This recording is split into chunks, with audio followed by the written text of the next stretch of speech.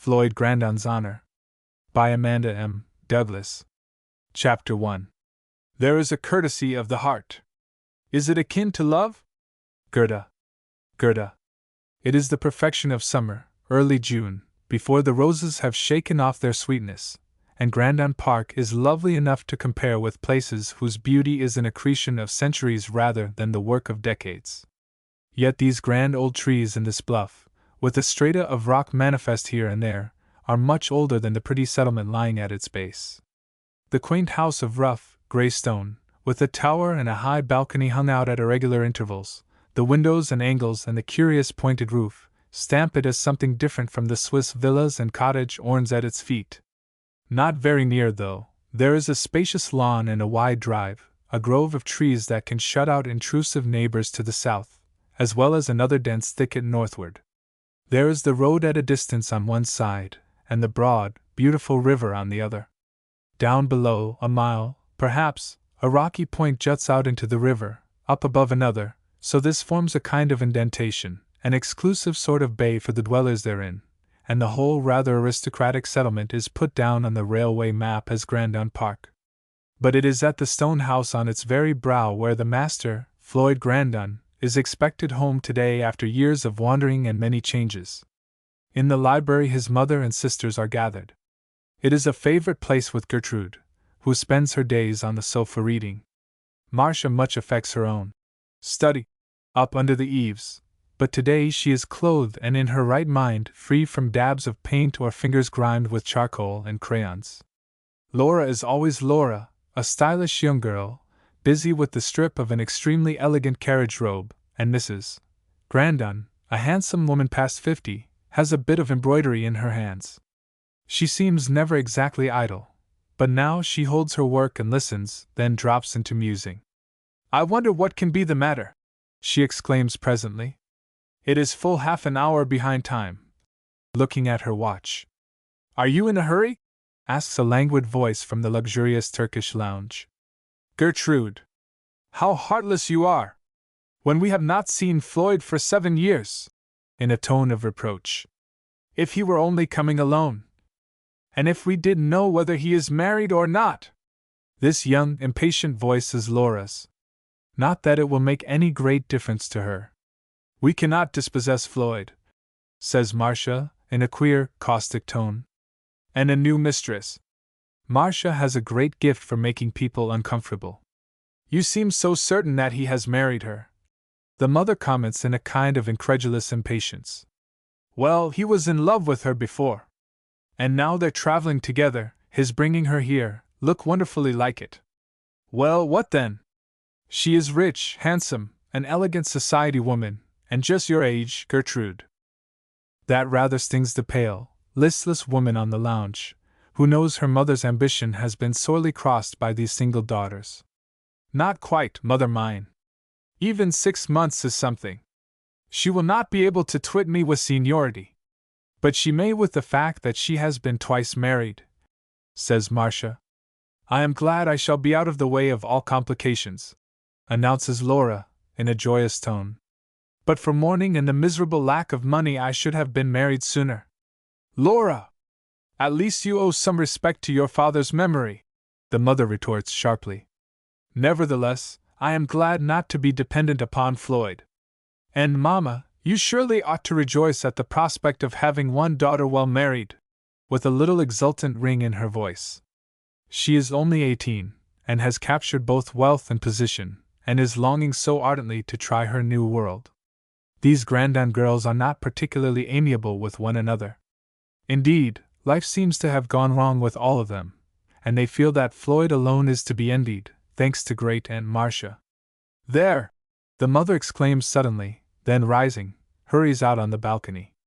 A carriage has turned into the drive, it sweeps around the gravelled walk with a crunching sound, and the beautiful bays are drawn up at the very edge of the wide stone steps with a masterly hand. "Here we are!" cries a young man of 1 or 2 and 20. "There was a slight accident to the down train and a detention. And I absolutely did not know Floyd." A tall, finely formed man of 30 or so springs out with an elastic step and clasps Mrs. Grandon in his arms. "My dear, dear mother! is all that is said for a moment, and their lips meet with a tenderness that comforts the mother's heart. Then he looks a little uncertainly at the two behind her. This is Laura, the child when you went away.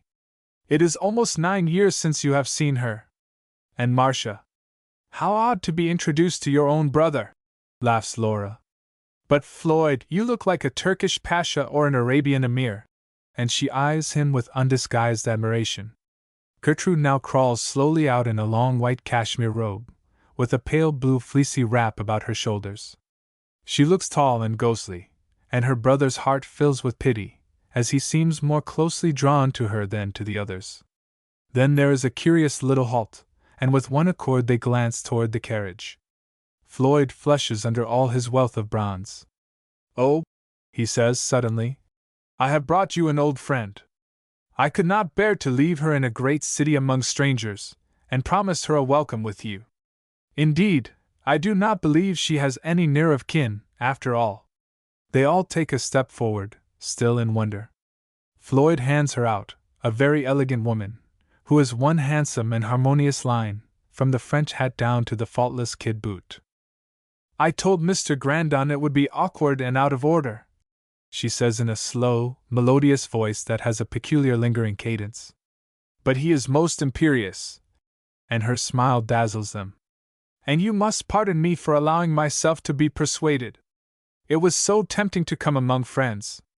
Clearly she is not his wife now, whatever she may be in the future. Mrs.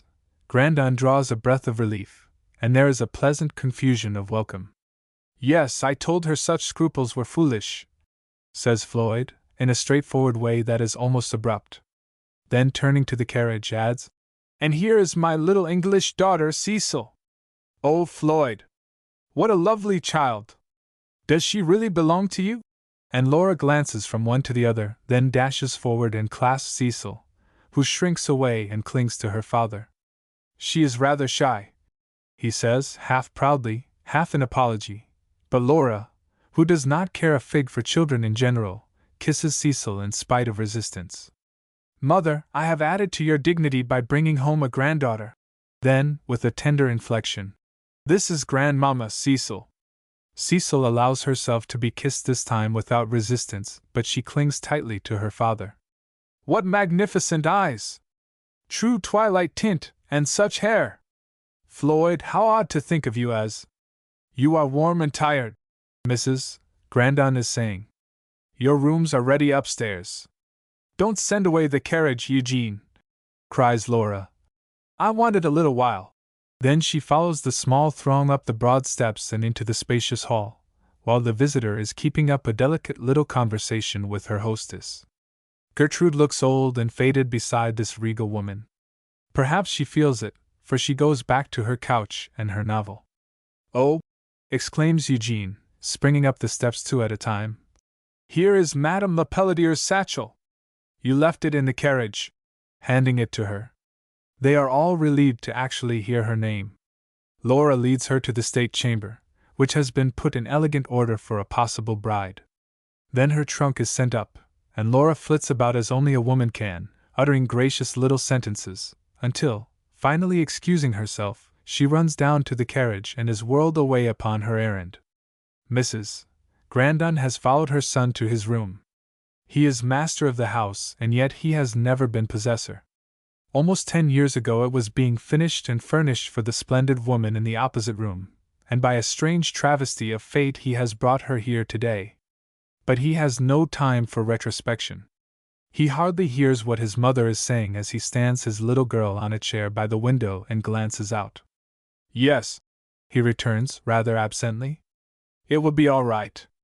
How wonderfully lovely this spot is, Mother! I had no real conception of it. What would Aunt Marcia say to see it now?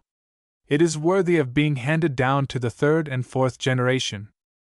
What a pity your child is not a boy, Floyd. You would have nothing more to ask, his mother says, fervently wishing it had been so. I would not have Cecil changed, he responds, with almost jealous quickness. Where is Jane? And the young girl lingering in the hall presents herself. We shall just shake off a little of the dust of travel and come down, for I am all curiosity to inspect the place. Will this room do for your little girl and her nurse? Asks Mrs. Grandon. We hardly knew what arrangements to make. Yes, it is all very nice. Our luggage will be up presently. There was too much for us. And he smiles. What are your household arrangements? Dinner is at 6 generally. I delayed it a while tonight, and now I must go and look after it. Thank you for all the trouble. He clasps both of his mother's hands in his and kisses her again. He has dreaded his return somewhat, and now he is delighted to be here. Downstairs Gertrude and Marcia have had a small skirmish of words. So he isn't married, the former had said, triumphantly. But engaged, no doubt. He wouldn't bring her here if there was not something in it. I would never forgive her for throwing me over, declares Gertrude. But it is something to have been a countess, and she is wonderfully handsome, not a bit faggied out by a sea voyage. Why, she doesn't look much older than Laura. Women of that kind always carry all before them, and men forgive everything to them. Floyd doesn't look like a marrying man. Much you know about it, says Marcia, contemptuously. Then, hearing her mother's steps, she rejoins her in the long dining room, where the meal is being prepared in a style that befits the handsome mansion. The table is elegant with plate, cut glass, and china. Mrs. Grandon is lighter of heart now that she knows she is not to be deposed immediately. If the child only were a boy, there would be no need of Floyd marrying, and it vexes her. Laura returns in high good humor, having done her errand quite to her satisfaction. The bell rings and they gather slowly. Madame Lepelletier is more enchanting still in some soft black fabric, with dull gold in relief. Floyd has washed and brushed and freshened, but still wears his traveling suit for a very good reason. Cecil is in white, with pale blue ribbons, which give her a sort of seraphic look. Yet she is tired with all the jaunting about, and after a while Laura ceases to torment her with questions, as the conversation becomes more general. While the dessert is being brought in, Cecil touches her father's arm gently. I am so sleepy, in the lowest of low tones. Indeed, she can hardly keep her lovely eyes open. Will you call Miss Cecil's maid? He says to the waiter, and kissing her, gives her into Jane's arms. How beautifully that child behaves, says Gertrude, with sudden animation. I am not fond of children, but I am quite sure I shall like her. I hope you will, her brother answers, with a smile. Mr. Grandon deserves much credit, rejoins Madame Lepelletier. Fathers are so apt to indulge, and Cecil is extremely bewitching. Could you really say no to her? And the lady smiles over to him. If it was for her good. But Cecil's aunt must have the credit of her training. Then he goes back to a former subject, and they sit over their dessert until dusk, when they adjourn to the drawing-room opposite, where the lamps are lighted. Gertrude, as usual, takes a couch. Floyd and his mother pair off, and somehow Laura finds herself growing extremely confidential with their elegant guest, who soon helps her to confess that she is on the eve of marriage. Of course we had to wait for Floyd to come home, she goes on. The property has to be settled, and Mama insists that now Floyd is head of the family and all that. But I was engaged before Papa died, and we were to have been married in the spring. At which she sighs. And I do so want to get to Newport before the season is over. But Floyd is something to Papa's will, executor, isn't it? And we cannot have any money until he takes it in hand. How long he has been away, says Madame Lepelletier, with a soft half-sigh. She would like to believe that she had something to do with it, but the English wife stands rather in the way. Yes, he was coming home as soon as his little girl was born, but then his wife died and he joined an exploring expedition, and has been rambling about the world ever since, with no bother of anything. How nice it must be to have plenty of money! And Laura's sigh is in good earnest. You are right there, adds Eugene, who is smoking out on the balcony. Floyd, old chap, is to be envied. I wish I had been Aunt Marcia's pet, or even half-favorite. Business is my utter detestation, I admit. I must persuade Floyd to change about. And that makes me think of the wonderful changes here. Why, Grandon Park is a perfect marvel of beauty, and I left it an almost wilderness. I should never have known the place. But the location is really magnificent. 10 years have improved it beyond all belief. I suppose there is some very nice society? In the summer, yes, and yet everyone is anxious to get away, returns Laura, with a short laugh. Marcia joins the circle and the harmony seems broken. Madame Lepelletier wonders why they so jar upon each other. She has been trained to society's suavity, and they seem quite like young barbarians. Floyd and his mother talk a little at the lower end of the room, then she proposes they shall take the library. Or better still, says he, get a shawl and let us have a turn outside. The moon is just coming up. She obeys with alacrity. They cross the sloping lawn almost down to the river's edge. Floyd lights a cigar, after learning that it will not be disagreeable. He glances up and down the river, flecked here and there with a drowsy sail or broken with the plash of oars. Over on the opposite shore the rugged rocks rise frowningly, then break in depressions, through which clumps of cedars shine black and shadowy. Why, he has not seen much in Europe that can excel this. His heart swells with a sense of possession. For the first time in his life his very soul thrills with a far-reaching, divine sense of home. I am so glad to have you at last, Floyd, his mother says again, remembering her own perplexities. Nothing could be done about the business until you came. Floyd, suddenly, I hope you will not feel hurt at what your father thought best to do. Aunt Marcia provided for you. Yes, nobly, generously. If you mean that my father divided the rest among you all, he only did what was right, just. There is no uncertain ring in the tone, and she is greatly relieved. Poor father! I had counted on being a stay to him in his declining years, as I should have returned in any event in another year or two. I should like to have seen him once more. He left many messages for you, and there is a packet of instructions that I suppose explains his wishes. You see, he did not really think of dying. We all considered him improving until that fatal hemorrhage. The business is left to Eugene. Then there are legacies and incomes, with a rather hopeless sigh.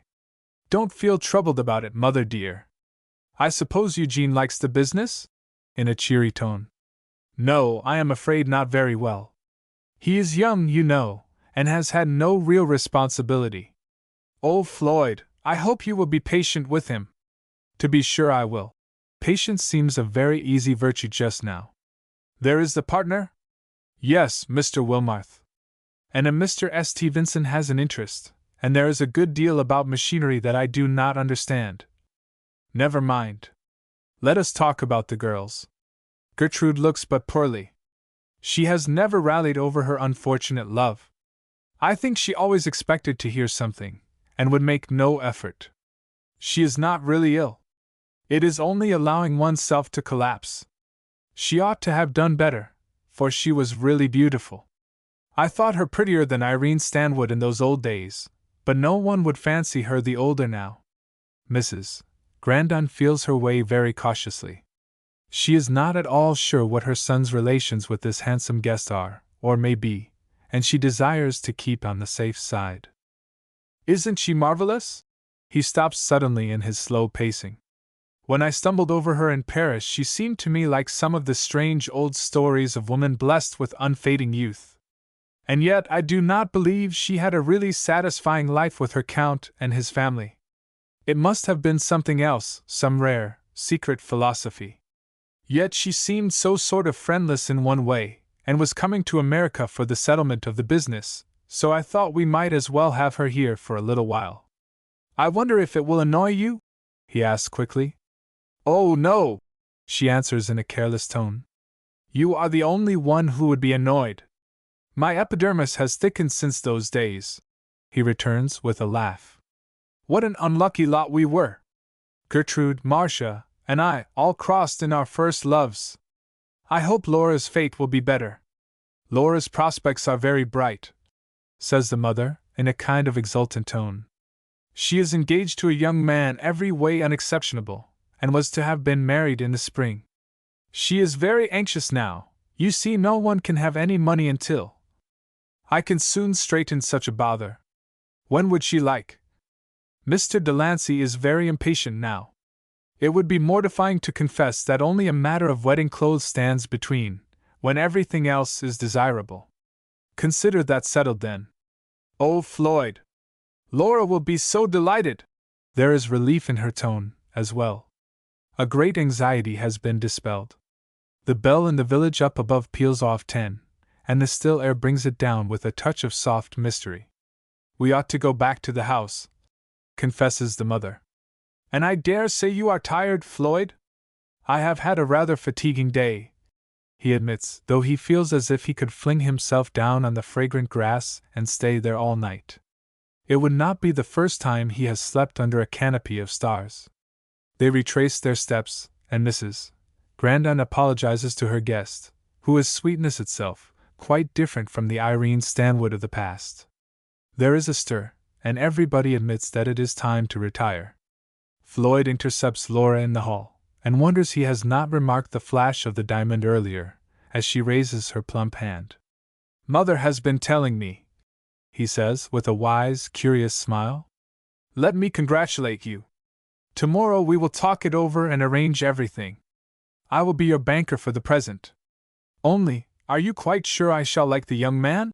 And he holds her in a tender clasp. You cannot help it. Oh, Floyd, how good you are, and how very, very happy it makes me. I began to feel afraid that I had come under the family ban. Dismiss all fears. He thinks her a very pretty young girl as she stands there, and he is pleased that his return is bringing forth good fruit so soon. There is a pleasant confusion of good nights and good wishes. The great hall doors are shut, and they all troop up the wide walnut staircase quite as if an evening party had broken up. Floyd Grandon, though not a demonstrative man, lingers to give his mother a parting kiss, and is glad that he has returned to comfort her. Chapter 2. When a woman has ceased to be quite the same to us, it matters not how different she becomes. W. S. Landor. W. S. Landor. The house is still. Every one is shut in with his or her thoughts. Floyd Grandon goes to the bed of his little girl, where Jane sits watching in an uncertain state, since everything is so new and strange. How lovely the child is! The rosy lips are parted, showing the pearly teeth, the face is a little flushed with warmth, one pale, pink-tinted ear is like a bit of sculpture, the dimpled shoulder, the one dainty bare foot outside the spread, seem parts of a cherub. He presses it softly. He kisses the sweet lips that smile. Is it really the sense of ownership that makes her so dear? He has never experienced this jealous, overwhelming tenderness for anything human. He loves his mother with all a son's respect, and has a peculiar sympathy for her. If his father were alive, he knows they would be good comrades to stand by each other, to have a certain positive faith and honor in each other's integrity. His brother and sisters, well, he has never known them intimately, even as one gets to know friends, but he will take them upon trust. Then there are two women, the mother of his child, and that affluent, elegant being across the hall. Does his heart warm to her? And yet she might have been mistress here and the mother of his children. The might have been, in his thought, would comfort his mother greatly, who is wondering, as she moves restlessly on her pillow, if it may not yet be. Floyd Grandon's story comprehends all the rest, so I will give that. Some 60 years before this, two sturdy Englishmen and their sister had come to the New World, with a good deal of energy and some money. The freak that led them up the river to this place was their love of beautiful scenery.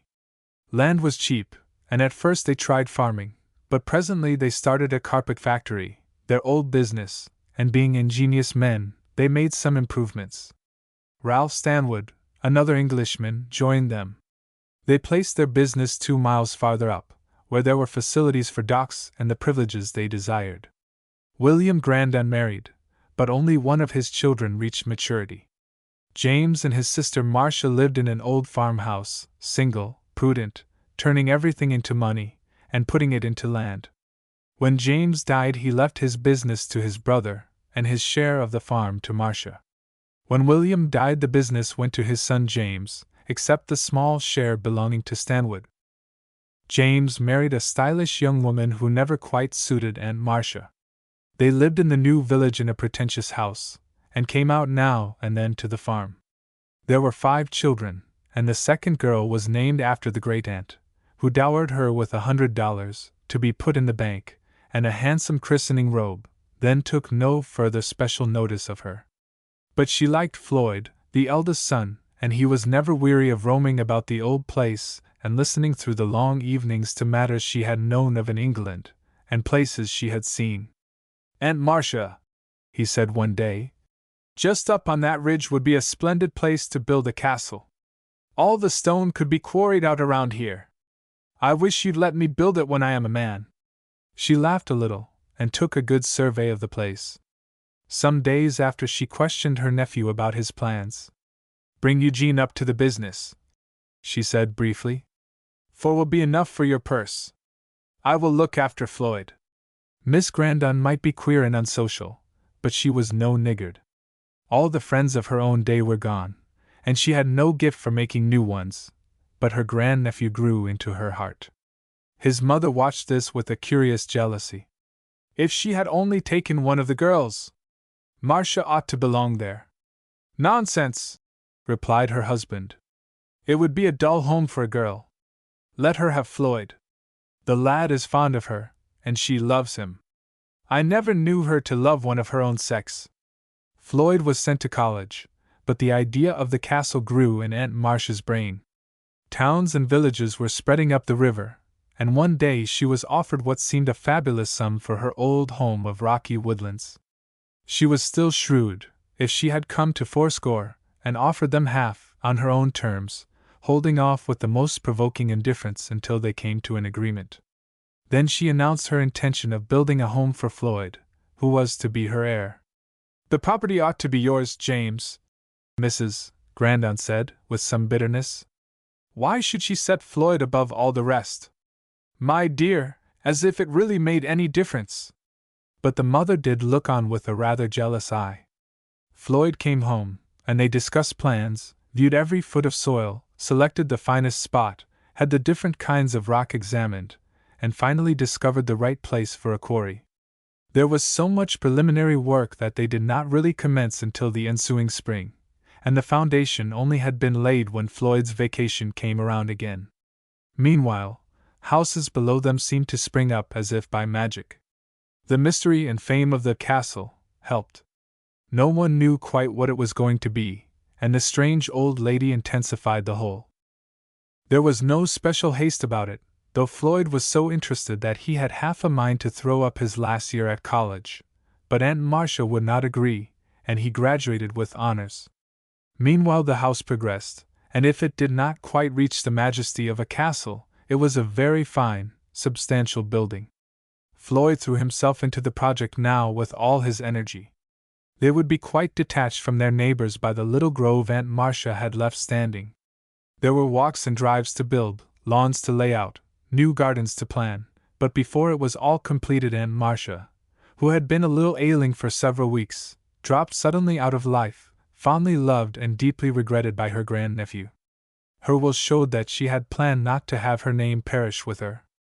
The house and several acres of ground were to constitute the Grandon estate proper. This was to be used by Floyd during his life and then to descend to his eldest son living. If he left no sons, and Eugene should have a male descendant, he was to be the heir. If either had sons, it was to go in the female line, provided such heir took the name of Grandon. The rest of the property was left unconditionally to Floyd, with the exception of $1,000 apiece to the children. Floyd was at this period 22, a rather grave and reserved young man, with no special predilection for society. And yet, to the great surprise of his mother, Irene Stanwood captured him and rather cruelly flaunted her victory in the faces of all the Grandons. Yet there really could be no objection. She was a handsome, well-educated girl, with some fortune of her own and a considerable to come from her mother. Mrs. Stanwood and her daughter went abroad, where Floyd was to meet them presently, when whatever they needed for foreign adornment of their house would be selected. They heard of Miss Stanwood being a great success at Paris, her beauty and breeding gaining her much favor. And then, barely 6 months later, an elegant Parisian count presented a temptation too great to be resisted. Miss Stanwood threw over Floyd Grandon and became Madame la Comtesse. Essentially honest and true himself, this was a great shock to Floyd Grandon, but he learned afterward that principle and trust had been more severely wounded than love. His regard had been a young man's preference rather than any actual need of loving. Indeed, he was rather shocked to think how soon he did get over the real pain, and how fast his views of life changed. Meanwhile, Gertrude lived out a brief romance. A fascinating lover of good family and standing, a little gay and extravagant, perhaps, but the kind to win a girl's whole soul, and Gertrude gave him every thought. While the wedding day was being considered, a misdeed of such magnitude came to light that the young man was dispatched to China with all possible haste to avoid a worse alternative, and Gertrude was left heartbroken. Then Marcia, young and giddy, half compromised herself with an utterly unworthy admirer, and Mrs. Grandon's cup of bitterness was full to overflowing. Floyd leased his quarry on advantageous terms, and offered to take his mother and 2 sisters abroad. This certainly was some compensation. Marcia soon forgot her griefs, and even Gertrude was roused to interest. At some German baths the ladies met Madame la Comtesse, and were indebted to her for an act of friendliness. At Paris they met her again, and here Floyd had occasion to ask himself with a little caustic satire if he had really loved her. She had grown handsomer, she was proud of her rank and station and the homage laid at her feet. The Grandons returned home and took possession of Floyd's house. He went on to Egypt, the Holy Land, and India. He was beginning to take the true measure of his manhood, his needs and aims, to meet and mingle with people who could stir what was best in him, and rouse him to the serious purposes of life, when another incident occurred that might have made sad havoc with his plans. While at an English army station he met a very charming widow, with a young stepdaughter, who was shortly to return to England. Cecil Trafford admired him with a girl's unreason, and at last committed such an imprudence that the astute stepmother, seeing her opportunity, proposed the only reparation possible, marriage. Cecil was a bright, pretty, willful girl, and he liked her, yet he had a strong feeling of being outgeneraled. That she loved him he could not doubt, and they were married, as he intended to return to England. But her fondness was that of a child, and sometimes grew very wearisome. She was petulant, but not ill-tempered. The things she cried for today she forgot tomorrow. She had one sister much older than herself, married to a clergyman and settled in Devonshire. Floyd sought them out, and found them a most charming household. Mr. Garth was a strongly intellectual man, and his house was a center for the most entertaining discussions. Mrs. Garth had a decided gift for music, and was a well-balanced, cultivated woman. They lingered month after month, gravitating between London and the Garths, until Cecil's child was born. A few weeks later Cecil's imprudence cost her life. Floyd Grandon came down from London to find the eager, restless little thing still and calm as any sculptured marble. He was so glad then that he had been indulgent to her whims and caprices. He was quite at liberty now to join an expedition to Africa that he had heroically resisted before. Mrs. Garth kept the child. Announcing his new plans to his mother, he set off, and for the next 4 years devoted himself to the joys and hardships of a student traveler. He was deep in researches of the mysterious lore of Egypt when a letter that had gone sadly astray reached him, announcing his father's death and the necessity of his return home. Leaving a friend to complete 1 or 2 unfinished points, he reluctantly tore himself away, and yet with a pang that after all it was too late to be of any real service to his father, that he could never comfort his declining years as he had Aunt Marcia's. He had some business in Paris, and crossing the Channel he met Madame Lepelletier. She was a widow and childless. The title and estate had gone to a younger son, though she had a fair provision. She had received the announcement of Mr. Grandon's death and the notice of settlement, and was on her way to America. A superbly handsome woman now, but Grandon had seen many another among charming society women. He was not in any sense a ladies' man. His little taste of matrimony had left a bitter flavor in his mouth. She admitted to herself that he was very distinguished looking. The slender fairness of youth was all outgrown. Compact, firm, supple, with about the right proportion of flesh, bronzed, with hair and beard darker than of yore, and that decisive aspect a man comes to have who learns by experience to rely upon his own judgment. "I am on my way thither," he announced in a crisp, businesslike manner. "It is high time I returned home, though a man with no ties could spend his life amid the curiosities of the ancient civilizations. But my mother needs me, and I have a little girl in England."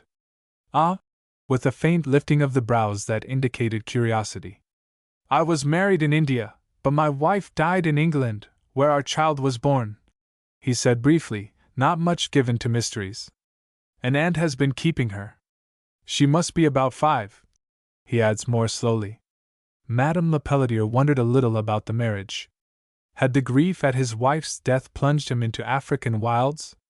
They spent 2 or 3 days in London, and she decided to wait for the next steamer and go over with him, as he frankly admitted that he knew nothing about children, except as he had seen them run wild.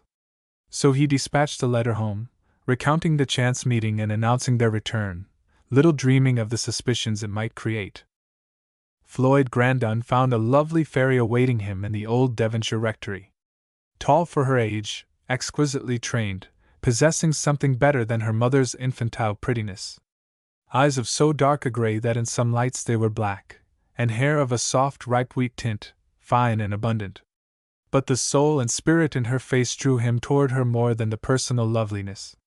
She was extremely shy at first, though she had been taught to expect Papa, but the strangeness wore off presently.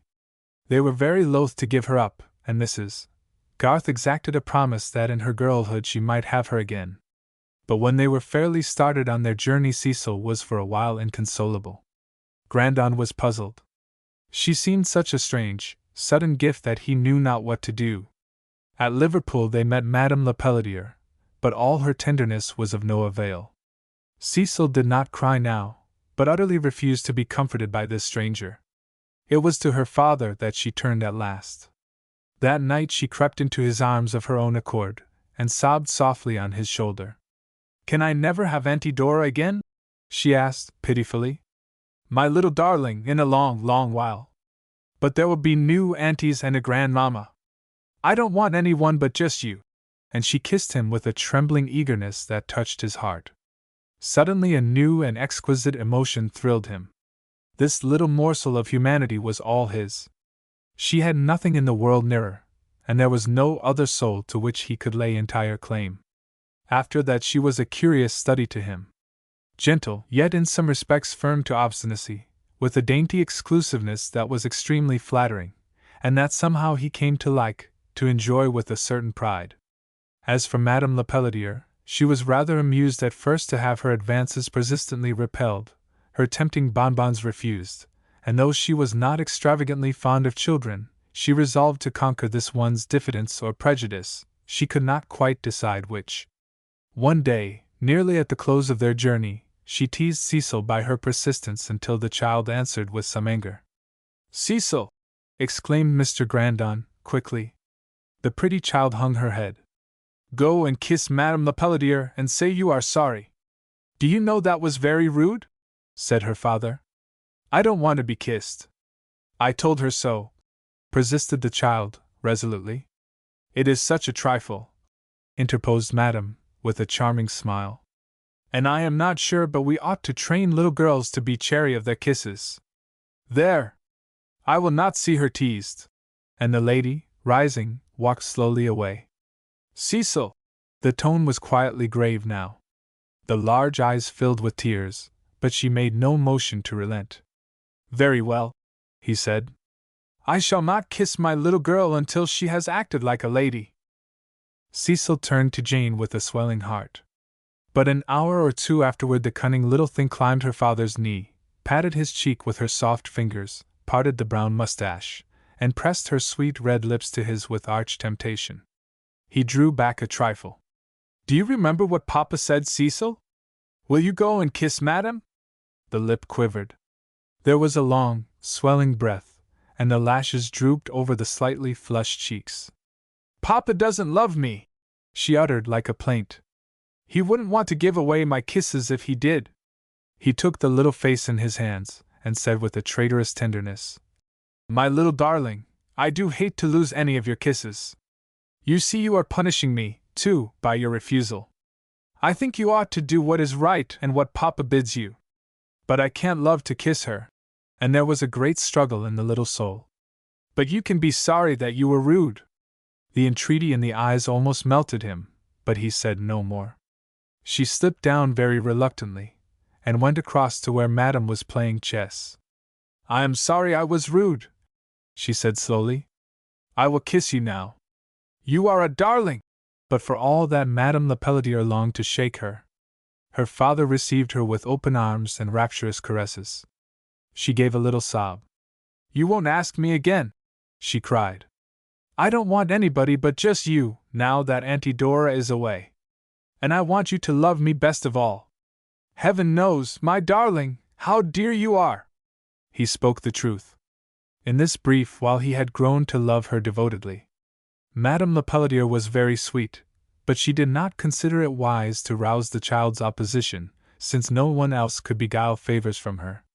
Before they reached New York, she had allowed herself to be persuaded to go at once to Grandon Park, and Floyd telegraphed, a little ambiguously, used as he was to brief announcements. Madame Lepelletier had made a half-resolve, piqued by his friendly indifference, that he should own her charm. She would establish a footing in the family. And now, in the quiet of the guest chamber, where everything is more luxurious than she has imagined, she resolves that she will win Floyd Grandon back. She will make the mother and sisters adore her. She has not been schooled in a French world for nothing, and yet it was not a very satisfactory world. She will have more real happiness here, and she sighs softly as she composes herself to sleep. Floyd Grandon kisses his darling for the last time, then shutting his door, sits down by the window and lights a cigar. He does not want to sleep.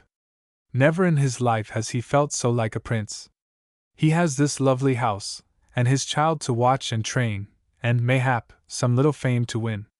He makes no moan for the dead young mother in her grave, for he understands her too truly to desire her back, with all her weakness and frivolity. He cannot invest her with attributes that she never possessed, but he can remember her in the child, who shall be true and noble and high of soul. They two always.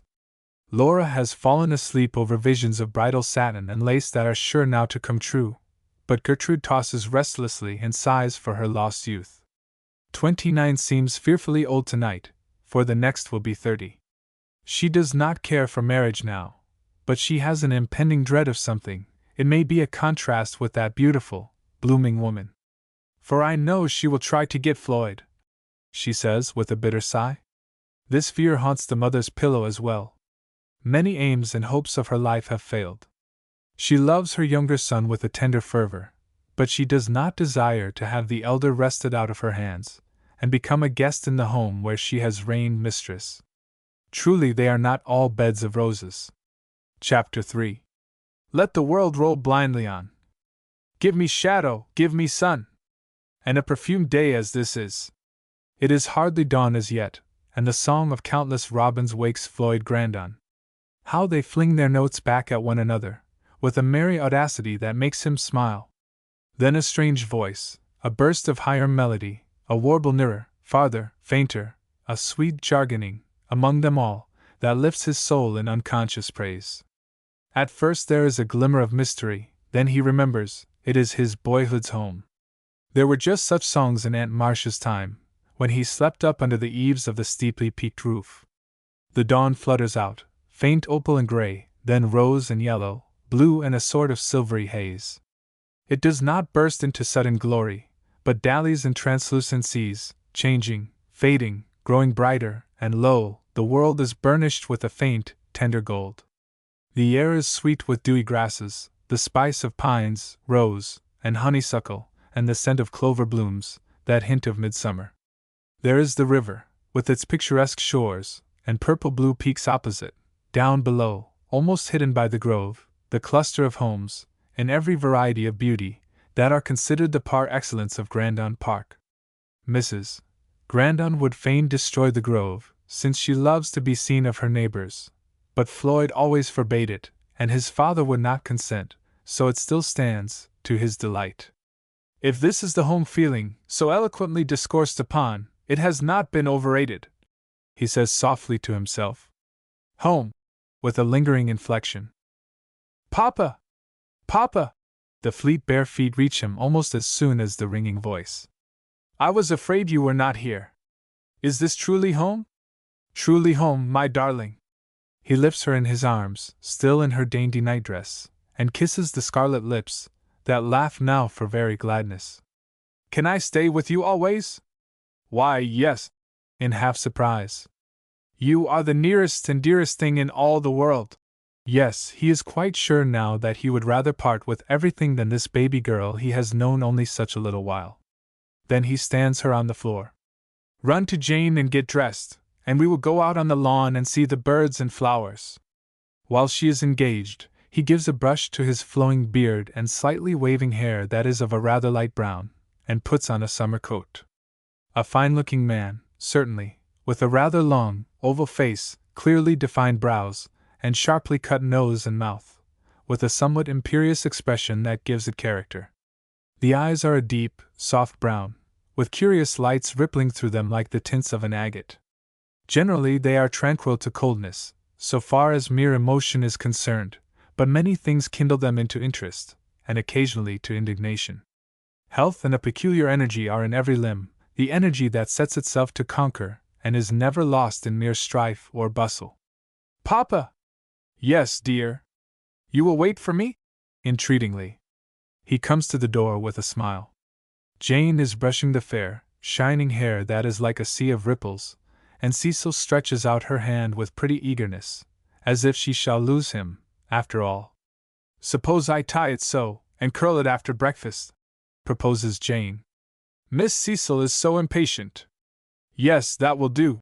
It is beautiful, anyway, he thinks. Then she dances around on one foot until her dress is put on, when she gives a glad bound. But your pinafore! American children do wear them, says Jane, in a rather uncertain tone. I am a little English girl, is the firm rejoinder. Then of course you must, responds Papa. And your hat? The sun is shining. Cecil gives a glad spring then, and almost drags her father down the wide stairs. A young colored lad is brushing off the porch, but the two go down on the path that is speckless and as hard as a floor. The lawn slopes slowly toward the river, broken by a few clumps of shrubbery, a summer house covered with vines, and another resembling a pagoda, with a great copper beech beside it. There are some winding paths, and it all ends with a stone wall, as the shore is very irregular. There is a boathouse, and a strip of gravelly beach, now that the tide is out. Grandon turns and looks toward the house. Yes, it is handsome, Grand. Youth and age together did not make any blunder of it. There is the tower, that was to be his study and library and place of resort generally. What crude dreams he had in those days! Science and poesy, art and history, were all a sad jumble in his brain, and now he has found his life work.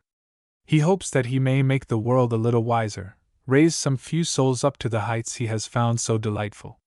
Cecil dances about like a fairy. She is at home amid green fields once more, for the ocean was to her a dreary desert, and the many strange faces made her uncomfortable. She is oddly exclusive and delicate, even chary about herself, but alone with her father she is all childish abandon. There is a stir about the house presently, and Grandon begins to retrace his steps. Don't go, entreats Cecil. My dear, we must have breakfast. Grandmamma and the aunties will be waiting. Are they going to live there always?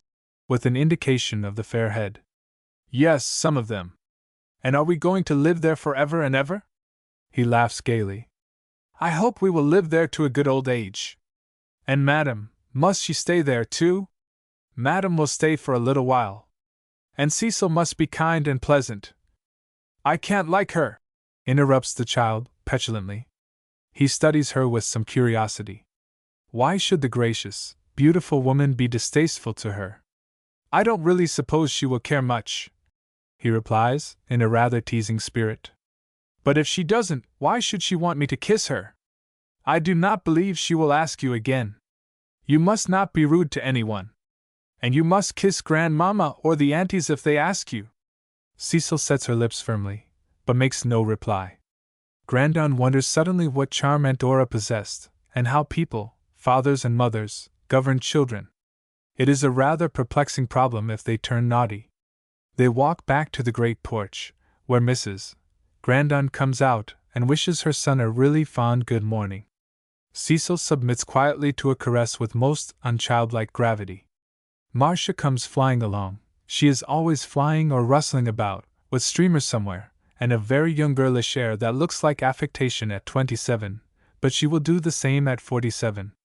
She is barely medium height, fair, with light hair, which by persistent application she makes almost golden. It is thin and short, and floats about her head in artistic confusion. Her eyes are a rather pale blue-gray, and near-sighted, her features small. Her voice has still the untrained, childish sound of extreme youth. She is effusive and full of enthusiasms, rather unbalanced, Floyd decides in a day or two. "Good morning!"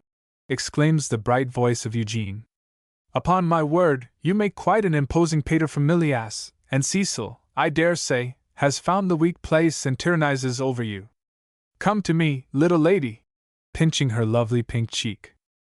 But Cecil almost hides behind her father, and is proof against the blandishments of the handsome young man. He is not quite so tall as Floyd, but grace, from the splendidly shaped head to the foot worthy of a woman's second glance. A clear, rich complexion, very dark hair and eyes, and a mustache that looks as if it was penciled in jet. Laura has these darker tints as well. Certainly Mrs. Grandon has no cause to be dissatisfied with her two youngest on the score of good looks. Floyd lifts Cecil in his arms and admits that she does not make friends easily. Then, with a change in his tone, "How finely the place has been kept up! Shall I thank you or Mother for it, Eugene?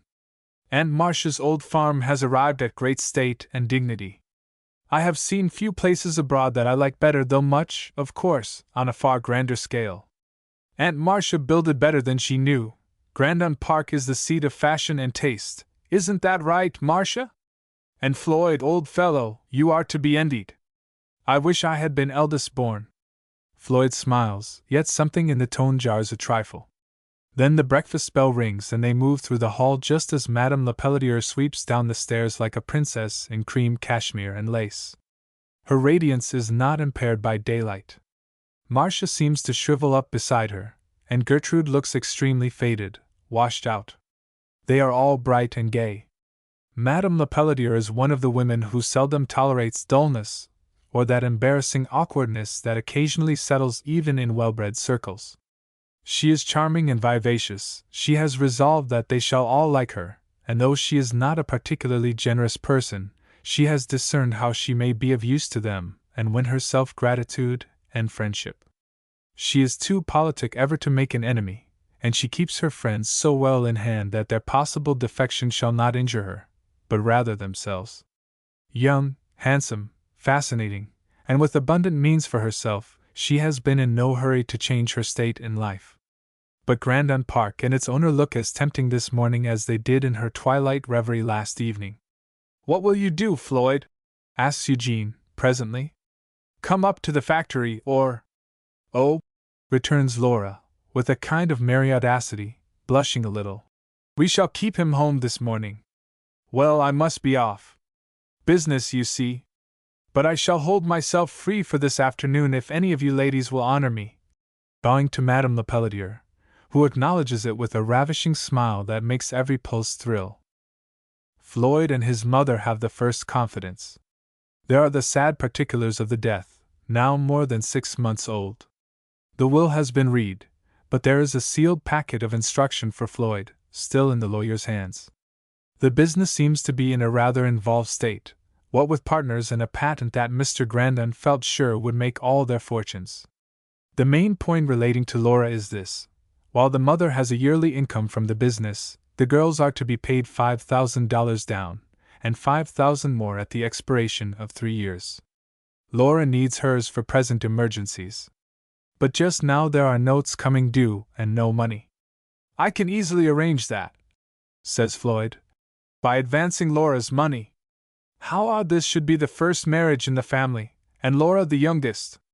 "You forget your own," remarks his mother in surprise. Why, so I did. And a flush is visible under the bronze. It is so like a dream to me, over in one short year. And you were very much in love, doubtless? It must have been terrible. It was a most unexpected death. Ignoring the first remark. She was so young, a mere child. Not even to his mother can he express his manhood's views of the whole occurrence. But he knows that he did not love her deeply, and the consciousness will always give him a little shock. At the same time, he settles that he is not the kind of man to be swept off his feet by the passion of love. Then they call Laura in, and Floyd explains the ease with which the matter can be settled.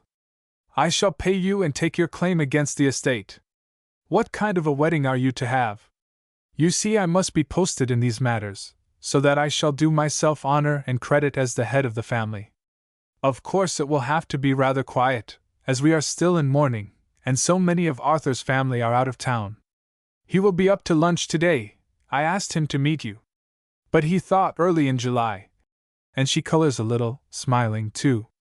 We are to go to Newport, that is, you know, we really could plan nothing until you came. And oh, Floyd, it will be so delightful to have Madame Lepelletier. We have been talking it over, and she will help me do my shopping. She is just as good as she is lovely. But if you only could have ordered me some things in Paris! Why, I never bought any such thing in my life, says Floyd laughingly. But I have some trinkets among my luggage that you may like, gems and cameos, and some curious bracelets. I did remember that I had some sisters at home. Oh, you are really charming! You cannot imagine how doleful we have been. Eugene could not do anything about the money, and he has been in a worry with Mr. Wilmarth and cross if anyone said a word. Floyd laughs at this. The idea of Eugene being cross is amusing. Laura flits out of the room much elated. She and Arthur can settle everything today, and the shopping will be so delightful, for Madame Lepelletier is quite as good as a Frenchwoman. Mrs. Grandon sighs, and Floyd looks at her questioningly. You are so good, Floyd. It is such a relief to have you. I only hope the business will not weary you out, and that there will be no real trouble. He kisses Cecil's little hand that is wandering through his beard, and presses her closer as she sits quietly on his knee. I shall think nothing a trouble, he says. It is Father's trust to me. Come, you must be gay and happy, and not cloud Laura's wedding with forebodings. Let us take a tour through the house now.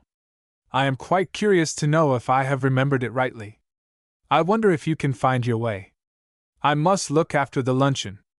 Oh, yes, he replies. I think there is no labyrinth.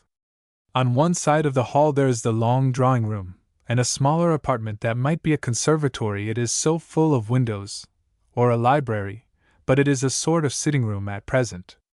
Then the tower, that has a large entrance, and might be the facade, if one pleased. An oaken stairway winds a little to the room above, which is empty but for a few chairs and a bamboo settee. Up again to another lovely room, and then it is crowned by an observatory. From here the prospect is magnificent. The towns above, that dot the river's edge, and the long stretch below, are like a panorama. How wonderfully changed! How busy and thriving this new world is! He thinks of the leagues and leagues he has traversed where a mill or a factory would be an unknown problem, and the listless stupor of content is over all. Yet buried in the sand or under ruins is the history of ages as prosperous, as intellectual, and as wise. How strange a thing the world of life really is! Cecil breaks into his thoughts with her tender chatter. She is not an obtrusive child, and though bright, has grave moods and strange spells of thought. She is delighted to be so high up and able to look down over everything. They return at length, and he carries her downstairs. On the second floor there is a connecting passage to the main house, and two beautiful rooms that he planned for himself because they were retired. Feminine belongings are scattered about, satchels and fans and queer bottles of perfumery. He guesses rightly that Laura is domiciled here, and in the adjoining chamber Gertrude lies on the bed with a novel. Oh, Floyd! Pardon me. Come in, she says, raising herself on one elbow. I am up here a good deal, because I like quiet and my health is so wretched. Everybody else is busy about something, and I bore them, so I keep out of their way. You do look poorly, he answers sympathetically. She is not only pale, but sallow, and there are hollows in her cheeks. Her hands, which were once very pretty, are thin as birds' claws. There is a fretful little crease in her forehead, and her eyes have a look of utter weariness. Yes, I am never strong. I cannot bear excitement. Marcia's life would exhaust me in a month, and Laura's fuss would drive me crazy. Have they said anything about her marriage? It is all settled, or will be when her lover comes today. Do you like him, Gertrude? He is well enough, I suppose, and rich. You couldn't imagine Laura marrying a poor man.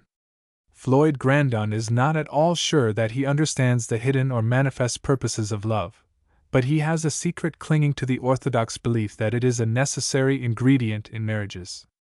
You are cynical, he says with a pleasant laugh. You do not have enough fresh air. But I see Laura. Then, after a pause, do not imagine I have the slightest objection. There will be only two of us left, and it does seem as if Marcia might pick up someone. Floyd. Well, as she makes a long pause. Do you know anything about the business? Eugene is so unsatisfactory. Where is Laura going to get her money? I shall attend to that. Gertrude, what has been said about affairs that makes you all so desponding?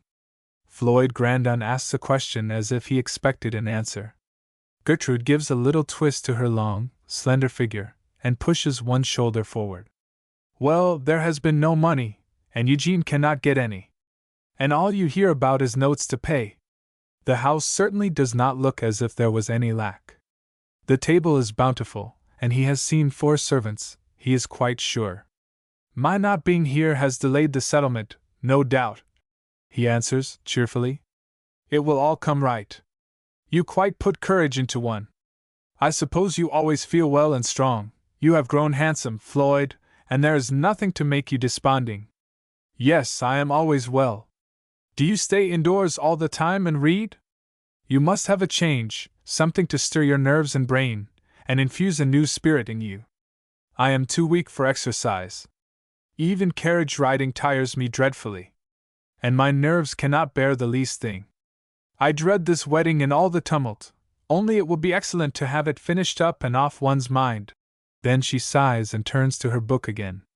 We are on a tour of discovery, says Floyd, rather gaily, as he moves forward. The house seems quite new to me, and extremely interesting. She makes no effort to detain him.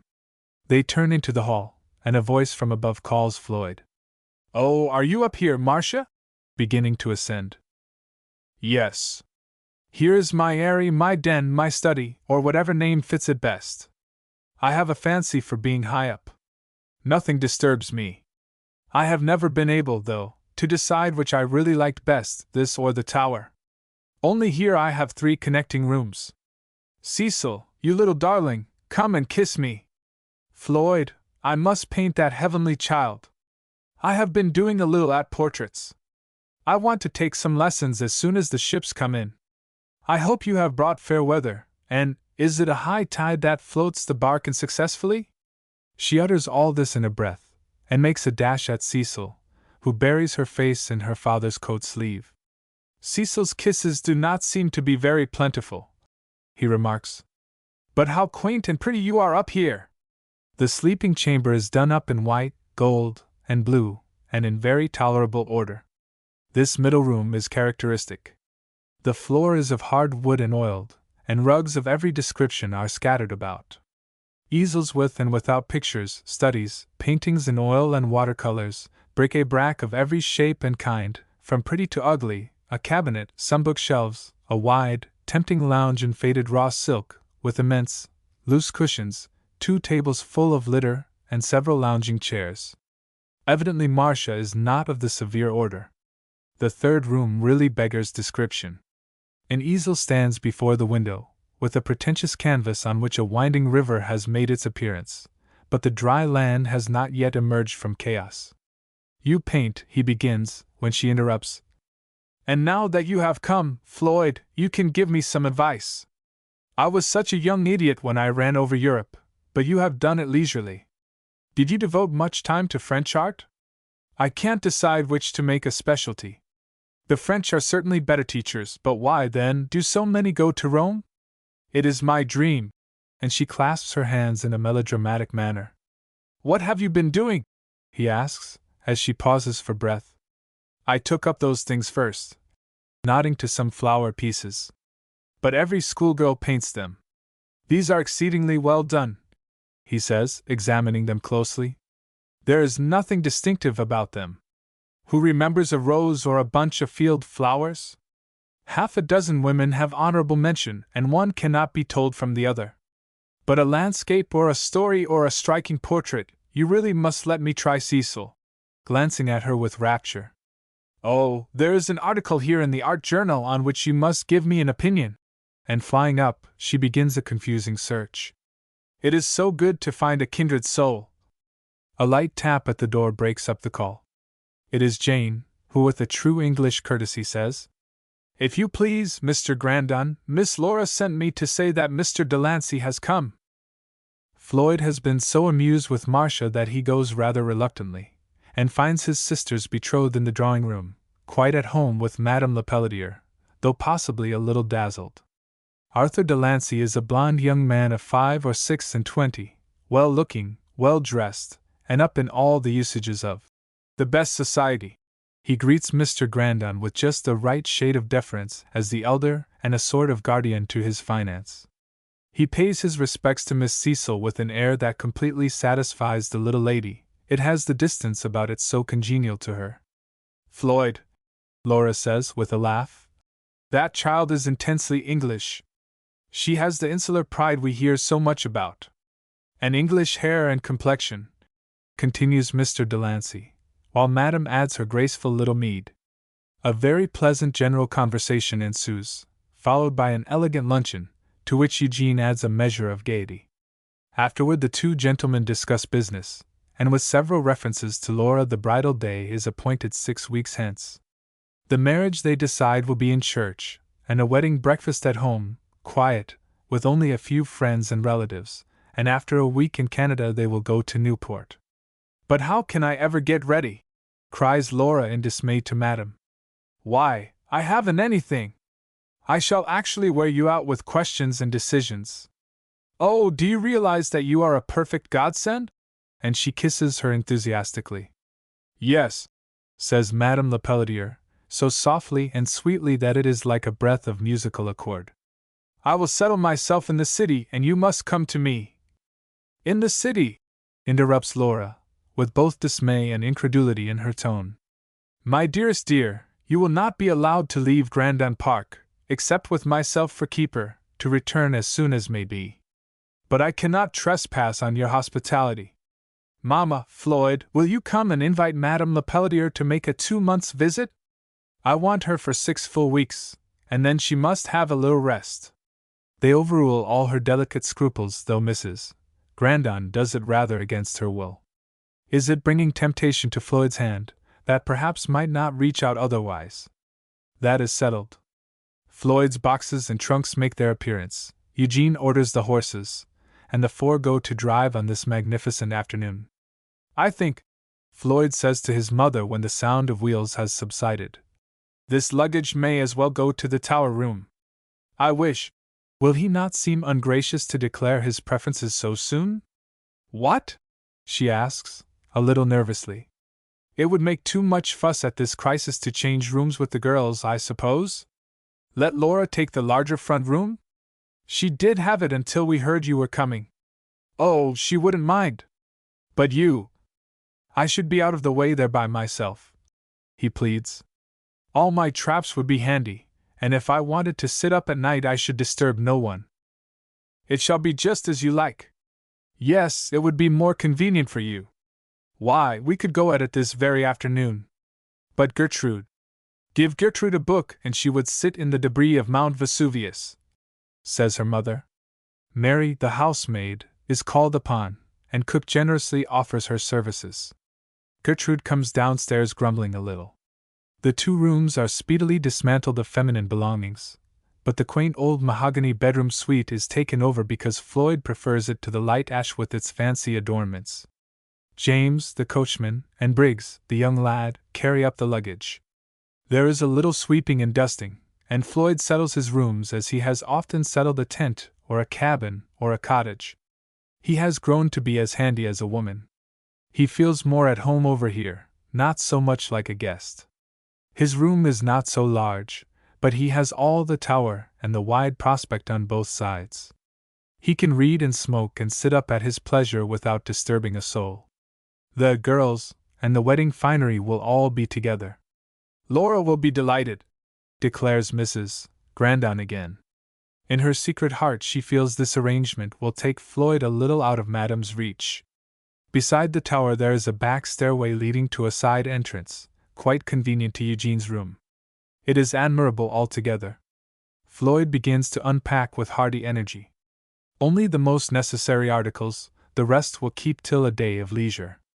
Tomorrow he must look into the business, and he hopes he will not find matters very troublesome.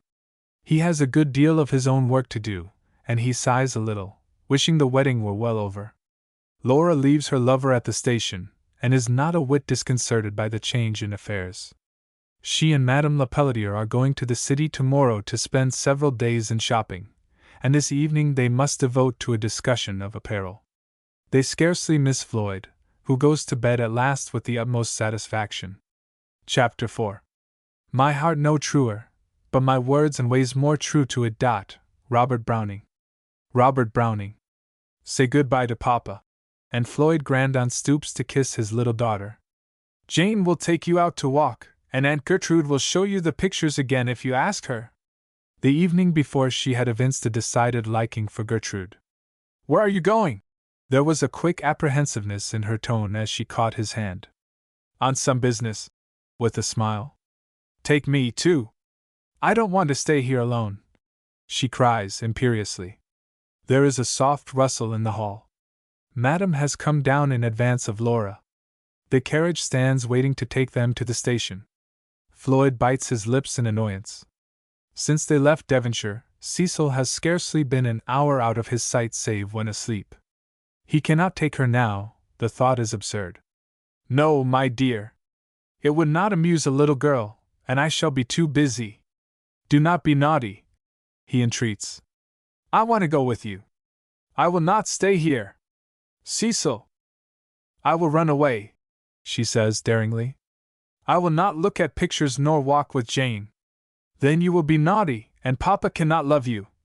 Bending his face down to hers. I shall not be glad to come back to a little girl who will not please or obey me. Take me, then. There is a great dry sob in her throat. If only Madame Lepelletier were away. His experience with children is so very limited that he is almost weak enough to yield to this sweet tyranny. Kiss me. Eugene has driven around with his horse and the buggy. Cecil drops her hands by her side, and her large, deep eyes float in tears, but her brilliant lips are set. Just once they open. You are naughty to me, she says, with childish audacity. Very well. He takes a slow step as if to give her time for repentance. He could bestow an undignified shake upon the proud little mite, but he refrains. Jane, come and look after Miss Cecil, he exclaims, authoritatively. Then he gives her a quick kiss, but she stands with swelling chest and eyes glittering in tears, watching him out of sight. Aunt Laura rustles down. Mutiny in the camp, says Madame, with a little laugh, and though Cecil does not understand, she knows she is meant. Floyd will have his hands full with that child, comments Laura. She is not so angelic as she looks. Floyd has stepped into the buggy. Sultan snuffs with his thin nostrils, and paces with proud grace. There's a beauty for you, Floyd, Eugene says triumphantly. You cannot find his match anywhere about here.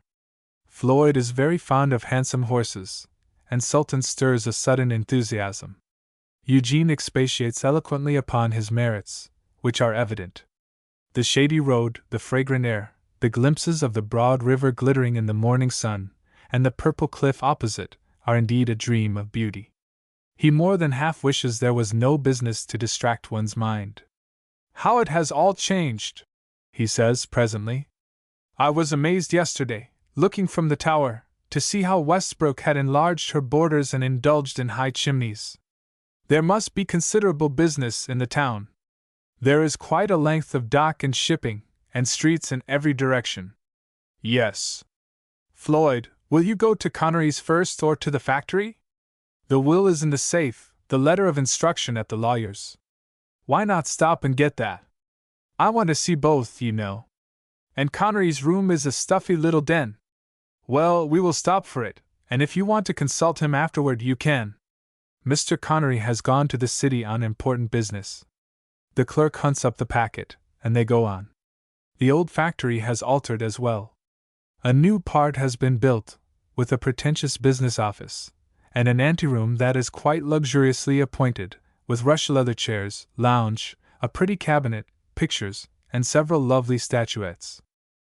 Now, if you want to go through all these things, Floyd, you can do it at your leisure. We can't talk business until we know what basis it is to be on, and the will is a sort of dead letter without further instructions.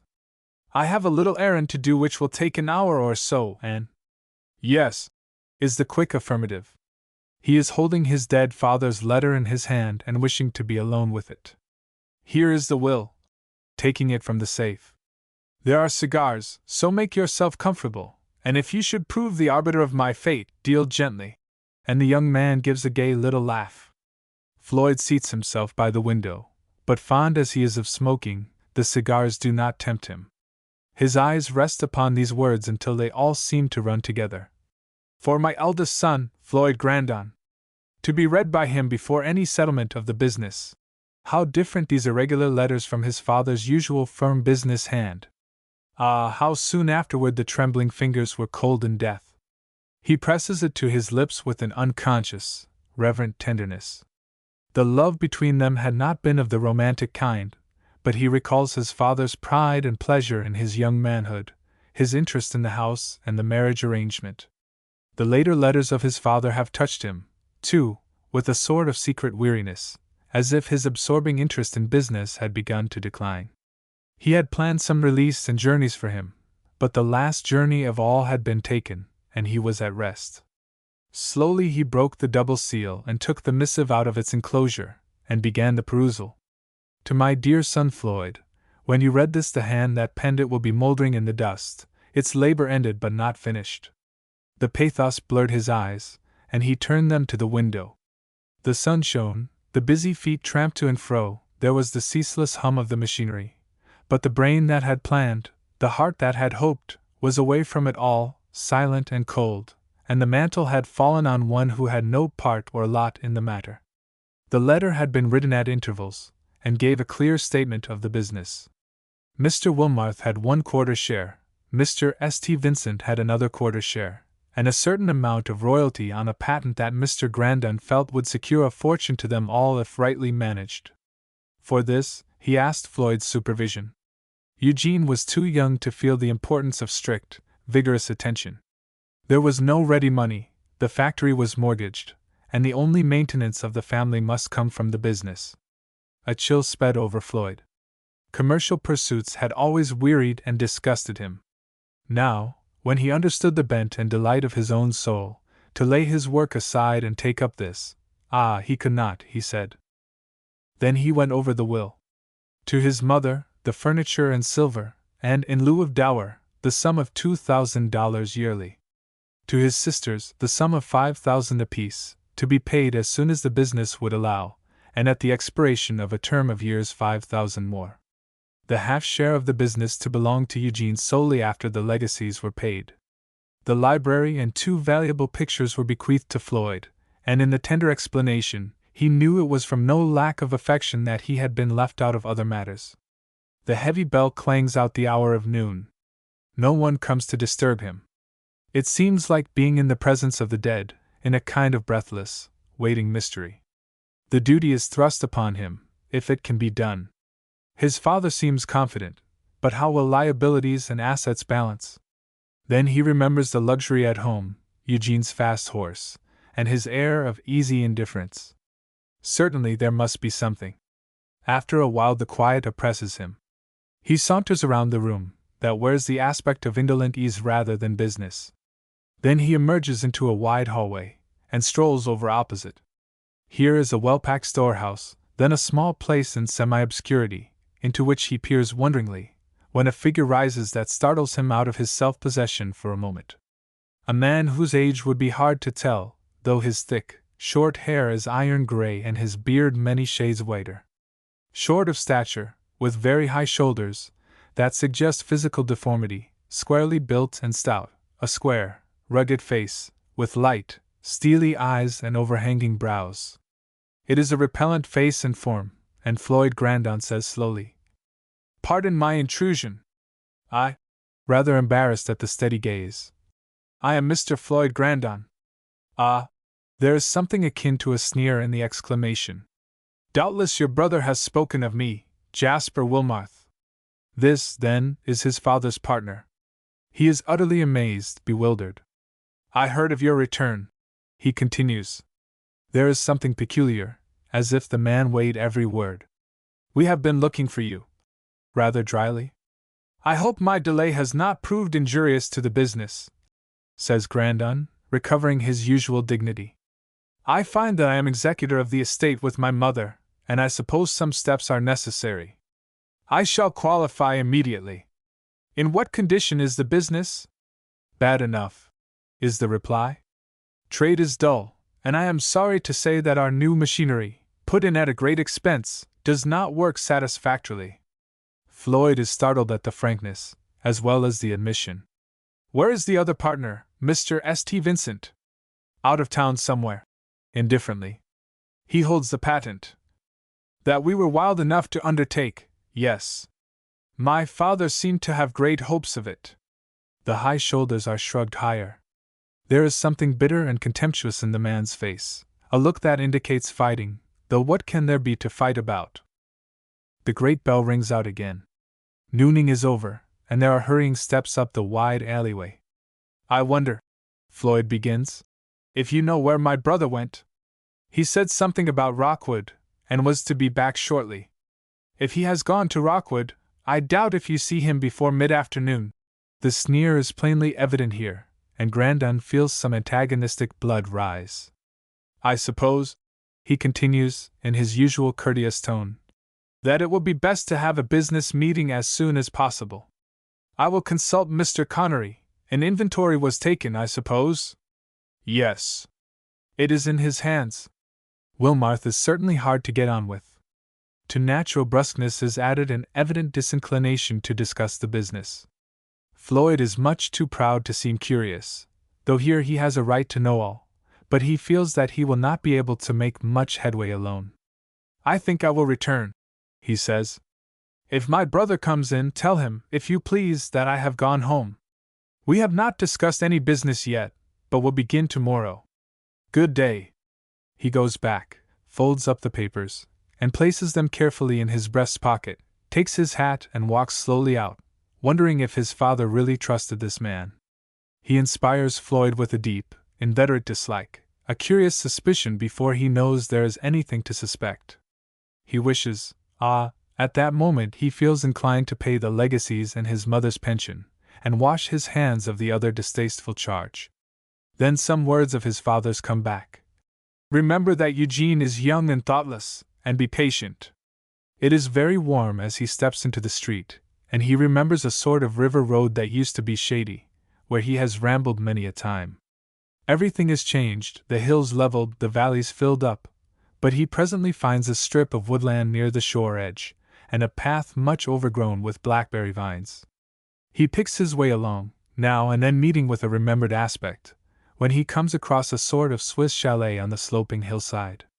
2 peaks of roof, odd, long, narrow windows, with diamond-shaped panes of glass, a vine-covered porch, an old woman in black, with white kerchief and high-crowned cap suggestive of Normandy, and through an open window a man sitting at a table, with instruments or machinery before him, engrossed with some experiments. A peculiar, delicate face, with a high, narrow forehead, thin white hair worn rather long and now tumbled, a drooping nose, a snowy white, pointed beard, and thin, long fingers, as colorless as Gertrude's. Somewhere he has seen a picture of an alchemist not unlike this. He can even discern the intent eagerness of the face as the fingers delicately manipulate something. So interested is he that he forgets his recent perplexity, and seating himself on a rocky ledge, watches. The air is tensely clear, the river blue as the sky in the intervals of shade. Here and there a dappled rift of cloud floating slowly, a picture of virginal beauty, tinctured with the essence of 100 summers. The air is drowsily sweet, and he lapses into forgetfulness, a traveler's trick. When he opens his eyes, the student is still there. The old woman has had her nap and is knitting. A large-eyed greyhound sits at her side. Floyd has half a mind to break in upon the scholar's sanctity, but remembering that he is now a part and parcel of civilization, refrains and resumes his journey. And now it is of Cecil he thinks. The perplexities of the morning have quite excluded baby naughtiness. Will she be glad to see him, first in her half-shy, wholly seductive manner, then with her ardent, entire love? He is pleased to find her not easily won from him. The house is very quiet. Bruno, the great dog, comes forward and studies him with sagacious, penetrating eyes. He pats him and says kindly, "Your mother knew and loved me, good Bruno." Gertrude is on the library sofa. "Oh," she cries with a start. "Where is Eugene? I have not seen him since morning." "Gertrude, is there anything special at Rockwood?" "Why, no, the casino, and the track, you know. They speed horses, and sometimes have races, I believe. Have you had lunch?" "Just a biscuit and a glass of wine will do," he says. "Don't disturb yourself." "Where is Cecil?" "Jane has had her all day. She wouldn't even be friendly with me. Marcia and Mother have gone out for calls, I believe." Just as he enters the dining room, he turns his head. "Gertrude, do you know an odd little cottage on the side of what used to be Savon Rock? A sort of chapel-looking place, with pointed roof?" "Yes." "Who lives there?" "Why, Mr. St. Vincent." "The partner, do you mean?" "Yes." "Did you ever see him? What kind of looking person is he?" "Yes." "He was here several times. He had the patent, you know." "Oh, Floyd, do you understand anything about the business? Papa thought he should make a great deal of money. Did you see Mr. Wilmarth? Isn't he queer? And," she ends with a shiver, "I feel just that way about him myself." "But what is St. Vincent like?" "Tall and thin and deadly pale. A kind of French Canadian, I believe. You see, he was so enthusiastic and so sure, and so was Papa, but something went wrong. Oh, I do hope we will not lose our money! To be ill and wretched and homeless, for no doubt you will marry again, Anne." Floyd laughs heartily. "You shall not be homeless," he says, "and I will even promise to keep you in books. There, don't distress yourself." How often he has to administer comfort! His lunch is the matter of a few moments, then he hurries upstairs. The tower door is open, and there is no one to be seen. He keeps on and on until he catches a flutter of a white dress. Cecil is running around the observatory, and his heart beats as he glances at the dazzling little sprite, with her sparkling eyes and her hair a golden mist about her face. He could watch forever, but it is a daring pastime. "Cecil," he calls softly. "Oh, Papa!" She stops and flushes a deeper pink, then suddenly remembers in the midst of her delight, and there is a tacit reproach in her eyes. "Have you a kiss for Papa?" She considers gravely, then with a quick bound she is in his arms. "What are you doing up here alone?" "I ran away, a little. I am close up to the birdies, Papa, see!" A flock of swallows were wheeling and circling around. She claps her hands in glee. "Couldn't you open the windows?" "Not now. The sun is too warm.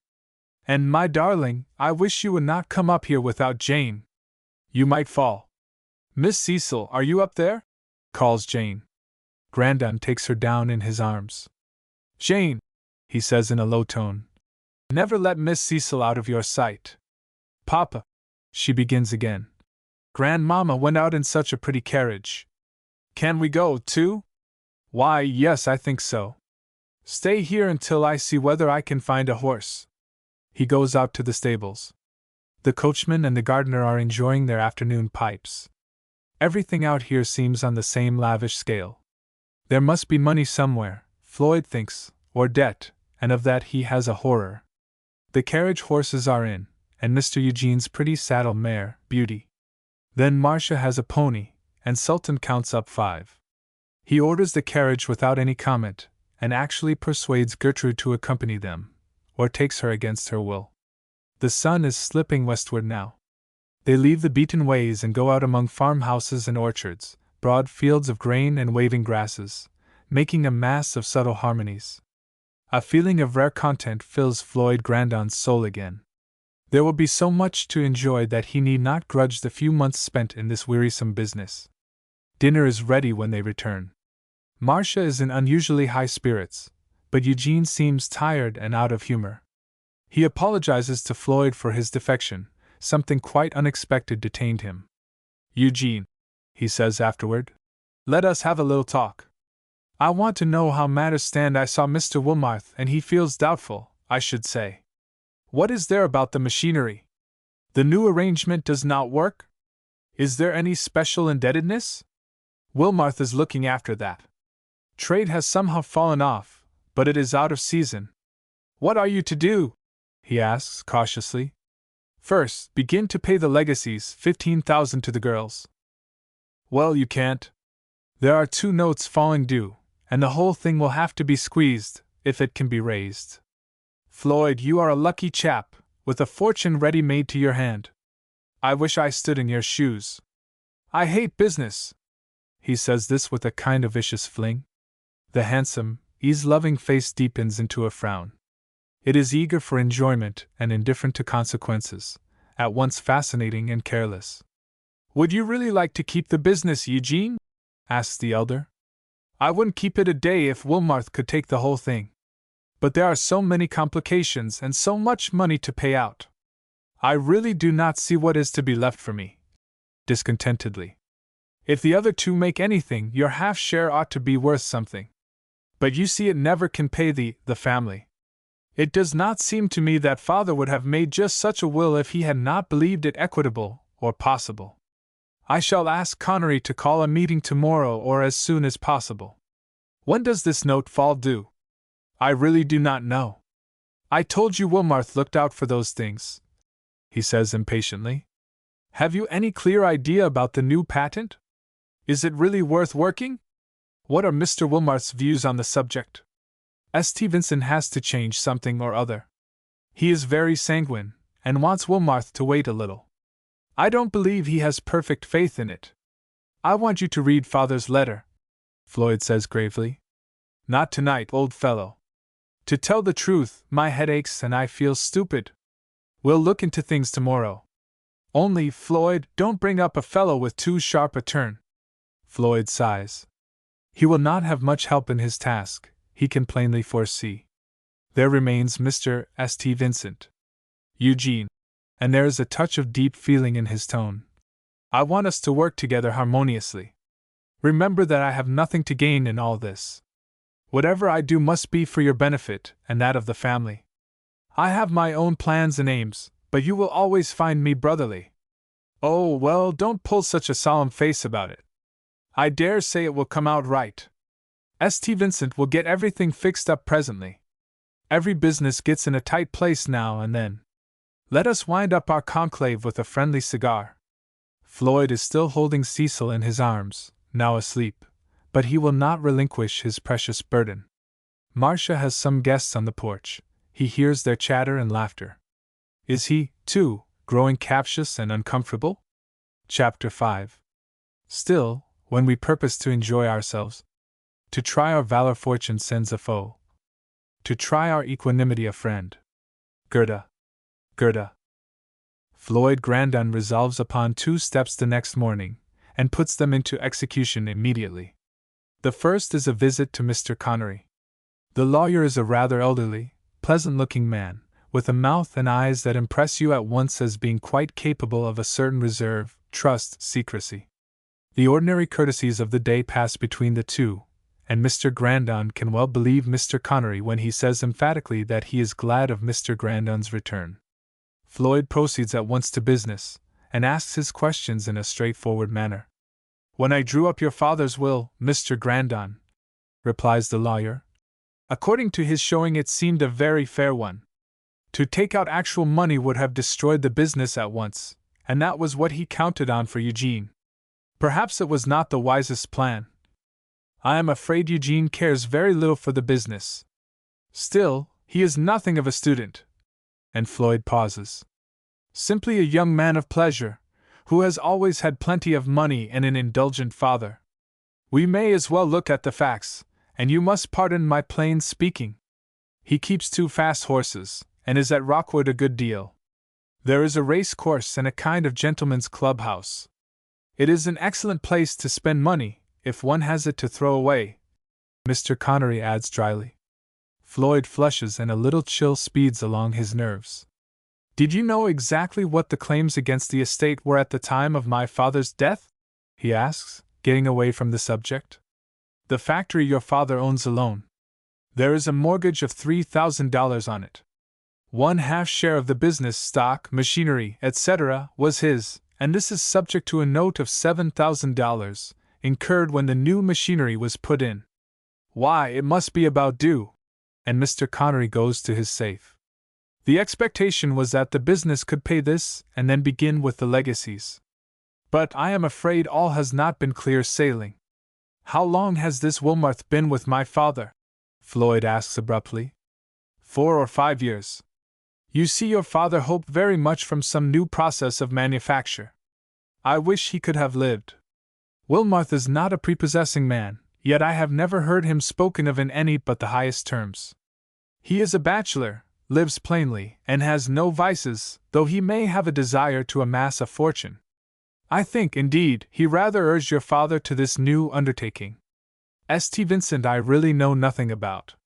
He is an inventor and an enthusiast. Your place, Mr. Grandon, will be a hard one to fill, and you can count on me for any assistance. Thank you, returns Floyd, warmly. I shall see St. Vincent and arrange for a meeting.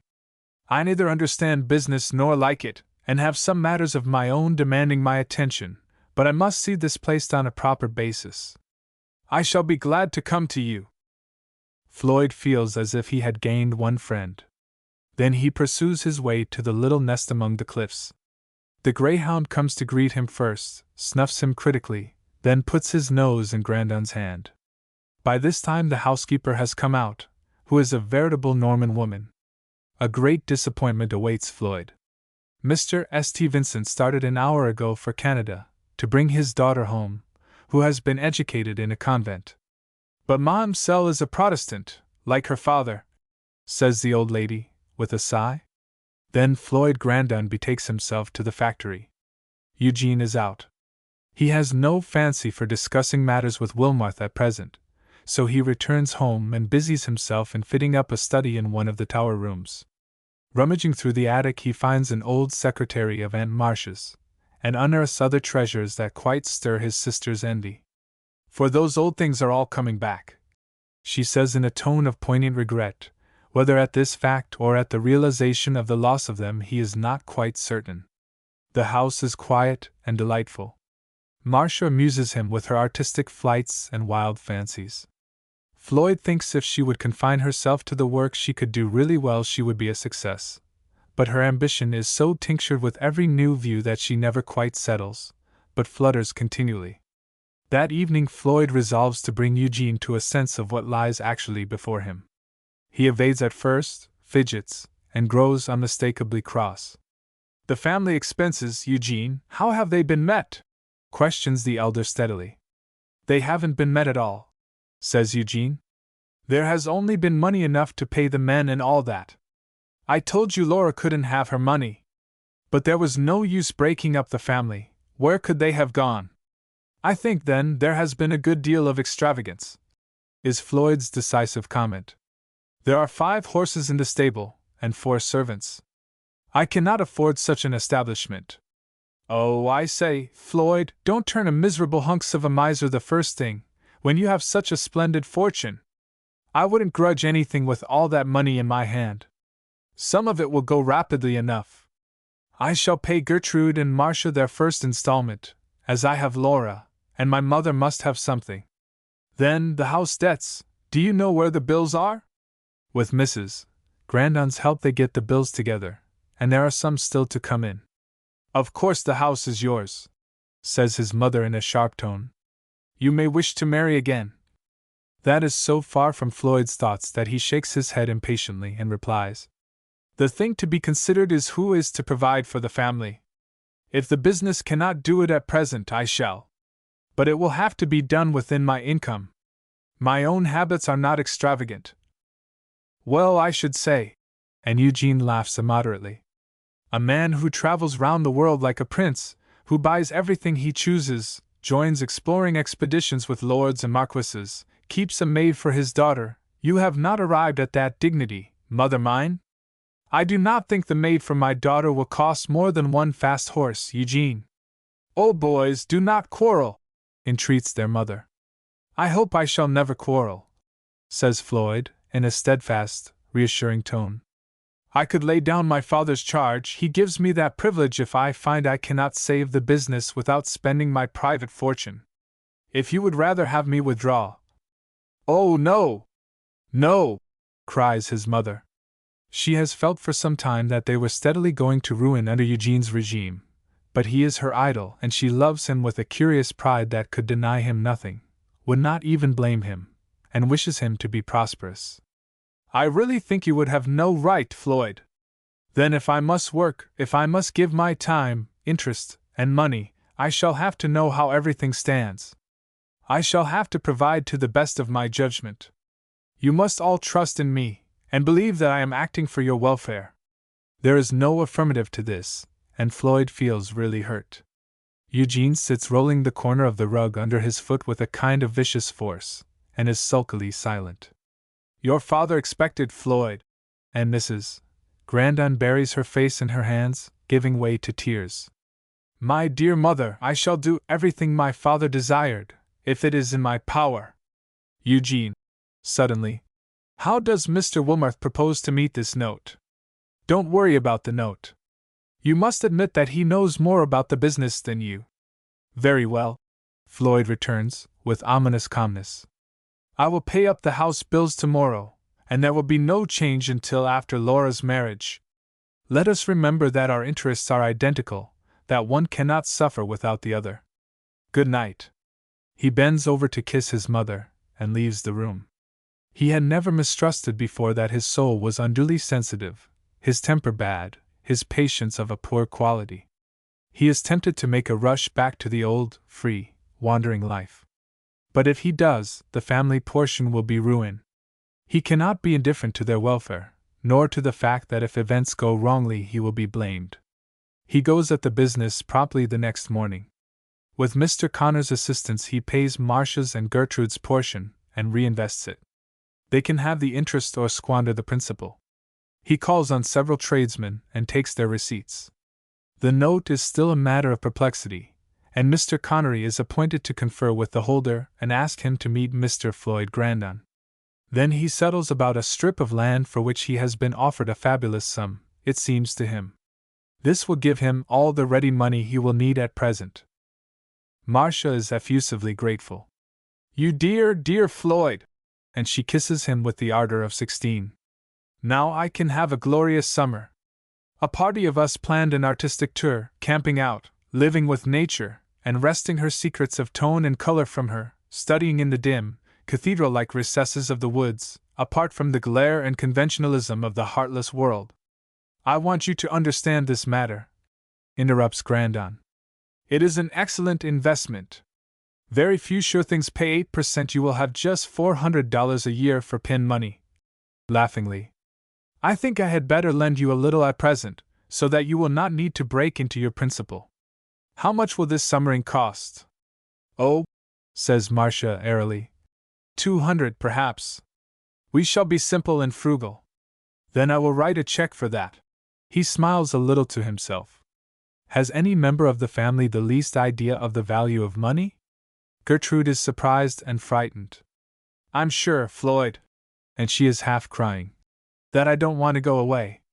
If you did marry, I should never meddle or make trouble, but I would like to stay. Any room would do for me, and a few books. I'm not married yet, he replies rather brusquely. Do they suppose he means to turn them all out of the house the very first thing? Laura and Madame come home that evening, and the young girl is in a whirl of delight. Madame Lepelletier is the incarnation of all the virtues and graces. They have done wonders in shopping. Such robes, such marvels, such satins and laces and delights dear to the feminine eye, and not half the money spent. Laura's joy raises the depressing atmosphere of the house. Then Madame has offered to supervise the workwomen at home, and altogether Laura will be a gorgeous bride. Floyd hunts up his trinkets. There is an elegant lapis lazuli necklace. There are some curious Egyptian bracelets, with scarabei that will render her the envy of her little world. There are some unset emeralds, opals, and various curious gems of more value to a cabinet than to a woman of fashion. A few diamonds and sapphires, but these he shall save for Cecil. Laura helps herself plentifully, and Marcia is tempted by a few. Madame Lepelletier would like to check this lavish generosity. There may be someone besides Cecil, one day. Floyd Grandon puzzles her. As a general thing, she has found men quite ready to go down to her, sometimes when they had no right. But she decides within herself that his affairs need a mistress at their head, that his child will be quite spoiled by the exclusive attention he gives her, and that she could minister wisely and well. She is a prudent and ambitious woman. She does not sow money broadcast like the Grandon girls, but gets the full worth of it everywhere. More than all, Floyd Grandon has stirred her very being. In those old days she might have liked him, now she could love him with all the depth of a woman's soul. Her French marriage never touched her very deeply, so she seems quite heart-free, ready to begin from the very first of love and sound the notes, through the whole octave. But Floyd keeps so curiously out of the way. His study is so apart, he is writing, or out on business, or walking with Cecil. There is a good deal of company in the evening, but he manages to be engaged. At times she fairly hates this wedding fuss over which she smiles so serenely. Eugene, Floyd begins one morning, I have just had a note from Briggs & Company. One member of the firm will be here tomorrow. I have advised them that their money is in Mr. Connery's hands, and I pay the note for Grandon & Company. When Mr. St. Vincent returns, we will go over matters thoroughly and see what state the business really is in. Eugene has turned red and pale, and now his face is very white and his eyes flash with anger. I told you to let that alone, he flings out. All the arrangements have been made. Wilmarth has the money. I prefer to loan it, instead of having Wilmarth. You can't, you shall not, declares Eugene. I have, the thing is settled. You have no real business with the firm's affairs. You are mistaken there. You have admitted that there was barely enough coming in to pay current expenses, and nothing toward meeting the note. You cannot mortgage or dispose of any part without my advice or consent. I can offer this loan, which I do for a number of years, then there will be no pressing demand. Eugene looks thunderstruck. No other word expresses the surprise and alarm. You cannot do it, he says hoarsely. Because, well, I hate the whole thing. I've no head for it. You will have to know tomorrow. I have sold half my share to Wilmarth. For what amount? Quietly asks the elder brother. $12,000. Floyd has had one talk with Wilmarth of an extremely discouraging nature. Now it seems to him if Wilmarth is willing to invest more deeply, he cannot consider it quite hopeless. He does distrust the man. You cannot do this, Eugene. In the first place, the half-share is not yours, until the legacies have been paid. They never can be. I would take Wilmarth's word as soon as yours. There is no use worrying and scrimping and going without everything for the sake of the others. For shame, Eugene. But fortunately the law has to settle this, not any individual preference. Let us go to Mr. Connery at once. I shall keep to my bargain, to my word, says Eugene, with sullen persistence. I don't want any advice, and the thing is done. Then it will have to be undone, that is all. Eugene rushes out of the room. Floyd immediately starts for the lawyers, and after a discussion they seek an interview with Mr. Wilmarth. The whole transaction is a fraudulent one, and Mr. Connery will invoke the aid of the law if there is no other way out. Mr. Wilmarth is taken very much by surprise, that they can both see. His first attitude looks like battle. Mr. Connery makes a brief and succinct statement, explaining what he puts very graciously as a mistake or an informality, and Wilmarth listens attentively. "Gentlemen," he says, with a great effort at suavity, "this was young Mr. Grandon's offer. I may as well explain to you," with a stinging emphasis, "that he is a good deal in debt and needs money. I should have held this share subject to some demands, of course. 3,500 was to go to his share of the note, and the rest was to be subject to his call at any time." Floyd Grandon is so incensed that he shows his hand incautiously. "Mr. Wilmarth, I offer you $12,000 for your quarter share," he says. "Mr. Grandon, I'd beg leave to decline it." The two men measure each other. They will always be antagonistic. "What will you take to dispose of it?" "It is not for sale." "Then you must have faith in the ultimate recovery of the business." "Not necessarily. If I choose to risk my money, it is my own affair. I have no family to impoverish. And all business is a risk, a species of gambling. You stake your money against the demand for a certain line of goods, red we will say. The ball rises and lo, it is white, but you whistle better luck next time." Mr. Connery has been thinking. "So you expected to take half the amount of the note out of Mr. Eugene's quarter share?" he says. Wilmarth starts, then puts on an air of surprise that is quite evident to the others. "That is a mistake," he admits frankly. "No doubt we should have found it out in the course of settlement. I trusted most of this matter to Eugene, and he surely should not have wronged himself. But it is all of no consequence now. As well tear up the memorandum. But, Mr. Grandon, if you are to be your brother's banker, may I trouble you to settle these?" He hands Floyd 3 notes. They aggregate nearly $2,000. Floyd Grandon folds them without a motion of surprise, and promises to attend to them tomorrow, when the note is taken up. "Your brother has not your father's head for business," Wilmarth says, with scarcely concealed contempt. "No, it is quite a matter of regret, since it was to be his portion. Tomorrow we will meet here for the settlement of the note," announces Mr. Connery. Then they say good morning with outward politeness. Wilmarth's eyes follow Grandon's retreating figure. He has mistaken his man, a thing he seldom does.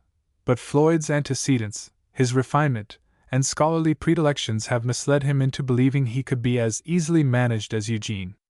Wilmarth has given his adversary one advantage which he bitterly regrets. When Eugene named half for his share of the note, he had let it go, and in the 2 or 3 after references Eugene clearly had not seen it. Wilmarth had repeated the statement carelessly, and now he would give much to recall it, though otherwise it might have gone without a thought. Eugene absents himself all day. Mrs. Grandon is much distressed, but she is afraid to question Floyd. Even the next morning they merely nod carelessly, and no word is said until Floyd brings home the notes. "Have you any more debts?" Floyd asks in a quiet tone, which he means to be kindly as well. "No." Then curiosity gets the better of the young man. "Was there an awful row, Floyd?" Mr. Wilmarth, of course, saw the utter impossibility of any such agreement.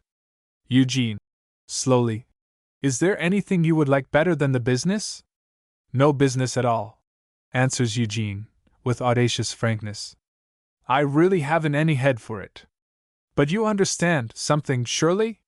You can keep books, for instance? What did you do in Father's time?" "Made myself generally useful. Wrote letters and carried messages and went to the city," is the laconic reply. Floyd is so weary and discouraged that something in his face touches Eugene. "I wish you wanted to take my mare Beauty for part of this," he says, hesitatingly. "She cost me $1,000, but I won back 300 on the first race. She's gentle, too, and a saddle horse, that is, for a man. You would like her, I know." Floyd considers a moment. "Yes," he makes answer, and hands Eugene the largest note, which balances it. "Make me out a bill of sale," he adds. "You're a good fellow, Floyd, and I'm obliged." For a moment Floyd Grandon feels like giving his younger brother some good advice, then he realizes the utter hopelessness of it. Nothing will sink into Eugene's mind, it is all surface. It may be that Wilmarth's influence is not a good thing for a young man. How has his father been so blinded? That man is a villain, Connery had said when they left the factory. It will be war between you, and you had better get him out if it is possible. Floyd sighs now, thinking of all the perplexities. What is Mr. St. Vincent like?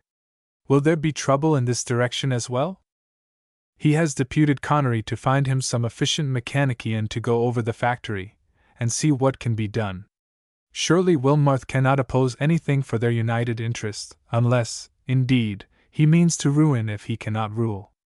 There is a misgiving in Floyd's mind that he is purposely allowing everything to depreciate with a view of getting it cheaply into his own hands. Floyd has the capacity of being roused, put on his mettle, and now he resolves, distasteful as it is, to fight it through. Chapter 6. There is a ripe season for everything. If you slip that, or anticipate it, you dim the grace of the matter. Bishop Hackett. Bishop Hackett. A rather curious lull falls in factory affairs. Mr. Wilmarth is gone almost a fortnight. Floyd makes the acquaintance of the superintendent, and finds him an intelligent man, but rather opposed to the new system of machinery. We were making money before, he says. I like to let well alone, but Mr. Grandon, your father, was wonderfully taken with St. Vincent's ideas. They're good enough, but no better than the old. We gain here, and lose there. Of course, if it was all as St. Vincent represents, there would be a fortune in it, carpet weaving would be revolutionized. But I am afraid there is some mistake. Mr. Lindmeyer comes up and spends 2 days watching the working. He is very much impressed with some of the ideas. If he could see Mr. St. Vincent. Mr. St. Vincent is ill, but expects to be sufficiently recovered to return soon. All these matters occupy a good deal of Floyd Grandon's time. Cecil learns to do without him and allow herself to be amused by Jane and Auntie Gertrude, who is her favorite. Marcia teases her by well-meant but very injudicious attention. Guests and friends come and go, wedding gifts begin to be sent in, and that absorbing air of half-mystery pervades every place. They have all come to adore Madame Lepelletier. Even Mrs. Grandon is slowly admitting to herself that Floyd could not do better, and half resigns herself to the inevitable second place. Laura takes up the idea with the utmost enthusiasm. Gertrude does not share in this general worship. She is too listless, and there is a feeling of being distanced so very far that it is uncomfortable. Strange to say, with all her irresistible tenderness, she has not won Cecil. She feels curiously jealous of this little rival, who, wrapped in a shawl, often falls asleep on her father's knee in the evening. He always takes her to drive, whoever else goes, and it comes to be a matter of course that Cecil has the sole right to him when he is in the house and not writing. There has been so much summer planning. Laura wants Madame to come to Newport for a month, and partly extorts a promise from Floyd that he will give her at least a week. Marshes, hermits, come up to talk over Maine and the Adirondacks and Lake George, and finally settle upon the latter. Their nearest neighbors, the Braids, own a cottage in the vicinity, and beg Mrs. Grandon and Madame and Eugene to bestow upon them a week or 2. Miss Lucia Braid is extremely sweet upon Eugene, who thrives upon admiration, but has a fancy for laying his own at Madame's feet. Why did you not escort that pretty Miss Braid home? She says one evening, when Lucia has been sent in the carriage. Why? Because my charm was here, he answers audaciously, imprinting a kiss upon her fair hand. You foolish boy. And I am too tired to remain. I should be dull company unless you want to walk. There is the wandering scent of a cigar in the shrubbery, and they may meet Floyd, who has absented himself since dinner. Eugene goes for her shawl and they take a little ramble. He is very averse to finding his brother, and Madame tires even of the gentle promenade. But the next morning her star is surely in the ascendant. Cecil sleeps late. Floyd is down on the porch, reading and smoking, when the flutter of a diaphanous robe, with billowy laces, attracts his eyes and he smiles an invitation. Shall I intrude? The voice is soft, with a half-entreaty almost as beguiling as Cecil's. Indeed, no. There is something wistful in her face, and he gives a graceful invitation with his hand to a seat beside him. She is so royally beautiful this morning, with her fresh, clear skin, the rose tint on her cheek, her deep, dewy eyes, that still have a slumbrous light in them, the exquisite turn of the throat, and the alluring smile. Do you know, she begins, in the seductive tone to which one can but choose to listen, do you know that if you had not the burden of Atlas upon your shoulders, I should feel tempted to add just a very little to a smaller burthen? My shoulders are broad, you see. And he laughs with an unusual lightness. Somehow he feels happy this morning, as if it was to be a fortunate day. You have been so kind to Laura, that if we could do anything in return. Oh, women take naturally to weddings, you know. And Laura is such a sweet girl, but so young. I seem ages older. And, shall I come to the point, I want to establish myself. I cannot always be accepting the hospitality of my dearest friends, and I have a longing for a home. You see, American ways have spoiled me already. And she raises her deep, languorous eyes. A home? Yes. She laughs a little now. And I need some sort of banking arrangement, as well as security for valuable papers. I am quite a stranger, you know, and have no relatives. Well, you must take us, he answers, in a frank way. You do not mean a home quite by yourself? Why not? I am tired of hotels and rooms. I want a pretty place, with some congenial friend, where I can call together choice spirits, musical, literary, and artistic, where I can be gay or quiet, read the livelong day if I like. And she smiles again, with an enchanting grace. I suppose New York would be better for winter. I should have dear Laura to commence with, and not feel quite so lonely. You see, now, I really do want to be anchored to some sort of steadfastness, to do something with my life and my means, even if it is only making a pretty and congenial place in the world where some tired wayfarer may come in and rest.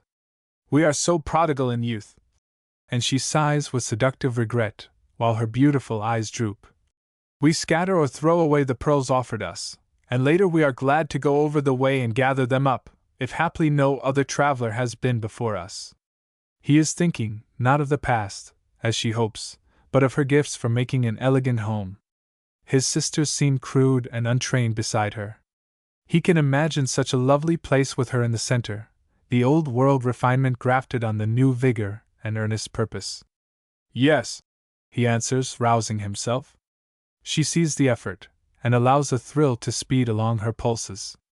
But there is no haste, surely? You would not want to go to the city until cool weather.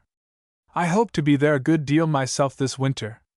I have some plans, if I can ever get this business off my mind. There is a curious little exultation in her heart now, but her moods and features are well trained. Her face is full of sympathy as she raises her beguiling eyes. It is a difficult place to fill, to give satisfaction, she says, and you are so new to business. As I remember, you did not like it in the old days. No. He gives a short laugh. And thinking of myself, I find more excuse for Eugene's distaste. Yet if I were to let it go, the family fortunes would go with it, and I might justly be blamed. I must keep it for the year, at all events. Is it very bad? She asks timidly. I cannot seem to get any true understanding of the case. When Mr. St. Vincent comes back, we shall go at it in real earnest. And in any event, your portion shall be made safe. Oh, do not think of that, it is such a mere trifle.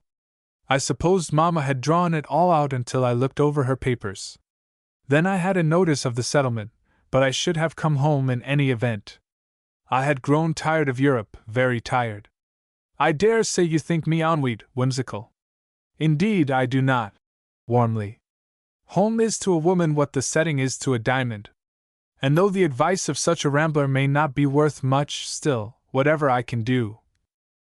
He pauses and his eye rests upon her, takes in her exceeding beauty, grace, and repose, the admirable fitness for every little exigency that society training gives. She seems a part of the morning picture, and akin to the fresh, odorous air, the soft yet glowing sun, the rippling river, the changeful melody of flitting birds. He is fresh now, not vexed and nervous with the cares of the day. He has been reading an old poet, too, which has softened him. An oriole perches on the tree near him and begins an enchanting song. Both turn, and she leans over the railing, still in range of his eyes. He remembers like a sudden flash that they were here years ago, planning, dreaming, hoping she his promised wife. Does it stir his soul? Was that merely a young man's fancy for a pretty girl, engendered by friendly companionship? She glances up so quickly that he flushes and is half ashamed of speculating upon her. It is delightful! Ah, I do not wonder you love this morning hour, when beauty reigns supreme, before the toil and moil of the world has begun. It stirs one's heart to worship. And yet we, senseless creatures, dance through starry midnights in hot rooms, and waste such heavenly hours in stupid slumber. Do you wonder that I am tired of it all? Papa, Papa! Cecil comes dancing like a sprite of the morning, and clasping his hand, springs upon his knee, burying her face in his beard, her soft lips sweet with kisses. Then, as if remembering, turns, says, "Good morning, madam," with a grave inclination of the head, and nestles down on his lap. Madam could strangle her, but she smiles sweetly, and speaks with subtle tenderness in which there is a touch of longing. Floyd wonders again how it is that Cecil is blind to all this attraction. Then the conversation drops to commonplaces, and the breakfast bell rings. There is so much to do. Tomorrow is the wedding morning, and the guests will begin to come today. Floyd will give up one of his rooms and take Cecil. Eugene is in his glory, and is really much more master of ceremonies than Floyd can be. There is nothing but flurry and excitement, but Madame keeps cool as an angel. Mrs. Vandervoort and Mrs. Latimer, the bridegroom's sisters, both elegant society women, do not in the least shine her down, and are completely captivated by her. "Of course she must come to Newport, Laura," says Mrs. Vandervoort. "She is trained to enjoy just such society. And next winter she will be the social success of the city." "I delight in American belles," says this patriotic woman, who has been at nearly every court in Europe, and can still appreciate her own countrywomen. "But they do need judicious foreign training." The wedding morning dawns auspiciously. The house is sweet with flowers. Gertrude is roused from her apathy, and looks an interesting invalid. Marcia is airy and childish, Madame Lepelletier simply magnificent, and the bride extremely handsome in dead white silk and tulle, with clusters of natural rosebuds. Floyd gives the bride away, and, much moved, breathes a prayer for her happiness. The vows are said, they come home to an elegant wedding breakfast, managed by colored waiters who know their business perfectly. There are some friendly, informal neighborhood calls, and all is very gay and bright. Eugene, Marcia, and the Braids are going up the river with them. Mr. and Mrs. Delancey will travel leisurely through Canada and come down to Newport to be Mrs. Vandervoort's guests for the remainder of the summer. Madame Lepelletier has some business to settle, and will rejoin them as soon as possible. There is very great confusion afterwards, but by dusk matters get pretty well settled in their olden channel. Madame declares it an extremely pretty wedding, and praises Laura's self-command, which, after all, was largely compounded of perfect satisfaction. And now there will be a lull, and it shall go hard indeed if Madame Lepelletier cannot use some charm to draw this indifferent man towards her. She is beginning to hate the child who always rivals her, but certainly she can circumvent the little thing when she has all her time to herself, and can use her eyes for her own advantage. It seems odd to have such a small, quiet breakfast table, to see his mother in her black gown again, and Gertrude's morning dress tied with black ribbons. They all talk rather languidly, when an interruption occurs. Briggs brings in a note from Mr. Grandon. "An old woman brought it," he announces, "and she is waiting outside for an answer. She would not come in." Floyd remarks that it is unsealed. Its contents are brief, but written in a fine, irregular hand. "Will Mr. Grandon come at once to Mr. St. Vincent, who is ill in bed?" Grandon rises suddenly and goes out. On the wide step of the porch sits the old housekeeper, but she glances up with dark, bright eyes. "You will come?" she begins, eagerly. "Yes." "When did Mr. St. Vincent return?" "Last night." "He is very ill." Her wrinkled lips quiver, and she picks nervously at her shawl. "They came to New York, but the journey was too much. He has been there 2 days with no one but the child, my poor mamselle. Yes. I shall be glad enough to see him. Wait a moment. As she rises. I shall drive over immediately, and it will save you a long walk. Oh, no, sir. I can walk. You will wait, he says. Briggs, order the buggy at once. Jane, as the girl comes out on the porch. Take good care of Miss Cecil today. Do not let her annoy anyone, for everybody is tired. Then he goes in and makes a brief explanation, kisses Cecil, and is off to the waiting vehicle, into which he hands the old woman with the politeness he would show to a queen. Madame Lepelletier is extremely annoyed. She has counted on a long, idle morning. She has papers for him to overlook, plans to discuss, and now she must spend the time alone. Is Mr. St. Vincent's complaint serious? Floyd asks of the quaint figure beside him. A tremor runs over her, and the bright eyes fill with tears. It is his heart, she says, with her formal pronunciation. It has been bad a long, long while, but never like this. You see, he never rested here, tapping her forehead. Day and night, always working and studying, and letting his bouillon and tea get cold, and forgetting all. I made the house bright and cheerful for mamselle, and I thought he might be happy, a little more at rest, but oh, kind heaven! It is not the rest I hoped. Grandon is quite shocked. St. Vincent's death may complicate matters still more. Then he checks his own selfish thought. Can I drive in? He asks. Oh, yes, there is a little stable. Master meant to get mamselle a pony.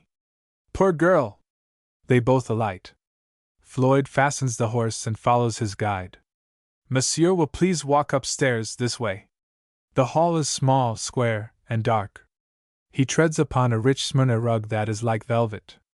The stairs are winding and of some dark wood. A door stands open, and she waves him thither with her hand. In this very room he has watched a student working.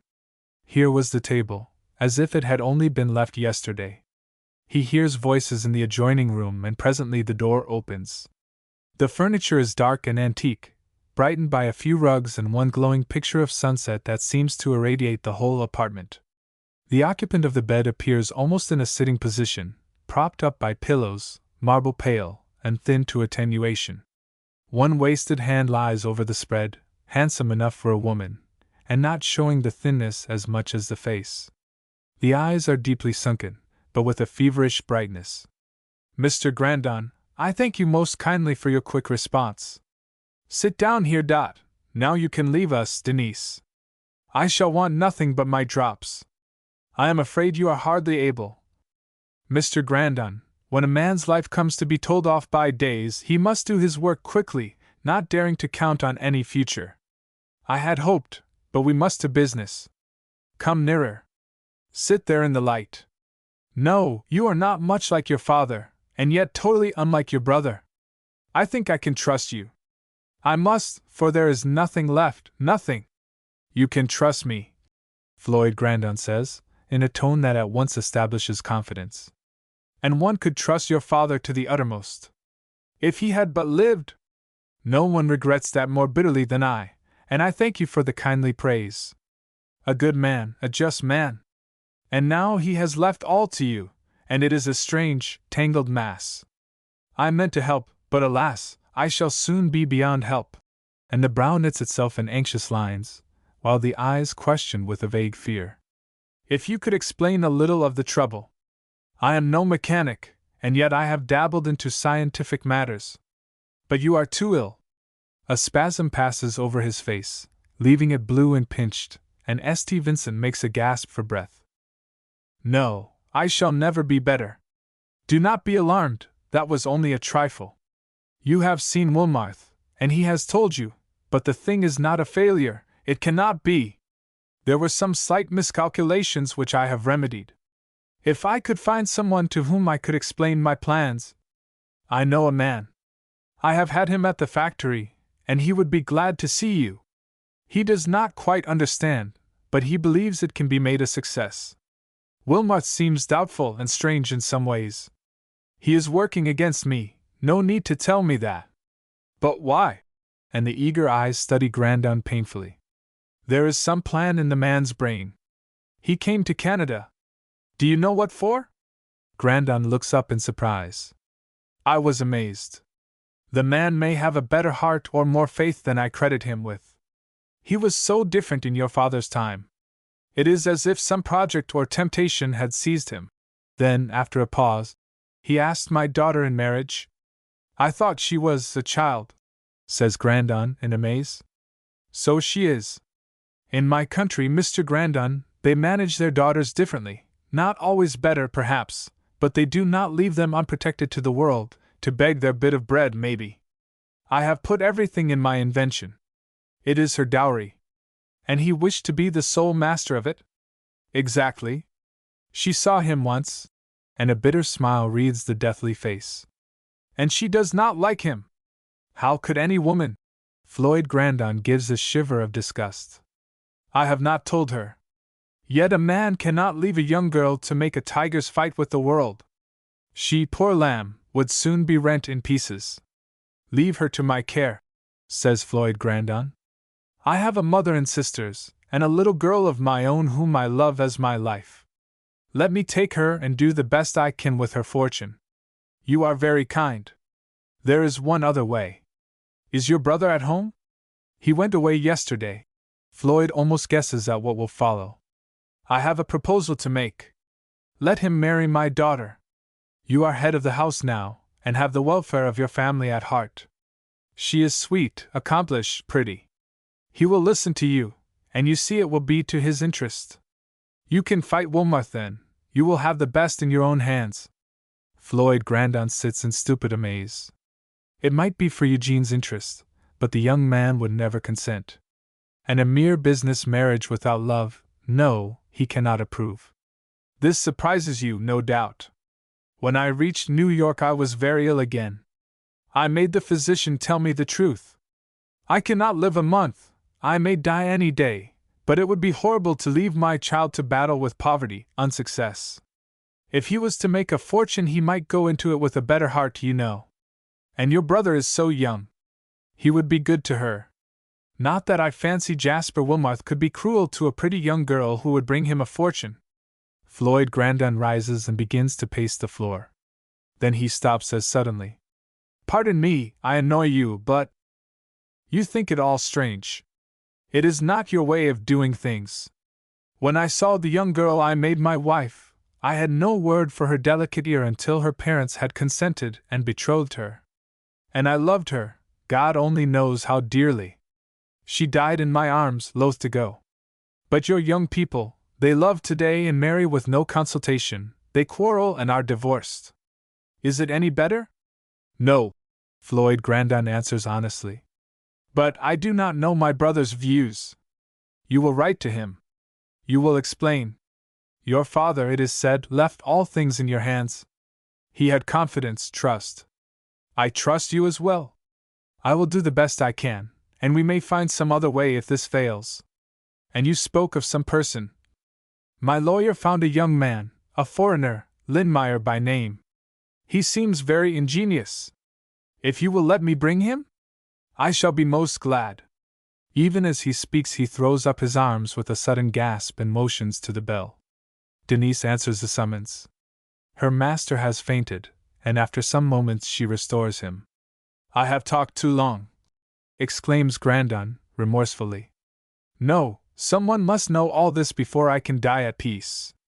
Find your man and bring him here. And if you should see Wilmarth, do not mention that I have returned. I must have some quiet. Thank you again for coming. And may I hope to see you tomorrow? Yes, answers Floyd, taking the feeble hand. Then he turns to the door, bids the old housekeeper good day, and finds his way out alone, with a strange feeling, as if he were taking a part in a play, almost a tragedy. He drives straight to Connery and learns that Lindmeyer's address is New York. He will not wait for a letter to reach him, and just pausing at the stable to take in Briggs, goes at once to the station. It is a long, bothersome quest. The young man does not come home at noon, so he waits a while and then sets off in search of him, making 2 calls just after he has left the places, but at last success crowns his efforts. But Lindmeyer cannot come up the next day. There is an expert trial of some machinery for which he is engaged at 10. It may take 2 or 3 hours, it may hold him all day. Come back with me, then, says Floyd. You can go over a little this evening, and keep it in your mind, then you can return when you are through. I want the matter settled, and the man's life hangs on a mere thread. Lindmeyer consents, and they travel up together. The day is at its close as they reach the little nest on the cliffs, but Denise gives Grandon a more than friendly welcome. He is better, she says. He will be so glad. Go right up to him. He does not look better, but his voice is stronger. And I had such a nice sleep this afternoon, he says. I feel quite like a new being, and able to entertain your friend. How good you are to a dying man, Mr. Grandon. Quite in the evening Floyd leaves them together and returns home. Cecil has cried herself to sleep in the vain effort to keep awake. Madame Lepelletier assumes her most beguiling smile, and counts on an hour or two, but he excuses himself briefly. The letter to Eugene must be written this evening, though he knows as well what the result will be as if he held the answer in his hand. A little later he lights a cigar and muses over the young girl whose fate has thus strangely been placed in his hands. He is not anxious to marry her to Eugene, but, oh, the horrible sacrifice of such a man as Wilmarth. No, it shall not be. Chapter 7. Love is forever and divinely new. Montgomery. Floyd Grandon, who always sleeps the sleep of the just, or the traveler who learns to sleep under all circumstances, is restless and tormented with vague dreams. Some danger or vexation seems to menace him continually. He rises unrefreshed, and Cecil holds a dainty baby grudge against him for his neglect of yesterday, and makes herself undeniably tormenting, until she is sent away in disgrace. Madame Lepelletier rather rejoices in this sign. You are not always to rule him, little lady, she thinks in her inmost soul. He explains briefly to his mother that Mr. St. Vincent is very ill, and that urgent business demands his attention, and is off again. Somehow he fears Lindmeyer's verdict very much. If there should be some mistake, some weak point, the result must be failure for all concerned. Would Wilmarth still desire to marry Miss St. Vincent? He wonders. Denise receives him with a smile in her bright eyes. He is very comfortable, she says, and Grandon takes heart. Lindmeyer is waiting for him. His rather intense face is hopeful, and Grandon's spirits go up. The thing must be a success, he says. Mr. St. Vincent has explained 2 or 3 little mistakes, or miscalculations, rather, and given me his ideas. I wish I had time to take it up thoroughly. But I have to leave town for several days. Could you think? I am coming again tonight. What a pity such a brain must go back to ashes. He is not an old man either, but he has worn hard on himself. There, my time is up, glancing at his watch. Mr. St. Vincent receives Mr. Grandon with evident pleasure, but it seems as if he looks thinner and paler than yesterday. There is a feverish eagerness in his eyes, a tremulousness in his voice. The doctor is to be up presently, and Grandon is persuaded to wait. After the first rejoicing is over, Grandon will not allow him to talk business, but taking up Gerda reads to him. The tense, worn face softens. Now and then he drops into a little doze. He puts his hand out to Grandon with a grateful smile, and so the two sit until nearly noon, when the doctor comes. Floyd follows him downstairs. Don't ask me to reconsider my verdict, he says, in answer to the other's look. The issues of life and death are not in our hands. If you really understood his state, you would wonder that he is still alive. Keep all bad tidings from him. The doctor adds rather louder to Denise. Tell him pleasurable things only, keep him cheerful. It cannot be for very long. And watch him well. Where is Miss St. Vincent? asks Grandon, with a very pardonable curiosity. She has gone out. He will have it so. She does not dream the end is so near. And Denise wipes her old eyes. Mr. Grandon, is it possible that dreadful man must marry her? Oh, I hope not. He is very determined. And Mamselle has been brought up to obey, Not like your American girls. If her father asked her to go through fire, she would, for his sake. And in a convent they train girls to marry and to respect their husbands, not to dream about gay young lovers. But my poor lamb! To be given to such a man, and she so young! No, do not think of it, Grandon says huskily. You shall see her this evening, sir, if you will come. I will speak to master. Grandon goes on to the factory. Wilmarth is away, and he rambles through the place, questioning the workmen. There are some complaints. The wool is not as good as it was formerly, and the new machinery bothers. The foreman does not seem to understand it, and is quite sure it is a failure. Mr. Wilmarth has no confidence in it, he says. Then Grandon makes a thorough inspection of some old books. They certainly did make money in his father's time, but expenses of late have been much larger. Why are they piling up goods in the warehouse and not trying to sell? It seems to him as if there was no real head to the business. Can it be that he must take this place and push matters through to a successful conclusion? It seems to him that he could really do better than has been done for the last 6 months. It is mid-afternoon when he starts homeward. He will take the old rambling path, and rest his weary brain a little before he presents himself to Madame. She has a right to feel quite neglected, and yet how can he play amiable with all this on his mind? He wipes his brow, and sits down on a mossy rock, glancing over opposite. Did any one ever paint such light and shade, such an atmosphere? How still the trees are! There is not a breath of air, the river floats lazily, undisturbed by a ripple. There is a little boat over in the shade, and the man who was fishing has fallen asleep. Hark! There is a sudden cry and a splash. Has someone fallen in the river, or is it boys on a bathing frolic? He leans over the edge of the cliff, where he can command a sight of the river, but there is nothing save one eddy on the shore where no one could drown. And yet there are voices, a sound of distress, it seems to him, so he begins to scramble down. A craggy point jutting out shuts off the view of a little cove, and he turns his steps thitherward. Just as he gains the point, he catches sight of a figure threading its way up among the rocks. Keep perfectly still. The wind wafts the sound up to him, and there is something in the fresh young voice that attracts him. I am coming. Don't stir or you will fall again. Wait, wait, wait! She almost sings the last words with a lingering cadence. He is coming so much nearer that he understands her emprise. A child has fallen and has slipped a little way down the bank, where a slender birch sapling has caught her, and she is quite wedged in. The tree sways and bends, the child begins to cry. The roots surely are giving way, and if the child should fall again she will go over the rocks, down on the stony shore.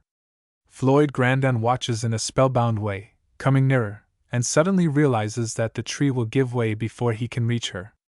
But the girl climbs up from rock to rock, until she is almost underneath, then stretches out her arms. I shall pull you down here, she says. There is a place to stand, let go of everything and come. The tree itself lets go, but it still forms a sort of bridge, over which the child comes down, caught in the other's arms. She utters a little shriek, but she is quite safe. Her hat has fallen off, and goes tumbling over the rocks. He catches a glint of fair hair, of a sweet face he knows so well, and his heart for a moment stops its wonted beating. He strides over to them as if on the wings of the wind. They go down a little way, when they pause for strength. Cecil is crying now. Cecil! He cries in a sharp tone. Cecil, how came you here? Cecil buries her face in her companion's dress and clings passionately to her. The girl, who is not Jane, covers her with a defiant impulse of protection, and confronts the intruder with a brave, proud face of gypsy brilliance, warm, subtle, flushing, spirited, as if she questioned his right to so much as look at the child. Cecil, answer me! How came you here? The tone of authority is deepened by the horrible fear speeding through his veins of what might have happened. You shall not scold her! She looks like some wild, shy animal protecting its young, as she waves him away imperiously with her little hand. How could she know that the treacherous top of the cliff would give way? She was a good, obedient child to do just what I told her, and it saved her. See how her pretty hands are all scratched, and her arm is bleeding. He kneels at the feet of his child's brave savior, and clasps his arms around Cecil. "My darling!" And there is almost a sob in his voice. "My little darling, do not be afraid. Look at Papa. He is so glad to find you safe. Is she your child, your little girl?" And the other peers into his face with incredulous curiosity. Cecil answers by throwing herself into his arms. "She is my one treasure in this world," Floyd Grandon exclaims with deep fervor. He holds her very tight. She is sobbing hysterically now, but he kisses her with such passionate tenderness that though her heart still beats with terror, she is not afraid of his anger. The young girl stands in wondering amaze, her velvety brown eyes lustrous with emotion. Lithe, graceful, with a supple strength in every rounded limb, in the slightly compressed red lips, the broad, dimpled chin, and the straight, resolute brows. The quaint gray costume, nun-like in its plainness, cannot make a nun of her. "You have saved my child!" And there is a great tremble in his voice. "I do not know how to thank you. I never can." The statue moves a little, and the red lips swell, quiver, and yet she does not speak. "I saw you from the cliff. I hardly know how you had the self-command, the forethought to do it. You will not scold her?" she entreats. "My darling, no, for your sake not a word shall be said." "But I was naughty!" cries Cecil, in an agony of penitence. "I ran away from Jane." Grandon sits down on the stump of a tree, and takes Cecil on his lap. Her little hands are scratched and soiled by the gravel, and her arm has quite a wound. "Oh!" the young girl cries. "Will you bring her up to the little cottage over yonder? You can just see the pointed roof. It is my home." "You are Miss St. Vincent?" Grandon exclaims in surprise. He does not know quite what he has expected, but she is very different from any thought of his concerning her. "Yes." She utters this with a simple, fearless dignity that would do credit to a woman of fashion. "Her hands had better be washed, and her arm wrapped up. They will feel more comfortable." "Thank you." Then he rises with Cecil in his arms, and makes a gesture to Miss St. Vincent, who settles her wide-brimmed hat that has slipped back, and goes on as a leader. She is so light, supple, and graceful. Her plain, loosely fitting dress allows the slim figure the utmost freedom. She is really taller than she looks, though she would be petite beside his sisters. Her foot and ankle are perfect, and the springy step is light as a fawn's. This, then, is the girl whose future they have been discussing, whose hand has been disposed of in marriage as arbitrarily as if she were a princess of royal blood. If Eugene only would marry her! Fortune seems quite sure now, and he is not the man ever to work for it. It must come to him. Once or twice Miss St. Vincent looks back, blushing brightly. She has a natural soft pink in her cheeks that seems like the heart of a rose, and the blush deepens the exquisite tint. They enter the shaded path, and she goes around to the side porch, where the boards have been scrubbed white as snow. "Oh, Denise," she exclaims, "will you get a basin of water and some old linen? This little girl has fallen and scratched her arms badly." Then, with a sudden accession of memory, she continues, "I believe it is the gentleman who has been to see Papa." "Mr. Grandon," Denise says in amaze. "Yes. Your young mistress has saved my little girl from what might have been a sad accident." And he stands Cecil on the speckless floor. Miss St. Vincent throws off her hat. Denise brings some water in a small, old silver basin, and rummages for the linen. Grandon turns up the sleeve of his daughter's dress, and now Cecil begins to cry and shrink away from Denise. "Let me," says the young girl, with that unconscious self-possession so becoming to her, and yet so far removed from boldness.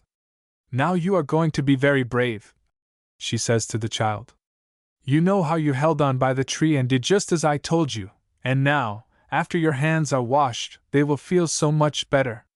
It will hurt only a little, and you will be white and clean again." She proceeds with her work as she talks. Cecil winces a little, and her eyes overflow with tears, but beyond an occasional convulsive sob she does not give way. The arm is bandaged with some cooling lotion, and Denise brings her mistress a little cream to anoint the scratched hands. Floyd Grandon has been watching the deft motions of the soft, swift fingers, that make a sort of dazzle of dimples.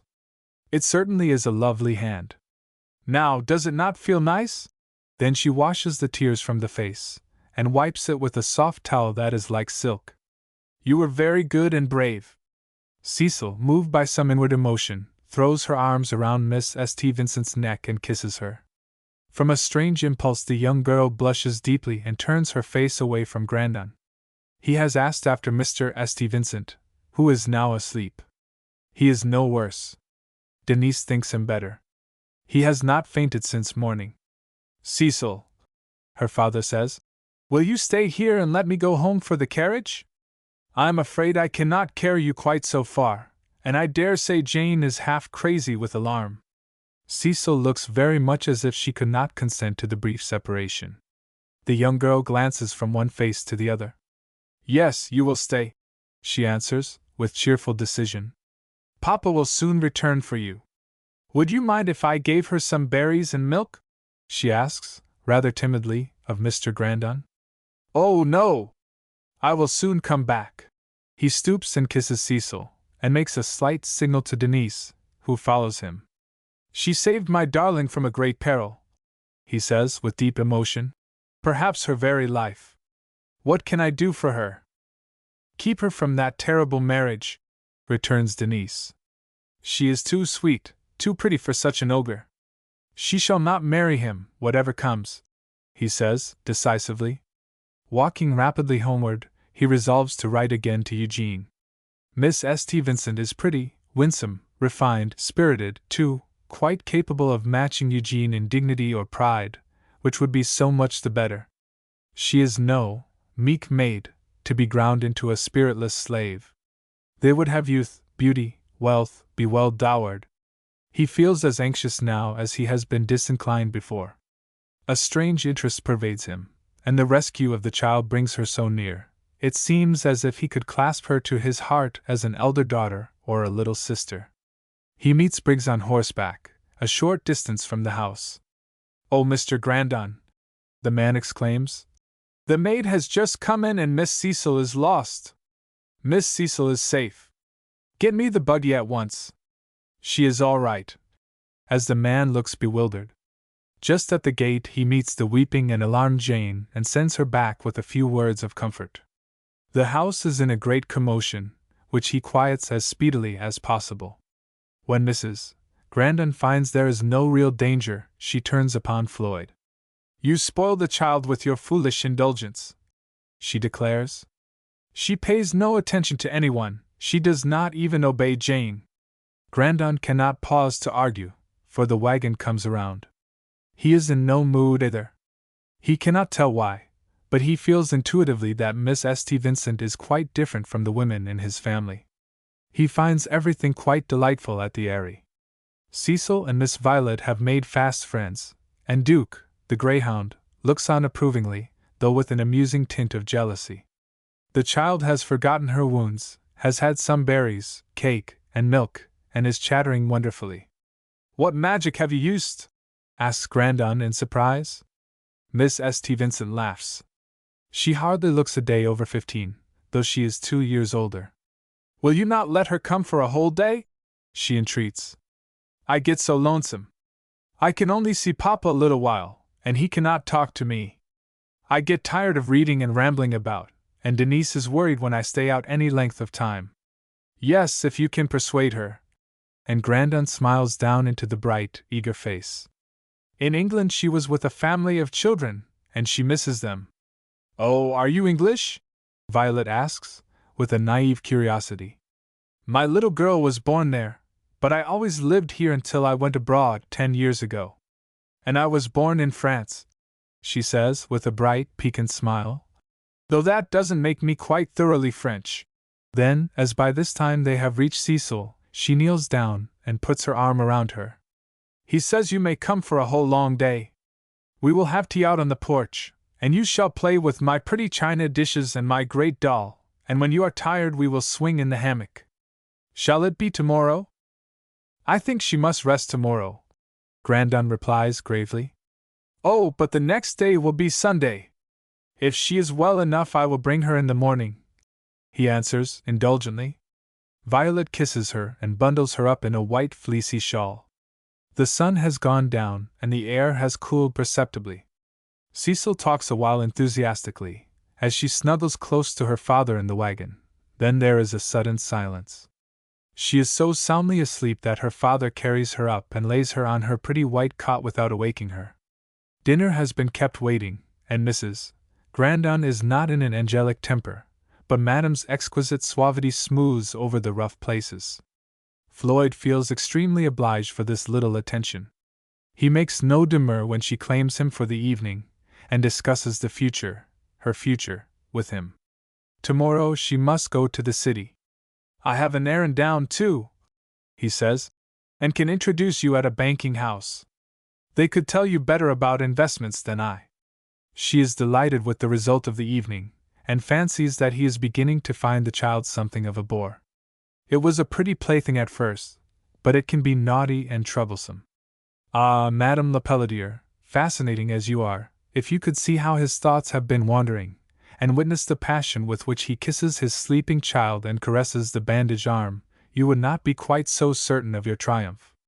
He does not write to Eugene, it is so late, and he has a curious disinclination. By this time he has surely decided. A letter may come tomorrow, and it may be better to wait until he hears. When he wakes in the morning, Cecil is entertaining Jane with a history of her adventures wherein all things are mingled. "A doll!" exclaims Jane. "Why, is she a little girl?" "She isn't very big," says Cecil. "Not like Aunt Gertrude or Madame, and the most beautiful dishes that came from Paris. That's where Madame was. And she laughs so and makes such dimples in her face, such sweet dimples, just a little place where I could put my finger, and she let me. It was so soft and pink." With a lingering cadence.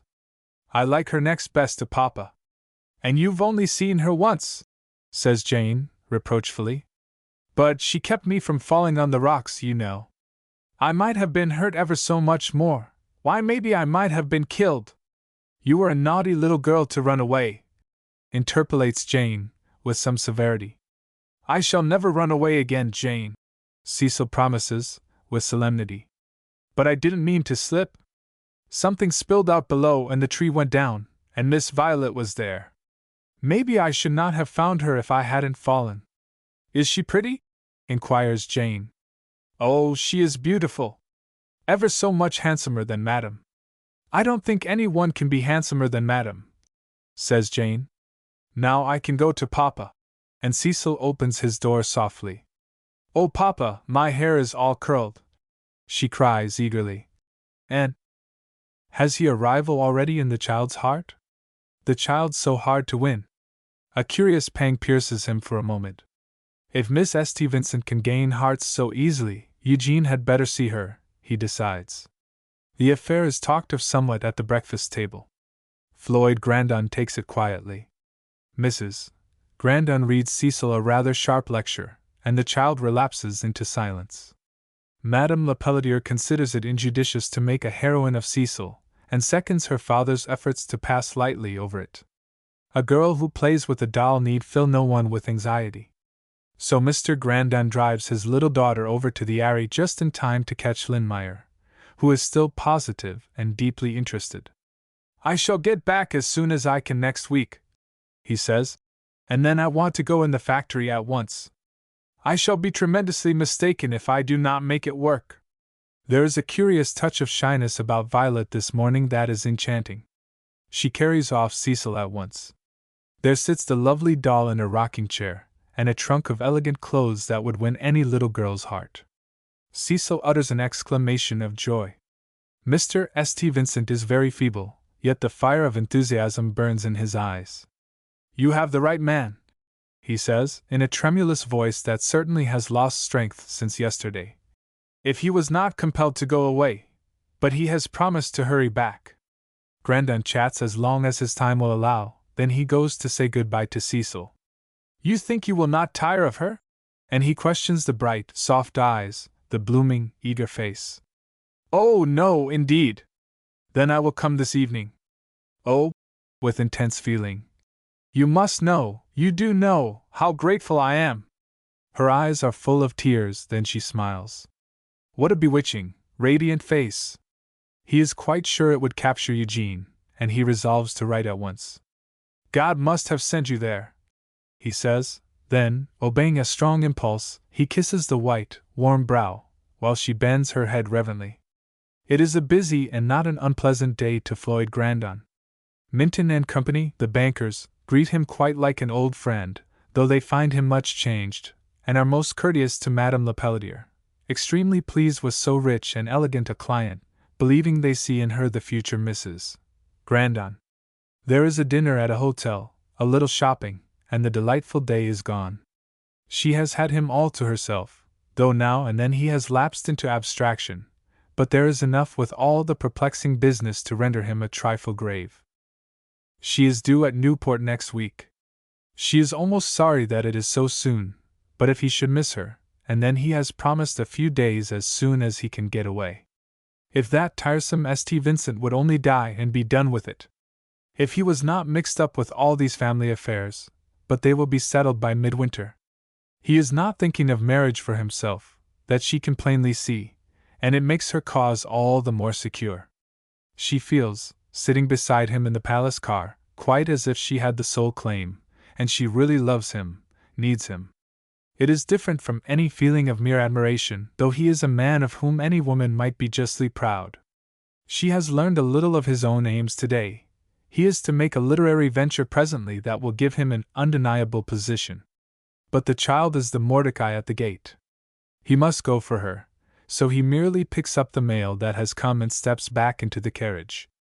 If she could have dared a little more and gone with him, but Floyd Grandon is the kind of man with whom liberties are not easily taken.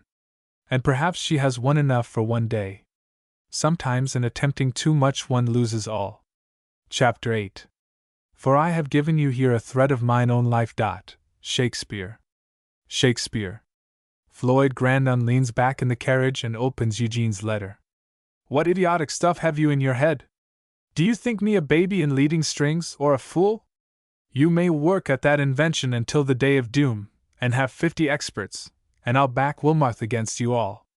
He has been trying it for the last 6 months, and he's shrewd, long-headed, something of a genius himself, and he says it never can succeed, that is, to make money.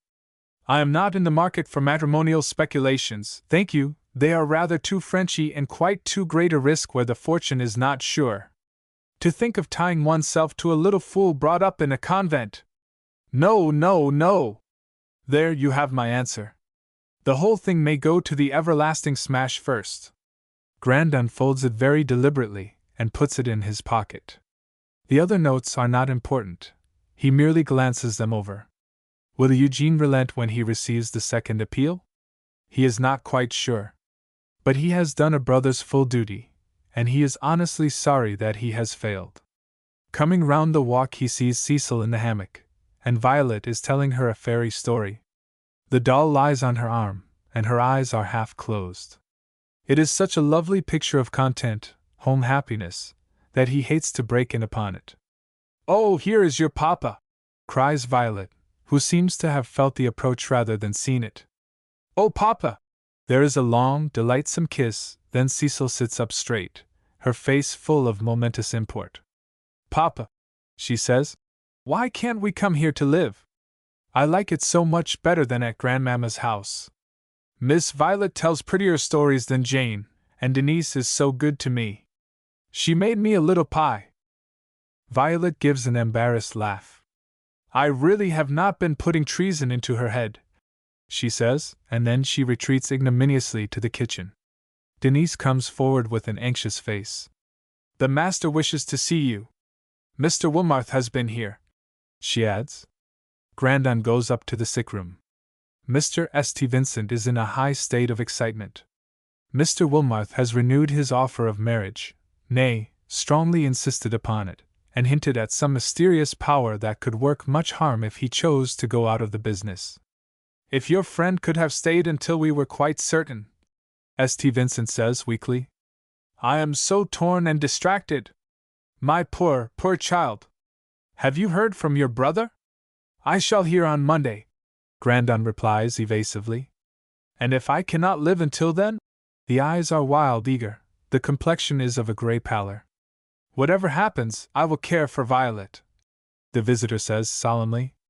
Trust her to me. She saved my little child yesterday, and I owe her a large debt of gratitude. I will be a father to her.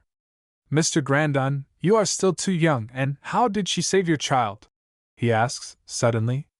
Grandon repeats the rescue, and if he makes Violet more of a heroine than Madame would approve, it is a pardonable sin. My brave little girl! My brave little girl! He exclaims, with tremulous delight. Then the eyes of the two men meet in a long glance. A wordless question is asked, a subtle understanding is vouchsafed. Floyd Grandon is amazed, and a curious thrill speeds through every pulse. He is too young for any fatherly relation, and yet. It is but fair to wait until Monday, he replies, with a strange hesitation. And you must calm yourself. But nothing is done, St. Vincent cries, with gasping eagerness. I have lain here dreaming, hoping. I never shall be any better. It is coming with a swift pace, and my darling will be left alone, my sweet, innocent Violet, who knows nothing of the world, who has not an aunt or cousin, no one but poor old Denise. Trust to me, command me as you would a son, says the firm, reassuring voice. And oh, I beseech you, calm yourself. It will all be well with her. A change passes over the face. The hands are stretched out, there is a gasp. Is he really dying? Denise is summoned. Oh, my poor master! Mr. Grandon, that man must not see him again. He will kill him. It was so when he came to Canada.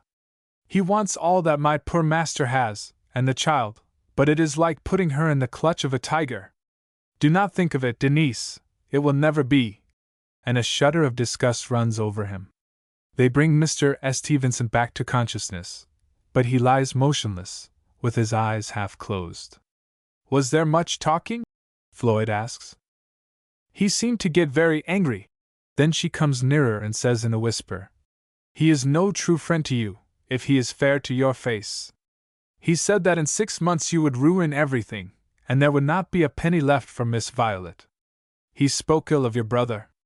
I am not one to carry tales or make trouble, but— and she wipes her furrowed face. I understand. They sit and watch him, Grandon holding the feeble wrist. It will not be safe to leave him alone tonight, to leave them. There is a duty here he cannot evade. I will take my little girl home, he says presently, and then I will come back and remain all night. Was the doctor here today? Yes.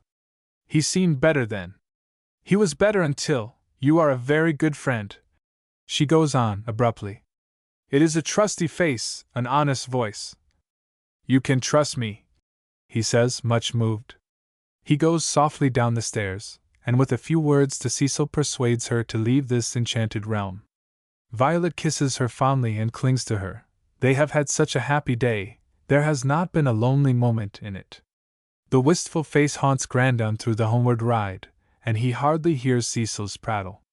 He makes a brief explanation to his mother and leaves excuses for Madame, who is lying down in order to be fresh and enchanting for evening. His orders for Jane are rather more lengthy, and she is to comfort Cecil if he should not be home for breakfast. He has a simple supper in the little nest among the cliffs. Violet pours the tea with a serene unconsciousness. She is nothing but a child. Her life and education have been so by rule, emotions repressed, bits of character trimmed and trained, though they have not taken all out, he is sure. She is very proper and precise now, a little afraid she shall blunder somewhere, and with a rare delicacy will not mention the child, lest its father should think she has coaxed it from some duty or love. He almost smiles to himself as he speculates upon her. Once there was just such another, no, the other was unlike her in all but youth and beauty, with 100 coquettish ways where this one is honest, simple, and sincere. Could she have served a table gravely like this, and made no vain use of lovely eyes or dimpled mouth? He goes upstairs and takes his place as a watcher. There is nothing to do but administer a few drops of medicine every half hour. The evening is warm and he sits by the open window, trying not to think, telling himself that in honor he has no right to for the next 40 hours, and then the decision must come. He could fight her battle so much better if he had the one right, but does he want it? He has counted on many other things in his life. For his dead father's sake he is willing to make some sacrifice, but why should this come to him? The stars shine out in the wide blue heavens, the wind whispers softly among the leaves, the water ripples in the distance. The mysterious noises of night grow shriller for a while, then fainter, until at midnight there is scarcely a sound. How strangely solemn to sit here by this lapsing soul, that but a little while ago was the veriest stranger to him. He has sent Denise to bed. Violet is sleeping with childhood's ease and unconsciousness. A week hence and everything will be changed for her. She will never be a child again. There is a pale bit of moon towards morning, then faint streaks raying up in the east, and sounds of life once more. A sacred Sunday morning. He feels unusually reverent and grave, and breathes a prayer. He wants guidance so much, and yet, does one pray about secular affairs? He wonders. Denise taps lightly at the door. She looks refreshed, but the awe will not soon go out of her old face. Mr. St. Vincent has rested quietly, his pulse is no weaker. How could it be to live? He stirs and opens his eyes. They feed him some broth and a little wine, and he drops off drowsily again. "You are so good," says the grateful old creature, who studies him with wistful eyes. Has she any unspoken hope?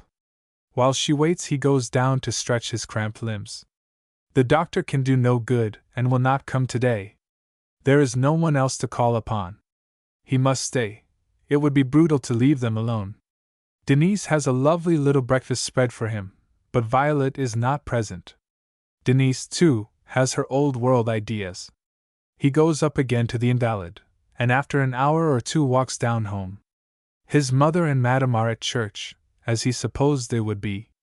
He talks a little to Gertrude, who is nervous and shocked at the thought of any one dying, and wonders if it can make any difference to the business. He takes a walk with Cecil, who coaxes to go back with him to her dear Miss Violet, but he convinces her that it cannot be today, tomorrow, perhaps. He walks back, rambling down to the spot where Cecil came so near destruction. The landslide is clearly visible. The young tree, torn up by the roots, is a ghost, with brown, withered leaves, and there are the jagged rocks going steeply down to the shore. If no hand had been there to save, if no steady foot had dared climb from point to point, he wonders now how she did it. It seems a greater miracle than before. And how strange that Cecil should evince such an unwanted partiality for Miss St. Vincent. Does it all point one way to a certain ending? It is well that Floyd Grandon has taken this path. He goes up through the garden and hears a voice at the hall door. "You cannot see him," Denise is saying. "He is scarcely conscious, and cannot be disturbed. Your call of yesterday made him much worse. But I must see him, my good woman," in an imperative tone. "If he is going to die, it is so much the more necessary." "It is Sunday," she replies. "You can talk no business, you can do him no good." "Who is here with him?" "No one," she answers, "but his daughter and myself. Go away and leave us to our quiet. If you must see him, come tomorrow." He takes out a pencil and writes a rather lengthy message. "Give this to him, and to no one else," he says sharply, turning away with evident reluctance. "Oh," Denise cries as she espies Mr. Grandon. "If I had known you were here, I was afraid he would force his way in. I am glad you did not. I shall see that there is someone here all the time now. He is much better. He has asked for you, and eaten a little." A white figure like a ghost stands beside them. Every bit of color has gone out of the blossom-tinted face, and the eyes look large and desperate in their frightened depths. "What is it?" she says. "Mr. Grandon, Denise, what is it the man said about Papa? Is he dying? Oh, it cannot be! Is this why you do not want me to see him?" They start like a couple of conspirators, speechless. "Oh!" with a wild, piercing cry. "Will he die? And I have just come home to stay, to comfort him, to make him happy. Oh, what shall I do? To be left all alone! Let me go to him. Denise catches her in the fond old arms, where she sobs as if her heart would break. Grandon turns away, then says brokenly, I will go up to him. Someone must tell him. She ought to be with him. St. Vincent is awake and quite revived. Grandon touches carefully on this little scene, and proposes that Violet shall be allowed in the sick room, since the sad secret has been betrayed. Oh, how can I leave her? He groans in anguish. Alone, unprotected, to fight her way through strife and turmoil, to learn the world's coldness and cruelty. Or perhaps be made a prey through her very innocence that has been so sedulously guarded. Heaven help us both! It will all be right, believe me, says the strong, firm voice. And the shock would be terrible to her if there were no sweet last words to remember afterward. Comfort her a little with your dying love. He signs with his hand. Grandon goes downstairs again. Violet, my child, he says, with a tenderness no one but Cecil has ever heard in his voice. Listen to me. You must control your grief a little, or it will be so much harder for your father. You know the sad secret now. Can you comfort him these few days, and trust to God for your solace afterward? Nothing can so soothe these hours as a daughter's love, if you can trust yourself not to add to his pangs. The sobs shake her slender figure, as she lies on Denise's sorrowing heart. Oh, what can he say to lighten her grief?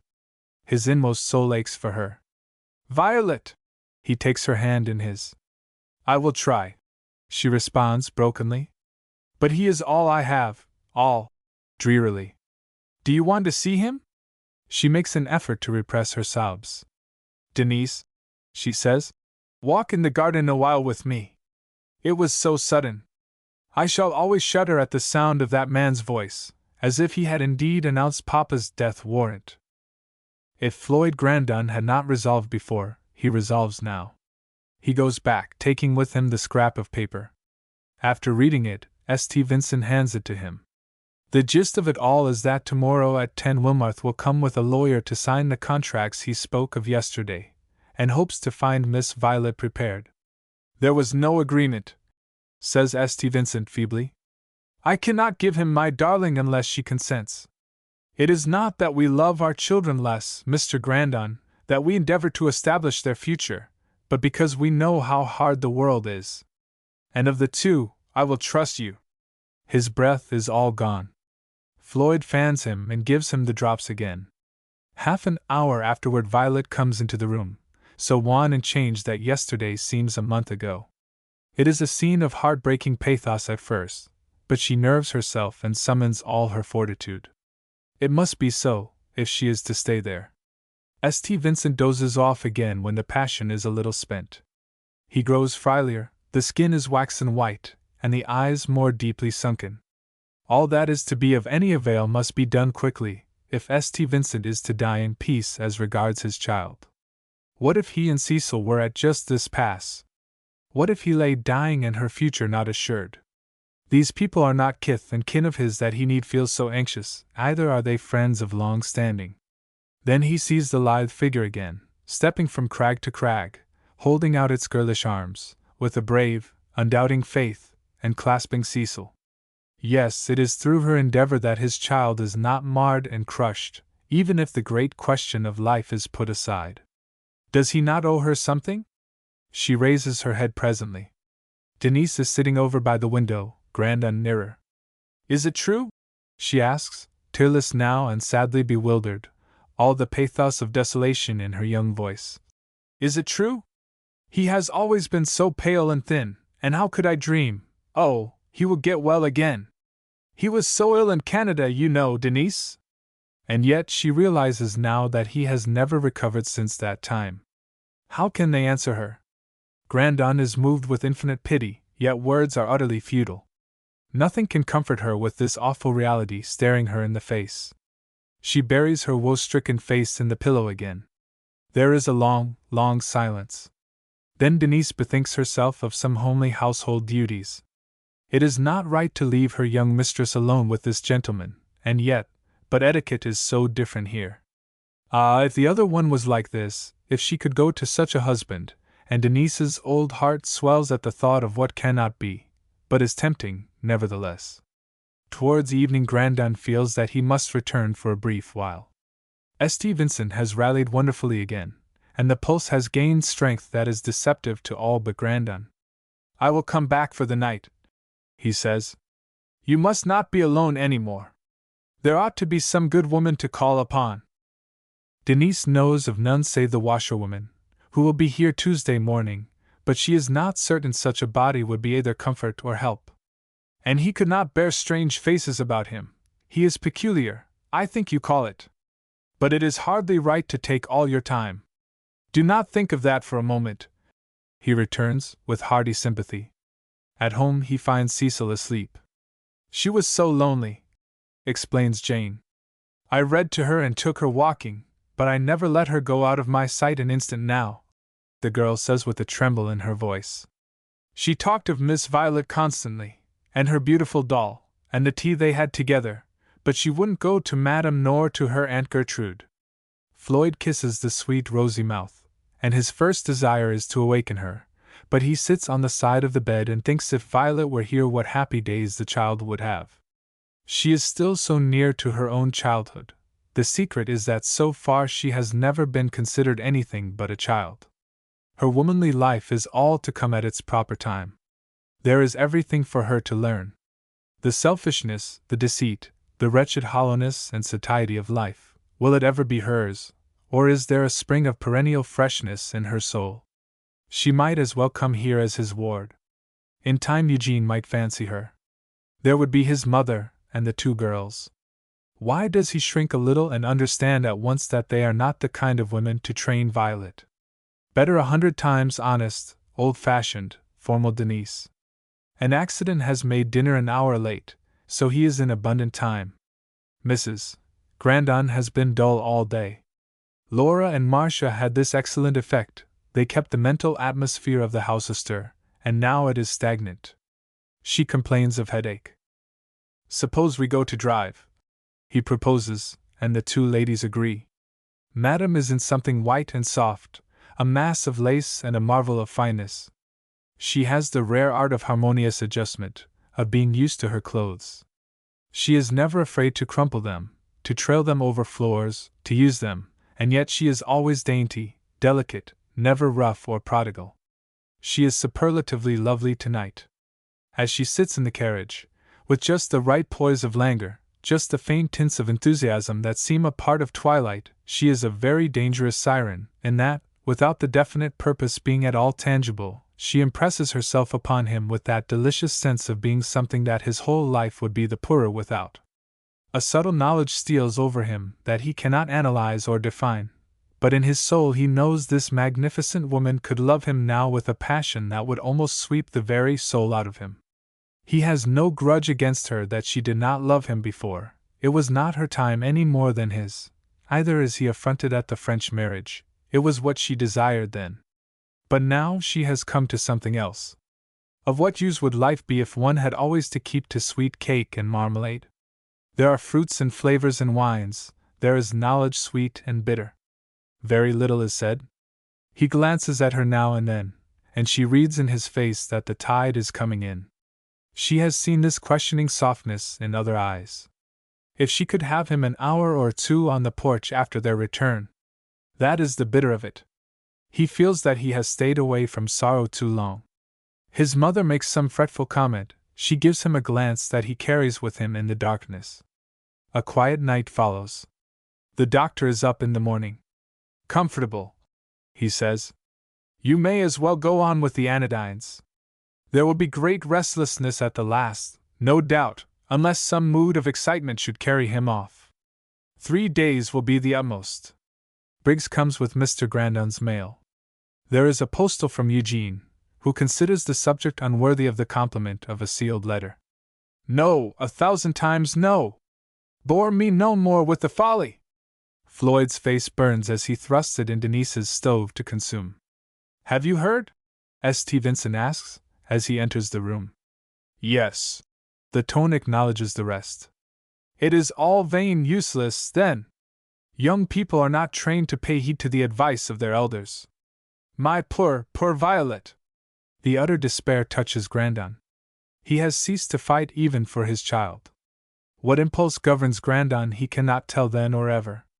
It may be pity, sympathy, the knowledge that he can fight Violet's battle, ensure her prosperity in any case, protect her, and give her happiness, and smooth the way for the dying. Of himself he does not think at all, strangely enough, and he forgets Madame as entirely as if she never existed. "Will you give her to me as my wife?" he asks, in a slow, distinct tone. "I am older, graver, and have a child." The light that overflows the dying eyes is his reward. It is something greater than joy, it is trust, relief, satisfaction, gratitude intense and heartfelt.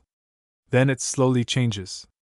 "It is taking an advantage of your generosity," he answers, with a voice in which the anguish cannot be hidden. "No, I will not be so selfish when you have been all that is manly, a friend since the first moment." A light tap is heard and the door opens. Violet comes in, dressed in clinging white, her eyes heavy, her sweet face filled with awe. Grandon takes her cold hand in his and leads her to the bed. "Violet," he begins, with unsmiling tenderness, "will you take me for your husband, your friend, your protector?" Violet has been instructed in some of the duties of womanhood. Marriage is a holy sacrament to be entered into with her father's consent and approval. She looks at him gravely, questioningly. "I am much older than you, I have many cares and duties to occupy and perplex me, and I have a little girl." Violet's face blooms with a sudden radiance, as she lifts her innocent eyes, lovely with hope. "I like her so much," she says. "I am not very wise, but I could train her and take care of her if you would trust me." He smiles then. "I trust you in that and in all things," he makes answer. It is as if he were adopting her. She carries his hand gravely to her lips without considering the propriety. She feels so peaceful, so entirely at rest. "Heaven will bless you!" St. Vincent cries. It must! It must! Violet, all your life long you must honor and obey this man. There are few like him." Grandon kisses the flushed forehead. It is a very simple betrothal. He has given away his manhood's freedom without a thought of what it may be worth to him. She has signed away her girlhood's soul. Secretly, she feels proud of such a master. That is what her training bids her accept in him. She is to learn the lessons of honor and obedience. No one has ever told her about love, except that it is the natural outcome of the other duties. "I think," Mr. Grandon says, "you must see a lawyer now, and have all your business properly attended to. There will be nothing to discuss when Mr. Wilmot comes." St. Vincent bows feebly. He, Grandon, must go and put these matters in train. Chapter 9. But he who says light does not necessarily say joy. Hugo. Hugo. Floyd Grandon strides down the street in a great tumult of thought and uncertainty, but positive upon one subject. Every possible chance of fortune shall be so tied up to Violet that no enemy can accuse him of taking an advantage. Surely he does not need the poor child's money. If it is not a success, and this is the point that decides him, if the hope is swept away, she will have a home and a protector. His first matrimonial experiment has not left so sweet a flavor in his soul that he must hasten to a second draft. He looks at it philosophically. Violet is a well-trained child, neither exacting nor coquettish. She will have Cecil for an interest, and he must keep his time for his own pursuits. He is wiser than in the old days. Violet is sweet and fresh, and the child loves her. Mr. Connery listens to the story in a surprise that he hardly conceals. Grandon feels a little touched. "There really was nothing else to do," he cries, "and I like Miss St. Vincent. I'm not the kind of man to be wildly in love, but I can respect and admire, for all that. Now choose the man you have the greatest confidence in, and he must be a trustee, with you. She is so young, and I think it would be a good thing for you two men to take charge of her fortune, if it comes to that, until she is at least 25, then she will know what to do with it." Connery ruminates. "Ralph Sherburne is just the man," he exclaims. "He is honest and firm to a thread, and keen enough to see through a grindstone if you turn fast or slow. Come along." They are soon closeted in the invalid's room. Floyd insists that they shall discuss the first points without him. Violet is walking up and down a shady garden path, and he joins her. He would like to take her in his arms and kiss and comfort her as he does Cecil, she looks so very like a child, but he has a consciousness that it would not be proper. He links her arm in his and joins in a promenade, yet they are both silent, constrained. Yesterday he was her friend, the father of the little girl she loves. Today he is someone else that she must respect and honor. Wilmarth comes and receives his message with deep vexation. Mr. St. Vincent will admit him at 3. He is no worse, but there is nothing to hope. Ah, if he were to see the two pacing the walk, he would gnash his teeth. He fancies he has sown distrust, at least. By noon the contracts, the will, and all legal papers are drawn and signed. Everything is inviolably Miss St. Vincent's. Mr. Connery proposes an excellent and trusty nurse, and will send her immediately, for Denise and Violet must not be left alone. Grandon turns his steps homeward. Really, I did not know whether you were coming back, says his mother sharply. I think, considering Madame Lepelletier leaves us tomorrow morning, you might have a few hours to devote to your own household. It seems to me Mr. St. Vincent lasts a long while for a man at the point of death. Mother! Floyd Grandon is really shocked. His mother is nervous and ill at ease. All night she has been brooding over what she saw in the carriage. Floyd will follow Madame to Newport in a week or 2, and the matter will be settled. She has no objection to her as a daughter-in-law if Floyd must marry, but it is bitterly hard to be dethroned, to have nothing, to live on sufferance. He turns away, remembering what he ought to tell her, and yet, how can he? After tomorrow, when Madame Lepelletier has really gone, and yet has he any true right to freedom as long as that? He ought to marry Violet this very day. Since he has resolved, why not make the resolution an absolute pleasure to the dying man? Grandon feels the position keenly. Never by word or look has he led Madame to expect any warmer feeling than friendship. Indeed, until last night he had not supposed any other state possible. He could not imagine himself a part of her fashionable life, and he had not the vanity to suppose she cared for him, but now he cannot shut his eyes. There is something in her tone, in her mien, as she comes to greet him, that brings the tint of embarrassment to his cheek. He ought to tell her that he belongs to another, but he cannot drag his sad-eyed Violet out for her inspection. Mr. St. Vincent? She questions delicately. He can hardly live through another night. There was a great deal of business to do this morning, and it has exhausted him completely. It is so unfortunate, his having so few friends here. What is to become of his poor child? He has been making arrangements for her. I wish he could have lived a month longer, then we would have been quite sure of the success or failure of his patent. Floyd says this in a grave, measured tone. There is always a convent, says Madame, with a sweet, serious smile.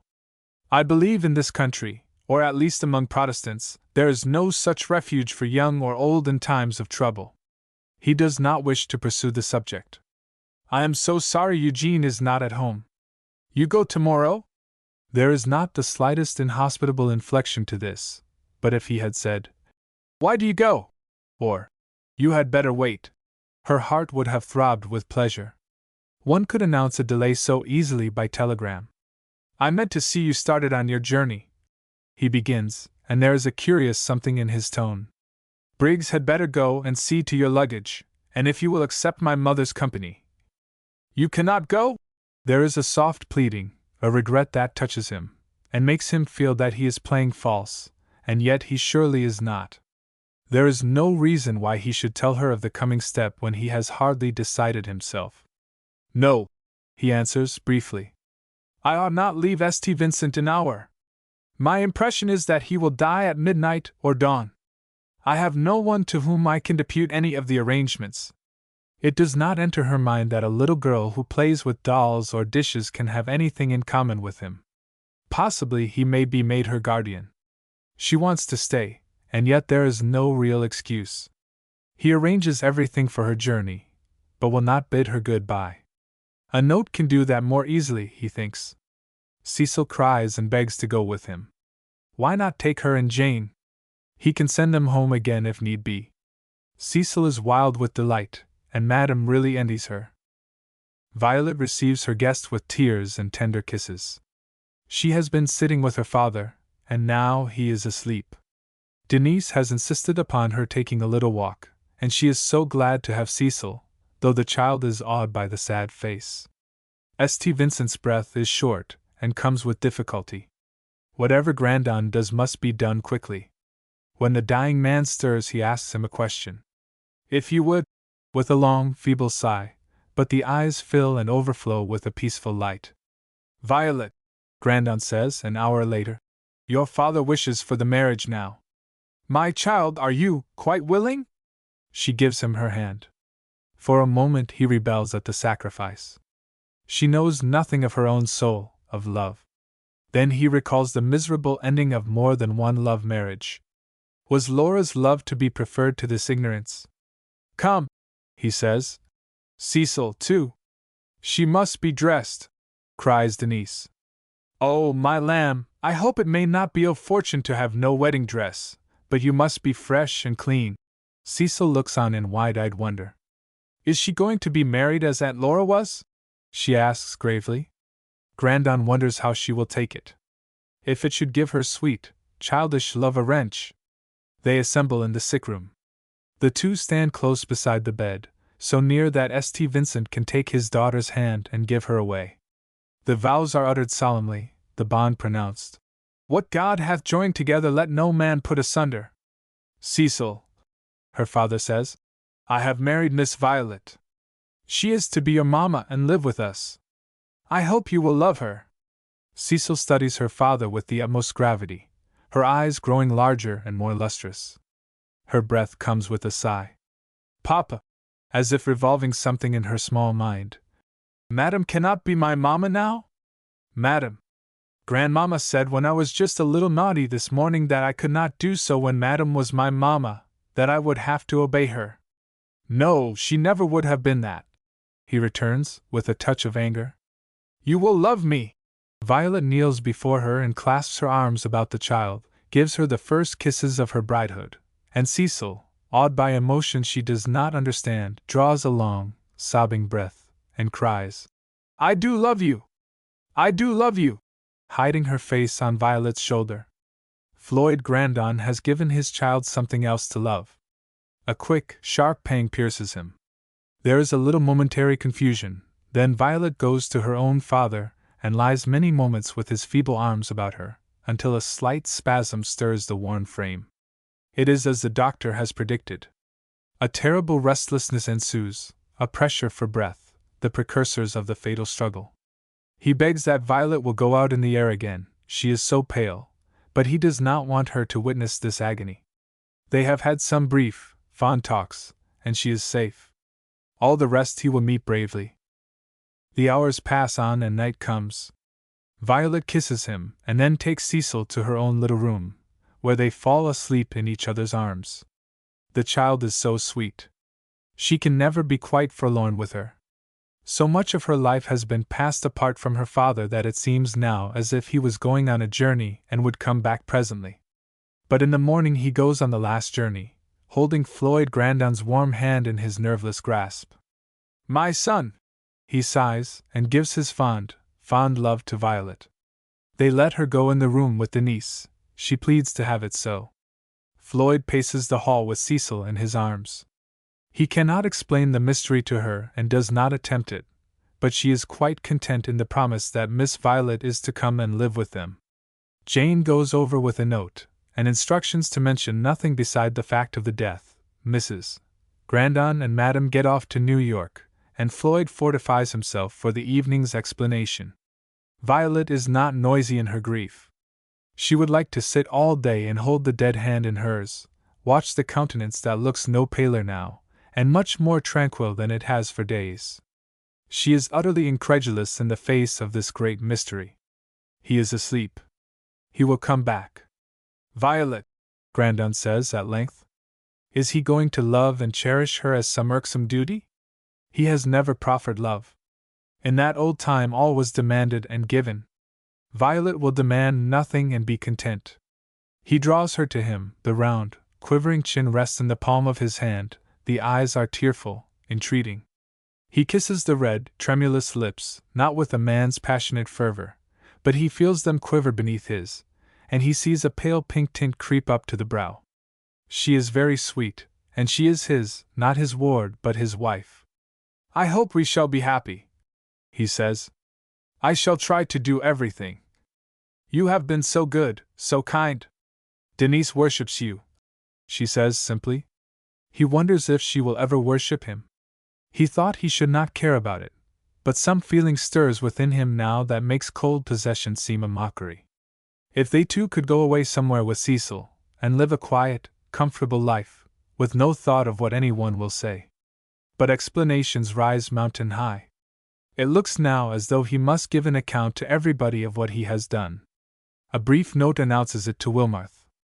There was no friendship before, but he knows there will be bitter enmity now. As business is dull, he suggests that the factory be closed for the whole week. After Mr. Vincent's burial, Grandon would like to have a business interview at the office of Mr. Ralph Sherburne, who has all the important papers. That is done. Cecil is quite willing to stay with Violet, and is really enchanted with Denise, so he goes home, where dinner is served in its usual lavish manner. His mother is tired, Gertrude ennuyed, of course. The atmosphere is trying in the extreme. I have something to tell you, he says, cutting the Gordian knot at a clean stroke. I could not make the proper explanation this morning, but now, you must pardon what has been done in haste. And he tells the story briefly, leaving out whatever he deems advisable. Married! Mrs. Grandon almost shrieks. Gertrude looks at him in amaze. In her secret heart she is glad that Madame is not to reign here in all her state and beauty, shining every one down, but she wonders how he has escaped the fascination. Married! His mother says again. I did think, Floyd, you had more sense. A child like that, a silly little thing who plays with dolls. If you wanted a wife, with withering contempt, there was one of whom we should all have been proud. And you have behaved shamefully, after leading her to think. I never gave Madame Lepelletier the slightest reason to think that I cared for her beyond mere friendliness, he says, his face flushing scarlet. I doubt if she would wish to share the kind of life I shall elect when I get through with this business. She is an elegant society woman, and I shall always admire her, as I have done. I doubt if she would care for me, he adds, but his conscience gives a little twinge. When is this new mistress to come home? Asks his mother, in a bitter tone. I shall bring her in a few days, and I hope she will be made welcome. I am aware this house is yours, she interrupts. Floyd is shocked. I was not going to say that, it was the furthest from my thoughts, he answers, indignantly. Do not let us quarrel or have any words. You are all welcome to a home. It is so pleasant to be reminded of one's dependents. And Mrs. Grandon begins to weep. Mother, Floyd says deliberately, I am going to bend every energy to make the business the success that my father hoped it would be, and to provide an independence for you all, as he would have done had his life been spared. In this I shall have very little help from Eugene, and trouble with Wilmarth, but I shall do my whole duty. I wish your father had never taken up with that St. Vincent. There has been nothing but annoyance, there never will be. If there is trouble with my wife, I hope I shall have the courage and manliness to endure it, he returns resolutely. But I trust no one will try to bring it about, he says in a tone that implies it would not be a safe undertaking. Mrs. Grandon rises and sails out of the room. Floyd goes on with his dessert, though he does not want a mouthful. Floyd, Gertrude says timidly, you must not mind Mother. She will come around right after a while. I don't believe she would have been happy if you had married Madame, and I am glad, yes, positively glad. Cecil cannot endure her. I will try to like your wife. Is she such a mere child? Floyd is really grateful. She is 17, he answers, and quite pretty but small. She has been educated at a convent, and knows very little about the world, but Cecil loves her. I hope we shall all get along well. And he sighs. Life is so much harder than he could have imagined it 3 months ago. He is so weary, so troubled, that he feels like throwing up everything and going abroad, but he cannot. He is chained fast in the interest of others. Talk to mother a little, he adds, and try to make her comfortable. You see, I couldn't have done any differently. I never could have endured all the talk beforehand. When he returns to the Eyrie, he finds Denise holding Cecil and telling her some marvelous story. Violet is in the room with her father. She would go, Denise says. It is only such a little while that she can see him. Cecil and Jane are sent home the following day. There is a very quiet funeral, but the few mourners are sincere. Violet begs to stay with Denise in the cottage, and Floyd cannot refuse. Lynmeyer returns to town and is shocked by the tidings. Grandon appoints a meeting with him the next morning at Sherburne's office.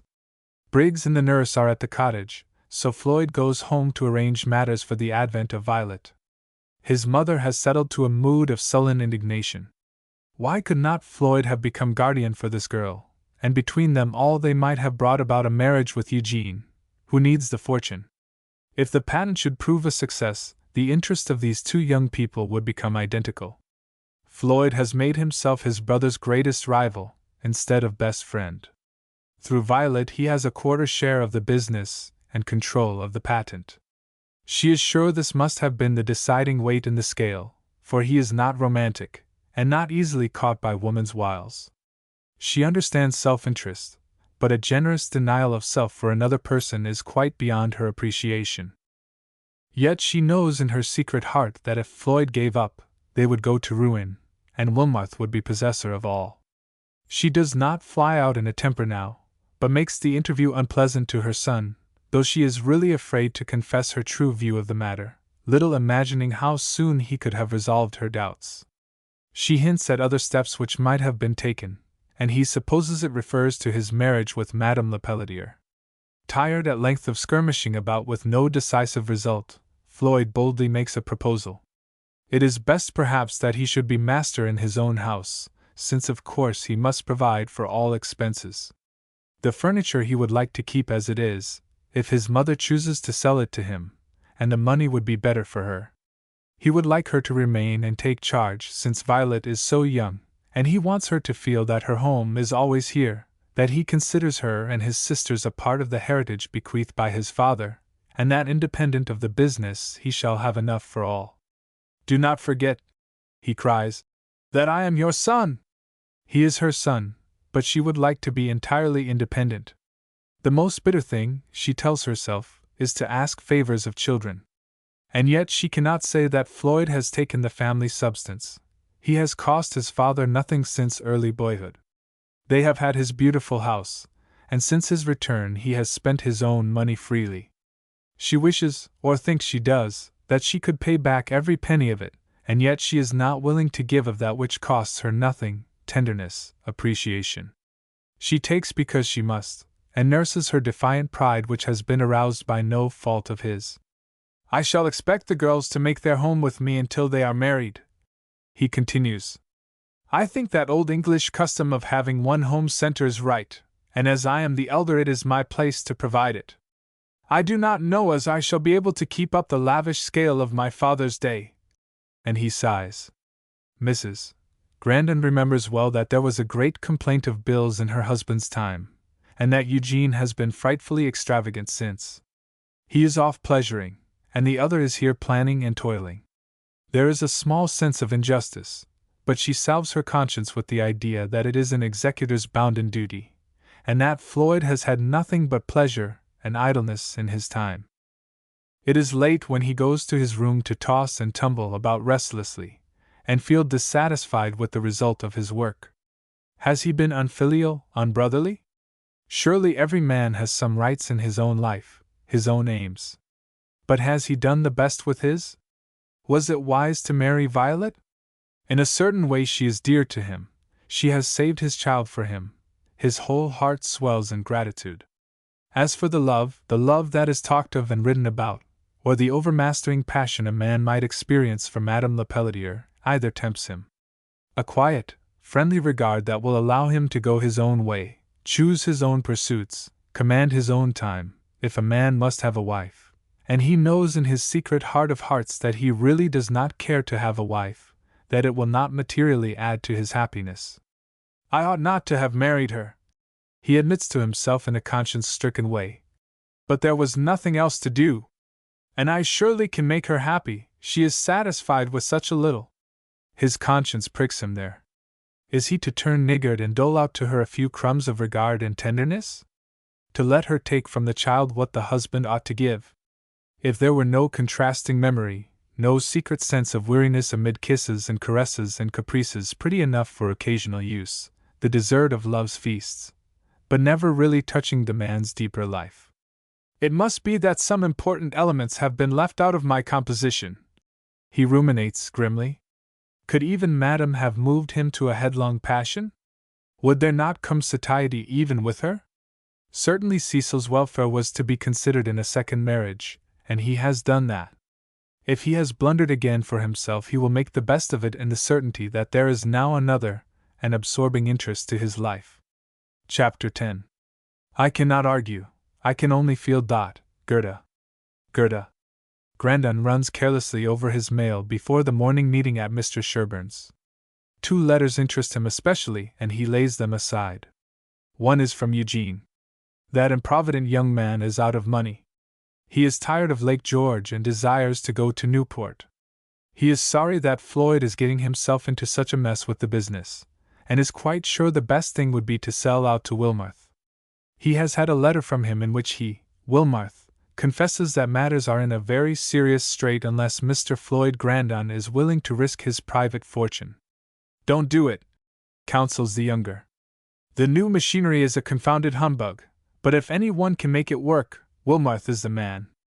If St. Vincent wants to get his daughter a husband, why does he not offer her to Wilmarth? If she is as pretty as you say, she ought not go begging for a mate, but when I marry for a fortune I want the money in hand, not locked up in a lot of useless trumpery. A pang goes through Floyd's soul. If he never had offered her to Eugene, it seems almost as if he had stabbed her to the heart.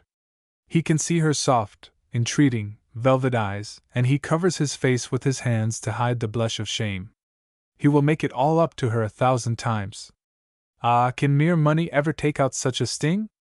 The other letter is from a German professor and dear friend that he left behind in Egypt, who expects to reach America early in September, and find that her Grandon has improved his time and transcribed and arranged all the notes, as he has so many more. There will be little enough time, so the good comrade must not idle. They will have a good long vacation afterward, when they can climb mountains and shoot buffaloes, and explore the new world together, but now every day is of value. Floyd Grandon gives a smile of dismay. The precious days are flying so rapidly. And everything has changed, the most important of all, his own life. How could he? He is a little late at the lawyer's, and they are all assembled. He gives a quick glance toward Wilmarth. The impassible face has its usual half-sneer, and the covert politeness so baffling. Lindmeyer has been explaining something, and stops short with an eager countenance. The provisions of the will are gone over again. Floyd Grandon is now an interested party in behalf of his wife. There are the books with a very bad showing for the 6 months. They have not paid expenses, and there is no reserve capital to fall back upon. It looks wonderfully like a failure. Wilmarth watches Grandon closely. He is aware now that he has underrated the vigor of his opponent, who by a lucky turn of fate holds the trump cards. That Floyd Grandon could or would have married Miss St. Vincent passes him. He knows nothing, of course, of the episode with Cecil, and thinks the only motive is the chance to get back the money he has been advancing on every hand. If he only had signed a marriage contract there in Canada, he could almost subject himself to the tortures of the rack for his blunder. Gentlemen, says Lindmeyer, who is a frank, energetic man of about Grandon's age, with a keen eye and a resolute way of shutting his mouth, I see no reason at present why this should not succeed. It has been badly handled, not understood. Mr. St. Vincent was not able to make the workmen see with his eyes, and in his state of health he was so excitable, confused, and worried that I don't wonder, indeed, I have this plan to propose. If either of you gentlemen, glancing at Wilmarth and Grandon, will advance me sufficient means, and allow me to choose my own foreman, perhaps a head man in every department, I will prove to you in a month that the thing is a success, that there is a fortune in it. The steady, confident ring in the man's voice inspires them all. He is no wild enthusiast. They glance at Wilmarth, as being in some sense head of the business. He knows, no one better, of all the obstacles that have been placed in the way, so cunningly that no man could put a finger on the motive. It has been his persistent resolve to let everything run down, to bring the business to the very verge of bankruptcy. He did not count on Floyd Grandon being so ready to part with his money to save it, or of ever having any personal interest in it, and he did count on his being disgusted with his brother's selfishness, indolence, and lack of business capacity, all of which he has sedulously fostered, while attaching the young man to him by many indulgences. This part of the game is surely at an end. Floyd sits silent. How much money will it take? What if he is swallowed down the throat of the great factory? His father's instructions were to the effect that if he could not save it without endangering his private fortune, to let it go. There is still ground that he can sell. There might be a new vein opened in the quarry. He must risk it. If Mr. Grandon, says Mr. Wilmarth, with a slow, irritating intonation that hardly conceals insolence, feels able to advance for the 3/4, I can look after my share. I must confess that I am not an expert in mechanics, and may have been mistaken in some of my views. My late partner was very sanguine, while my temperament is of the doubting order. I am apt to go slowly, but I try to go surely. I am not a rich man. Dryly. Let it be done, then, returns Grandon. He has no more faith in Wilmarth today than he had last week, but he will not work against his own interest, surely. There are many points to discuss and settle. Lindmeyer will proceed to the factory and get everything in good running order for next week, and hunt up one man who understands this business, an Englishman who is looking around for a permanent position, whom he has known for some years. Our superintendent holds his engagement by the year, says Wilmarth, with provoking suavity. What can we do with him? It is distinctly understood that I am not to be hampered in any way, protests Lindmeyer. Give your man a holiday, says Connery. 2 lords can never agree to rule one household. The best thing, decides Grandon. Then they go to the factory, where an explanation is made to the men. Mr. Brent receives a check for a month's wages in advance, and a vacation. Mr. Wilmarth looks on with a sardonic suavity, saying little, and betraying surprise rather than ill humor, but he hates Floyd Grandon to the last thread. The man has come between him and all his plans. No mere money can ever make up to him for being thus baffled. Floyd Grandon takes his way along to the little alley. Down in the garden there is a glimpse of a white gown, and now he need pause for no propriety. Violet starts at the step, turns and colors, but stands quite still. Denise has been giving her some instructions as to her new position and its duties, but has only succeeded in confusing her, in taking away her friend with whom she felt at ease, and giving her a tie that alarms and perplexes. She is very pale and her deep eyes are filled with a curious, deprecating light. A broad black ribbon is fastened about her waist, and a knot at her throat. She looks so small, so lovely, that he gathers her in his arms. My little darling, he begins, in a voice of infinite tenderness. I seem to neglect you sadly, but there are so many things. Do not mind, she answers softly. I am quite used to being alone. I miss Cecil very much, though. And her sweet lip quivers. Oh, are you quite sure, quite satisfied that I can do my duty toward her? I never had a mother of my own to remember, but I will be very good and kind. I love children, and she is so sweet. My little girl, you are a child yourself. As the years go on, you and Cecil will be more like sisters, companions, and I hope you will always be friends. I must take you home, he continues abruptly. My mother and one sister are there, all the rest are away. She shivers a little. Am I to live there? She asks timidly. She has been thinking how altogether lovely it would be to have him and Cecil here. Why, of course. You belong to me now. He means it for a touch of pleasant intimacy, but she seems to shrink away. In that old time, the brief year, caresses and attention were continually demanded. This new wife does not even meet him halfway, and he feels awkward. He can be fond enough of Cecil, and is never at a loss, but this ground is so new that he is inclined to pick his way carefully, with a feeling that she is not at all like any one he has ever known. They are walking back to the house, and when Denise comes to greet them, she sees that the husband has his arm around his young wife's waist. Her old-world idea is that the wife should respect the husband to a point of wholesome fear. They are certainly doing very well. She feels so proud of this great, grave man, with his broad shoulders, his flowing brown beard, his decisive eye, and general air of command. "Have you had any dinner or lunch?" Violet says suddenly, moved with a new sense of care. "Yes. But I think we will have a glass of wine, and have you eaten anything?" She colors a little. "No," says Denise. "She doesn't eat enough to keep a cricket alive." "Then we must have some dinner. Denise will get it. Would you like to come upstairs with me?" He has brought home a few papers to put in her father's desk. On the threshold he pauses. The room is in perfect order. The snowy bed, the spotless toilet table, the clean towels on the rack, with their curious monogram in Denise's needlework, the table, with an orderly litter of papers, arranged by a woman's hand, and a white saucer filled with purple heliotrope. The armchair is a trifle pushed aside, as if someone has just risen, and another chair, as if for a guest, stands there. He understands that she has been busy here. She gives a long sigh. "My poor darling!" She is weeping very softly in his arms. "It is all so sad," she says. "And yet I know he is in heaven with Mama. He loved her very much. Denise told me so. He would not wish to come back even if he could, and it would be selfish to want him. He had to suffer so much, poor Papa. But I would like to keep this room just so, and come now and then if I might." "You shall. I must talk to Denise." He wonders now how Lindmeyer would like to be here for a month. There are so many things to go over.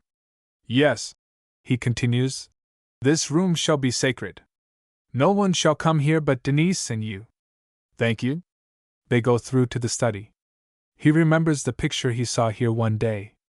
Then they continue their walk past her plain little nun's room, with Denise's opening out of it. The house being built on a side hill makes this just above the kitchen. Downstairs there are 4 more rooms. Never was man more at a loss for some of the kindly commonplaces of society. She seems sacred in her grief, and he cannot offer the stern comfort wherewith a man solaces himself. He is too new for the little nothings of love, and so they walk gravely on, down the stairs again, and out on the porch that hangs over the slope. But she likes him the better for his silence, and the air of strength seems to stir her languid pulses. Denise summons them to their meal. He pours a trifle of wine for her in the daintiest, thinnest glass. She pours tea for him in a cup that would make a hunter of rare old china thrill to the finger ends. He puts a bit of the cold chicken on her plate, and insists that she shall try the toast and the creamed potatoes. She has such a meek little habit of obedience that he almost smiles.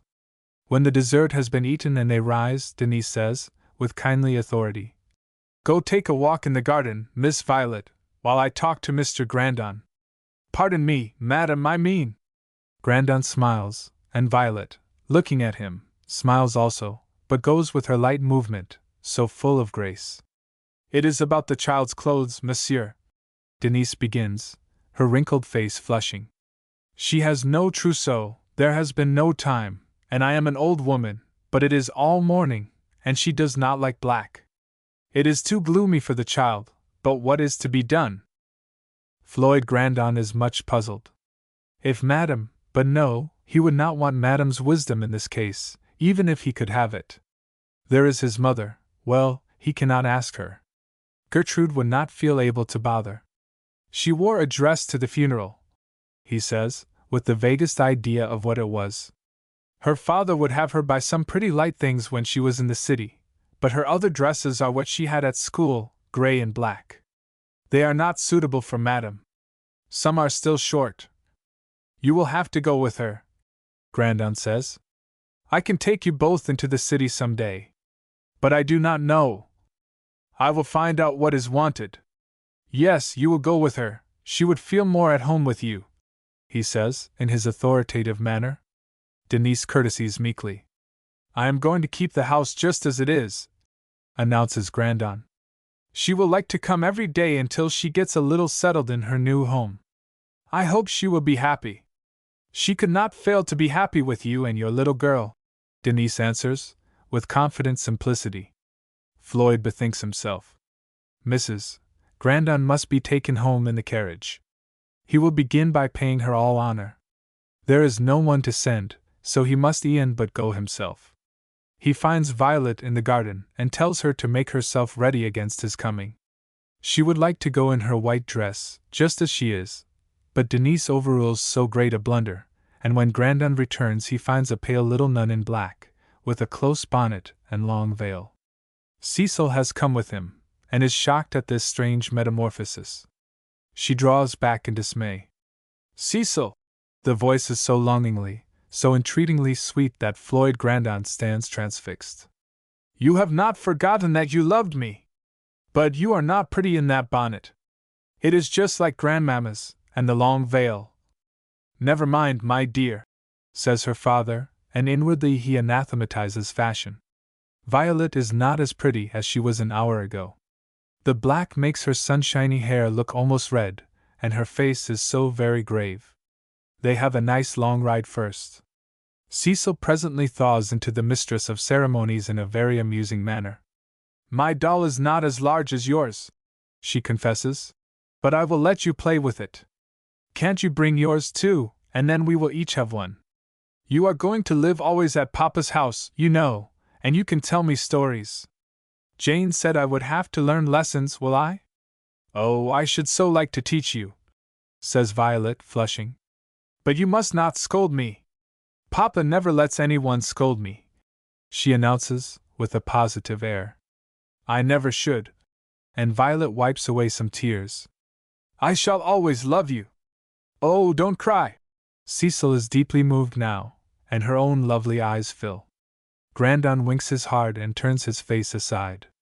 They are two children comforting one another. Violet is quite amazed as they drive around the wide sweep of gravelled way. Floyd hands her out. This is your home henceforth, he says. You and Cecil are the two treasures I have brought to it, and I hope neither of you will take wings and fly away. I shall look for you both to make me very happy. He has touched the right chord. She glances up and smiles, and is transfigured in spite of the dismal morning gear. If she can do anything for him, if the benefits will not always lie on his side, he takes her straight through to the elegant drawing-room. She shall be paid the honors in her own proper sphere. While he is waiting, he unties the ugly little bonnet and takes her out of her crape shroud, as it looks to him. Mrs. Grandon has gone out to drive, announces Mary, who has been instructed to say just this, without a bit of apology. Gertrude stands in the doorway. She nearly always wears long white woolen wrappers that cling to her figure and trail on the ground, and intensify the appearance of attenuation. A pale lavender Shetland shawl is wrapped about her. She has had quite a discussion with her mother, in which she had evinced unwonted spirit. Floyd has been good to them, and it will be dreadfully ungenerous to begin by treating his wife badly. Her brother's face is flashed with indignation. I am glad you had the grace to come, Gertrude, he exclaims, pointedly, and takes her over to Violet, who looks up entreatingly at the tall figure. Oh, she says confusedly, what a little dot you are! And Violet is such a pretty name for you. I hope you will like me. I hope, if you can put up with me, is the rejoinder. I am in wretched health and scarcely stir from my sofa, but I am sure I shall like you. And Gertrude resolves bravely that she will be on the side of the new wife, if it does not cost her too much exertion. What a lovely house! And Violet draws a long, satisfied breath. And the river is so near. You must never go without Jane, annotates Cecil. Must she, Papa? They all smile at this. I should not like to have her lost, says Papa, gravely. Do you ever go out rowing or sailing? I never do, and Gertrude shudders. I cannot bear the heat of the sun or the chill of evening. But we have boats. And I am a crack oarsman, says Grandon. I shall practice up for a match. They begin to ramble about presently. It really is better than if Mrs. Grandon was at home. Out on the wide porches, through the library, up the tower, and Violet is in ecstasies with the view. Then they come down through the chambers, and the young wife feels as if she had been inspecting a palace. How very rich Mr. Grandon must be! If Papa had lived, he might have made the fortune he used to study over. Violet is quite bright and flushed when the dinner bell rings, and is introduced to her husband's mother at the head of the elegantly appointed table. She is in rich black silk, with crape folds, and very handsome jet ornaments, and Violet shrinks into herself as the sharp eyes glance her over. Why should they be so unfriendly? All conversation languishes, as Cecil is trained not to talk at the table. Violet returns to the drawing room and walks wistfully about the grand piano. Floyd opens it for her and begs her to amuse herself whenever she feels so inclined. Is he quite certain no one will be annoyed? Quite. Then she seats herself. She has had no piano at the Airy. This is delicious. She runs her fingers lightly over the keys and evokes the softest magic music, the sweetest, saddest strains. They stir Floyd's very soul as he sits with Cecil on his knee, who is large-eyed and wondering. Mrs. Grandon saunters in presently. How close it is, she exclaims. And I have such an excruciating headache. Ah, says Violet, sympathetically. I had better not continue playing, it might distress you. Oh, no, you need not mind. The tone is that of a martyr, and Violet stops with a last tender strain. Floyd Grandon is so angry that he dare not trust his voice to speak. Violet stands for a moment undecided, then he stretches out his hand, and she is so glad of the warm clasp in that great lonely room. Let us go out to walk, it is not quite dark yet. Cecil, ask Jane to bring some shawls. Cecil slips down. Floyd draws his wife nearer. He would like to hold the slight little thing, but his mother is opposite, and he must not make Violet seem a baby. I have put an end to that, exclaims Mrs. Grandon, vindicatively, going back to Gertrude. That is Laura's piano, and it shall not be drummed on by schoolgirls. What Floyd could see in that silly little red-haired thing to bring her to a place like this, when he could have had a lady. After all, if he is satisfied, begins Gertrude deprecatingly. He wanted her fortune. He doesn't care a sixpence for her. It was to get the business in his hands, and now we can all tramp as soon as we please. Mother, you are unjust. And you are a poor, spiritless fool, who can never see anything beyond the page of a novel, is the stinging retort. She goes to her own room, and the morning's mail carries the news to Eugene and Laura. Floyd has letters to write this evening, and when Cecil's bedtime comes, Violet goes up with her. They have a pretty romp that quite scandalizes Jane, who is not at all sure how much respect she owes this new mistress. Oh, you sweet little darling! Violet cries for the 20th time. You are the one thing I can have for mine. I am Papa's first, says Cecil, with great dignity. He loves me best of anything in the wide world, he has told me so, 100 times. And I love him best, and then you. Oh, what makes you cry so often? Because your papa is dead. No one but poor old Denise will ever love her. Best of all, she has had her day of being first. Even in heaven Papa has found the one he so long lost, and is happy. She can never be first with him again. He hardly misses her, Violet. He has had her only at such long intervals, such brief whiles. In the silence she cries herself to sleep the first night in her new home. Chapter 11. Men, like bullets, go farthest when they are smoothest. Jean Paul. Jean Paul. Floyd Grandon begins the next morning by treating his wife as if she were a princess born. His fine breeding stands instead of husbandly love. Briggs has orders to take her and Miss Cecil out in the carriage every day. Jane is to wait on her.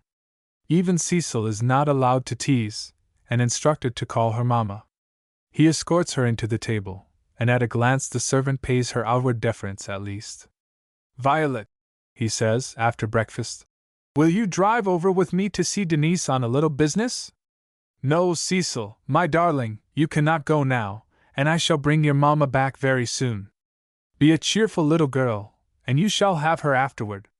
Cecil knows that tone means obedience. She is not exactly cheerful, but neither is she cross. They drive in Marcia's pony phaeton. Nothing in the world is too good for us, Mrs. Grandon says with a sneer. There will be open war between her and Marcia. She will be likely to have a pony carriage of her own, observes Gertrude, who resolves to mention this project to Floyd. Oh, yes. I suppose the economy for others means extravagance here. We can afford it. Gertrude makes no further comment. Violet glances timidly at her husband's face, and sees a determination that she is to misinterpret many times before she can read it aright. She is not exactly happy. All this state and attention render her nervous, it is so unlike her simple life. Violet, he begins. Denise was speaking yesterday of. How shall he get to it? There was no time to provide you any clothes, you see I am not much of a ladies' man. I have been out in India and Egypt, and where they keep women shut up in harems, and never had occasion to think much about it. I want to take you and Denise to the city. Perhaps you would go today? With a man's promptness. Violet is puzzled, alarmed, and some notion of delicacy almost leads her to protest. I am too abrupt, I suppose, he says ruefully, looking almost as distressed as she. But you see it is necessary. Then if Denise... He is thinking the sooner they go the better. He will not have his mother saying she came destitute and penniless, or considering her attire out of the way. He went once to the city with Laura, and left her at a modiste's, and he can find it again, so he will take them there and order all that any lady in Violet's station will require. No one need know they have gone. It all flashes over him in an instant. He had meant merely to make arrangements, but now he plans the trip. They can go to Westbrook Station, they can return without being seen of prying eyes. He feels a little more sensitive on the subject because he has so lately seen all of Laura's wedding paraphernalia. There will be Laura, and perhaps Madame to inspect her, and she must stand the test well for her own sake. He would like to see her always in a white gown. Even that gray one was pretty the day she saved his darling. Yes, he says, rousing suddenly. Denise understands all about these matters. You are still so young. Laura, he remembers, was but a year older, but, oh, how much wiser in worldly lore. No, he would never care to have Violet wise in that way. And if it had been otherwise, my child, it was a sad bridal. Some time we will make amends for all that. Her eyes fill with tears. She is still looking very grave when Denise takes her in the fond, motherly arms.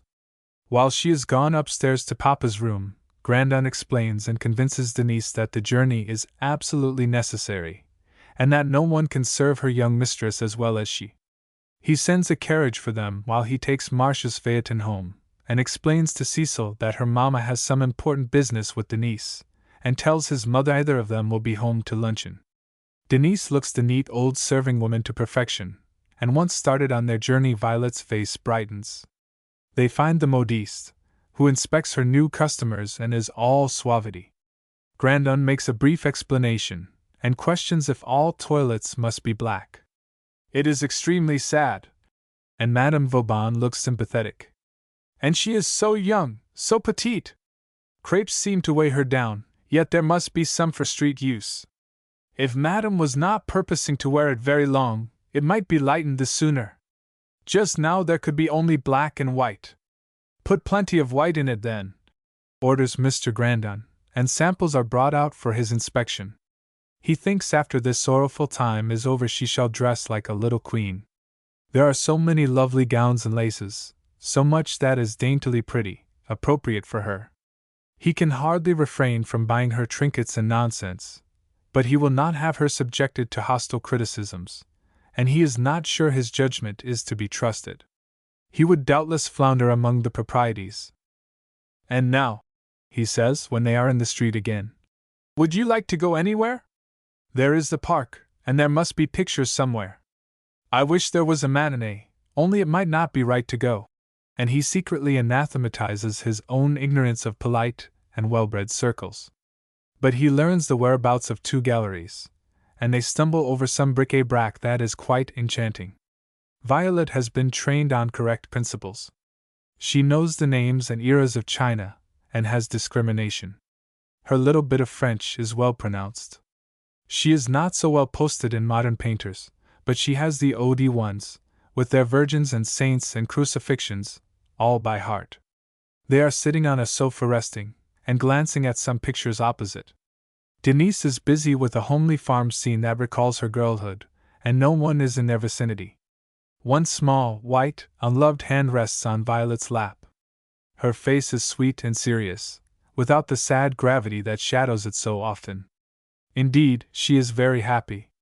She has not been so much at ease with Floyd Grandon since her marriage, either has he devoted himself to her entertainment with such a cordial purpose as now. He certainly is a fascinating man to the most of womankind, even when he is indifferent to them, but he is not indifferent at this juncture. There is a curious quality in Floyd Grandon's nature that is often despised by enthusiastic people. When it is his bounden duty to take certain steps in life, he resolutely bends his will and pleasure to them. He means honestly to love this wife that circumstances or his own sympathetic weakness has brought him. Just now it seems an easy matter. He has a horror of pronounced freedoms. They look silly and vulgar, yet he cannot resist clasping the little bare hand. The warm touch thrills her. She turns just enough to let him catch the shy, pleased, irresistible light in her eye. No finished coquette could have done it better, but with her it is such simple earnest. "Are you happy?" he asks, not because he is ignorant, but he wants an admission. "Oh, it is just a soft, low sigh, and though her cheek flushes that delicious rose pink, her face is still. The light comes over it like a lustrous wave. "Why, this is a bit of wedding journey," he says. "I did not think of it before. I wish I could take you away for a week or 2, but there is so much on my mind that maybe I should not be an entertaining companion. It will come presently, and it will be ever so much better not to be shaded by grief." She is quite glad that they are not away from all the old things. She knows so little about him, she feels so strange when she comes very near to him in any matter, as if she longed to run away to Denise or Cecil. Just sitting here is extremely sweet and safe, and does not alarm her. There is a clock striking 4. Can it be they have idled away nearly all day? He rises and draws the bare hand through his arm. He is even gallant enough to take her parasol, while she carries a pretty satin satchel-like box of bonbons for Cecil. Denise comes at his nod. She has 2 or 3 of her mistress's parcels, and they take up their homeward journey. He carries her parasol so high that the sun shines in her eyes, but the distance is short, and she says nothing. Fortunately, they reach home just in time for dinner. Cecil is out on the porch, in the last stages of desolation. "Come up with me and get this pretty box," cries Violet, holding it out temptingly. "And tomorrow we will both spend with Denise, who will make us tarts and chocolate cream." "You stayed such a long while," groans Cecil, not quite pacified. "But I shall not do it again," she promises. She is so bright that the child feels unconsciously aggrieved. Mrs. Grandon is very stately, and wears an air of injured dignity that really vexes her son, who cannot see how she has been hurt by his marriage, so long as he does not make Violet the real mistress of the house. He has proposed that she affix her own valuation on the furniture she is willing to part with. He will pay her income every 6 months, and she will be at liberty to go and come as she pleases. What more can he do? He explains to Violet a day or 2 afterward that between the factory and his own writing he will hardly have an hour to spare, and that she must not feel hurt at his absence. Lindmeyer has come, and with Joseph rising they are going over all with the utmost exactness. There are sullen looks and short answers on the part of the workmen. It has been gently hinted to them that other vacations may be given without any advance wages. Wilmarth is quietly sympathetic.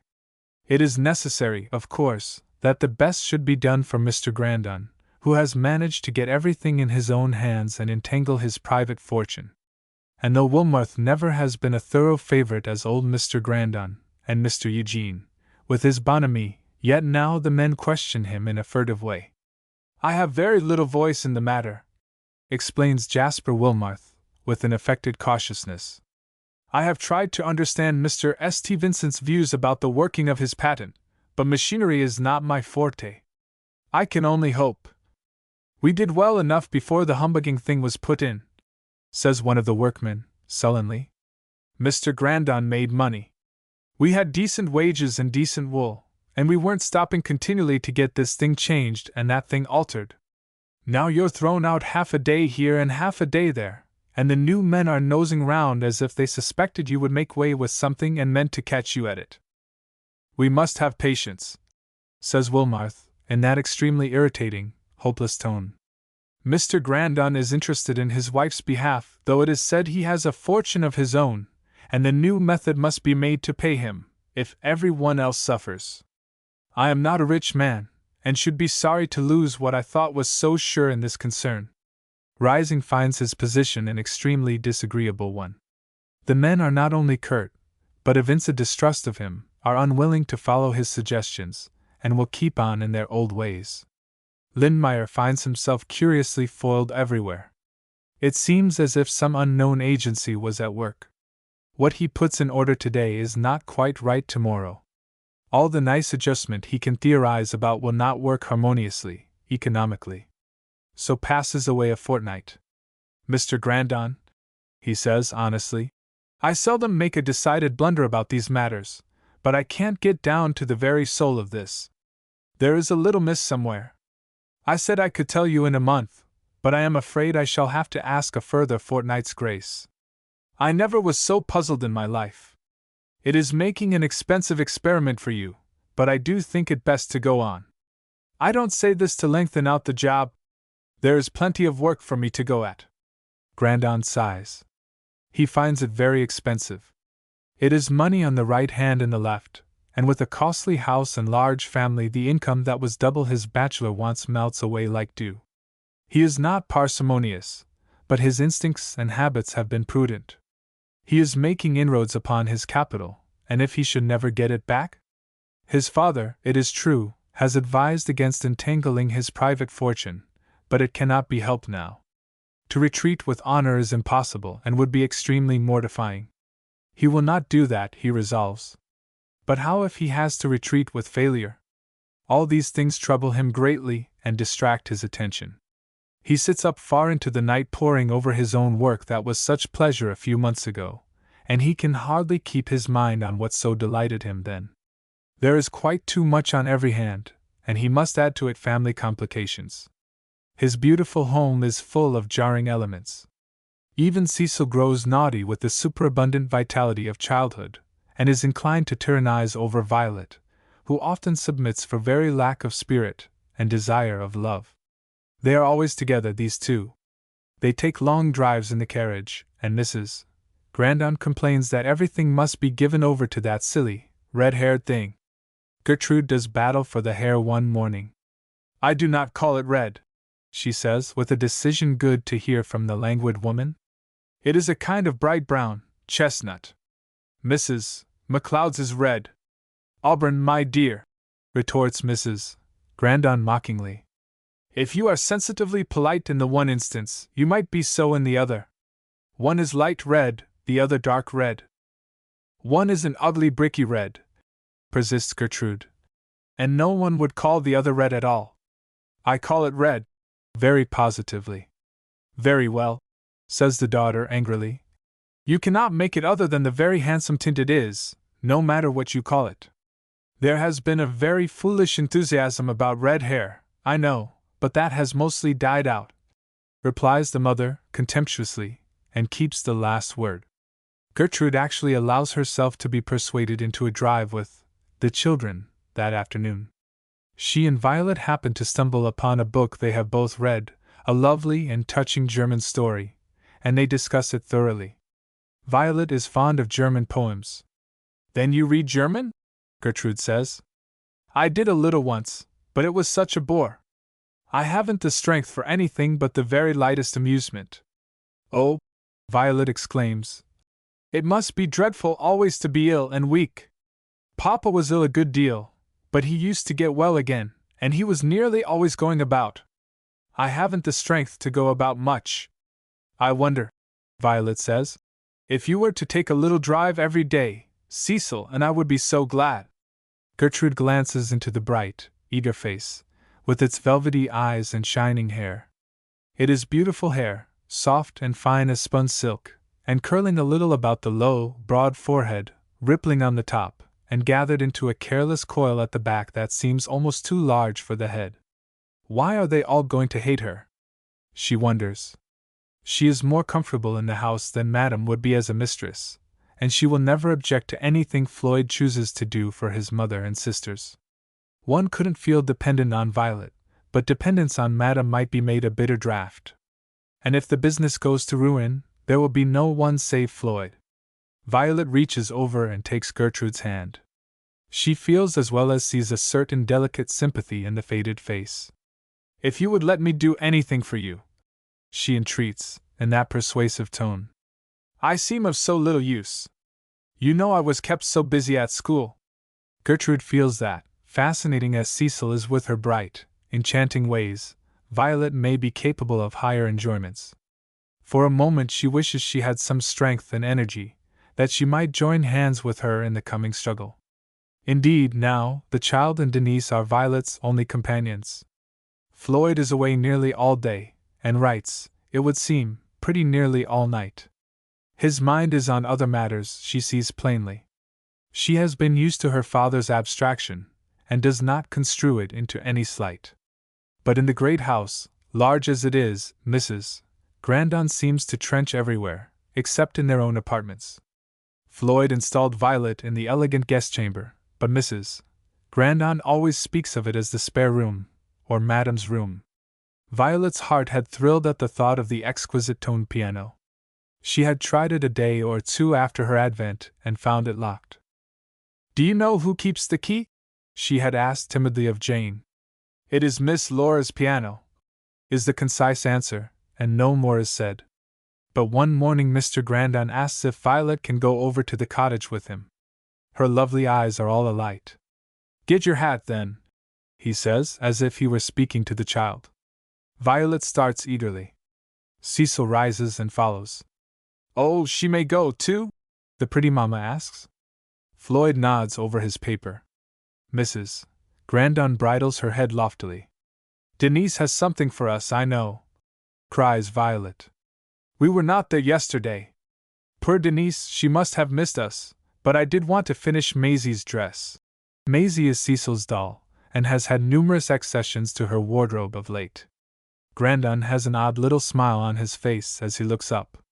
Violet and he are friends again when they are not Mr. and Mrs. Grandon. The little episode of the wedding journey has faded, or at least has borne no further fruit. Yet as the days go on she feels more at home in the friendship. Oh, she begins, in joyous accents, you have a surprise for us. She has such a pretty way of bringing in Cecil. Perhaps it is Denise. It is cream, I know, announces Cecil. Denise's variety of creams is inexhaustible. Grandon smiles again, a sort of good-humored, non-committal smile. It is something that pleases him very much, Violet decides, and a delicious interest brightens every feature. Denise welcomes them gladly. Lindmeyer has taken up his lodgings at the cottage, but the upper rooms are kept just the same. Grandon leads the way and Violet stares at the boxes in the hall. Her room is in a lovely tumult of disorder. Bed and chairs are strewn with feminine belongings. Oh, she says, uttering a soft, grateful cry. They have come! But there is so much! And she looks at him in amazement. It is not so bad, after all, he answers, touching the soft garments with his fingers, and studying her. There is a lovely dead silk, with only a very slight garniture of crepe. There is the tenderest gray, that looks like a pathetic sigh, and 2 or 3 in black, that have the air of youth, an indescribable style that only an artist could give. But the white ones are marvels. One has deep heliotrope ribbons, and another crepey material seems almost alive. There are plain mulls, with wide hems, there are gloves and sashes and wraith-like platings of tulle, a pretty, dainty bonnet and a black chip hat, simple and graceful. Madame Vauban has certainly taken into account youth, bridehood, and the husband's wishes.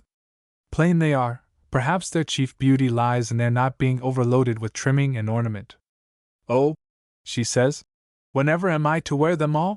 Her black dress has done morning duty so far, but the summer heats have rendered white much more comfortable.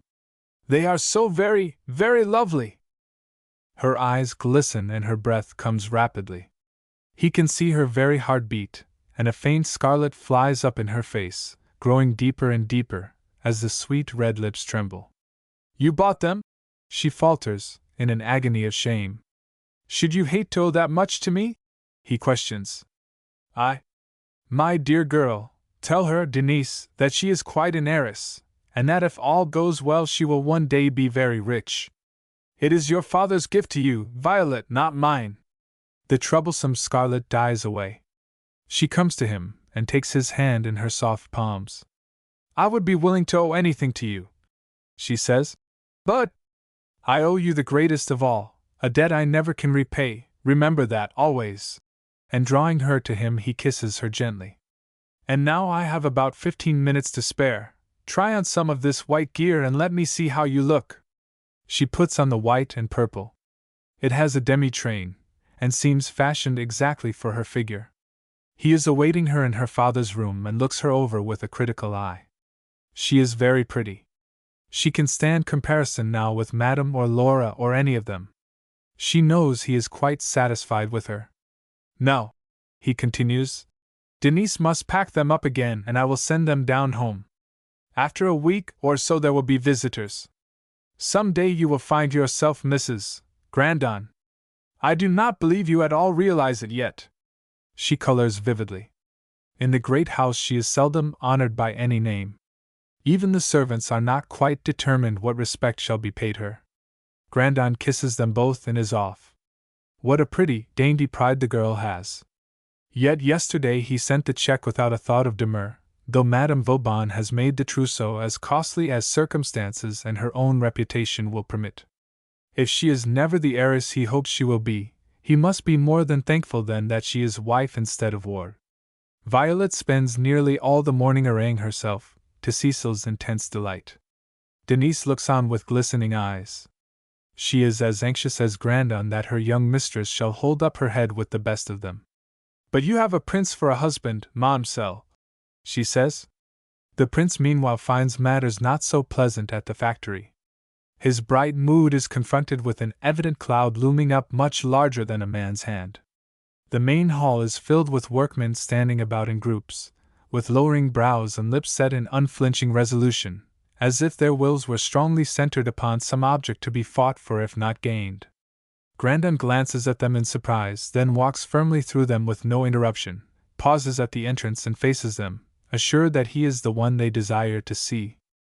One of the men, sturdy and dark-browed, steps forward, clears his throat, and with a half-surly inclination of the head begins, Mr. Grandon, and then something intangible awes him a trifle. They may grumble among themselves, and lately they have found it easy to complain to Mr. Wilmarth, but the unconscious air of authority, the superior breeding, and fine, questioning eyes disconcert the man, who pulls himself together with the certainty that this gentleman, aristocrat as he is, has no right to set himself at the head of the business and tie everyone's hands. Mr. Grandon, with a sort of rough, sullen courage, me and my mates here are tired of the way things are going on. We can't work under the new man. We never had a day's trouble with Mr. Brent, who understood his business. We want to know if he is coming back at the end of the month. If not, well, if he is not, what then? The words ring out clear and incisive. Then, angrily, we'll quit. We've resolved not to work under the new one. Either he goes or we will. He will not go out until I am quite ready. Then, mates, we will knock off. We're willing to come to any reasonable terms, Mr. Grandon, and do our best, but we won't stand false accusations, and we're tired of this sort of thing. Floyd Grandon would give a good deal for a glance into the face of Rising or Lindmeyer as inspiration for his next word. It is really a step in the dark, but he is bound to stand by them. Very well, he replies. When two parties cannot get along amicably, it is best to separate. The men seem rather nonplussed, not expecting so brief and decisive a result. They turn lingeringly, stare at each other, and march toward Wilmot's office. Grandon goes straight to the workroom. Half a dozen men are still at their looms. "Oh, Mr. Grandon," begins rising, with a face of the utmost anxiety, but Lindmeyer has a half-smile on his lips as he advances, which breaks into an unmirthful laugh. "Quite a strike or an insurrection, with some muttered thunder. I hope you let them go. It will be a good day's work if you have. What was the trouble?" Grandon's spirits rise a trifle. "The machinery and the new looms have been tampered with continually, just enough to keep everything out of gear. Nearly every improvement, you know, has to fight its way through opposition in the beginning. The men declare themselves innocent, and puzzled over it, but it certainly has been done. There are 5 excellent weavers left," Rising says. "I would rather go on with just those a few days, until I am able to decide 2 or 3 points. And if you don't object, I should like to remain here at night. And we shall need a watchman. A little preventive, you know, is better than a great deal of cure." Both men take the amute in such good part that Grandon gains confidence. Back of this morning's dispute there has been dissatisfaction and covert insolence, and the two are thankful that the end of the trouble is reached. Grandon returns to the office heavy-hearted in spite of all. There are victories which ruin the conqueror, and even his may be too dearly bought. A knock at the half-open door rouses him, but before he answers he knows it is Wilmarth. "Mr. Grandon," begins that gentleman, with a kind of bitter suavity, "may I inquire into the causes that have led to this very unwise disturbance among our working forces? I think the men are better able to tell their own story. They made an abrupt demand of me that Mr. Rising must be dismissed or they would go. Our agreement was for a month's trial, and the month is not ended. I stand by my men." Grandon's voice is slow and undisturbed by any heat of passion. "But you do not know, perhaps. They were unjustly accused." "Unjustly?" That one word and the peculiar tone it is uttered checks Wilmarth curiously. "Mr. Grandon," and he takes a few quick steps up and down the room, "do you assume that I have no rights, that you have all the power, judgment, and knowledge requisite for a large establishment like this, when it is quite foreign to any previous experience of yours? Is no one to be allowed a word of counsel or advice? Or even to know what schemes or plans are going on? Mr. Wilmarth, all that was settled at Mr. Sherburne's office. It was decided that, being the executor and trusted agent of my father, and also the husband of Miss St. Vincent, gave me the controlling voice, and you consented to the month's trial. And am I to stand idly by and let you drive the thing to ruin? Discharge workmen, break contracts, shut up the place, and have no voice in the matter? You had a voice then. But you very wisely withheld the outcome of your plans. I should not have consented to my own ruin. Mr. Wilmarth, if you can decide upon any reasonable price for your share, I will purchase it. It cannot be a comfortable feeling to know yourself in a sinking ship, with no means of rescue. If you are doubtful of success, name your price." He tries to study the face before him, but the Sphinx is not more inscrutable. Yet he feels that from some cause Wilmarth hates him, and therein he is right. To be thwarted and outgeneraled is what this black-browed man can illy bear. To receive a certain sum of money and see his rival go on to success, with a comparatively smooth pathway, is what he will not do. Floyd Grandon shall purchase his victory at the highest, hardest rate. "I may be doubtful," he begins, in a slow, careful tone, which Floyd knows is no index to his real state of mind. "But that does not say I am quite despairing. I had the pleasure of working most amicably with your father, and receiving a fair return on my investment. I have had no dissensions with your brother, who is really my working partner. Your father was more sanguine of success than I, but I am well aware that if business men give up at the first shadow of unsuccess, a wreck is certain. I have no desire to leave the ship. The business suits me. At my time of life men are not fond of change. What I protest against is that if I, with all my years of experience, find it best to go slowly and with care, you shall not precipitate ruin by your ill-judged haste. How much does this man believe? What are his aims and purposes? What is under the half-concealed contempt and incredulity? If he has cherished the hope of getting the business into his hands, he must feel assured of success. Floyd Grandon is not a lover of involved or intricate motives.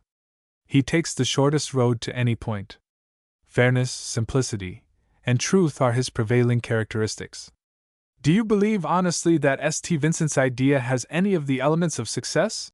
He demands, incisively. Wilmarth shrugs his shoulders and the useful sneer crosses his face. Mr. Grandon, he answers imperturbably, I have seen the elements of success fail from lack of skillful handling. You propose for the hand of Miss St. Vincent. And then Grandon could bite out his tongue if it would recall the words.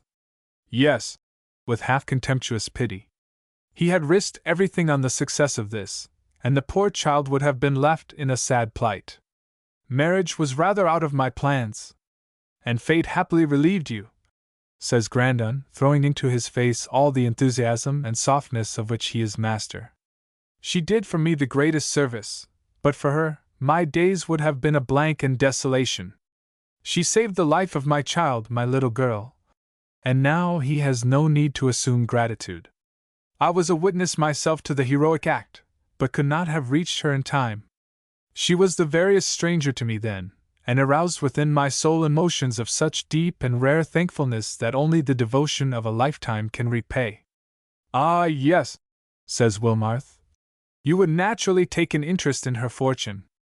If you mean by that wealth, and he feels as if he could throttle the man, I shall care for her interest as I do for my mother or my sisters. Whatever the result, it is all in her hands. I had no need to marry for money. We have digressed widely, suggests Wilmarth, and he hesitates, a little uncertain how to make the next move tell the most cuttingly. But you see, with all this in view, I am not likely to rush headlong to ruin. I have taken some of the best counsel I could find. My experience is that a man who firmly believes in the success of what he undertakes is much more likely to succeed, and this Lindmeyer does. Rising has had charge of a large factory in England. The least I can do is to give them every chance in my power to do their best, and that they shall have. And the men? They have acted according to their best judgment. And now it is Grandon's turn to smile grimly. They may be mistaken. If so, that is their misfortune. I hold steadfastly to my men until the month ends, and their success will decide the new arrangements. Again Jasper Wilmarth has been worsted. When he started the disaffection among the men he did not count on its culmination quite so soon, and again he has unwittingly played into Floyd Grandon's hands. How fatally he knows best himself. Then the men are to consider themselves discharged. They are to consider that they discharged themselves, says the master of the situation. Chapter 12. If you observe us, you will find us in our manners and way of living most like wasps. Aristophanes. Aristophanes. She sits on the wide, fragrant porch with her lovely stepdaughter, watching for the return of her husband and his German friend, with whom he has no end of business. Certainly Violet makes a most amiable wife. She finds no fault with the all-engrossing business, even in this honeymoon month, but contents herself with Cecil and Denise, with rides and walks, and days spent at the cottage. Denise instructs her in cookery, but she feels as if she should never need the knowledge since Mrs. Grandon Mare is at the head of the great house, with servants to do her bidding. Violet is musing now over a talk had with Gertrude this afternoon. She was trying to persuade her to join them for a drive. It seems such a dreary life to lie here on the sofa when there is the wide, glowing out of doors. Our quiet times will soon come to an end, says Gertrude complainingly. Marcia returns presently, and Laura will no doubt come back for a visit, but we are rid of her as a permanency. And she flavors her speech with a bitter little laugh. What is Laura like? She is only a year older than I, rejoins Violet. But 10 years wiser. She has achieved the great aim of a woman's life, a rich husband. Violet colors delicately. She has a rich husband, but it was no aim of her life. What is Marcia like? She inquires timidly. She will fret you to death in a week, a faded flirt with the air of 16, Who sets up for a genius? Get her married if you can. It is fortunate that there is some dispensation of fate to take people out of your way. I never had a sister, Violet says, half regretfully. Well, you will have enough of us, is the rejoinder. Though I shall try to make no trouble. A book and a sofa satisfy me. Were you always ill? And you must have been pretty. You would be pretty now if you had some color and clearness, such as exercise would give you. Gertrude is comforted by the naive compliment. No one ever praises her now. I was pretty to someone a long while ago, she says pathetically. It suggests a lover. Oh, do tell me, cries Violet, kneeling by the sofa. Marriage is marriage, of course, and Denise has instructed her in its duties, but is not love something accidental, not always happening in the regular sequence? It is not much, confesses Gertrude. But it once was a great deal to me. I was engaged, and we loved each other dearly. I was soon to be married, the very first of them all, but he went wrong and had to go away in disgrace. It broke my heart. Oh! And Violet kisses her, with tears on her cheek. No wonder she is so sad and spiritless. I don't mind now. Perhaps it would have been no end of a bother, and I'm not fond of children. Cecil is the least troublesome of any I ever saw, but I couldn't have her about all the time, as you do. Yes, it seemed at first as if I must die, she says, in a curious past-despairing tone. He may come back, suggests Violet. Oh, no! And then one couldn't be disgraced, you know. But it was mean for Laura always to be flaunting her good fortune in my face. I'm glad she is married, and I only wish Marcia was going off. We could settle to comfort the rest of our lives. Violet is thinking of this brief, blurred story, and wondering how it would seem to love anyone very much beforehand. She has been trained to believe that love follows duty as an obedient handmaid. She likes Mr. Grandon very much. He is so good and tender, but of course he loves the child the best. Violet is not a whit jealous, for she does not know what love really is in its depth and strength. But it is a mystery, a sort of forbidden fruit to her, and yet she would like one taste of what some have found so sweet. The carriage wheels crumble her reverie to fine sand. She is not sure whether it is proper to come forward, and there are two more in the carriage, a bright, beautiful woman that she fancies is Madame Lepelletier. Mrs. Grandon does not leave her in doubt as she hastens forward with a really glad exclamation. My dear Laura! Wasn't it odd? Says dear Laura. We really were not meaning to come up today, our hands were so full, but we met Floyd on Broadway, and here we are. She steps out, stylish, graceful, with that unmistakable society air some people never acquire.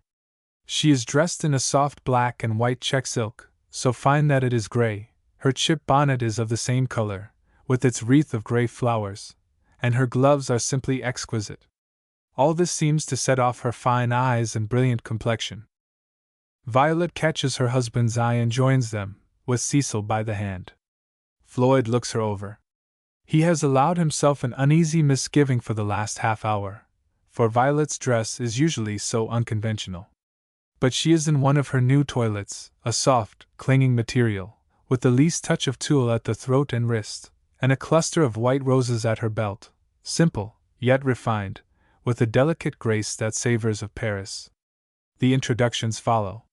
There is Professor Frailgrath, quite different from their old, round, bald German teacher. He is tall and martial-looking, with a fine head, and hair on the auburn tint, a little curling and thin at the edge of the high forehead.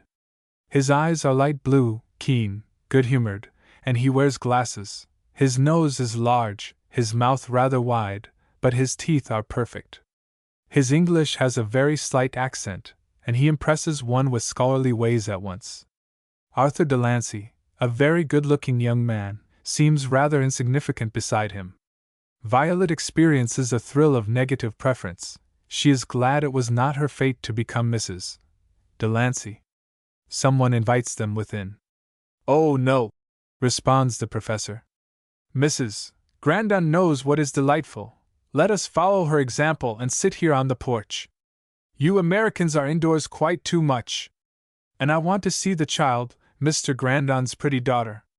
I must be excused then, declares Laura. They may entertain you, Arthur, but I must see Mamma and take off my bonnet. The others seat themselves in the bamboo veranda chairs. Cecil is seized with a fit of shyness, which proves coaxable, however. Violet feels compelled, as sole lady, to be entertaining, and acquits herself so well that in a few moments her husband forgets his recent anxiety about her. Laura follows her mother upstairs. What did possess Floyd to make such an utter fool of himself? She asks. When you wrote, I was struck dumb. That little ninny! You have just hit it. A girl who still plays with dolls, and who learned nothing in a convent but to count beads and embroider trumpery lace, says the mother, contemptuously. And he might have had Madame Lepelletier. She has been such a success at Newport, and she will be just the envy of New York this winter. She is going to take a furnished house, the Escots. They are to spend the winter in Paris, and Mrs. Latimer says the house is lovely as an Eastern dream. I never can forgive him. And he offered her to Eugene. Offered her to Eugene, repeats the mother. Yes. He had hardly reached Lake George when the Grand Seigneur insisted upon his coming back and espousing Miss St. Vincent, very Frenchy, was it not? But Eugene did not mean to be burdened with a dead weight all his life. We have had enough botherment with that miserable patent, not to have a beggarly girl thrust upon us. Mrs. Grandon is struck dumb now. Eugene has missed a fortune. Why does everything drop into Floyd's hands? I don't know about that, she answers. It is a wretched choice for Floyd. She is a mere child compared to him, and she would have done better for Eugene. The patent is likely to prove a success. In that case, the St. Vincent fortune is not to be despised. Oh, Mamma, Mr. Wilmarth assured Eugene that Floyd never could get back the money he was sinking in it. He must know. You do not suppose Floyd was counting on that chance, do you? I don't know what he was counting on, says the mother angrily. Only he seems to take the best of everything. But fancy Eugene marrying to order! And Laura laughs lightly. I believe it was a plan of Mr. St. Vincent's in the first place. Well, the silly little thing is not much to look at. Mamma, do you know this Professor Frailgrath is a great German savant and traveler? He and Floyd have been writing a book together about Egypt or Africa or the Nile. Mr. Latimer's club is to give him an elegant reception. Mrs. Latimer met him while they were at Berlin 3 years ago, when he had just come from some wonderful explorations. Oh, if Madame Lepelletier were only here, she would make Floyd one of the lions of the day. What an awful pity he is tied to that child! And it was so mean of him not to come to Newport, as he promised. The whole thing is inscrutable. It was a hurried, tangled-up mess. I don't pretend to understand it. I don't believe he cares for her, but the thing is done, the mother says desperately. I was curious to see her, and when Floyd asked us so cordially to come I would have put off everything. We are to go back again tomorrow, and I am delighted to meet the professor, not that I care much for the Nile or the ruins of buried cities, unless some rare and beautiful jewelry comes to light. And she laughs. My bracelets have been the envy of half Newport. I wonder, but I suppose Floyd will save the rest of his trumpery for her. You have not been deposed, ma mère. The set expression in Mrs. Grandon's face indicates that deposing her would be a rather difficult matter. Laura meanwhile has washed her face and done her hair. She rummages in a drawer for some fresh laces she remembers to have left behind, and makes herself quite elegant. As they go downstairs, Mrs. Grandon slips the key in the piano, and then makes inquiries concerning the dinner. The foolish little thing, in her pretty willow rocker, has made herself entertaining to the German professor, who is not long in finding that she is quite well read in orthodox German literature, except the poets, and there her teacher has allowed a wide range. She is yet too young for it to have touched her soul, but her eyes promise a good deal when the soul shall be really awakened. And he thinks of the story his friend has told, of her saving his little girl, and pays her a true, fervent admiration that puzzles Laura extremely. Violet does not get on so well with Mr. Delancey, for she knows nothing of society life. But Laura can. Shine her down, and does it speedily. Cecil is sitting on her papa's knee, and he is very content until he finds presently that Violet has lapsed into silence. Laura has the talk with both gentlemen, and is bringing them together in the clever way known to a society woman. Then they are summoned to dinner.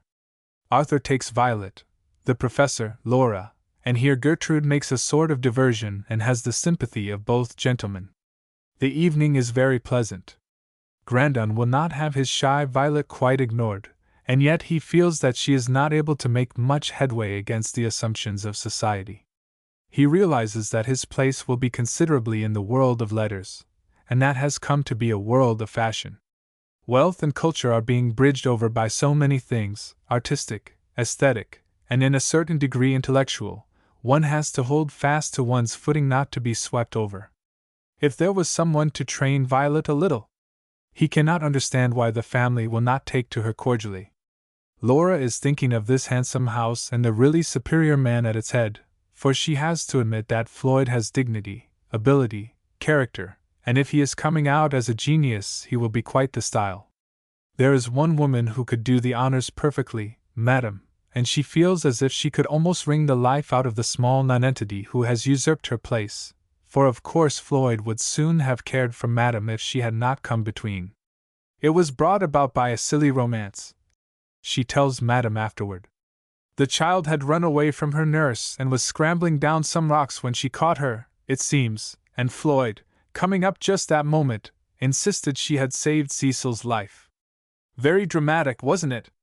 And Cecil is quite idiotic over her. I think she would make an excellent nursery governess.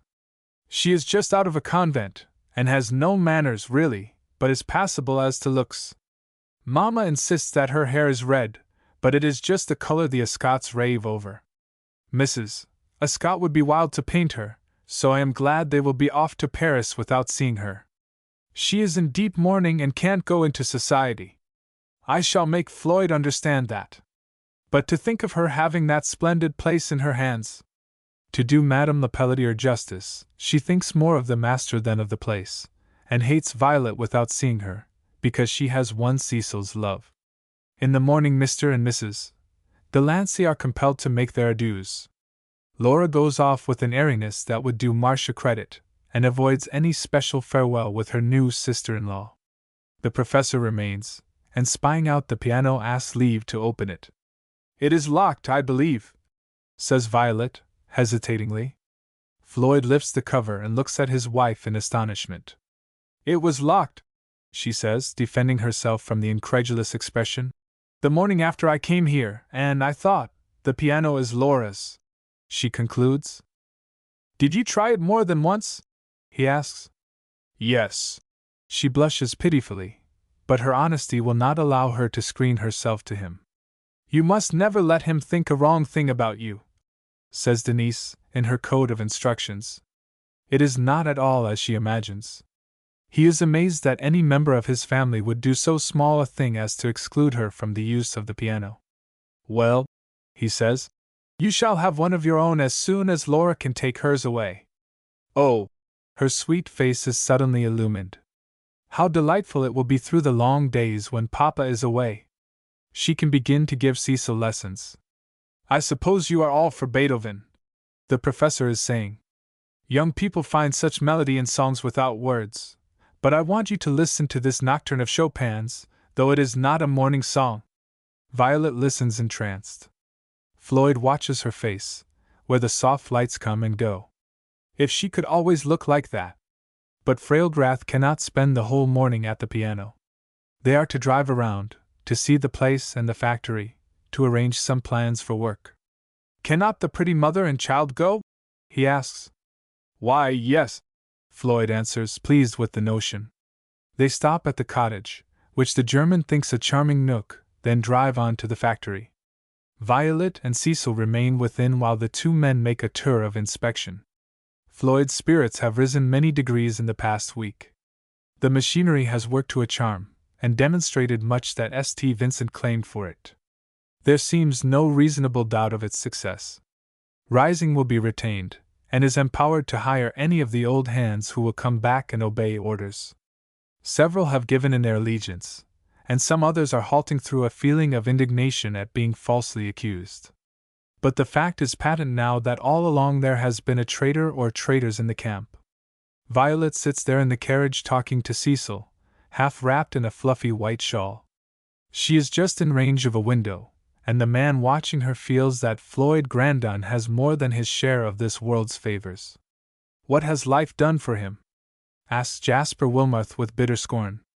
"Given him a crooked, unhandsome body, a lowering face, with its heavy brows and square, rugged features. No woman has ever cared for him, no woman would ever worship him, while dozens no doubt would allow Grandon to ride roughshod over them if he only smiled afterward. He has come to hate the man so that if he could ordain any evil upon him he would gladly. He has dreamed of being master here, and yet in the beginning it was not all treachery. Eugene Grandon was taking it rapidly to ruin, and he raised no hand to stay. From the first he has had a secret hope in St. Vincent's plans, but there was no one to carry them out. When the elder son came home the probability was, seeing the dubious state of affairs, he would wash his hands of the whole matter, and it would go, as many a man's life work had before, for a mere song. In this collapse he would take it with doubt and feigned unwillingness, and calling in the best talent to be had, would do his utmost to make it a success. But all this had been traversed by the vigilant brain of another. If that were all, he had also dreamed of the fair girl sitting yonder. A mere child, trained to respect and belief in her elders, and obedience of the old world order, secluded from society, from young men, her gratitude might be worked upon as well as her father's fears for her future. Once his wife, he would move heaven and earth for her love. She should be kept in luxury, surrounded by everything that could rouse tenderness and delight. She should be the star of his life, and he would be her very slave. There were instances of Proserpine loving her dark-browed Pluto, and sharing his world. Wilmarth had brooded over this until it seemed more than probable, certain. And here his antagonist has come with his inexorable check. A perfect stranger, with no hatred in his soul, only set upon by fate to play strange havoc with another's plans, to circumvent without even knowing what he did. If the place had to pass into other hands, as well his as a stranger's, he has reasoned. He was as well off as if Mr. James Grandon were alive, and he had not railed at fate then. It was because he had seen possibilities, the awful temptations of human souls. It is when the weak place is touched as by a galvanic shock that in the glare of the light we see what might be done, and yield, fearing that another walking over the same road will pause and gather the price of some betrayal of honor, while we look back with envy, the envy of the tempted, not the unassailable. And because Violet St. Vincent sits there in another man's carriage, this other man's wife, he feels that he has been defrauded of something he might have won with the better side of his nature, which will never be called out now. They will go on prospering. There is no further reason why he should bend a wire, slip a cog, or delay the hurrying wheels. Since Grandon has achieved all, then let them make money, money for which he has little use. Cecil gets tired, and Violet tells her a story. They are almost to the end when the gentlemen come, but Cecil is exigent, and the professor politely insists. He is fond of even the fag end of a story, so that it turns out well, and then he will entertain the little miss. Violet finishes with blushes that make her more charming every moment, and Grandon finds a strange stirring in his soul as he watches this pretty girl. He is glad she is his. Sometime, when the cares of life press less heavily, they two will take a holiday and learn to know each other better than mere surface friends. Her Frailgrath certainly makes an unwanted interest in the great house. He is so genial, he has that overflowing, tolerant nature belonging to an ample frame and good digestion, he has inexhaustible sympathy, and an unfailing love of nature. The two men settle themselves to work in the tower room, and for hours are left undisturbed, but the early evenings are devoted to social purposes. Even Gertrude is compelled to join the circle, and Violet, whose tender heart is brooding over the lost and slain love, is so glad to see her roused a little. Frailgrath discovers one day that Violet is a really admirable German scholar. There are some translations to make, and she is so glad to be of service. Cecil objects and pouts a little in her pretty child's fashion. At this her father speaks sharply, and Violet turns, with the same look she wore on her face the day of the accident. It is almost as if she said, "You shall not scold her. Is he losing then the right in his own child?" And yet she looks so seductively daring that he smiles, softens, and kisses Cecil in a passion of tenderness. "You will spoil her," he says in a low tone. "If they could go on this way forever." But one morning brings Marcia, and the same evening Eugene, who is jaunty, handsome, and with a careless fascination that seems his most liberal inheritance. It is a very warm September evening, and Violet has put on one of her pretty white gowns that has a train, and has a knot of purple pansies at her throat. The elbow sleeves show her pretty dimpled arm and slender wrist, and her hair is a little blown about as he comes up the steps and sees her leaning on the balcony rail. What a pretty vision! Have they guests at the house? She knows him from his picture and comes forward. He guesses then who it is, but certainly Laura has not done her half justice. "Mrs. Floyd Grandon," bowing with infinite grace. She smiles at the odd sound of the name she so seldom hears. "Yes." He takes the soft, warm hand in his and is tempted to press it to his lips, but wisely refrains. His mother has seen this little tableau from the window and comes out. Even now, if Violet were Eugene's wife, she could forgive her, quite forgetting that it is not so much her fault or her election. The delightful harmony comes to a sudden end. That very evening another spirit reigns, a something intangible that makes Violet shrink into silence, and Floyd uneasy. Even Gertrude is less social. Marcia has a curious faculty of making people uncomfortable, of saying wrong things, of being obtrusive. She quite takes possession of the professor, and he hardly knows how to understand her small vanities and delusions, and is glad when the dainty French clock tolls 9, as that is their hour for working. Cecil has been remaining up, much against her grandmamma's wishes, who would have an argument every evening on the subject if she could. So Violet takes the child by the hand and wishes them good night. The gentlemen go to their study, Marcia flits away, and Eugene is left with his mother. "Upon my word," he says, "I had no idea the St. Vincent was such good form. Floyd has the lucky card everywhere. Is it really true the patent is a success and that there are fortunes in it?" "Eugene," his mother begins severely, "it would have been much better for you to have stayed at home instead of wasting time and money as you have done this summer. The lucky card, as you call it, is only taking advantage of circumstances, and if you are going to let Floyd rule everything, well, what can I help? I had no money to bolster up affairs. Wilmarth was awfully blue. I didn't suppose anything could be made of the business, it was in such a muddle. And it couldn't now, Mother, if Floyd had not sunk thousands. I don't see how he expects to get it back if we have anything. You threw away your chance." She must say this, much as she loves him. "But how could I know that she was pretty and ladylike, and would not mortify a man with her blunders? You do not suppose Floyd is really in love with her? He had the wisdom to marry her," she responds tartly, loath even now to hear her praised. "It gives him as much interest in the business as, well, more than you take. I should like to take his money and let him manage it all, since he has turned into such a splendid hand." "And what would you do?" "Why, live on my money." And the young man laughs lightly. His mother feels at that instant as if her whole life was wasted, her affection despoiled. Eugene is careless, heartless, and yet she cannot in a moment change the habit of her motherhood and unlove him. She feels that he cares very little for their welfare, that for everything she must depend upon her eldest son, and the dependence is bitter. It should not be so, and yet she has been curiously jealous of Floyd since the day Aunt Marcia took him under her wing. He has so much, the rest will have such a trifle in comparison.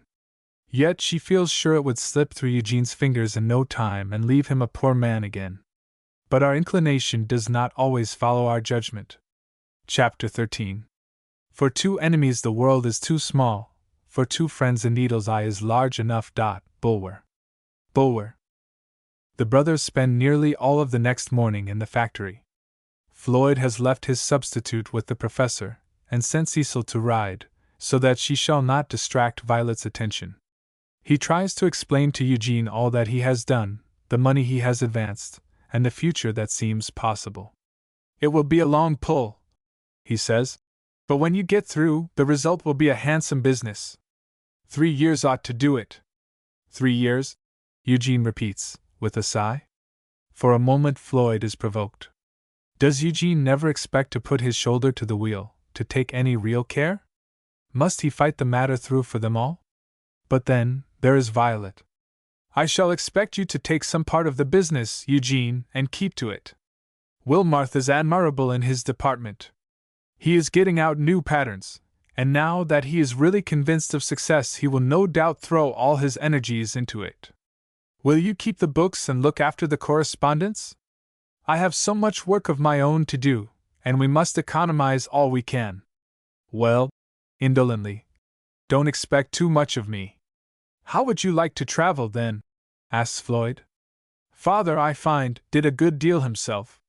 The traveling would be jolly, but I may as well be honest. I've no knack of selling. Then begin at the books, returns the elder, decisively. You ought to be able to do a man's work somewhere.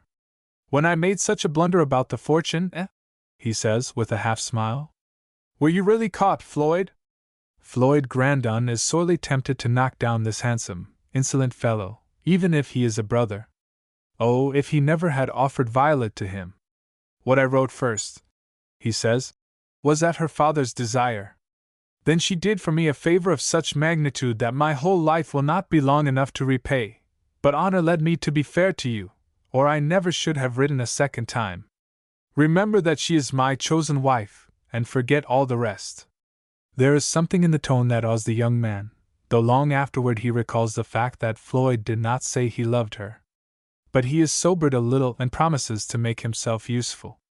Floyd has no faith in him, or his word. What a heavy burthen it all is! Laura comes up again, and is all excitement. They are staying at a hotel and Madame Lepelletier is with them, but she is going into her house in a few days, and the Delanceys hardly know whether to board or to have a home of their own. There are her beautiful wedding gifts, and there is the pleasure of giving dinners and teas. She discusses it with her mother and Marcia. Eugene, whose advice is not asked, says, "Have a house of your own by all means. Nothing is so independent as a king in his castle." Violet does not grow any nearer to her new relatives, excepting Gertrude, who has a latent, flabby sense of justice that rouses her now and then when the talk runs too high. There seems to be a grievance all around. If Floyd married her for her fortune, then it is a most shamefully mercenary piece of business. If he married her for a mistress to his home, Madame would have been so much more admirable every way, especially now that Floyd is likely to become an attractive and notable member of society. Everybody wants to see him, declares Laura, much aggrieved. Mr. Latimer was talking yesterday. I think they will give him a dinner. And this house ought to be a sort of headquarters, made really celebrated, you know. I like a good supper and a German, but it is the fashion to be literary. Everybody travels and writes a book, and just now all these queer old things have come around. I don't care a penny how long the world has stood or what people did 2,000 years ago. My good time is now, but we must keep in the stream. I count myself a very fortunate girl. I can have all that is best in fashion through Mrs. Vandervoort, and all that is intellectual through Mrs. Latimer, so you see I come in for both. Then if Floyd had married Madame Lepelletier, there would have been another set here. But that little dowdy, who doesn't even know how to dress decently. Common respect ought to teach her about mourning. Her trousseau ought to be right. It was made by Madame Vauban, interposes Gertrude. Madame Vauban! Never! Ejaculates Laura, in quite a dramatic tone. But I tell you it was. And Floyd had all the ordering, I dare say. He isn't fond of mourning. And the paying too, sneers Laura. Well, she has the cottage, and if Floyd is going to make such a fortune for her, he could pay himself back, granting he did spend his money, which I very much doubt. The fortune is yet to be made, retorts Laura, with a superior air. There may never be any. We may not ever get our own. Then, says Gertrude, poising her weapon steadily, he bought your wedding clothes as well. He is my brother. I should look well asking Arthur to pay such bills. Do let them alone, exclaims Gertrude, angrily. You married to please yourself, and so did he. If he did, I only hope there may be enough in it to keep him pleased. The marriage is utterly incongruous every way. Gertrude relapses into silence and her book. Why can they not be peaceable and let each other alone? It was so pleasant before they all came home. Marcia soon nurses up a grievance. Why is a mere child like Violet to be allowed to spend hours with this wonderful professor, pretending to translate or copy, while she, who has actually translated poems for publication, is kept outside of the charmed circle? How delightful it would be to say, "My dear, I am so busy translating with Professor Frailgrath for his new book that I have not a moment for calls." She does not cordially like the professor. He has very little appreciation of her art, and when one evening she took great pains to explain an ambitious scheme, he said, "Oh, Miss Marcia, such a thing would be quite impossible. You would want years of thorough training before you could attempt it. I should advise something less arduous and better suited to a young lady's desultory pursuits. You have no idea of intense study. Floyd," she says one morning, "why cannot I help with copying or translating? I should be glad to do something." "Oh," he answers carelessly, "Violet is able to do all, and satisfies the professor perfectly." The professor has come to feel the flurry of unrest in the air. These ladies of fashion cannot understand he is here now to work, not to be entertained. "Mrs. Grandon," he says one afternoon, as Violet folds the notes she has been making and puts them in their place. She is so orderly and exact it is a pleasure to watch her. "Mrs. Grandon, I have been thinking of a plan, and your husband allows me to consult you. I should like to take your cottage for the autumn. It is so charmingly situated, so quiet, and your old housekeeper is a treasure. The ground floor would be sufficient, and nothing would need be disturbed. Some time I might ask up a friend or two, and you could come over. The exercise would be beneficial. You grow quite too pale with so much work." "Why, yes," replies Violet, with a rift of pleasure. She would like having him there, and it would be pleasant for Denise to prepare meals and keep house regularly. And the change for her, the absolute getting away from this unfriendly atmosphere. "You may have it, certainly." "Thank you. Can you go over and make arrangements? We both need a little exercise, and we have been beautifully industrious. I do not know what I should do without your swift fingers. Will I order the carriage?" As Violet is dressing herself, an uncomfortable wonder enters her mind.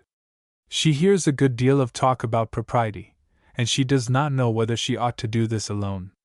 Even Cecil is out with Jane. She must ask Denise, but alas, she cannot get at her now. Gertrude is kind to her, and she might. Violet runs downstairs and relates her perplexity. "Of course you can," says Gertrude. "Married women go anywhere. But if you only would," beseechingly. "And you have never seen the cottage. Oh, please do!" And she kneels down, taking the nerveless hands in hers. Gertrude considers. She hates to be disturbed, but her book is unusually stupid, and Violet's eager, winsome face is irresistible. How can they say she is not pretty? And if there is the slightest question they will find no end of fault. She groans. "I know it is asking a good deal, but it would make me so happy, so comfortable. And you are such a dear little thing. Do you really think so? Oh, if you could care about me." And the entreaty in the voice touches the heart of the elder, as nothing has in a long while. "I will go," returns Gertrude, with unwonted decision. "I will be quick about changing my dress. There is the carriage." Gertrude is not much improved by her mourning. She looks less deathly and washed out in the soft white gowns, but there is a languid grace about her that, after all, moves the professor's sympathy. It is a better face than the other one, he thinks. Not so silly and self-sufficient. He is ever entertaining, unless deeply preoccupied, and now he addresses most of his conversation to her, and is friendly solicitous about her comfort and her health. "There are such delightful baths in Germany. Is there nothing like them in America?" he asks. "They are really so. Gertrude answers. We were in Germany once, when my health first began to break. In Germany? With that he brightens up and questions her, and Violet is pleased that she answers with interest. She so pities poor Gertrude, with her broken-off love story, and she helps the conversation with now and then a trenchant bit of her own that does not lead it away. She is so generous in this respect. She has not come to the time of life when one wishes to amass, or is it that she has not seen anything she covets? The professor is satisfied with every room. If they can put in a bed he will sleep here, and take this for his workroom. The parlor is still left for the entertainment of guests. Here is a porch and a rather steep flight of steps, where he can run up and down when he wants a whiff of the cool river breeze or a stroll along the shore. Violet explains to Denise that Professor Frailgrath will want some meals. You know all about those odd foreign soups and dishes, she says with her pretty air. And I shall come over every day to write or to read. You can't think what a businesswoman I have become. Denise raises her eyebrows a little. And Mr. Grandon? She asks. Oh, I expect he will never want to come back home. Denise, wouldn't it be lovely if we lived here, with Cecil? I wish he might want to. In her incoherent eagerness. It will be another home to us, you see, where I shall feel quite free. Why, I could even come in the kitchen and cook a dish. With that she laughs delightedly, her sweet young face in a glow. The visitors go upstairs to see the prospect, which is lovely from the upper windows. This was Papa's room. Correcting herself. She does not think of him any more as in the grave, but in that other wonderful country with the one he loves so dearly. Denise, she says one day, shocking the old woman, why should I wear black clothes when Papa is so happy? It is almost as if he had gone to Europe to meet Mama. Sometimes I long to have him back, then it seems as if I envied her, when she only had him 3 years, so long ago. Why should any one be miserable if I went to them both? You talk wildly, child, answers Denise, quite at loss for an argument. But now, when they come down, Denise has a cup of tea, some delicious bread and butter, cream cheese that she can make to perfection, and a dish of peaches. Violet is as surprised as they, and rejoices to play hostess.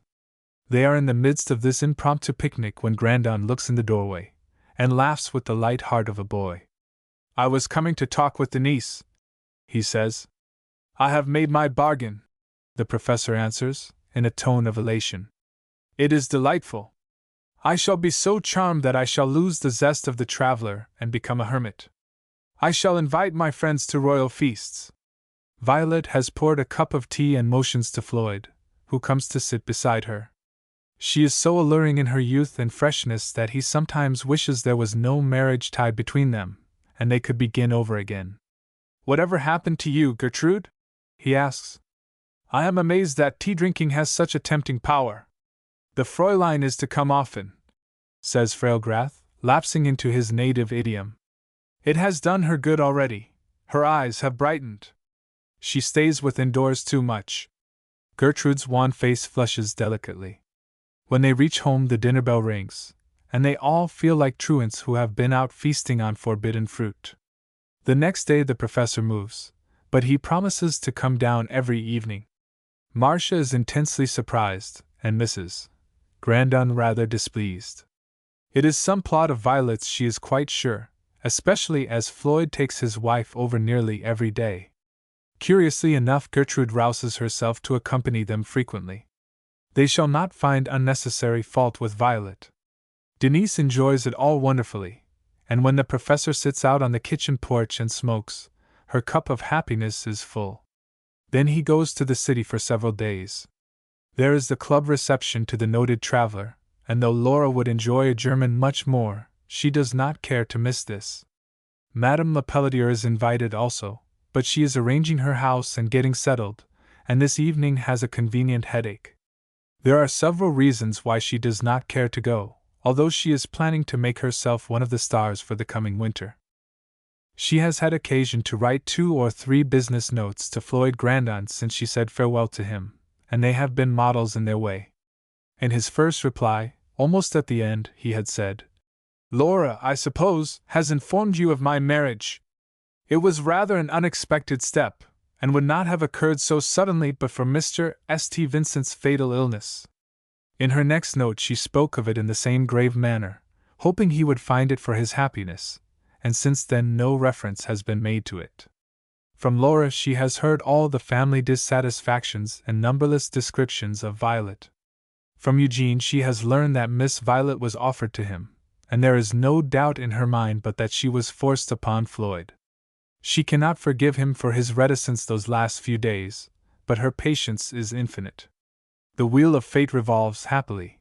It can never remain at one event, but must go on to the next. The Escott's house is a perfect godsend to her, and her intimacy with Mrs. Latimer a wise dispensation. They are all charmed with her. It could not be otherwise, since she is a perfect product of society. She hires her servants and arranges her house, which is certainly a model of taste and beauty, but she wishes to give it her own individuality. Mrs. Grandon has written to invite her up to the park, and Laura has begged her to accompany her and see the idiotic thing Floyd has made his wife. She is gratified to know they had all thought of her and feel disappointed, but she means they shall all come to her first, and this is why she will not meet Floyd Grandon at his friend's reception. There is another cause of offense in the fact that through a 2 months' acquaintance he should never have mentioned his own aims and plans and achievements. If she could only have guessed this! She is mortified at her own lack of discernment. Laura is in the next morning. Madame has chosen a gown that throws a pallid shade over her complexion, and she has just the right degree of languor. "Oh," she declares, "you have come to make me wretched, I see it in your blooming, triumphant face. You had a positively grand evening with all your savants and people of culture. Is your German a real lion in society, or only in his native wilds?" "Well, I think he is a real lion," with a fashionable amount of hesitation. "You positively do look ill, you darling, and I was not at all sure about the headache last night. Did you suppose, why, I could have sent an excuse if I had not wanted to go?" And Madame opens her eyes with a tint of amaze. "Everybody else was there, of course. Did your brother bring his wife? A reception is not a party. He had better taste than that, my dear. He would not even bring Marcia, though she was dying to come. It was for the very cream, you know. I'm not frantically in love with such things, only the name of having gone. Do you know that Floyd is rather of the leonine order? Isn't it abominable that he should have made such a social blunder? The only comfort is, she is or ought to be in deep mourning, and cannot go out anywhere. Why, we gave up all invitations last winter. I wonder, Laura dear, if I would dare ask a favor of your mother? It might be a little rest and change, and yet, I am just selfish enough to consider my own pleasure. I should like to invite her down for a fortnight, and give 2 or 3 little spreads, don't you young people call them? You see I am not quite up in slang. A dinner and 1 or 2 little teas, and an at-home evening, something to say to people that I am really here, though there have been several cards left, and I must get well for Thursday. How stupid to indulge in such an inane freak when I have uninterruptedly good health. Oh, I am sure Mamma would be delighted. Why, it is lovely in you to think of it, instead of taking in some poky old companion. I am not very fond of companions. I like visitors best. I dare say I am fickle, and I want someone able to correct any foreign ignorance that may linger about me. As if you did not know you were perfect and altogether charming, and that your little foreign airs and graces are the things we all fall down and worship," laughs Laura. "I could almost find it in my heart to wish I were a dowager. You can come without the added dignity of years. I have a motherly interest in you. If you were not married, I dare say I should ransack the ages for someone fit and proper, and turn into a matchmaker. You had better take Marcia in hand. I think of doing it myself. Gert is past hope. Marcia is not so bad," says Madame, reflectively. "If only she would not set up for a genius. It is the great fault of young American women. Abroad everything is done, even studying music, under an assumed name, but one does not go on the stage. Marcia is a fool," says Laura, with most unsisterly decision. "Well, about your mother. You think I may write? I trespassed upon your hospitality so long. Oh, whatever should I have done without you? And there's another funny thing, says Laura irrelevantly. Mrs. Floyd has taken up literature. She copies and translates and does no end of work for the professor, and he has hired her cottage, where they all do some bohemianish housekeeping, I believe. Madame raises her delicate eyebrows a trifle. She must be well trained, then, she makes answer. She may do admirably for your brother, after all. Ham, retorts Laura. What does a little writing amount to? Only it is queer. Madame never indulges in any strictures on the new wife. Rather, she treats the matter as an untoward accident to be made the best of. She is not so short-sighted as to show the slightest malice. Then she takes Laura back to the reception and is interested in hearing who was there and what was done, who was a bore, who is worth inviting, and so on, until Laura finds she has stayed unconscionably. After her visitor is gone, she writes the daintiest of epistles, quite as a loving daughter might. She means to sap all the outer fortifications. She even considers if it will not be wise to invite Marcia sometime. To say that Mrs. Grandon is delighted is a weak word. Nothing has ever so taken her by storm since Laura's engagement. She carries the letter to Floyd. Had Madame foreseen this? Of course you will go. His eyes are on the letter, where every stroke of the pen, every turn of the sentence, are so delicate. The faint perfume, which is of no decided scent, touches him, too.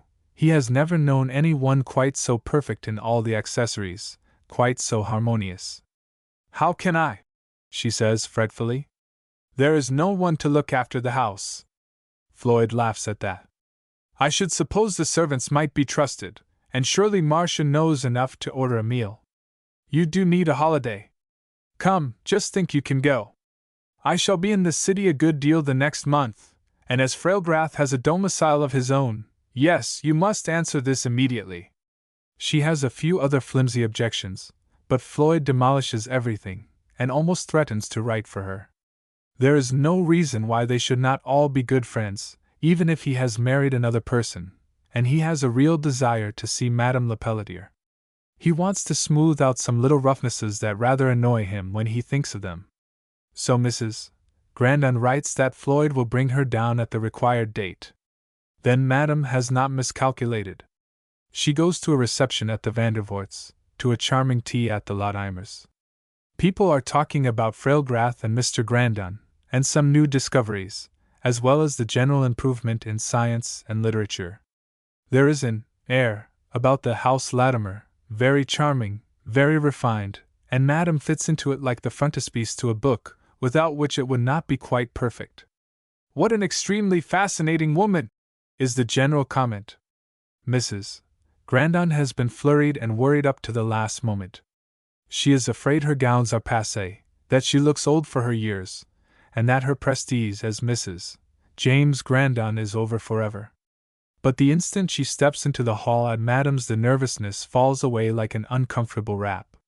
The air is warm and fragrant, but not close. The aspect of everything is lovely, cozy, restful. A figure in soft array comes floating down the stairs. I am delighted, Madame says, in the most seductive tone of welcome.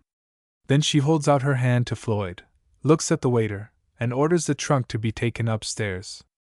I was afraid you would repent at the last moment, or that something untoward might happen, she continues. Will you sit down a moment? To Floyd. And excuse us, just for the briefest space? She waves him to the nearest of the suite of rooms with her slender hand, and escorts Mrs. Grandon up to her chamber adjoining her own, and begins to take off her wraps as a daughter might, as Mrs. Grandon's daughters never have done. The attention is so delicate and graceful. Floyd meanwhile marches around the room in an idle man fashion. It is in itself a fascination, perhaps not altogether of her choosing, but the fact of her taking it at all presupposes her being in some degree pleased. The art was all there, doubtless, but Madame has left her impress as well in the little added touches, the vase where no one expected it, the flowers that suggested themselves, played a kind of hide-and-seek game with you through their fragrance, the picture at a seductive angle of light, the social grouping of the chairs, the tables with their open portfolios. He half wishes someone could do this for the great house up at the park, give it the air of grace and interest in human life. Madame Lepelletier comes down in the midst of these musings, alone. They might have parted yesterday, the best and most commonplace friends, for anything in her face. He has an uneasy feeling, as if an explanation was due, and yet he knows explanations are often blunders. "It was very kind of you to think of taking Mother out of her petty daily round," he says. "Let me thank you." "Oh," she answers, "do not compel me to apologize for a bit of selfish motive at the bottom. And I am glad to see you. You are in the list of those who achieve greatness, I believe," with a most fascinating smile. "Or have it fall upon them as a shadow from some other source. I am not quite sure of my own prowess. That will be when I attempt something alone. I was so sorry not to meet your friend the other evening, though I hope it is only a pleasure deferred. Do you feel at home in your native land? Was it not a little strange after all these years?" "I could hardly feel strange after the cordial greeting," he says. "It was delightful. I am sorry you missed it. Will you allow me to present my friend, Professor Frailgrath, to you? If you will be so kind after my apparent incivility. You know I am so generally well that it seems any excuse on the point of health must be a— You shall not use harsh terms." And he smiles. She is the beautiful, brilliant incarnation of health, a picture good to look upon. He cannot but study her, as he has times before. The splendor of her dark eyes falls softly upon him. Her breath comes and goes in waves that would sweep over a less abundant vitality, but it is the food on which she thrives, like some wonderful tropical blossom. "Then I am pardoned," she replies. "Now, when will you bring him? Shall I make a little feast and ask in the neighbors? Shall I swell out into a grand dinner, or, let me see, covers for 4 while your mother is here?" "You shall choose." "Then I will choose the covers for 4, he replies, to her satisfaction. "The time also. You know your engagements best. Will you stay and take luncheon with us? I have ordered it immediately, for Mrs. Grandon ought to have some refreshment." Her tone is gently persuasive. Grandon studies his watch. He has just an hour on his hands. "Thank you, I will remain." Then, after a pause, "I am really glad of the opportunity. I have been so much engaged that I fear I have behaved badly to my friends. You know we always think we can apologize to them." And he indulges in a grave little smile. "Circumstances prevented my half-promised trip to Newport." If she would only make some reference to his marriage, but she sits with her face full of interest, silent and handsome. "We had to have new help in the factory. I knew so little about it that I was full of fears and anxieties, and all the family inheritance was at stake. But I think now we will be able to pull through without any loss, and if it is a success it will be a profitable one. I have been taking up some claims against the estate, and yours may as well be settled. It is my intention to get everything in proper order to turn over to Eugene as soon as circumstances will allow. My claim is so small," and she smiles with charming indifference. "It is quite absurd to distress yourself about it. You are likely to succeed in your new undertaking, Laura tells me. Why, we shall hold you in high esteem as a remarkable genius. Men of letters seldom have a mind for the machinery of business or life. My father died at a most unfortunate time for the family, it would seem, and his all was involved in this new experiment. There have been months of bad management, or none at all," with one of the grim smiles that often point a sentence. "My position is one of extreme perplexity, yet I shall endeavor to fulfill my father's hopes and wishes." "You are very generous. Not every son would place his own aims second." "I am not doing that," he interrupts hastily. "I really could not if I would. You must not make me seem heroic, for there is very little of that about me. It is trying to combine the two that makes the severity of the task, but my friend is a host in himself. To him really belongs the credit of our work. Still, I have at length discovered that the bent of my mind is toward letters and science, and in another year I hope to do something by myself. It is hard to be immersed in family cares at the same time," she answers, with the most fascinating sympathy in her eyes. Our idea of such men is in the study and the world that they charm with their patient research. I have read of women who wrote poetry and made bread, but certainly both, to be excellent, need an undivided attention. The delicate sense of the poesy and the proper heat of the oven seem naturally to conflict. He smiles at her conceit, but he has found it sadly true. There is a touch of confident faith in her voice that is delicately encouraging. He has had no sympathy for so long until the professor came, for it would be simply foolish to expect it of his own household, who are not even certain that they can confide in his sense of justice. He has bidden adieu to the old friends and scenes, and is not quite fitted to the new, hence the jarring. A silvery-toned gong sounds for luncheon. Madame goes to meet her guest and escorts her on the one side, while her son is on the other. It is a charming and deferential attention, and Mrs. Grandon rises in her own estimation, while the dreadful sacrifice her son has made looms dark by contrast. Afterward, going down the street, Floyd remembers with a twinge of shame that Violet has not once been mentioned. It was his remissness, of course. He could not expect Madame to discuss his marriage as one of the ordinary events of life, but he wishes now that he had taken the honorable step. If he only understood the turns and tricks of fashionable life. He has been in wilds and deserts so long that he has a curious nervous dread of blunders or those inopportune explanations he has occasionally witnessed. Chapter 14. To be wise is the first part of happiness. Antigone. Antigone. They are excellently served in complete order reigns at the great house, yet Mrs.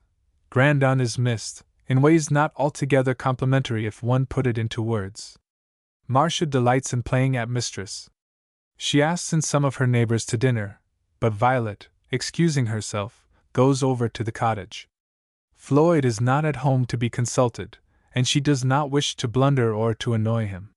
She wins Marcia's favor to a certain extent, but her favor is the most unreliable gift of the gods. She has no mind of her own, but is continually picking up ready-made characteristics of her neighbors and trying them on as one would a bonnet, and with about the same success. While the rest of her small world is painfully aware of her inconsistency, she prides herself upon a wide range of mental acquirements. She generously allows Violet to try driving Dolly, who is as gentle as a lamb. Violet draws some delicious breaths, when she feels quite like a bird, but she does not know that it is freedom. She hardly misses Mr. Grandon, who seems to be up at the factory or down to the city nearly all the time. The piano stands open, daring innovation, and she plays for hours, to Cecil's entrancement, and inducts her in the steps of a fascinating little dance. Cecil is growing quite wild and wilful at times, but she is always charming. They all go up to the cottage one day to a lunch of Denise's preparing. While Gertrude rests, Marcia insists upon visiting the place where Cecil was rescued. "You dear, brave child!" she cries, kissing Violet with rapture. "I don't wonder Floyd fell in love with you on the spot. If you could only pose just that way to me, and I could paint it! What a picture it would be for exhibition!" Violet flushes warmly, but by this time she shares the family distrust of Marcia's splendid endeavors. "Oh," Cecil whispers, clinging tightly to her hand and shuddering with awe. "If I had fallen down over all those jagged rocks! I shall always, always love you dearly, Papa said I must." How like a dream that far-off day appears. There is a bit of wood fire burning on the hearth when they return, for Violet remembers that Gertrude is always cold. The table is simple and yet exquisite. Marcia is crazed with the china and some silver spoons that date to antiquity, or the first silversmiths. "If I had money," she begins, when her appetite is a little sated. "If I had money I should have a house of my own, kept just to my fancy, with an old French servant like Denise, only," glancing around, "it must be severely artistic. It is so hard that women cannot make fortunes," with a long sigh. "I should enjoy one made for me quite as well," rejoins Gertrude, who is always annoyed by Marcia's assumptions of or longings for manhood. "What a lucky girl you are, or will be if Floyd's plans come out right." And Marcia nods to Violet. "Only I should hate all that wretched waiting. How long must I wait?" There is a lurking smile in Violet's brown eyes. "How long, don't you know?" accenting the words with surprise. Why, this is quite a mystery. I have heard of heiresses being kept in the dark for evil purposes. And Marcia gives her head an airy toss. Have you never seen your father's will? Until you are 25, but I shouldn't feel at all obliged to Floyd for tying it up so securely. I dare say he could have persuaded your father differently. Violet colors with a curious sense of displeasure. Gertrude gives a warning look, and for fear of that failing in its mission, touches Marcia's foot under the table. I suppose they both did what they thought best, Violet says, hurt somehow at the signal and a consciousness of some secrecy. Oh, of course, of course. Men always do take their own way. They think they are so much wiser than women, selfish beings, exclaims Marcia, on another tack. Gertrude bestirs herself to make a diversion, but a latent wonder lingers in Violet's mind. She does not really care about any knowledge being kept away from her, and she has known all along that she was something of an heiress. Did not Mr. Grandon admit that when they talked about the trousseau? A sense of mystery comes up about her like a thick, gray mist, and she shivers. She cannot tell why, but the joy of the day is over. When they reach home there is company for Marcia, two especial guests, that she takes up to her sanctum, and is seen no more until the dinner bell summons her.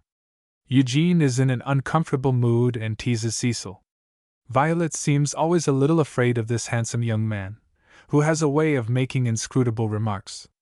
Her music is melancholy this evening, and Cecil is difficult to please, so she is glad when bedtime comes and with it a resume of the times of the wonderful Haroun al-Raskit.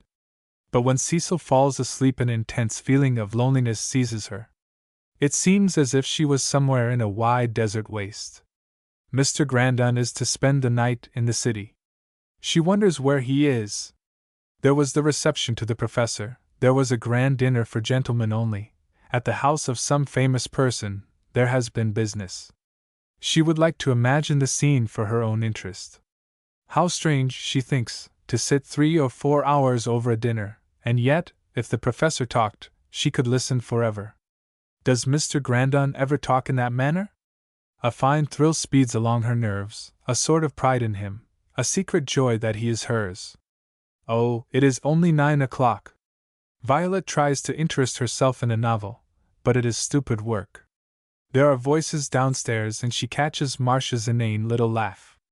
They never asked her down, because she is in deep mourning, and Gertrude has kindly told her that people do not go in society for at least 6 months when they have lost a near relative. She has been married only 2 months, and it has seemed as long as any other 6 months in her whole life. Then she wonders why the marriages of books are so different from the marriages of real life. There was Linda Radford, one of her schoolmates, who went away last year to be married to an Englishman and live at Montreal.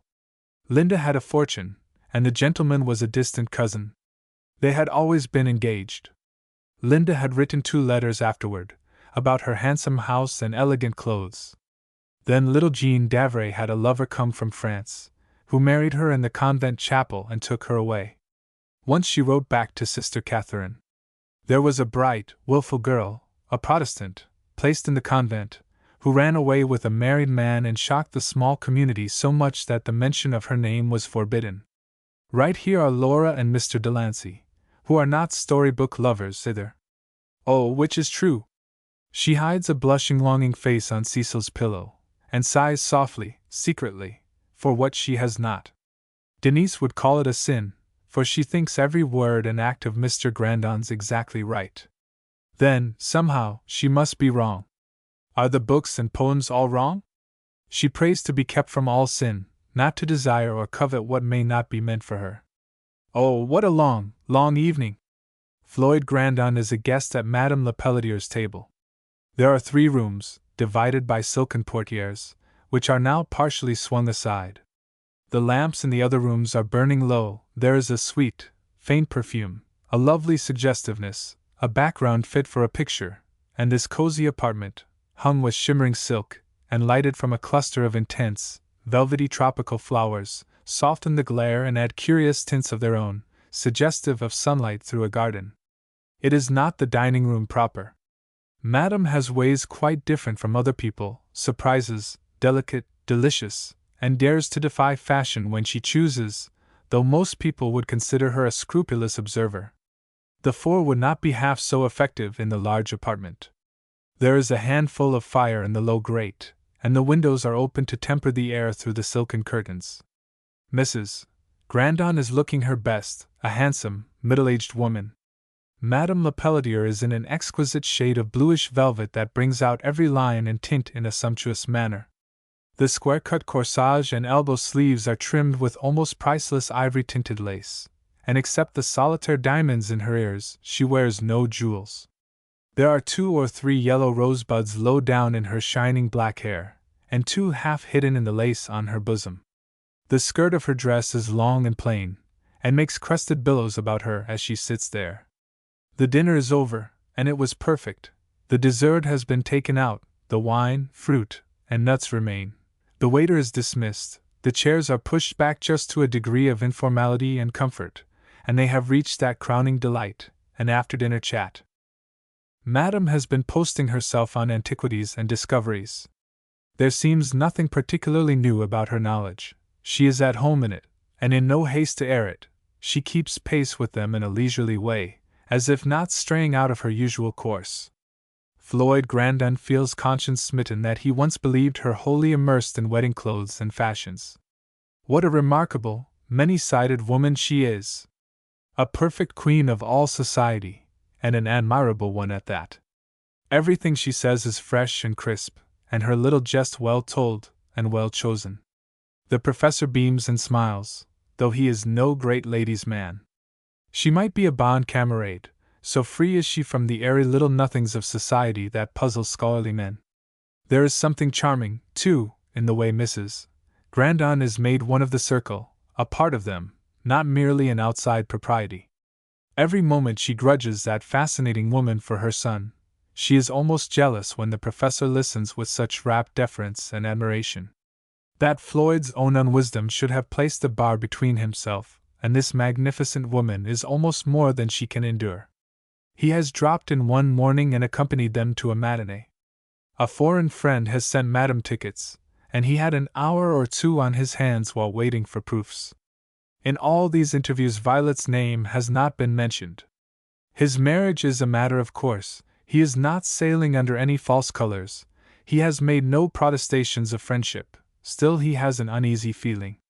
If Violet only could go into society, yet he knows intuitively the 2 women never could be friends, though he has no great faith in the friendship of women for women.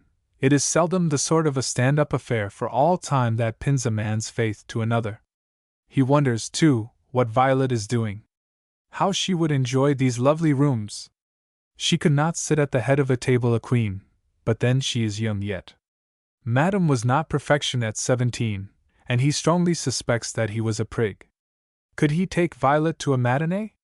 If there was someone he dared ask. It is midnight when the 2 men walk home to their hotel. Grandon feels as if he has taken too much wine, though he is always extremely moderate. She is perfection, declares the professor, enthusiastically. You have many charming women, but I have seen none as superb as she. There is an atmosphere of courts about her, and so well informed, so delicate with her knowledge, not thrusting it at you with a shout. You have given me the greatest of pleasure. If I were not an old tramp, with a knapsack on my shoulder, I do not know what would happen. I might be the fly in the flame. Floyd laughs amusedly. There is about as much danger of Frailgrath falling in love with her as there is of himself. Would he have, he wonders, if other events had not crowded in and almost taken the right of choice from him? It would not have been a bad match if Cecil had loved her, and she does love Violet. His heart gives a great throb as he thinks of the 2 in each other's arms, sleeping sweetly. All the passion of his soul is still centered in Cecil. Yet he feels a trifle curious about himself. Is he stock or stone?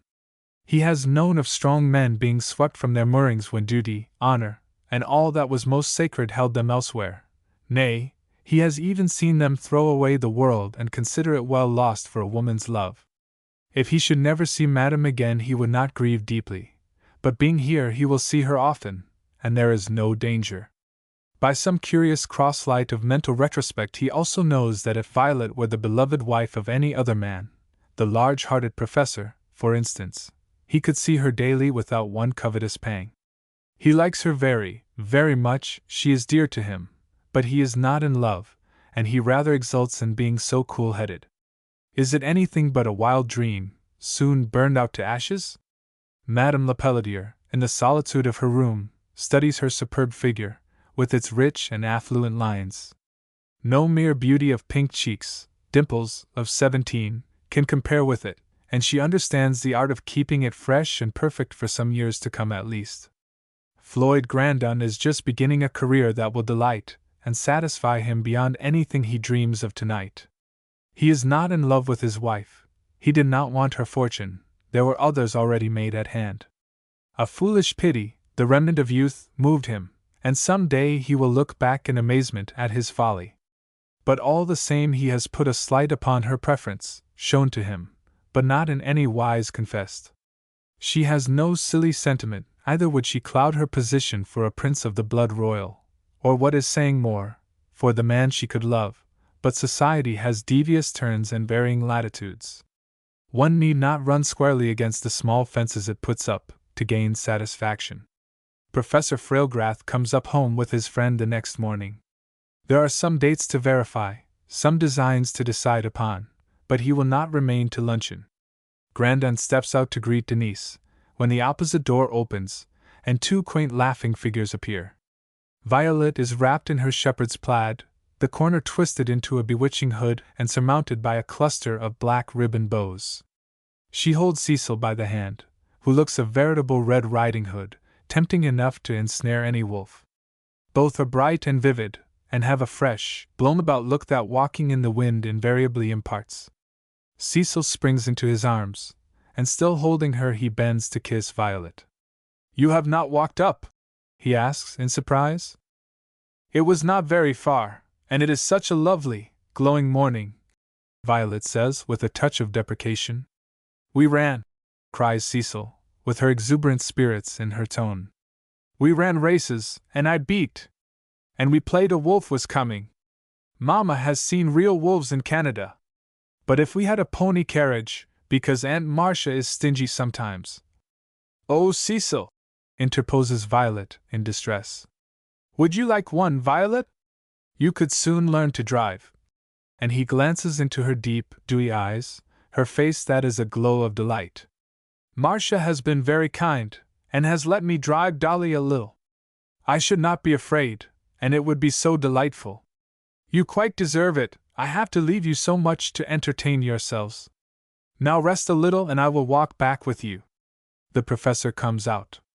"They will stay for lunch, good Denise," he announces, quite peremptorily. "Good morning, Mrs. Grandon. Good morning, little one. We have been sadly dissipated fellows, going around on what you call larks, and you ought to scold us both."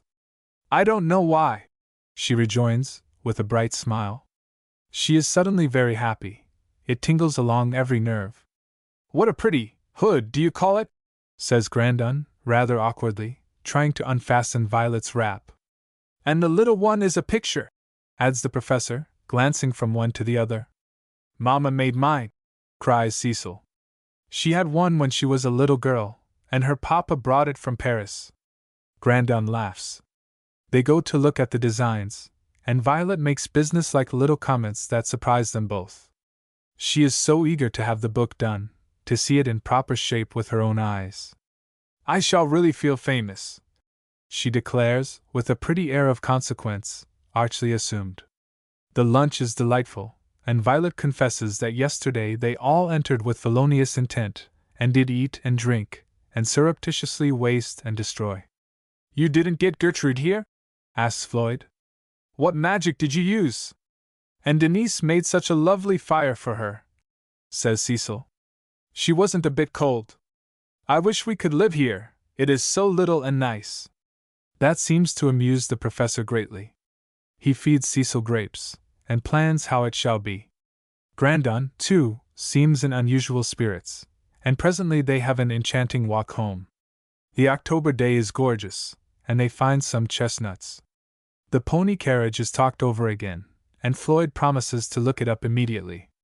That evening at dinner, Marcia says suddenly, "Did you and the professor dine with Madam last night? Mother's letter came this morning, in which she spoke of expecting you. Of course, Madam looked like a queen in the folds of her wine-dark velvet dress. It was blue or green or something, only not wine color," says Floyd. "Was anyone else there?" "No, it was just for the professor. She might have had the goodness to remember there were more in the family. Mrs. Grandon and myself," declares Eugene, almost in a tone of vexation. "What was the opera? I think you are getting very—" "Martha," he interrupts quickly. "An acquaintance of Madame's sang as Plunkett, and did extremely well, a young Italian who only a year or two ago lost his fortune. Brignoli used to be divine as Lionel," says Marcia. "I don't believe I should like another person in that role. Of course, Madame is making a great sensation in New York. What a wonderfully handsome woman she is, and do you remember, Gertrude, whether anyone ever made any great fuss about her in her youth?" Gertrude colors at this thrust of ancient memory. "She is the handsomest woman I ever saw," begins Eugene, and his glance falls upon Violet. "Of course she was handsome always, and you need not hint enviously of a lost youth, Marcia. She looks younger than any of you girls today. There wasn't one at Newport who could hold a candle to her. The men were mowed down en swaths. Not one could stand before her. Then I say she is a coquette," is Marcia's decisive reply. "I dare say there will be no end of dinners and Germans and lovers. It's fearfully mean in Laura not to take a house for the winter and invite a body down. It is horrid dull here. Floyd, do you mean to stay up all winter?" "Why not? I have not spent a winter here since I was a boy, in the old farmhouse with Aunt Marcia. What an awful place it was!" Marcia is quite forgetting her role of severe high-art. "I believe she always chose the coldest days in winter and the warmest days in summer to invite us. I don't see how you endured it." "I not only endured it," says Floyd meditatively, "but I liked it." "Well, one might like it with a fortune in the background," Eugene rejoins, with covert insolence.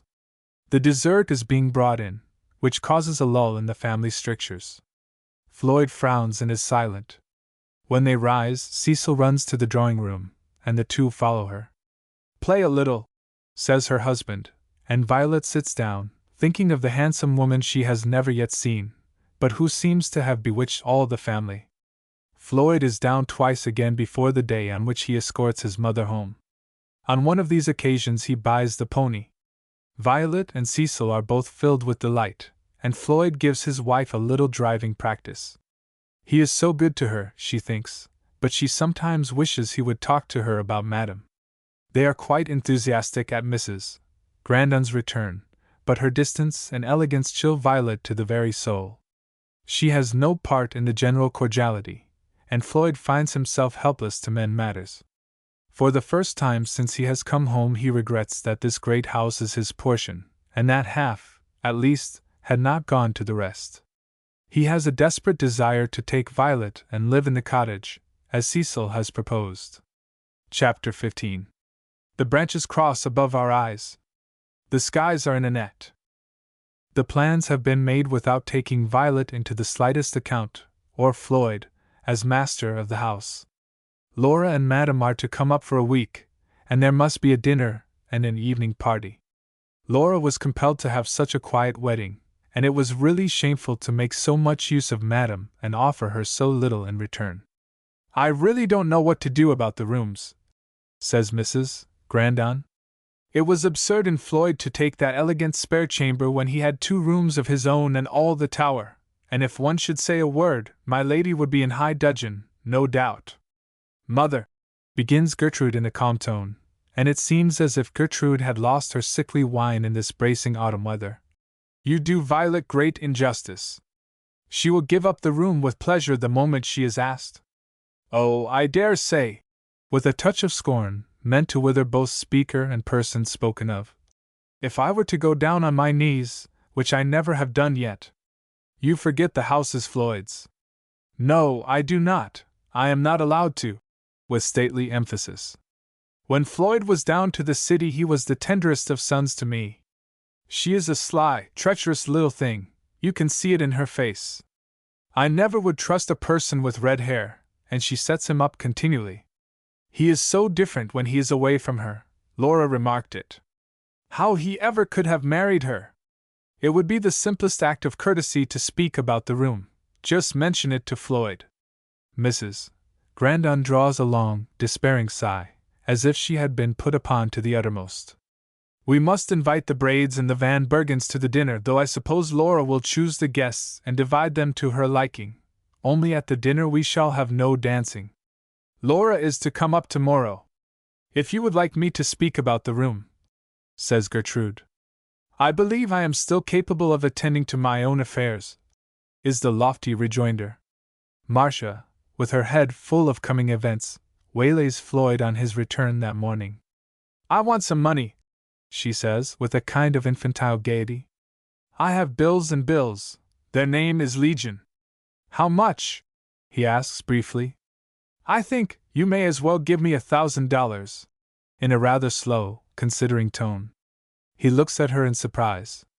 Well, and she tosses her head, setting the short curls in a flutter. Is $1,000 so large a sum? You had better think before spending it, he answers gravely. You will then have 4,000 left. It is my own money. I know it is. But, Marcia, you all act as if there was to be no end to it.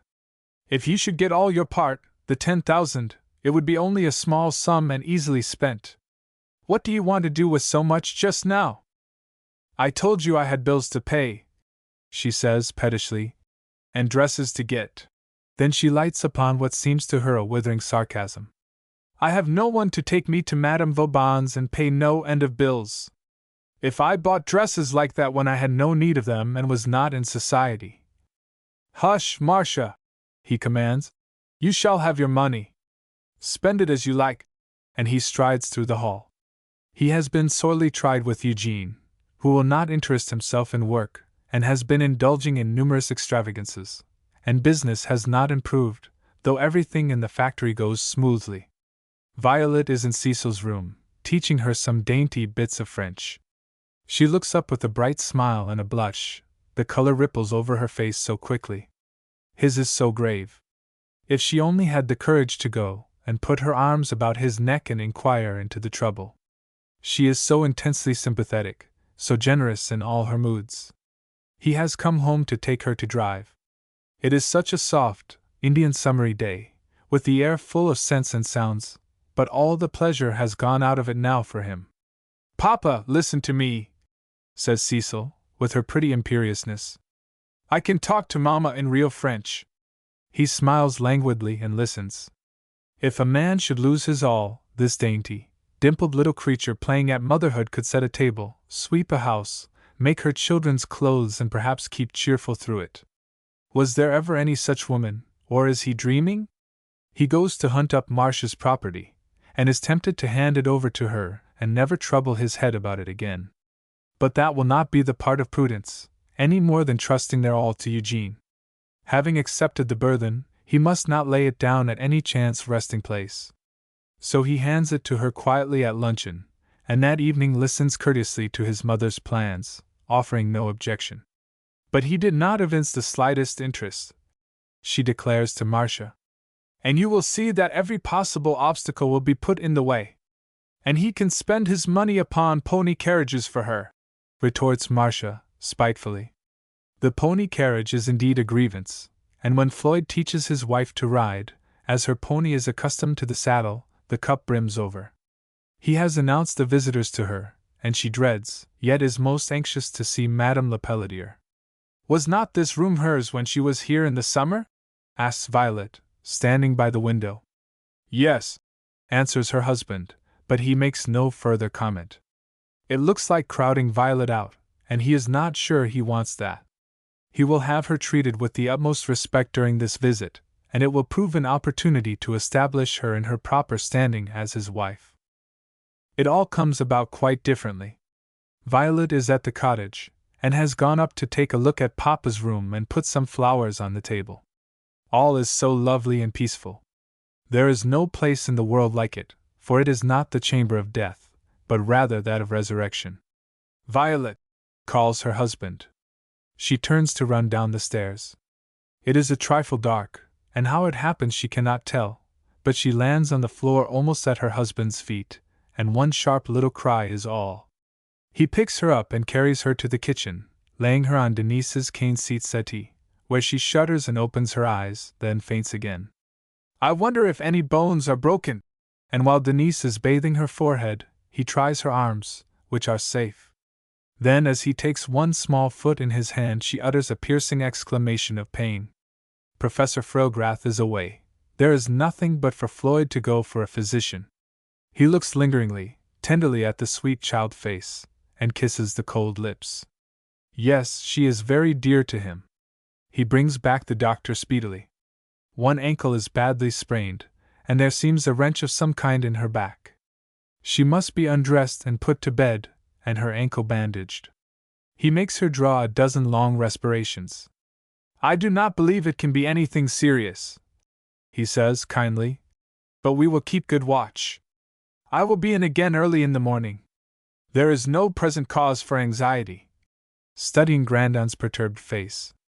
I hope there is none at all, the husband responds gravely. And would it be possible to move her in a day or two? She had better lie there on her back for the next week.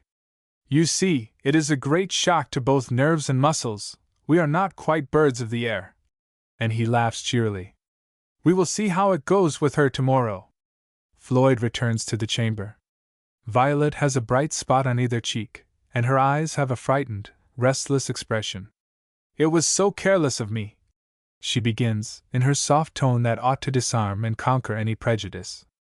I should have looked, but I have grown so used to running up and down. Accidents happen to the best of people. Then he has to laugh at the platitude, and she laughs too. I mean, he begins. Well, you are not to worry or blame yourself, or to take the slightest trouble. I am sorry it should happen just now, or at any time, for that matter, and my only desire is that you shall get perfectly well and strong. It might have been worse, my little darling. And he kisses her tenderly.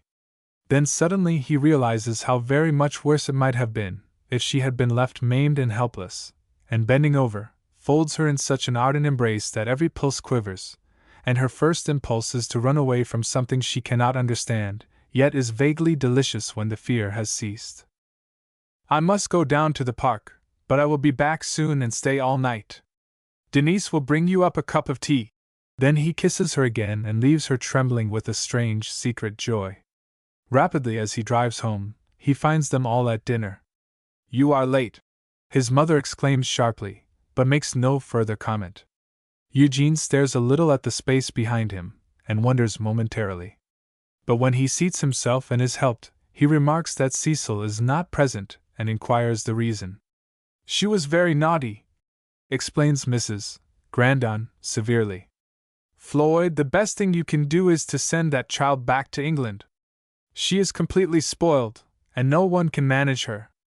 If you keep on this way, she will become unendurable. Floyd Grandon makes no answer. If Marcia and Eugene would not tease her so continually, and laugh at the quick and sometimes insolent retorts. Where is Violet? Inquires Gertrude. She is at the cottage. She has met with an accident, he replies gravely.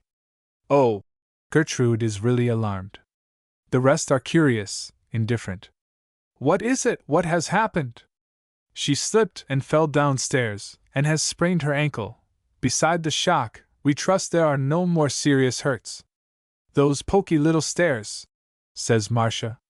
I wonder someone's neck has not been broken before this. Why do you not tear them out, Floyd, and have the place altered? It has some extremely picturesque points and would make over beautifully. It wouldn't be worth the expense, says Eugene, decisively. On that bit of cross road with no real street anywhere. I wonder at St. Vincent putting money in such a cubby as that. The situation is exquisite, declares Marcia. It seems to just hang on the side of the cliff, and the terraced lawn and gardens would look lovely in a sketch. On an autumn day it would be at its best, with the trees in flaming gold and scarlet, and the intense green of the pines. I really must undertake it before it is too late. Or as desolation in midwinter, it would be wonderfully effective. The most effective, I think. Eugene is angry with Floyd for being the real master of the situation and not allowing him to draw on the firm name for debts. He takes a special delight in showing ill temper to the elder. I am so glad, says Gertrude to Floyd, as soon as there is sufficient lull to be heard. Broken limbs are sometimes extremely troublesome. But she will not be able to walk for some weeks if it is bad. It was dreadfully swollen by the time Dr. Hendricks came. I am very thankful it was no worse, though that will be bad enough just when I wanted her well, he says, with an energetic ring to his voice that causes his mother to glance up. It is extremely unfortunate, she comments, with sympathy plainly ironical. What had we better do? Our dinner invitations are out. Everything will go on just the same, he answers briefly, but he is sick at heart. His life seems sacrificed to petty dissensions and the selfish aims of others. The great, beautiful house is his, but he has no home. The wife that should be a joy and pleasure is turned by them into a thorn to prick him here and there. Even his little child. Jane, what was the trouble? He asks, a few minutes later, as he enters Cecil's room, where she is having a cozy dinner with her small dishes. Oh, Papa, and I don't mind at all. It's just splendid up here. Hush, Cecil, rather peremptorily. Mrs. Grandon I do think she was cross, says Jane. Miss Cecil said she would wait for her mamma, and Mrs. Grandon said. Jane hesitates. Isn't it your house, Papa? Grandmamma shook me because I said so. And Cecil glances up defiantly. What did Mrs. Grandon say? He asks, quietly, of Jane, for intensely as he dislikes servants' gossip, he will know what provocation was given to his child. She said that Miss Cecil wasn't mistress here nor anyone else, and that she would not have dinner kept waiting for people who chose to be continually on the go. She took Miss Cecil's hand, and the child jerked away, and she scolded, and Miss Cecil said that about the house. Very well, I understand all that is necessary.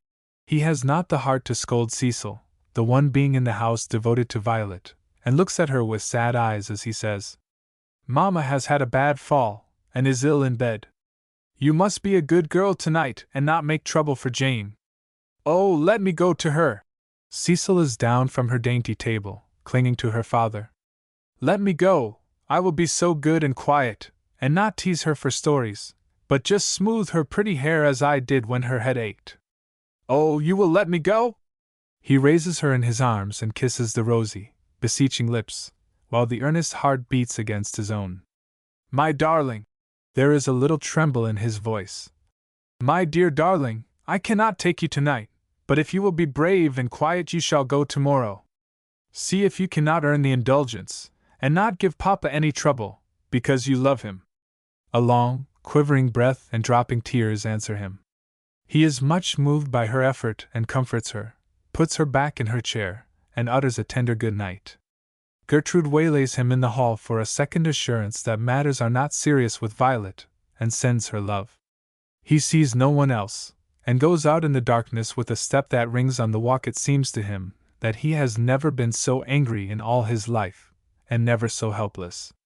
She has had her tea and fallen asleep, announces Denise, in a low tone, as if loud talking was not permissible, even at the kitchen door. I think the powder was an anodyne. There is another for her in the night if she is restless. He goes up over the winding stairs with a curious sensation. She lies there asleep, one arm thrown partly over her head, the soft white sleeve framing in the fair hair that glitters as if powdered with diamond dust. The face is so piquant, so brave, daring, seductive, with its dimples and its smiling mouth, albeit rather pale. His stern, tense look softens. She is sweet enough for any man to love. She has 10 times the sense of Marcia, the strength and spirit of Gertrude, and none of the selfishness of Laura. She is pretty, too, the kind of prettiness that does not awe or stir deeply or command worship. What is it? And an old couplet half evades him. A creature not too bright and good for human nature's daily food. That just expresses her. What with the writing and the business, he has had so little time for her, but henceforth she shall be his delight. He will devote himself to her pleasure. Proper or not, she shall go to the city and see the gaiety, hear concerts and operas and plays, even if they have to go in disguise. But how to give her true position at home puzzles him sorely. He had meant to introduce her at these coming parties, but of course that is quite out of the question. Denise comes up presently, the kindly friend, the respectful domestic, and takes a low seat when Mr. Grandon insists upon her remaining a while. Something in her curious old-world reverence always touches him. He asks about Violet's childhood, whatever she remembers. The mother she never saw, but she has been with the St. Vincents 13 years. They lived in Quebec for more than half that time, then Mr. St. Vincent was abroad for 2 years, and Miss Violet went to the convent. Denise is a faithful Romanist, but she has always honored her master's faith, perhaps because he has been so generous to hers. There is some tea on the kitchen stove keeping warm, she tells him with her good night, some biscuits and crackers, and a bottle of wine, if he likes better. Then he is left alone, and presently the great clock in the hall tells off slowly and reverently the midnight hour. Violet stirs and opens her eyes. There is a light, and Mr. Grandon is sitting here. What does it all mean? Her face flushes and she gives a sudden start, half rising, and then drops back on the pillow, many shades paler. I know now, she cries. You came back to stay with me? There is a thrill of exultant joy in her tone. Does such a simple act of duty give her pleasure, gratify her to the very soul? He is touched, flattered, and then almost pained. You do not suppose I would leave you alone all night, my little Violet? It was good of you to come, she insists. But are you going to sit up? I am not really ill. Your back hurt you, though, when you stirred. I saw it in your face. It hurt only a little. I shall have to keep quiet now, with a bright smile. And your ankle must be bathed. I should have done it before, but you were sleeping so sweetly. Does your head ache, or is there any pain? Only that in my back, but when I am still it goes away. My ankle feels so tight. If the bandage could be loosened. I think it best not. Then he bathes it with the gentlest handling, until the thick layers have been penetrated. Will she have anything to eat or to drink? Had she better take the second powder? Not unless I am restless, and I am not, very, am I? With a soft little inquiry. Not at all, I think, holding her wrist attentively. Are you going to sit up all night? She asks. I am going to sit here a while and put my head on your pillow, so, unless you send me away. Send you away? She echoes, in a tone that confesses unwittingly how glad she is to have him. Her hand is still in his, and he buries it in his soft beard, or bites the fingers playfully. Her warm cheek is against his on the pillow, and he can feel the flush come and go, the curious little heat that bespeaks agitation. It is an odd, new knowledge, pleasing withal, and though he is in some doubt about the wisdom, he hates even to move. You are quite sure you are comfortable? He asks again. Oh, delightful! There is a lingering cadence in her voice, as if there might be more to say if she dared. You must go to sleep again, like a good child, he counsels, with a sense of duty uppermost. She breathes very regularly, but she is awake long after he fancies her oblivious. She feels the kisses on her cheek and on her prisoned fingers, and is very, very happy, so happy that the pain in her ankle is as nothing to bear. Dr. Hendricks makes a very good report in the morning. The patient's back has been strained, and the ankle is bad enough, but good care will soon overcome that. She must lie perfectly still for several days. When can she be moved? Mr. Grandon asks. Moved? Why, she can't be moved at all. She is better off here than she would be with a crowd around her bothering and wanting to wait on her, as mothers and sisters invariably do, with a half-laughing nod at Grandon. Her back must get perfectly strong before she even sits up. The diseases and accidents of life are not half as bad as the under or over care, often most injudicious. Oh, do let me stay, pleads Violet, with large, soft, beseeching eyes. He has been planning how she shall be honored and cared for in her own home, and does not like to yield. To have her out of the way here will gratify all the others too much. Of course you will stay, the doctor says. When a woman promises to obey at the marriage altar, there is always an exception in the case of that privileged and tyrannical person, the doctor. Violet smiles, and is glad of the tyranny. She may see 1 or 2 guests and have a book to read, but she is not to sit up. The guest today is Cecil, but Denise makes the kitchen so altogether attractive that Cecil's heart is very much divided. Mr. Grandon spends part of the afternoon reading aloud, but his mellow, finely modulated voice is so charming that Violet quite forgets the subject in the delight of listening to him. Cecil would fain stay and wishes they could all live with Denise. Yes, there could be more real happiness in that little nest than in the great house. Aunt Marcia's gift has not brought him very good luck, even from the first. Chapter 16. What is the use of so much talking? Is not the wild rose sweet without a comment? Hazlitt. Hazlitt. Since there is no real alarm about Mrs. Floyd, arrangements go onward.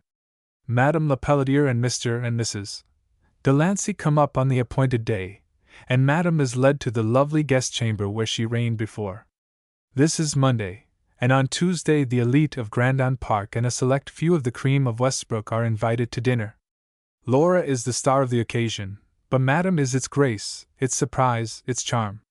The few who have seen her are delighted to renew the acquaintance, others are charmed, fascinated. There has been no little undercurrent of curiosity concerning Mr. Floyd Grandon's wife. The feeling has gone abroad that there is something about it. Not quite, you know. Mrs. Grandon has not concealed her chagrin and disappointment. Marcia's descriptions are wavering and unreliable, as well as her regard. This is such an excellent opportunity for everybody to see and to judge according to individual preference or favor, and behold, there is nothing to see. Mrs. Floyd has sprained her ankle and is a prisoner in that queer, lonely little cottage, where her father lived like a hermit. The impression gains ground that Mr. St. Vincent was something of an adventurer, and that his connection with the business has been an immense misfortune for the Grandons, that his daughter is a wild, hoydenish creature, who climbs rocks and scales fences, and is quite unpresentable in society, though she may know how to sit still in church. Floyd Grandon would very much like to escape this dinner, but he cannot. His position as head of the house, his own house, too, his coming fame, his prestige as a traveler, make him too important an object to be able to consult his own wishes. Then there are old neighbors, who hold out a hand of cordial welcome, who are interested in his success, and whom he has no disposition to slight. He takes Madame in to dinner, who is regal in velvet and lace. There is a little whisper about the old love, a suspicion if something that cannot quite be explained had not happened with the St. Vincent girl, the old love would be on again. There is a delicate impression that Madame was persuaded into her French marriage very much against her will. She is charming, fascinating, perfection. She distances other women so far that she even extinguishes jealousy. It certainly is a delightful dinner party, and Mrs. Grandon is in her glory. She almost forgives Violet her existence for the opportuneness of the accident. She is just as much mistress as ever, and to be important is Mrs. Grandon's great delight. She hates secondary positions. To be a dowager without the Duchess is the great cross of her life. If Mr. Grandon could have left her wealthy, the sting of his death would not be half so bitter. It is late when the guests disperse. Violet has insisted that he shall not give her an anxious thought, but he is a man, and he does some incipient envying on her account.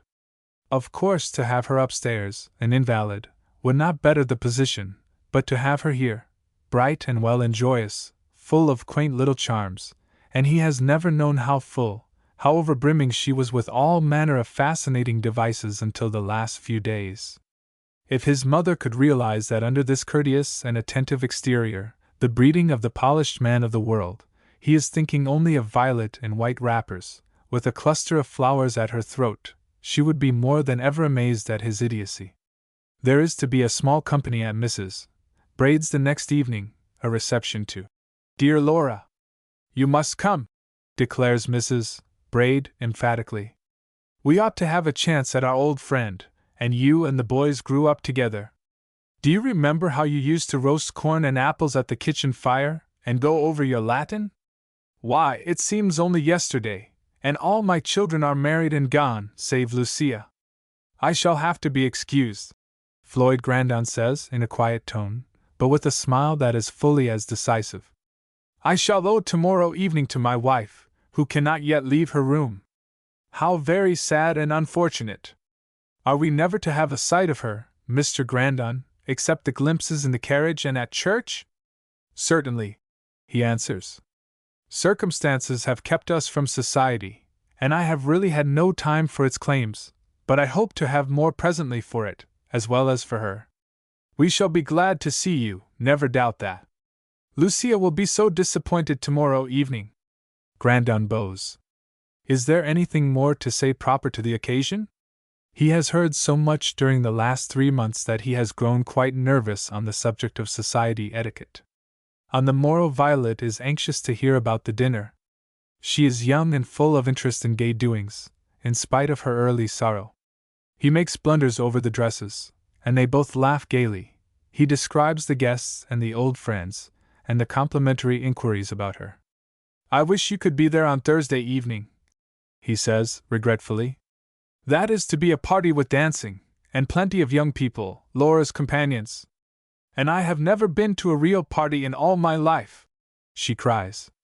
I suppose I couldn't dance, but I could look on, and there is my lovely dress. You shall have a party for your own self, and all the dancing you want, he answers. Can you waltz, Mr. Grandon? She asks, after a moment's thought. He laughs. The idea of Floyd Grandon, traveler and explorer, whirling round in a giddy waltz.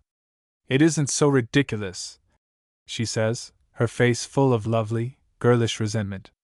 At school we learned to waltz, but it was with girls, and I couldn't ever waltz with anyone but you, because, and her eyes fill up with tears. No, he answers quickly. I shouldn't ever want you to. We will both practice up. I did waltz when I was first in India, but my dancing days came to an end. She remembers. There was the long sea voyage and the death of Cecil's mother. My darling, he says, distressed at her grave face and not dreaming of what is in her thoughts. When you are well once again, and the right time comes, you shall dance to your heart's content. I will take you to a ball, to dozens of them, for you have had no real young girl life. And now, as soon as you can endure the fatigue, we will go to the city to operas and theaters. I was thinking, that first night you were hurt, what a little hermit you had been, and that we would give the proprieties the go-by for once. He is leaning over her reclining chair, looking down into her velvety eyes and watching the restless sweep of the long bronze lashes. The whole face is electrified with delicious rapture, and she stretches up her arms to clasp him about the neck. Oh, you thought of me, then! She cries, with a tremulous joy. You were planning pleasures for me, and I just laid and slept, remorsefully. But if you had not slept I should have been ill at ease, and could have planned no pleasures. It was your bounden duty. He kisses her fondly. It is quite a new delight. Is he really falling in love with her? As the phrase goes. It will be delightful to have duty and inclination join. I shall be so careful, she says, when they come back to a reasonable composure. Dr. Hendricks said if I was very careful and not impatient to get about, my ankle would be just as strong as ever. I want it to be perfect so I can dance all night. People do sometimes. Oh, if I had hurt myself so that I never could get well. And her face is pale with terror. Don't think of it, my darling. Cecil comes up, full of importance, and in a holland apron that covers her from chin almost to ankles. I have made a cake, she announces, and we have just put it in the oven. It is for lunch. You will surely stay, Papa? Surely, surely. Who dressed you up, Cecil? And he smiles. This used to be Mamma's, she says, with great dignity. Denise made it when she lived with her, and used to help her work. There is another one, trimmed with red, and I am going to have that also. Violet smiles and holds out her hand. Cecil takes that and slips on her father's knee, and the love-making is interrupted. But there is a strange stir and tumult in the young wife's soul, and a shyness comes over her. She feels her husband's eyes upon her, and they seem to go through every pulse. What is it that so stops her breath, that sends a sudden heat to her face, and then a vague shiver that is not coldness or terror? Then he wonders when the professor, who has gone on a brief lecturing experience, will be back. They are counting on him for the party, and will be extremely disappointed if he should not reach Grandon Park in time. And he will be surprised to find that someone else has come in and taken possession, says Violet. He is so nice, remarks Cecil, gravely. I like him so much better than I do Uncle Eugene. What makes him my uncle? With a puzzled frown on the bright face and a resentful inflection in her voice. Fate, answers her father, which proves a still more difficult enigma to her, and keeps her silent many moments. The lunch is upstairs, for Violet is not allowed to leave the room, though all bruises and strains are well and the ankle is gaining every day. The father, mother, and child get on without any trouble, though Cecil is rather imperious at times. Denise will not have any one to help her, and she is in a little heaven of delight as she watches the two. Floyd Grandon loves his wife, as is meet and right, and she is learning to love him in a modest, careful way, as a young wife should. Such a bride as Laura would shock Denise. Floyd absents himself from the great house, and sends Eugene, who is nothing loath, to wait upon the ladies and perform their behests. Laura does not care so much, and Mrs. Grandon is in her element, but Madame feels that as the child was her bête noire in the summer, so is the wife now, a something that keeps him preoccupied. She is very anxious to see the husband and wife together, but every hour seems so filled, and she cannot ask Floyd to take her. After the party, says Laura, there will be plenty of time. She is nothing to see, but of course, we will pay her the compliment. This evening reception is really a great thing to Laura, who feels that it is particularly for her glory, as the dinner was an honor to her mother. It is not cold weather yet, and the lawn is to be hung with colored lanterns, the rooms are to put on all their bravery. She wants to say to the world, her little world, this is the house Arthur Delancey took me from, even if I had no great fortune. I can vie with the rest of you. Gertrude comes up to the cottage in the morning for a little quiet and rest. She is the only one who has paid Violet the compliment of a call. And I don't at all care for the fuss and crowd, she says. I shall be so glad when it is over and one isn't routed from room to room. Oh, how lovely and cozy you are here! Mr. Grandon, Violet begins, with entreaty in tone and eyes. Couldn't we have the professor's chair up today, just for Gertrude? It is so deliciously restful. It is shocking for me to indulge in comfort, and see other people sitting in uneasy chairs. Floyd brings it up. Gertrude is so tall that it seems made for her. The soft, thick silk of the cushions, with a curious Eastern fragrance, the springs to raise and to lower, to sleep and to lounge, are perfection. Gertrude sinks into it with her graceful languor, and for once looks neither old nor faded, but delicate and high-bred. Her complexion has certainly improved, it is less sallow and has lost the sodden look, and her eyes are pensive when she smiles. She proves very entertaining. Perhaps a little cynicism is mixed with her descriptions of the guests and their raiment, but it adds a piquancy in which Floyd has been utterly deficient. Silks and satins, and point and Venetian seem real laces when a woman talks about them. And the prospect for tonight is like a bit of enchantment. Oh, I should like to see it! Violet cries eagerly. I wonder if it will ever look so lovely again. And the orchestra! I wish I could be down in the pretty summer house looking and listening. Will they dance any out of doors, think? We used to waltz on the long balconies. I dare say they will again. Laura had a delightful ball just before Papa was taken ill, when she and Arthur were first engaged. Why, it is just about a year ago, but it seems so long since then. And Gertrude sighs. Floyd ought to give you a ball when you begin to go into society. Marcia and I had balls when we were 18. I shall not be 18 until next June, says Violet. Oh, how young you are! Why, I must seem, and think how much older Floyd is. You seem pleasant and lovely to me. What does a few years signify? Protests Violet. Gertrude watches her curiously for some seconds. I hope you will always be very happy, and that Floyd will be fond of you. Of course he will, returns Violet, with a sudden flush. He is fond of her now, she is quite sure. She can remember so many deliciously sweet moments that she could tell to no one, and her heart beats with quick bounds. Gertrude knows more of the world and is silent. What if some day Floyd should become suddenly blinded by Madame's fascinations? It is always so in novels. Somewhere about mid-afternoon there is a breezy voice in the house, and a step comes up the stair which is not Grandon's. A light tap, and the partly open door is pushed wider. Mr. Grandon allows me the privilege of making a call of condolence, the professor says, with his cheery smile, that wrinkles his face in good-humored lines. My dear Mrs. Grandon, did you really forget you had no wings when you attempted to fly? Accept my sympathies, my very warmest, for I was once laid up in the same way, without the excuse of the stairs. Ah, Miss Grandon, and he holds out his hand to her. Have you given up the pleasure at the park?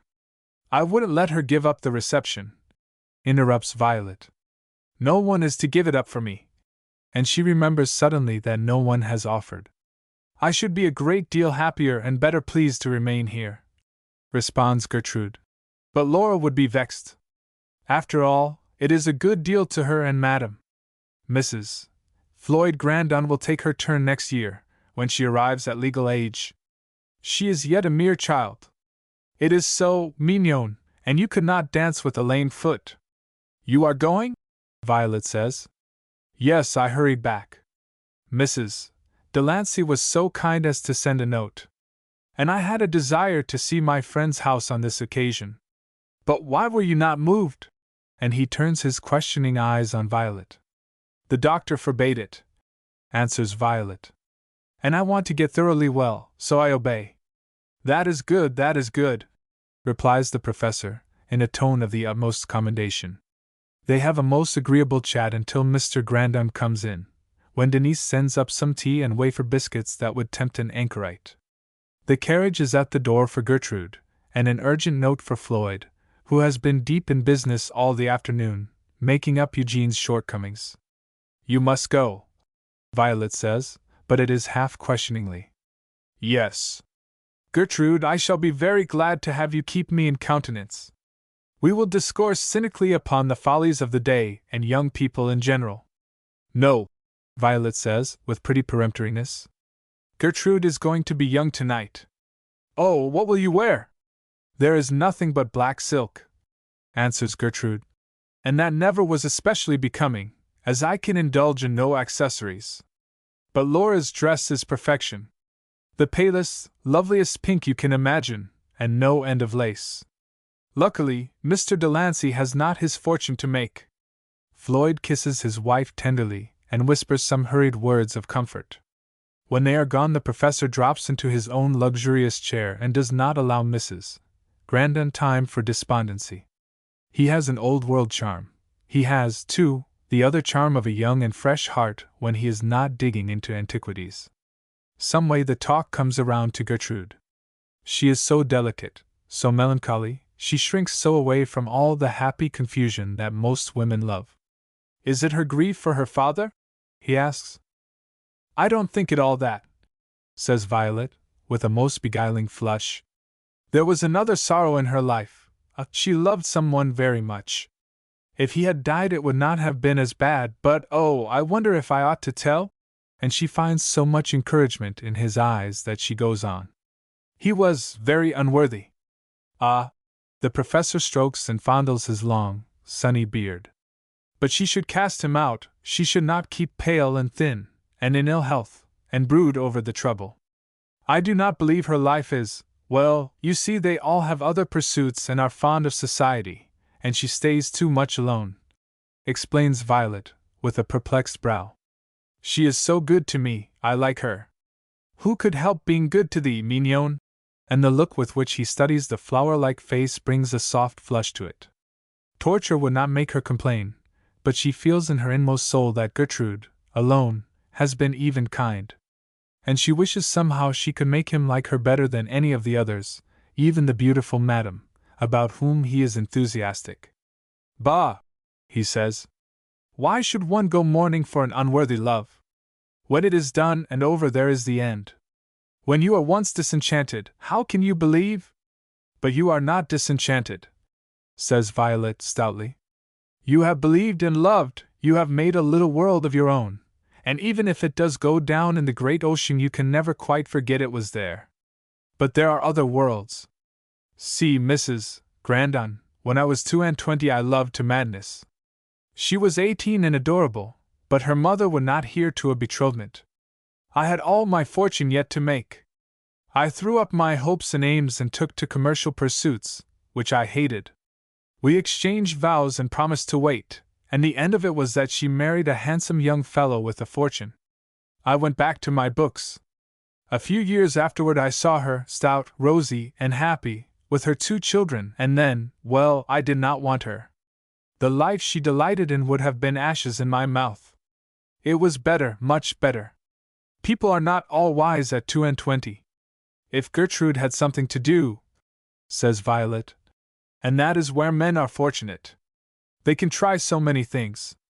The professor goes on stroking his head, and drops into a reverie. Yes, it is hard, he says. It is hard. And he wonders not at the colorless life. But he must smoke his pipe and then dress for the party, so he bids Violet a cordial good evening. She feels a little tired after all the excitements of the day, and is glad to have Denise put her in bed, where she lies dreamily and wonders what love is like. Meanwhile the reception is at its height, and it is certainly a success. Laura has discriminated in this affair, like a shrewd woman of the world that she is already. The dinner had to satisfy the amour propre of old friends. This was allowed a wider latitude.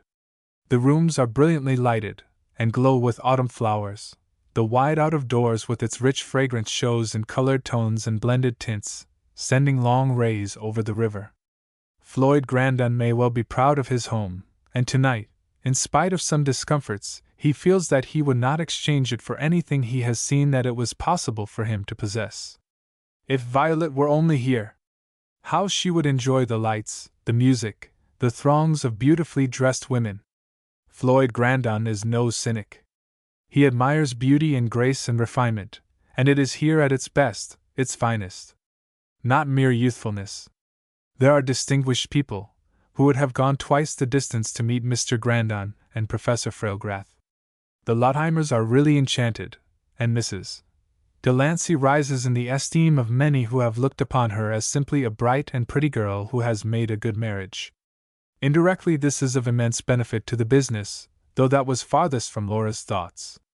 There have been rumors that Grandon and Company have not prospered of late, and there is a curiously indefinite feeling about them in business circles. The rumor gains credence from this on, that Floyd Grandon's private fortune is something fabulous, and that for family reasons he stands back of all possible mishap, that a misfortune will not be allowed. If Eugene is not a success amid the toil and moil of business, he shines out preeminently on such occasions as these. His handsome face and fine society breeding render him not only a favorite, but a great attraction.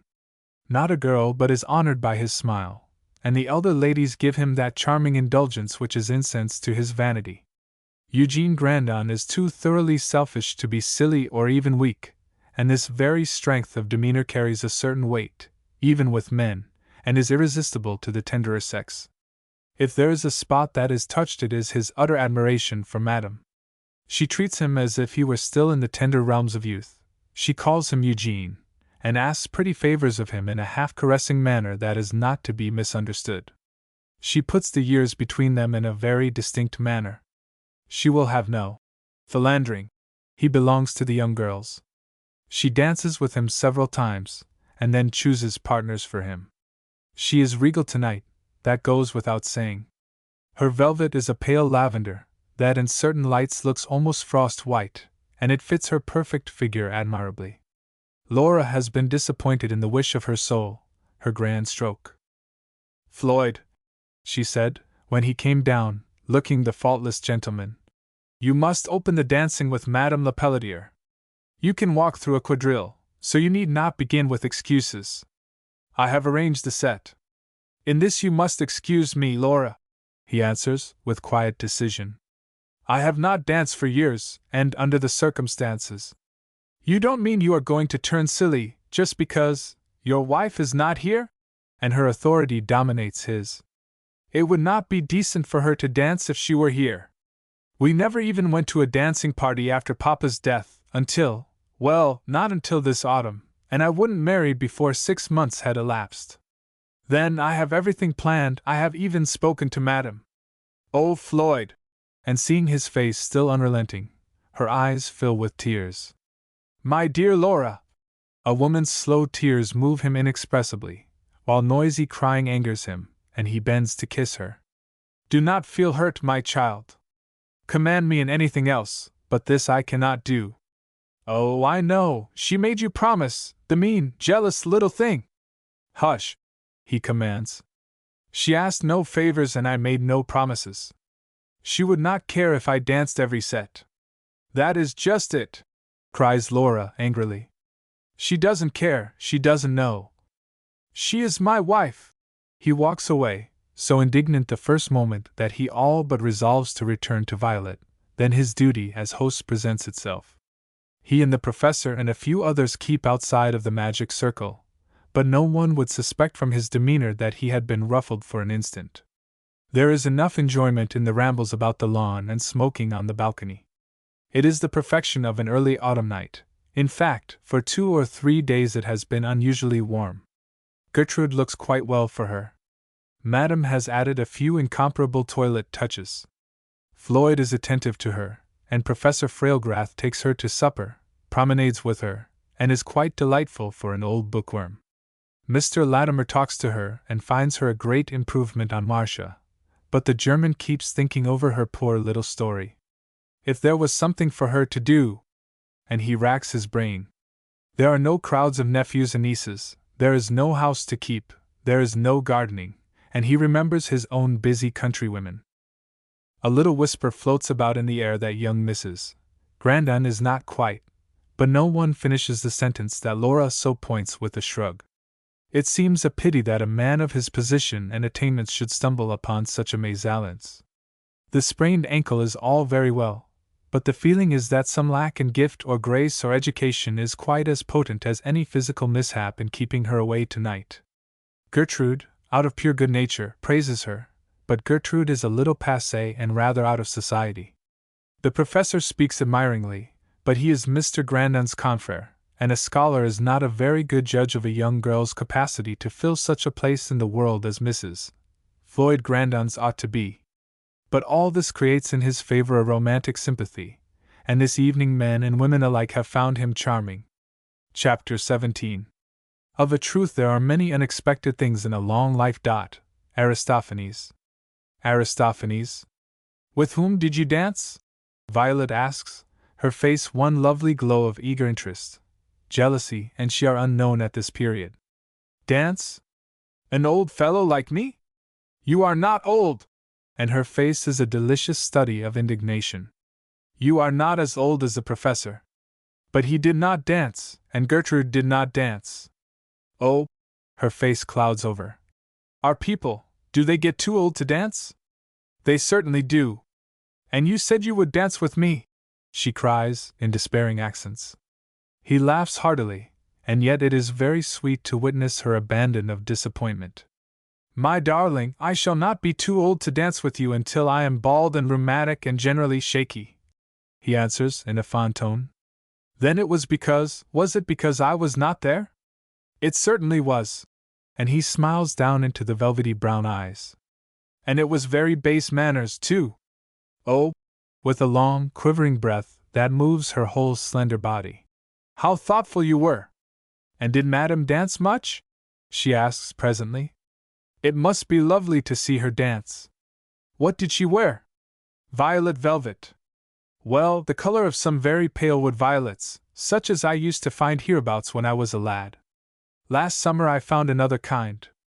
She considers a moment before she sees the point, and then claps her hands delightedly. They are all coming over to call this afternoon, I believe. Isn't there some sort of pretty gown among those things that came from New York? Yes, a lovely white cashmere, with bits of purple here and there. And I shall carry you downstairs. We must have a fire made in the professor's parlor. It will be your reception. The ladies go home on Saturday. And now tell me all about it, last night, I mean. Begin at the very first, she says, with a bewitching imperiousness. In spite of himself, a quick color goes over his face. The very first was Laura's impossible command. Then he laughs confusedly and answers. The professor was the earliest guest. Then the train came in and the people multiplied.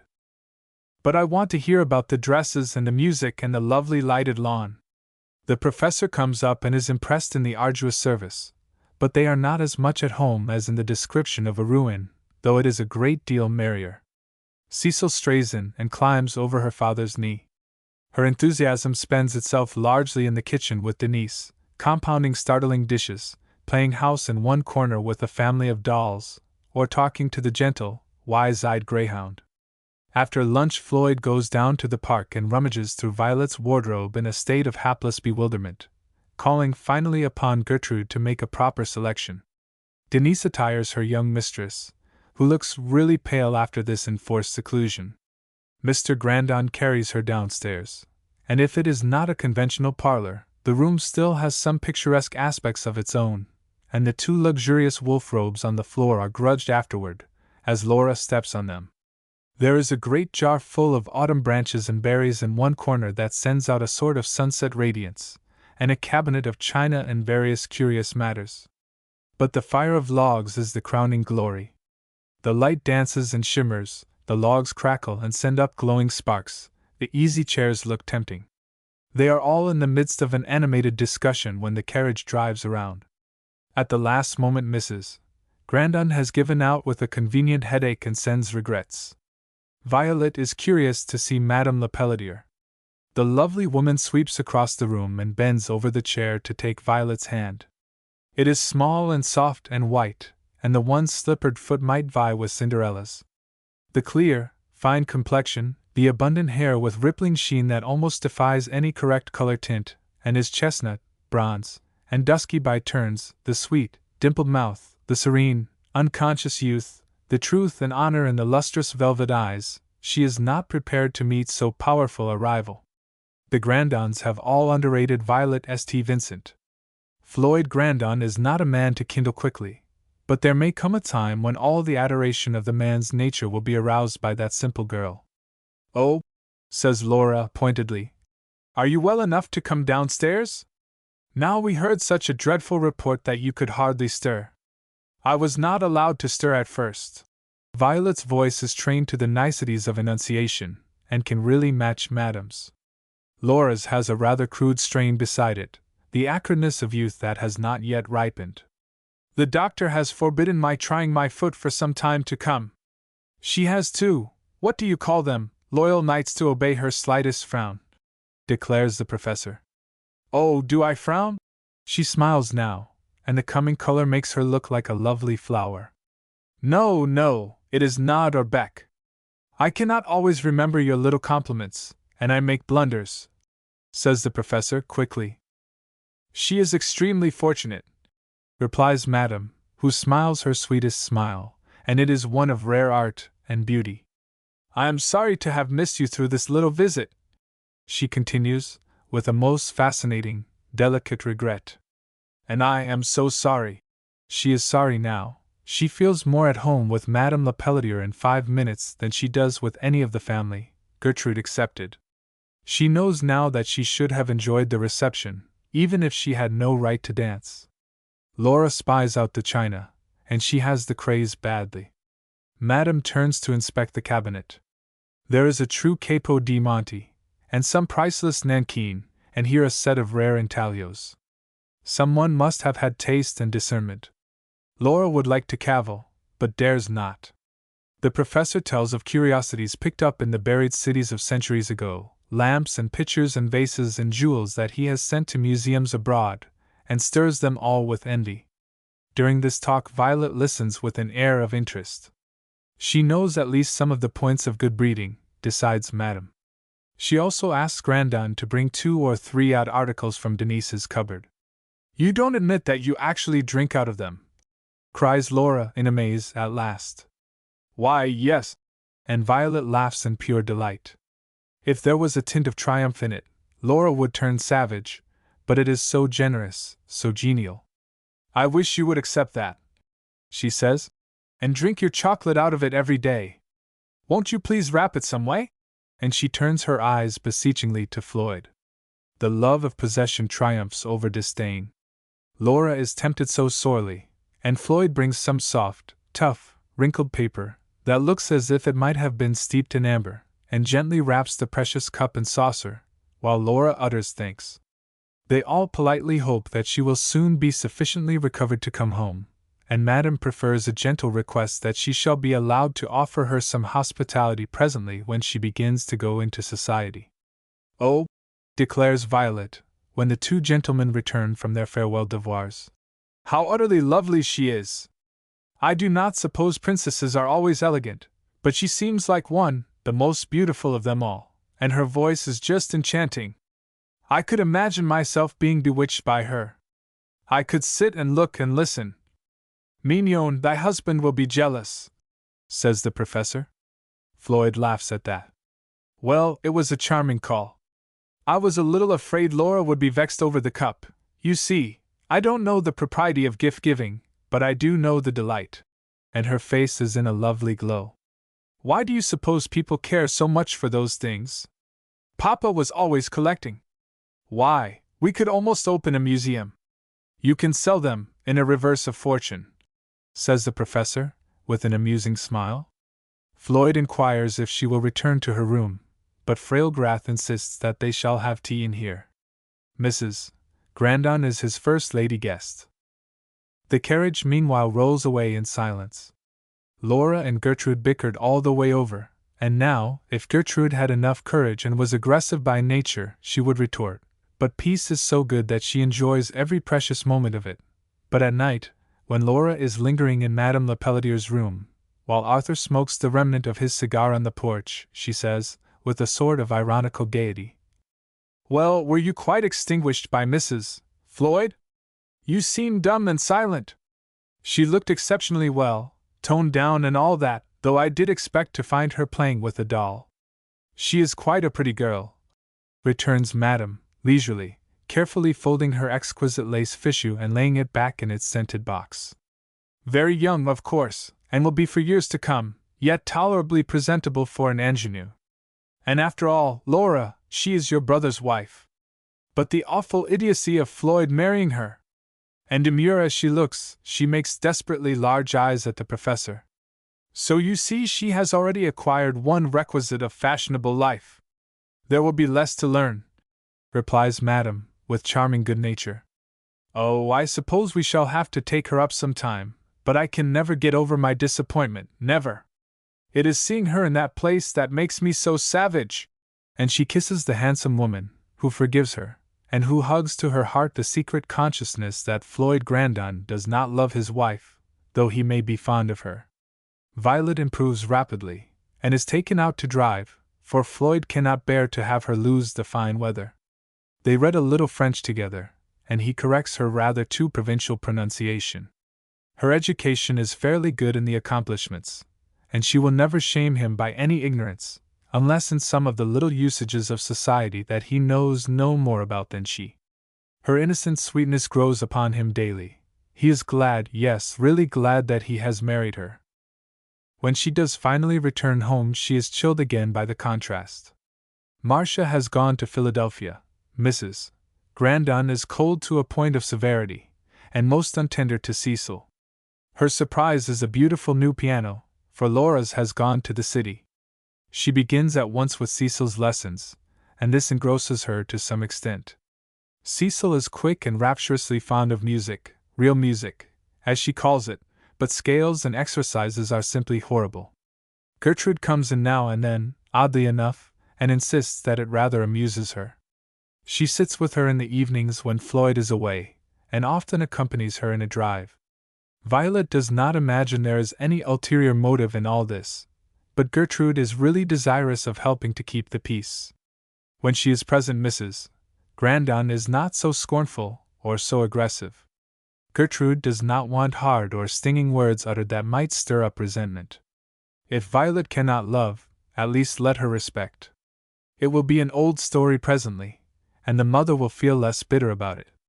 It is such a strange thing for Gertrude to think of any one beside herself that her heart warms curiously, seems to come out of her everlasting novels and takes an interest in humanity, in nature, to go back to the dreams of her lost youth. Violet is so sweet, so tender. If she had known any such girlfriend then, but she and Marcia never have been real friends. There is another delicate thought in Gertrude's soul. Laura and her mother have sneered about the professor, with whom they are all charmed, nevertheless, and she means that no evil tongue shall say with truth that Violet is alone too much with him, or lays herself out to attract him. She furbishes up her old knowledge and talks with him, she reads the books he has recommended to Violet, and they discuss them together until it appears as if she were the interested one. She nearly always goes with her to the cottage. Sometimes she wonders why she does all this when it is such a bore. Why should she care about Violet particularly?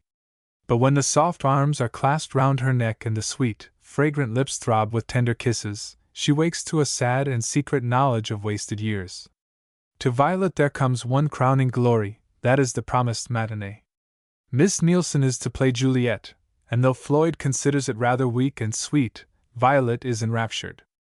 "Would you like to go to a lunch or dinner at Madame Lepelletier's?" he asks. Violet considers a moment. She cannot tell why, but she longs for this pleasure alone with Mr. Grandon. It will be her first real enjoyment with him. "Would you, rather?" There is an exquisite timidity in her voice, the touch of deference to the husband's wishes that cannot but be flattering. She will go if he desires it. He has only to speak. He remembers someone else who never considered his pleasure or desire. "My child, no!" And he folds her to his heart. "She wants you to come, sometime, she has spoken of it. I should like this to be just between us." There is the loveliest little inflection on the plural. "And I should like to go there, too. Then it shall be just between us." Something in his eyes makes the light in hers waver and go down. She trembles and would like to run away, only he is holding her so tightly. "What is it?" he asks, with a quick breath.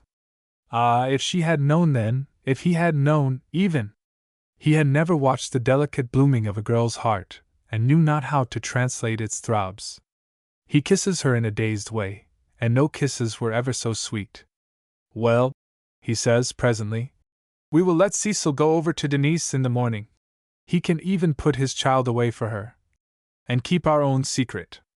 It is delicious to have a secret with him. She dreams of it all the long evening. He is looking over some proofs with the professor. And she can hardly conceal her joy the next morning.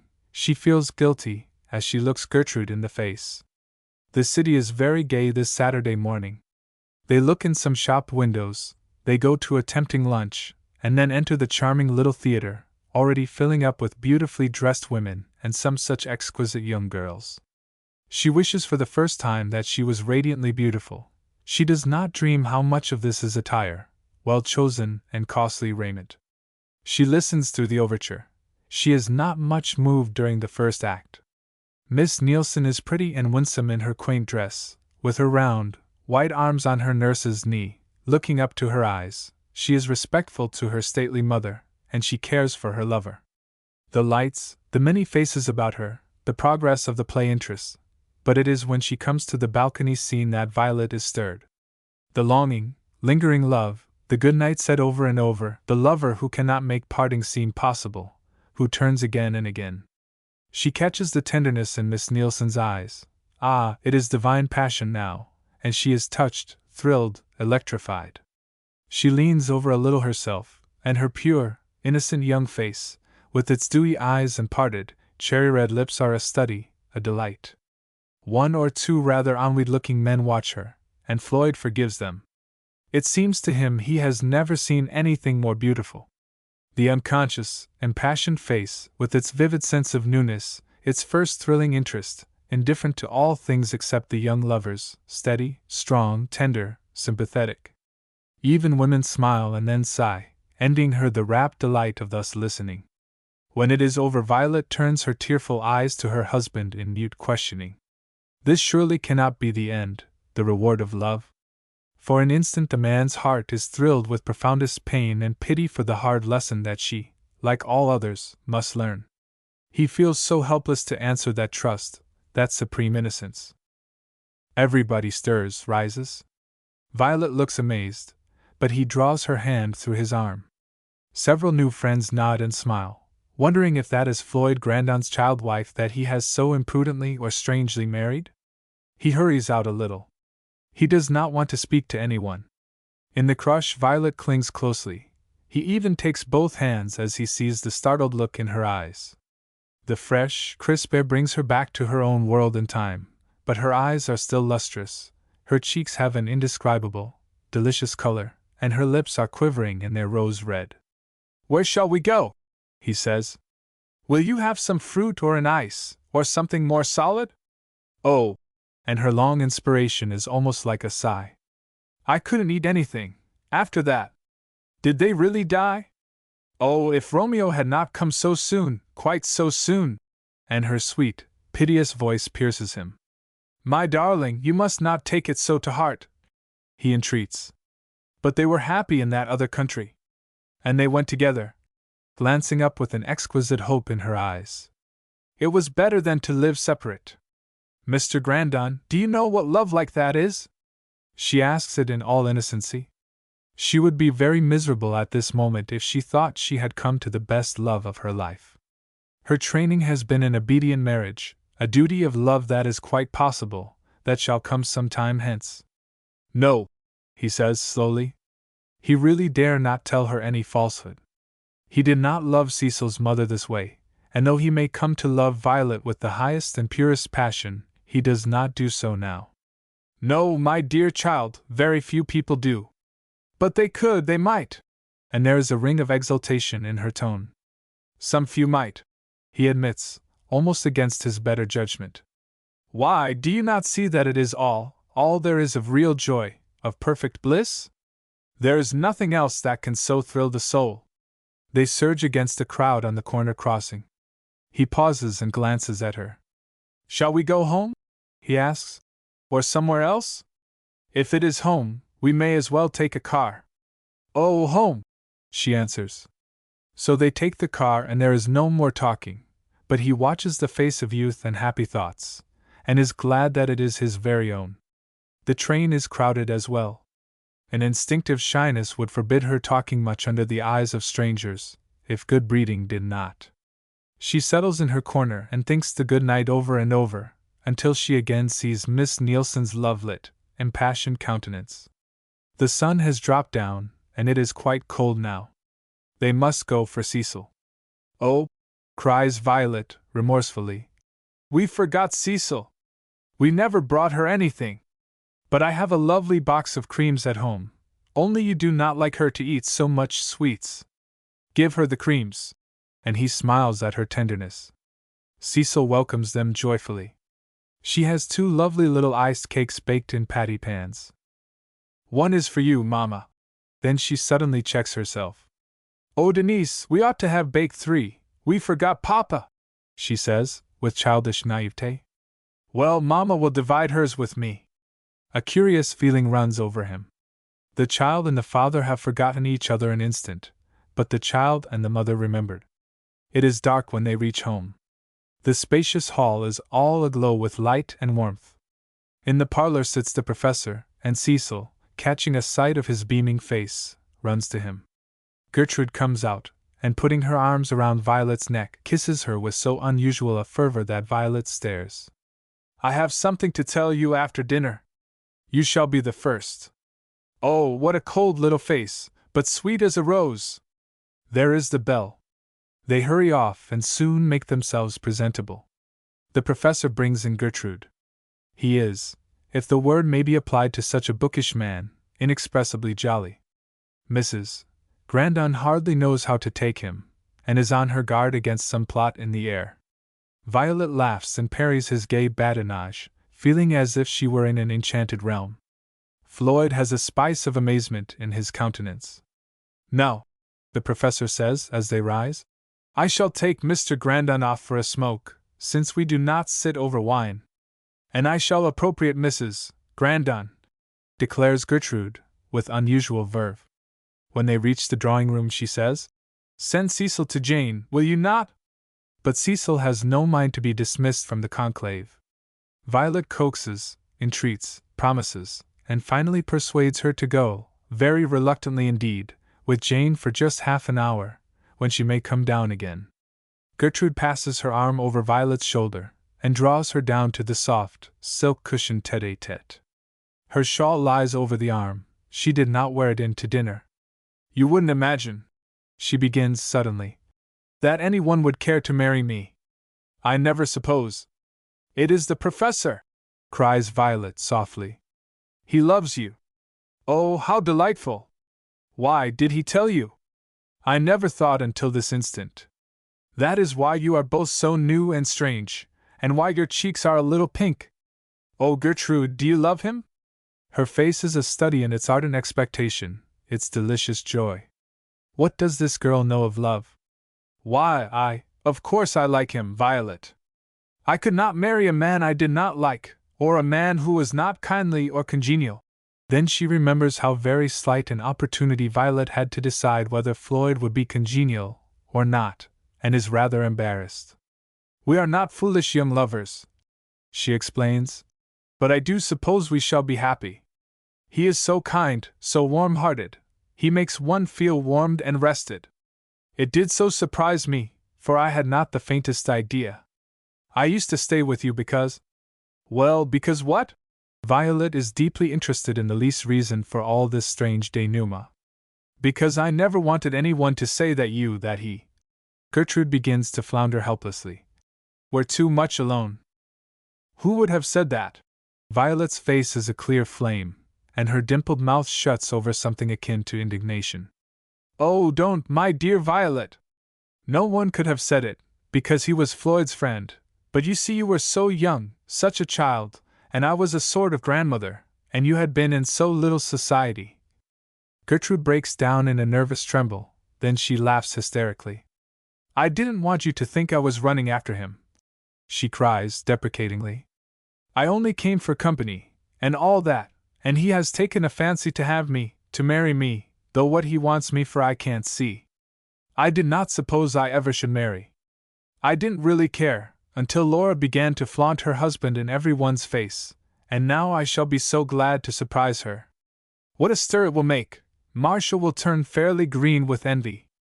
Violet begins to be confused. Can anyone allow all these emotions with love? "And you are not a bit glad?" says Gertrude, touched at her silence. "Oh, I am more than glad!" And Violet clasps her arms about Gertrude's neck and kisses her tenderly. Gertrude draws her down on her lap and holds her like a baby. "Oh, you sweet little precious!" she exclaims. "I don't know how anyone could help loving you. The professor thinks you are an angel. But you know I should look silly going into transports over a middle-aged man, getting bald on the forehead. I am too tall, too old, but he insists that I will grow younger every year. And I shall try to get back a little of my old beauty.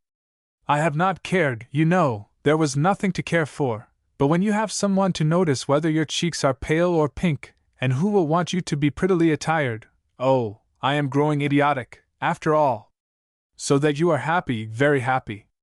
My dear, I substitute comfort for happiness. One is much more likely to at 30. But you will not believe me when you hear all. He wants to be married early in January, and take me with him to the Pacific coast and to Mexico. I told him I would have to be carried in a palanquin or on a stretcher, but it would be lovely for a wedding tour. Oh, yes. And you will get stronger and care more for everything, and he will be so pleased to see you take an interest in his pursuits. You must read German and French with him, and make diagrams and columns and jugs and all manner of queer things. You will love to live once more, Gertrude, I know you will." Gertrude sighs happily, yet a little overwhelmed. "Mamma! Mamma!" calls a sweet, rather upbraiding voice. "It is just half an hour. Let her come down, we can go on with our talk now," says Gertrude, and the delighted child flies to her mother's arms. The gentlemen return presently. Floyd Grandon takes his little girl on his knee, while Violet puts both hands in the professor's and gives him perhaps the sweetest congratulation he will have. Then he wishes to explain matters to Mrs. Grandon and have a betrothal. This all occurs while Violet is putting Cecil to bed. Jane waits upon her young mistress, but the goodnight kiss and the tucking up in the soft blanket must be Violet's, and tonight the story is reluctantly deferred. She finds Mrs. Grandon in the drawing-room when she enters it, dignified and composed, showing in her face none of the elation she feels. For she is amazed and triumphant that this famous gentleman, whose name is the golden key to the most exclusive portals of society, should choose her faded, querulous Gertrude. How much of it is due to Violet she will never know, nor the professor either. But it is Violet who has raised Gertrude up to a new estate out of her old slough of despond, who in her own abundant sweetness and generosity has so clothed the other that she has seemed charming even in the sadness of an apathetical life. Everything is amicably settled. Gertrude does not care for the betrothal party, but to Mrs. Grandon it has a stylish and unusual aspect, and the world can then begin to talk of the engagement. Violet is strangely perturbed that night. Visions of ill-fated Romeo and Juliet haunt her thoughts. Then she wonders if Gertrude has quite forgotten that old love.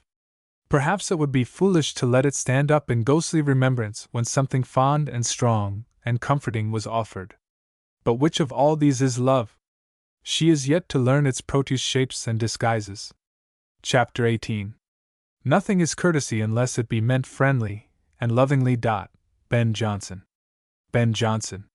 The world is amazed that Professor Frailgrath, the savant and explorer, is to take unto himself an American wife. The betrothal party at Grandon Park excites much interest, and the few invited guests feel highly honored. The press has received him and his book with the utmost cordiality. The young women who read everything are wild over it and talk glibly, though it is mostly Greek to them, but then he is the new star and must be admired. Many of them envy Miss Grandon, and well they may. Gertrude is dressed in soft gray silk, with an abundance of illusion at throat and wrists. A knot of delicate pink satin is the only bit of color, and it lends a sort of tender grace to the thin face, where a transient flush comes and goes. Her betrothal ring is of exquisite pearls. There are congratulations, there is a supper that is perfection. Gertrude is serene, but softened in some strange way, and yet curiously dignified. Madame Lepelletier is surprised.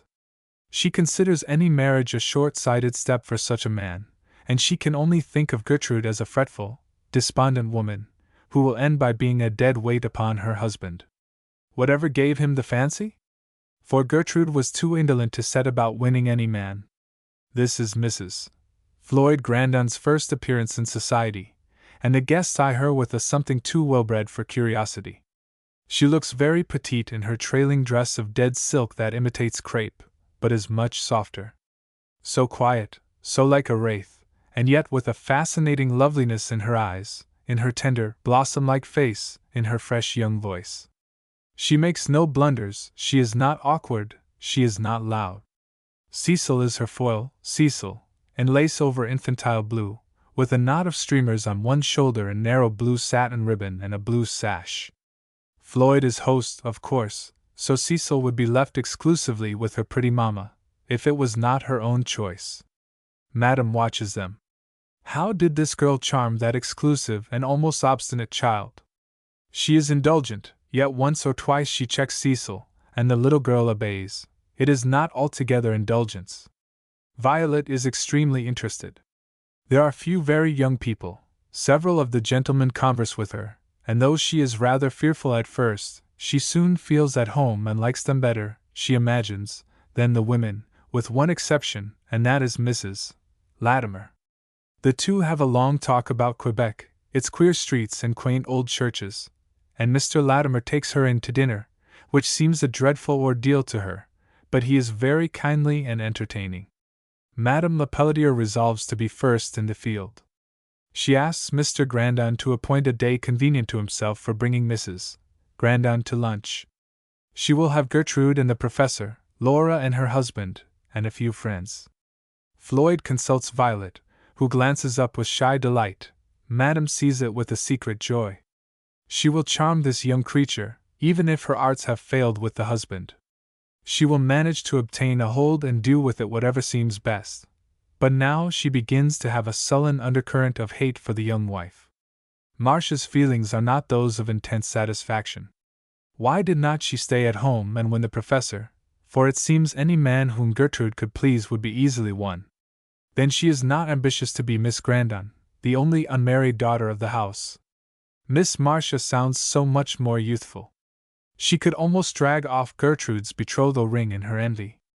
Now there is the excitement of another wedding.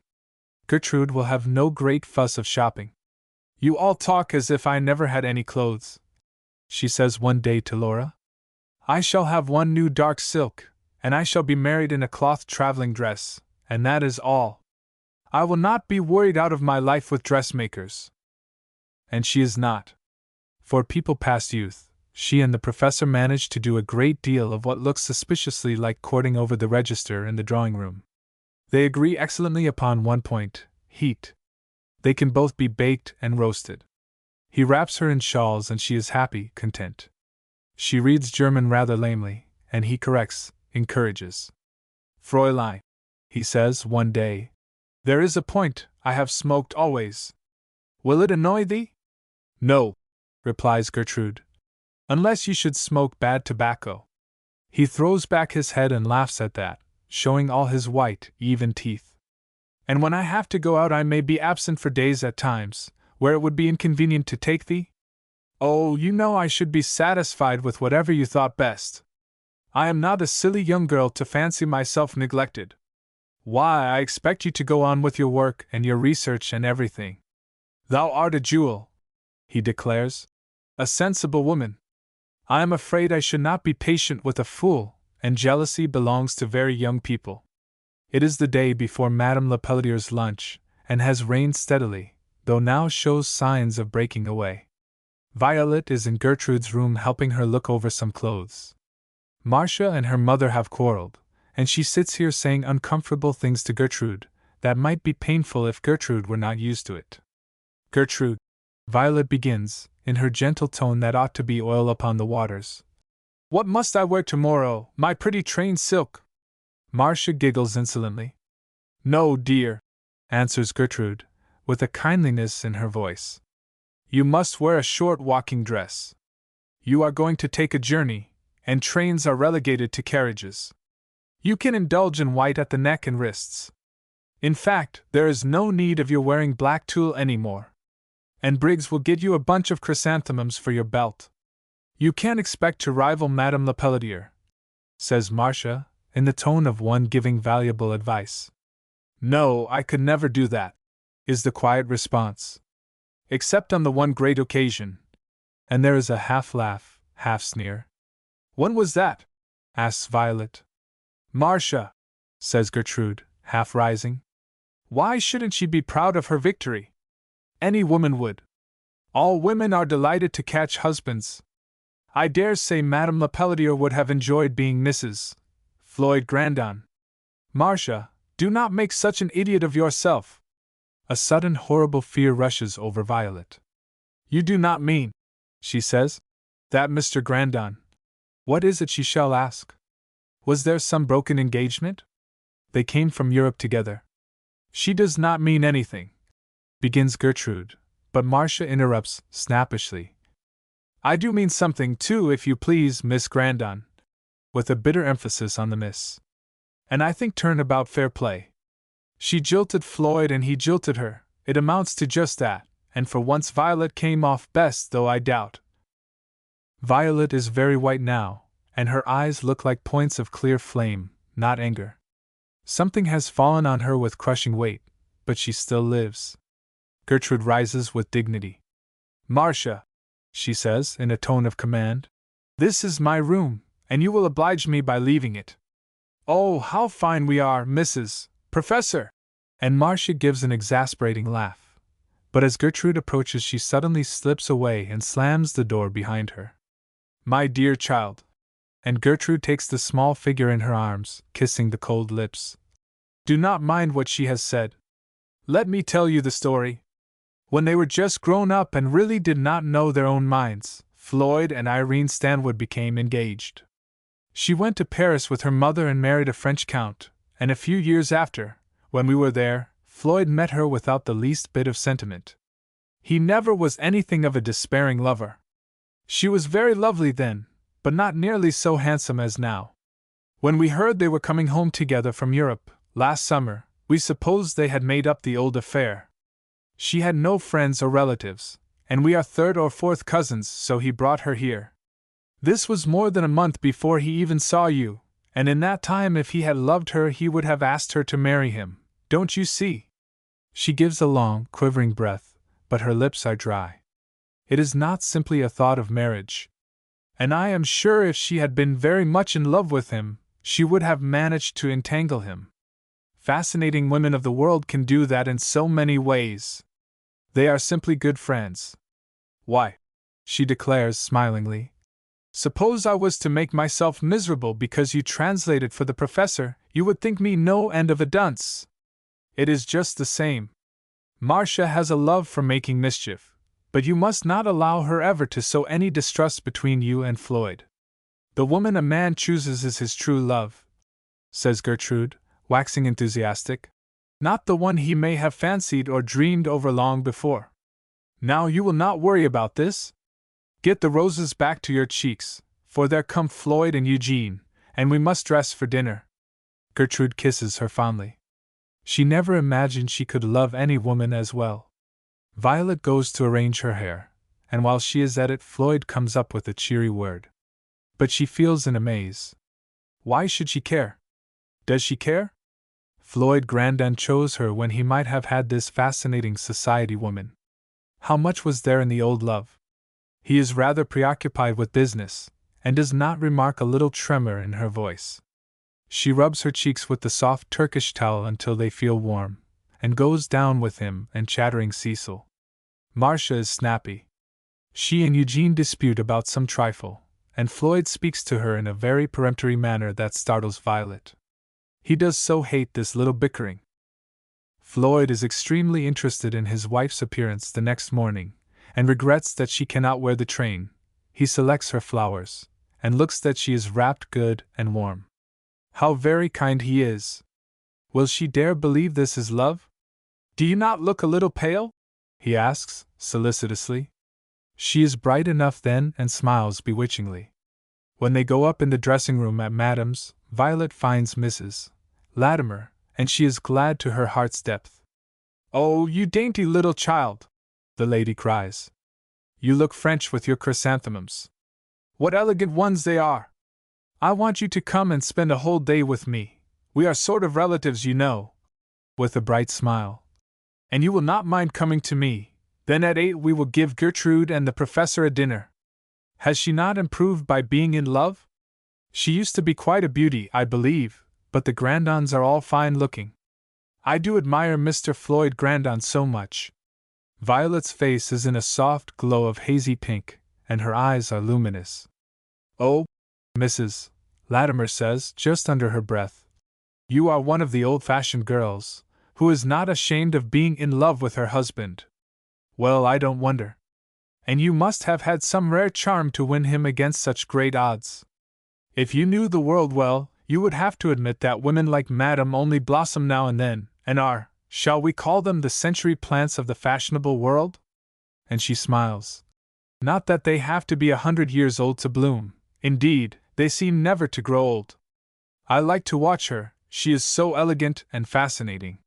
She comes up just then and crosses over to Violet, having stopped for a little chat with Mr. Grandon in the hall. Violet is unexceptionable, though it seems inharmonious to see such a bright young creature in mourning, but the fashionable and the literary world will open its doors to Mrs. Grandon, and Madame has the wisdom to be first. She is not much given to caressing ways, but she kisses Violet, and is struck by a peculiar circumstance. Violet does not kiss her back. She liked this beautiful woman so very much before, and now she feels as if she never wanted to see her. She is absolutely sorry that she has come, for after one has partaken of hospitality the fine line is passed. Mrs. Latimer is very curiously interested in this young wife. She has listened to Laura's strictures and bewailing, for Laura has gone down to Madame Body and Soul, but when the professor said, "Mrs. Grandon is such an excellent German scholar, Mrs. Grandon is the most charming little wife," and when she met her at the betrothal she resolved to know her better, and finds her a fresh, sweet, innocent girl. Probably she did appeal strongly to Floyd Grandon's chivalrous instincts when she saved his child's life, but she is worth loving for herself alone. Mr. Latimer takes Violet in, and she is very glad not to fall to the lot of some stranger. Madame and Mr. Grandon are at opposite ends of the table. It is a perfect lunch, with good breeding and serving. That is really a fine art. Violet does enjoy it. Mr. Latimer knows just how to entertain her, and he entertains her for his own pleasure as well. He likes to see her wondering eyes open in their sweet, fearless purity. He watches the loveliest of color as it ripples over her face, the dimples that seem to play hide and seek, and the rare glint of her waving hair as it catches the light in its dun gold reflexes. "I know two people who would rave over you," he says in a very low tone, just for her ear. "Mr. and Mrs. Dick Scott. This was their house, you know, and they could not have paid Madame Lepelletier a higher compliment than renting to her. It is the apple of their eye, the chosen of their heart. They are both artists, and we think charming people, but Dick was resolved his wife should have some Parisian art culture. They are to be back in 2 years, and I hope you will not change in the slightest particular. I command you to remain just as you are." 2 years, she repeats, with a dreamy smile that is entrancing, and presently glances up with such a sweet, shy look that John Latimer, not often moved by women's smiles, rather suspecting wiles, feels tempted to kiss her on the spot. "I hope," she says afterwards, with the most delicious seriousness, "that I shall not disappoint any one 2 years from this time." "Don't you dare to," he replies warningly. Gertrude and the professor are really the stars of this morning's luncheon, and they are having such an engrossing conversation on the other side of the table that no one but Marcia remarks this little episode. Everything to her savors of flirtation. Marcia Grandon could not entertain a simple, honest regard for anyone. She is always studying effects, and she is hungry for admiration. All the small artifices she uses she suspects in every one else, and now in her secret heart she accuses Mrs. Floyd of flying at high game. Take it all together, it is a decidedly charming little party. Mrs. Vandervoort, though not a handsome woman, is at the very height of fashion, and is particularly well-bred, as the Delanceys are not modern people, but have the blue blood of some centuries without much admixture. There are a few others. Madame makes her parties so select that it is a favor to be invited to one. She seeks out Violet just as they are beginning to disperse. "My dear Mrs. Grandon," she says, in that persuasive voice that wins even against the will, "I have been planning a pleasure for you with Mr. Grandon. You are to come down here for a day and a night next week, and we are to go to the opera. It is to be Lohengrin, and you will be delighted. You are quite a German student, I hear. Now I am going to make arrangements with the professor and Gertrude." She smiles superbly and floats over to Gertrude. Violet turns a little cold. To come here for a day, to remain all night. "Do you know," says Mrs. Latimer, when she is seated in her sister's carriage, "Mr. Latimer is to walk downtown. I think that little Mrs. Grandon charming. She is coming to me on Tuesday, and we are to give a kind of family dinner to Gertrude." Laura's vexation made her rather unjust, and Mrs. Grandon's hair is magnificent, not really red at all, and her manners are simply quaint and delicate. She doesn't need any training. It would be rubbing the bloom off the peach. I just wish Winnie Escott could see her. You and John and the Escotts have rather a weakness for bread and milk flavoring. She is very nice, certainly, and quite presentable, but one can never predict how these innocent ingenues will develop. They are very delightful at 18, but at 8 and 20 one sometimes wants to strangle them, as you do Marcia Grandon. Marcia is certainly not the black sheep of the family, for she hasn't the vim and color for absolute wickedness, but a sort of burr that pricks and sticks where you least desire it. Now, Laura will make an extremely stylish woman of fashion, and tall, fair Gertrude, with her languors and invalidisms, will be picturesque, but an old maid like Marcia Grandon would be simply intolerable. Let us join hands and get her married. And I dare say Marcia was one of the sweet innocents, Mrs. Vandervoort remarks dryly. Never, Helen, never! Why, there is a little tint of scandal that she was having a desperate escapade with a married man when her mother took her abroad. No, the two are as far apart as the poles. It is really unjust for you to suppose a resemblance. I did not quite infer a resemblance, but I doubt if Mrs. Floyd can keep pace with her husband, and there are so many silly moths to flutter about such a man. Mrs. Grandon may turn jealous and sulky, or become indifferent and leave him to other people's entertainment and fascinations, and that Madame Lepelletier would never do. They would make such a splendid couple. Like Laura, I regret the wrecked opportunity. They seem made for each other. He no doubt married Miss St. Vincent in the flush of some chivalrous feeling, but she will always be too childish to understand such a man. There will remain just so many years between them. And I think she will grow up to a perfect wifehood. She is not yet 18. And I cannot understand how a man having a chance to win Madame Lepelletier would not urge it to the uttermost. Mrs. Latimer is set down at her own door, but keeps her confident faith as she talks matters over with John. Floyd Grandon is about the one level-headed man out of 1,000, he says, decisively. Whether it is that he cannot be fascinated with womankind or holds some resentment concerning the past, I am not sure, but he is able to sun himself in the dazzle of Madame Lepelletier's charms with the most perfect friendly indifference that I ever saw. If he were not, she might prove dangerous to the peace of mind of the young wife, who is simply delightful, but who doesn't know any more about love than the sweetest rosebud in the garden. Oh, John! Now your penetration is at fault, laughs the wife. She unconsciously adores her husband.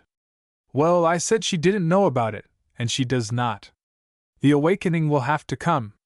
Violet meanwhile begins to anticipate the day at Mrs. Latimer's as much as she dreads that at Madame's. Cecil is surprised, indignant. You don't stay with me now, she says, her voice and her small body swelling with emotion. You let Jane put me to bed, and you don't tell me any stories. But after Aunt Gertrude is married we shall stay at home, and there will be stories and stories. And you might like to go to Denise, she suggests, with admirable art. Briggs could drive you in the pony carriage. The temptation is too great. She has winked rather hard to make tears come, and now she ungratefully winks them away again and dances for joy. It is almost noon when they reach the Lotheimers. Their house is about as large as Madame's, but it has a greater air of carelessness, of disorder in its most charming estate. John Latimer lives all over it, and there are books and papers everywhere, and bric-a-brac in all the corners. The redwood mantel in the sitting-room is shelved nearly up to the ceiling, and tiled around the grate, and is just one picture of beauty.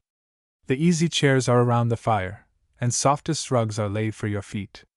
Violet sits down in the glow and feels at home, smiles, blossoms, and surprises herself at her gift of adaptiveness.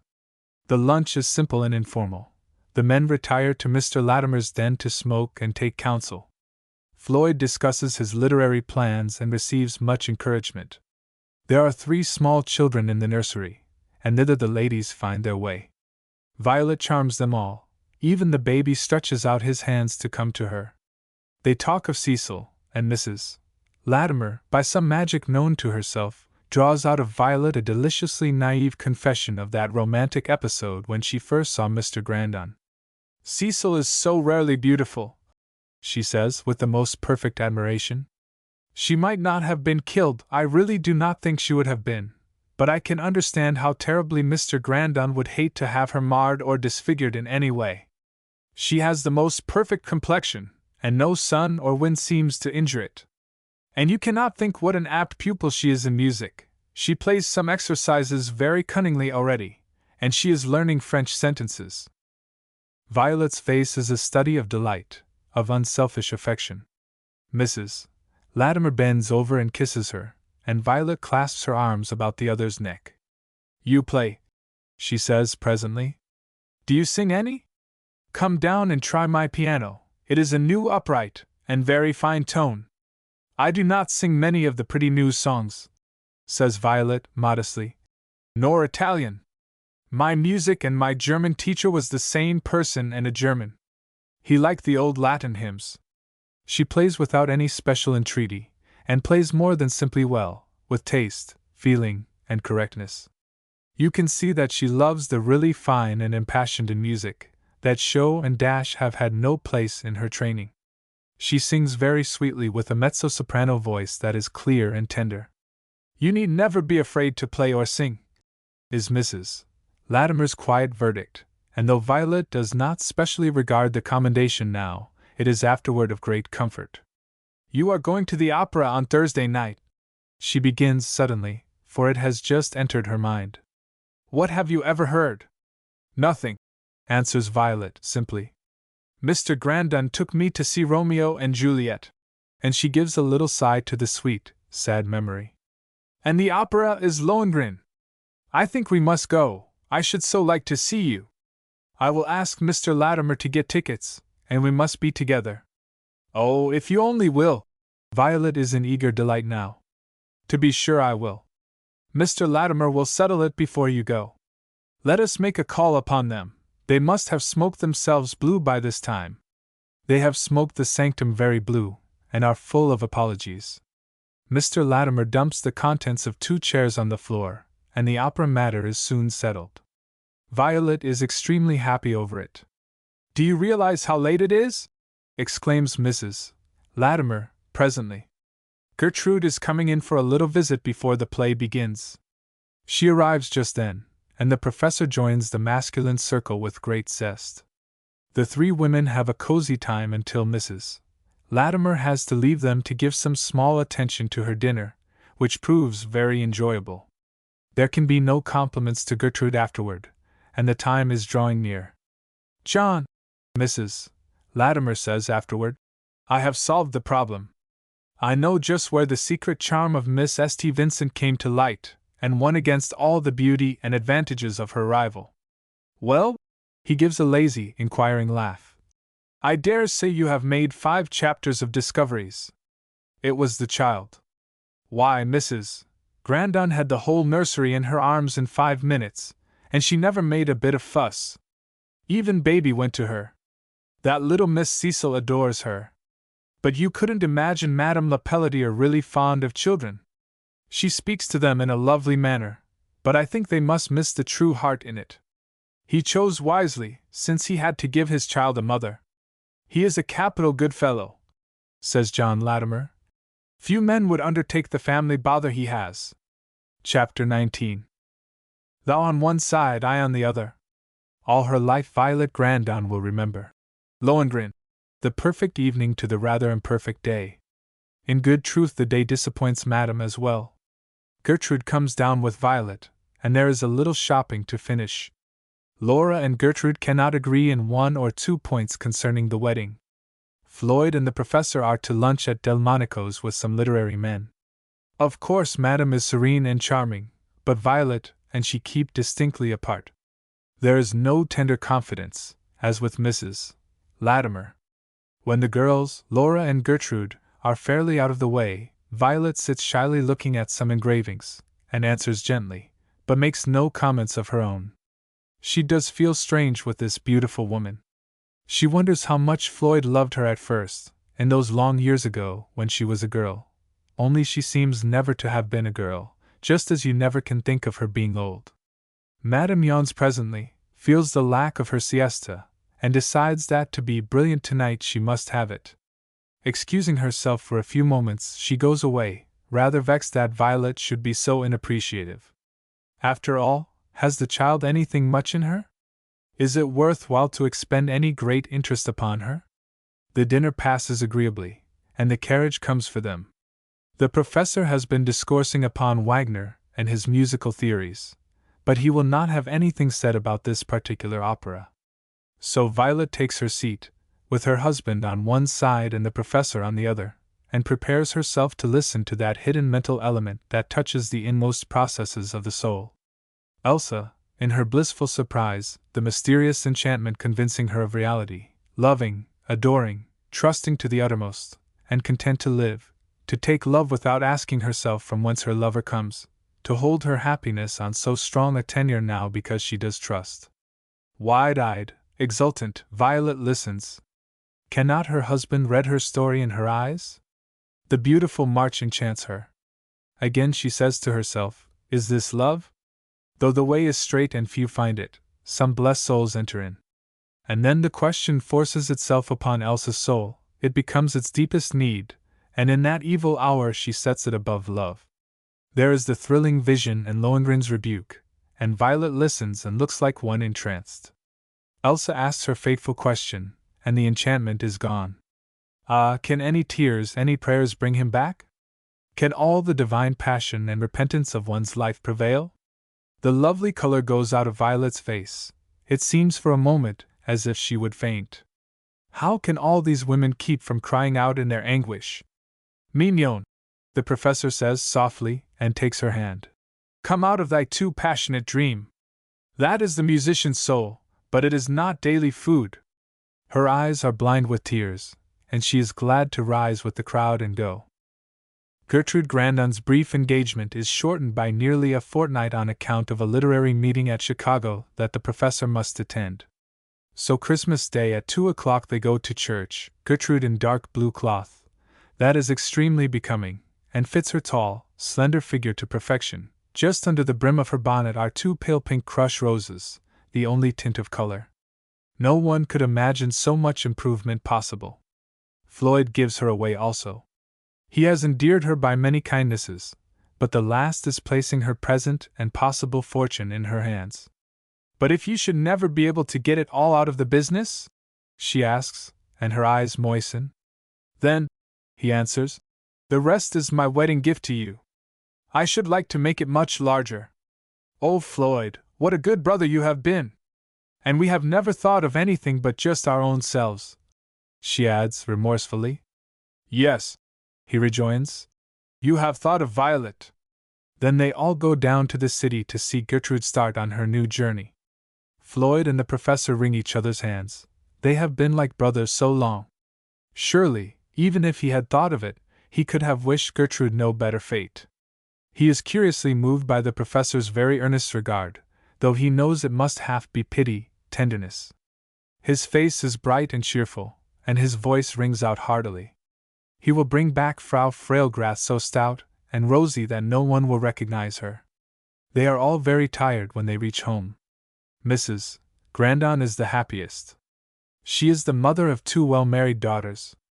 There will be no further expense or care, and perhaps someone may pick up Marcia.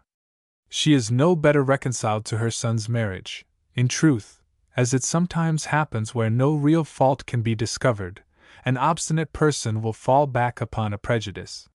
For a governess Violet would answer admirably, but she has no qualification for the position into which she has thrust herself. January comes in bitterly cold, and the great house is very lonely.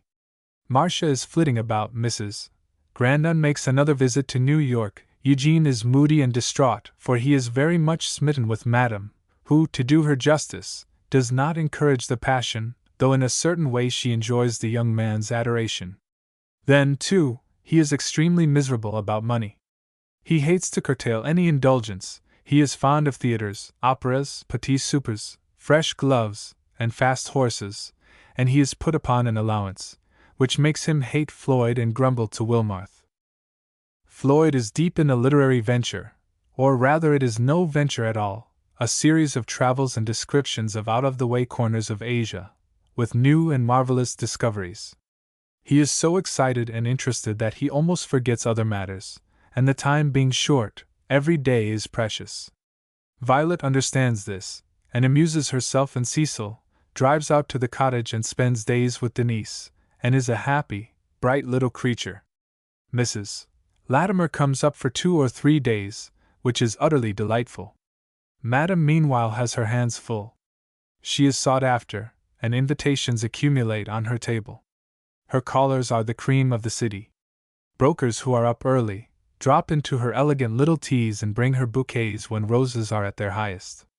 Professional men find a wonderful charm in her conversation.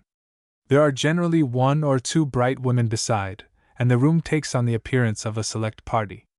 She gives a superb little dinner, to which Floyd goes, but Violet does not, though warmly invited. Often after working all day he takes the evening train down to the city, and long before he is back Violet is asleep. They are quietly happy. He is fond, though a good deal preoccupied. Yet the time does not hang heavily. There have been several more plays and some fine concerts, but when they have taken the late train the pleasure has been somewhat fatiguing. Letters come from Gertrude, who admits that she grows foolishly happy. The professor makes such a delightful husband. She cannot go about a great deal, but he describes places and people to her, and she enjoys it quite as much. Gertrude certainly is not exigent, and she has a touch of tender gratitude that makes the professor feel continually that he has done a good deed by marrying her, which is a flattering unction to the man's generous soul. March comes in, and the pressing work being done, Floyd turns to the business. It is a success, but he is not any more in love with it. They have demonstrated now that the new looms carry a secret that must revolutionize trade. He holds long interviews with Mr. Connery and Ralph Sherburne. He has the privilege, being joint executor with Mr. Sherburne, of selling out all St. Vincent's right and title, and he has already been offered a fortune for it. He will deal justly and fairly by the dead man's genius, and Violet will be an heiress, which in one way gratifies, and in another way pains. He likes his mother and the world to know that Violet has a rank of her own, since money confers that, and in the future nothing she chooses will be considered extravagant in her. But he hates to be suspected of any mercenary considerations. He always had enough for both. He lays the matter before Mr. Wilmarth, being quite convinced now that Eugene will never make a business man. He will not hurry matters, but when the legacies have been paid he shall close his connection with the factory. But Mrs. Grandon still has a life interest, suggests Jasper Wilmarth. That can be hypothecated, or the will gives her the privilege of taking any certain sum that can be agreed upon. It would not impoverish me to pay it myself, he says with a fine contempt. But your brother must agree to all this. It is his business, not yours. He will agree to it, answers Floyd, in a tone not to be mistaken, since it implies the young man would dispose of his birthright any day for a mess of pottage. Still, I should suppose there would be a feeling of honor, says Wilmarth, with his suave sneer. I think my honor has never been questioned, Mr. Wilmarth, nor my integrity. Floyd Grandon rises and stands straight before him, his face slightly flushed. You quite mistake me, he replies with a covert but insolent evasion. Or I had better have said pride, business pride, I have so much of that. And the lips show a sort of sardonic smile. That is what your brother lacks. I suppose we have no reasonable right to look for it in you, a literary man. Jasper Wilmarth always exasperates him, but he says now, with dignified gravity, I give you this notice, so that you may prepare for the event. There will be no undue haste, but I should like to have the business settled in from 1 to 2 years hence. So that is his warning. If he could have married St. Vincent's daughter. Jasper Wilmarth does not care such a great deal for riches, but he would like to put down this aristocratic fellow whom the world is beginning to worship, who has only to hold out his hand and the St. Vincent fortune will drop into it. When the time of settlement actually comes the partnership will be dissolved. He must either sell or buy. Buy he cannot. Floyd Grandon pushes him out. Is there no way to give the man a sword-keen thrust? He broods over it for days, and at last it comes to him like an inspiration. Marcia has been making calls in Westbrook and stops for Floyd according to agreement. She sits there in the pony carriage in seal sacque and cap, her light hair flying about, her cheeks red with the wind, her face in a kind of satisfied smirk. You can never quite tell where this starts from. It is in the little crease in the brows, in the nose slightly drawn, in the lines about the mouth, and the rather sharp chin. Nature has not been as bountiful to Marcia in the matter of charms as to the others. She has stinted here and there, and it shows clearly as she grows older. But as she gives her head an airy toss and shakes the sky fluff out of her eyes, he smiles. It would be an immense joke to marry Marcia Grandon, an immense mortification as well. To be Floyd Grandon's brother-in-law, to have the entree of the great house, to come very near Violet Grandon, and perhaps drop a bitter flavor in her cup. Marcia Grandon is not sharp enough to outwit him anywhere, and he would always be master. That is another point scored. Then he might make some moves through her that would otherwise be impossible. Floyd comes out and springs in the carriage, indulgently allowing her to drive. Violet has had a cold and been indoors for several days, but looks bright and well when she greets him. She is such a dear, happy little thing. Not many days after this Wilmarth meets Marcia bowling along in the spring sunshine. He raises his hat, pauses, and with her coquettish instinct she stops. "Good day, Miss Grandon," he says with a low bow. "I thought of coming down to call on you. Have you given up all your old habits of designing? We have some large orders and I am quite in trouble about patterns. I suppose your brother told you." "Oh, he never tells me anything," with an assumed air of disdain. "And he would be sure to consult Mrs. Grandon, who draws a little, like every schoolgirl. I dare say he never gave it a second thought," returns Wilmarth, in a reflective manner. "Well, have you given it up?" "I have been painting in oils for the last year or two," and nose and chin indulge in an extra tilt. "I dare say I could design, though." "Well, bring some in if you can. I believe my brain begins to get rusty. Will you come, soon? You will always find me in my office." There is something in the inflection of the voice that secretly delights Marcia. She has a taste for mystery and intrigue, but she is not secretive, she has too much vanity. "I will, as soon as I can get about it," with what she considers well-bred indifference. She shuts herself up in her studio all the next morning, all the afternoon and evening. She has a good deal of just this artistic faculty. The next day she copies and colors, and on the third Floyd goes to New York, and she drives to the factory. Eugene is out, as fate will have it.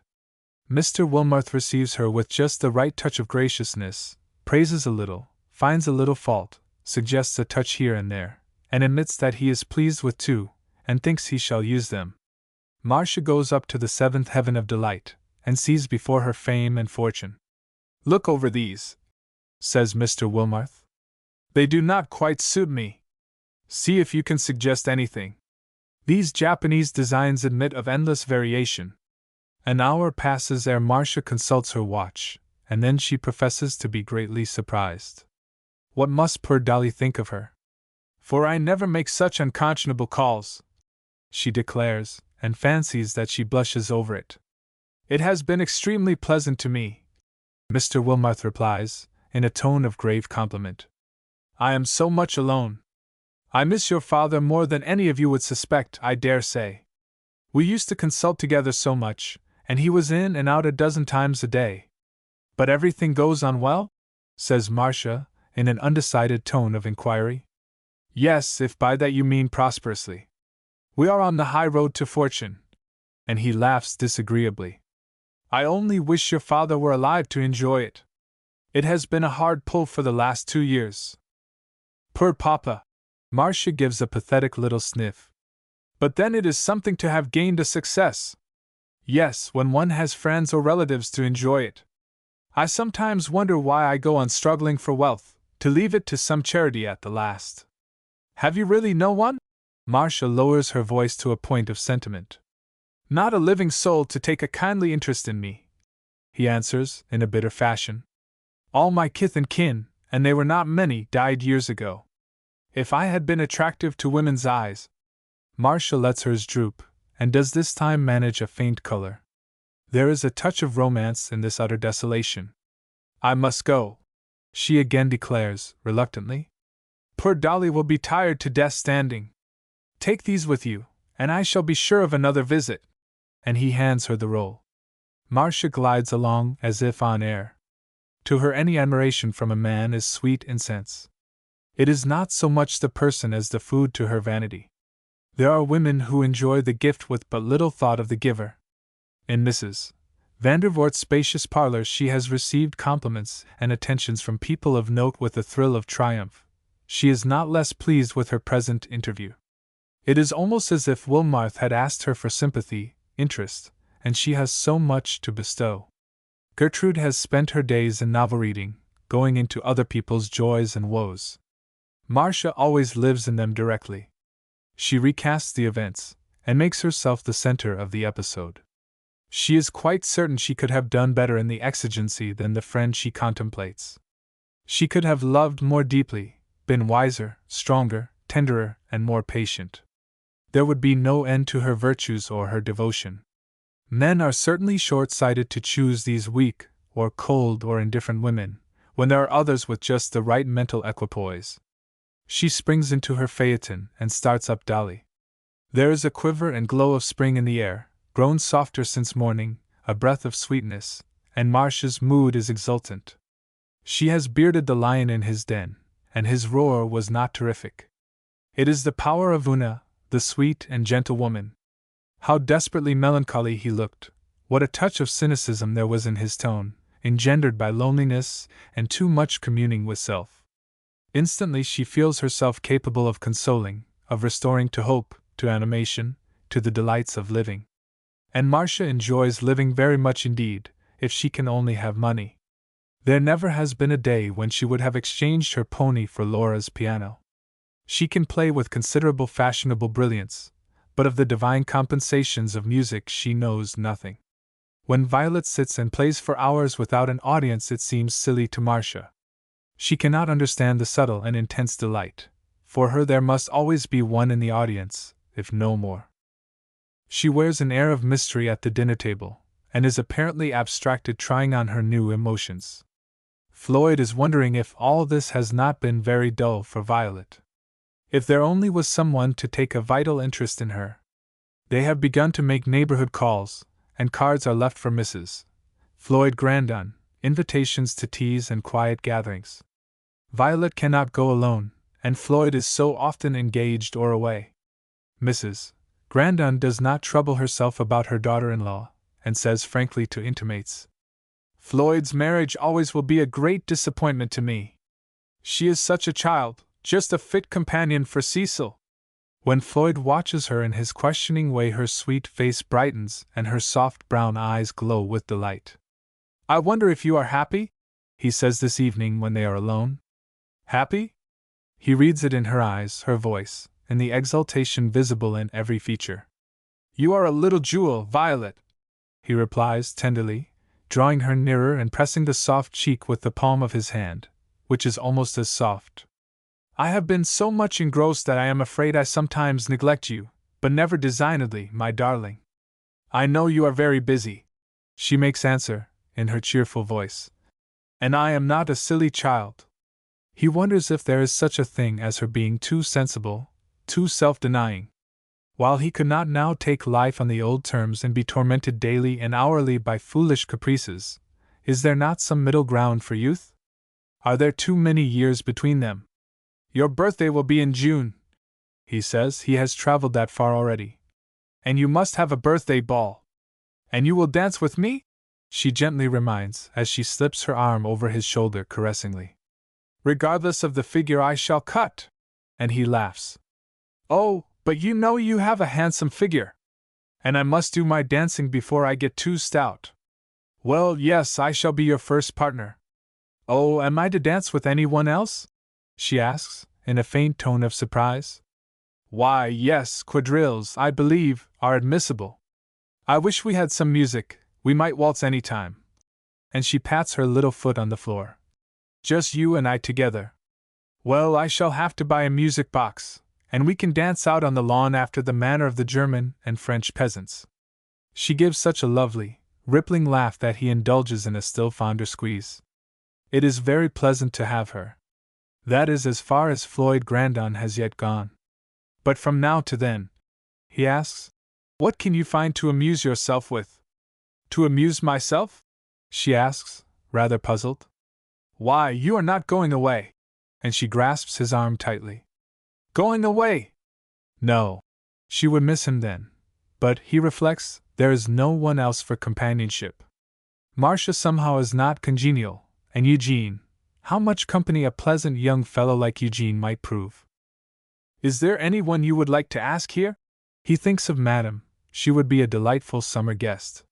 He would like to open his house. He does owe something to society for its warm welcome to him. "I don't really know anyone but Mrs. Latimer."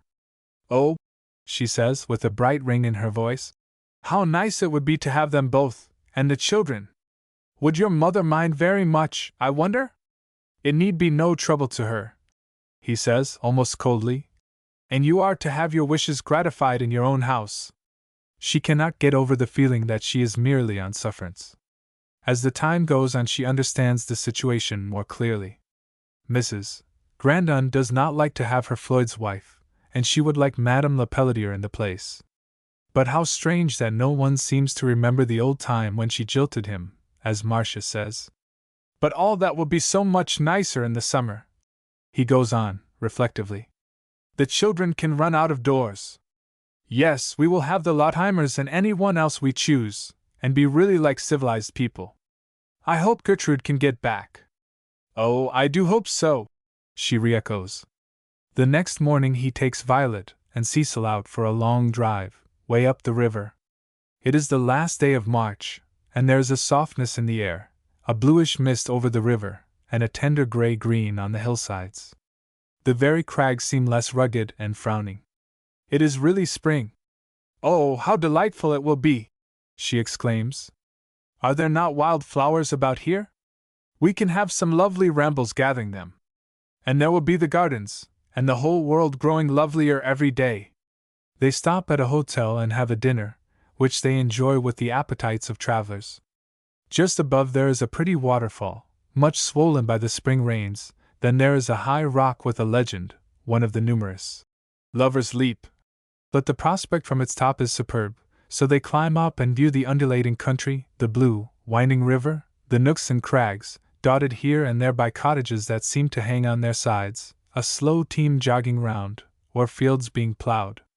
All the air is sweet with pine and spruce, and that indescribable fragrance of spring. Floyd Grandon is so happy today that he almost wishes he had a little world of his own, with just Violet and Cecil. If it were not for this wretched business, but then he is likely to get it off his hands sometime, and as it is turning out so much better than he once feared, he must be content. If there were many days like this, if husband and wife could grow into each other's souls, could see that it was not separate lives, but one true life that constituted marriage, but she does not know, and does her best in sweet, brave content, and he is ignorant of the intense joy and satisfaction the deeper mutual love might bring. He is a little afraid. He does not want to yield his whole mind and soul to any overwhelming or exhausting passion, and yet he sometimes wonders what Violet would be if her entire nature were stirred, roused to its utmost. But the morrow brings its everyday cares and duties. Floyd is wanted in the city. He drops into Madame's and finds her in the midst of plans. She is to give an elegant little musicale about the 10th, and he must surely bring his wife, who is to stay all night. She, Madame, will hear of nothing to the contrary. No woman was ever more charming in these daintily arbitrary moods, and he promises. All the singers will be professional, there will be several instrumental pieces, and the invitations are to be strictly limited. She touches upon his work with delicate praise and appreciation. It would seem that she kept herself informed of all he did, but she never questions him in any inquisitive manner. She is really intimate with the Lotheimers, so she hears, no doubt. It will be charming to add her to the summer party. There are other delightful people for Violet to know as soon as she can begin to entertain society. Violet is not much troubled about society these pleasant days. April comes in blustering, then turns suddenly warm, and lo! The earth seems covered with velvet in the wonderful emerald green of spring. She hunts the woods for violets and anemones, and puts them in her father's room. It is her room now, for she was very happy in it when her ankle was hurt. She moves out her few pictures, a lovely Mater Doloroso, whose grief is blended with heavenly resignation, and the ever-clear Huguenot lovers. Both have been school gifts. For the rest, her girl's chamber was simple as any nun's. Marcia makes her second visit to Mr. Wilmarth, and leaves Dolly at home. Now there is a rather curious desire of secrecy on her part. The whole thing is so much more charming enveloped in mystery. Mr. Wilmarth receives her with a brusque sort of cordiality, as if he was rather striving against himself, and she sees it, as he means she shall. The drawings are satisfactory, and he expresses his obligation to her. "I don't know as I can summon up courage to offer you any ordinary payment," he says, "but if you will accept some gift in its stead, if you will allow me to make it something beyond a mere business transaction." "Oh, it is such a trifle." And Marcia's head takes its airy curve. "I think I should like." "Well?" he asks, rather startled. "Please don't laugh at me," she begins, in a tone of girlish entreaty, which is not bad. "But I have been thinking, wondering if I could turn my gift to any advantage?" Marcia is really blushing now.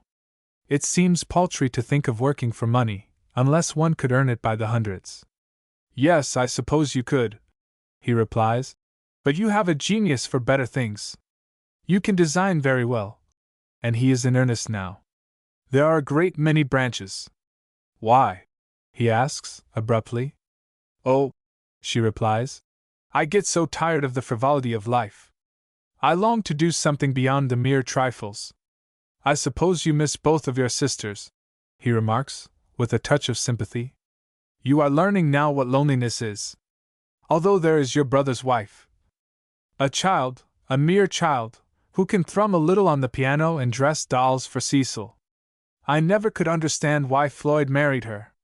"There was the fortune," suggests Mr. Wilmarth. "Oh, Floyd did not care for that. You see, he has had it all tied up so that he cannot touch it. Those who tie can sometimes untie," he answers dryly. "No, I have always thought there was some silly sentiment, or perhaps Mr. St. Vincent asked it of him," she cries, with sudden inspiration. "For Floyd could have rewarded her for saving the child's life." Evidently the marriage is not pleasing to Miss Marcia. That scores one in her favor. As a good ally through Eugene, he has learned that it was generally unsatisfactory, but he has fancied Marcia just the kind to be caught by a sweet young girl. He has been considering the point in all its bearings these few days, whether he really wants to be bothered with a wife, only he need not allow the wife to bother, and whether it would be better to win her openly or not. If the house at the park were her father's, but it is Floyd Grandon's, and he might some day be dismissed. He feels intuitively that Grandon would oppose the marriage from the undercurrent of enmity between.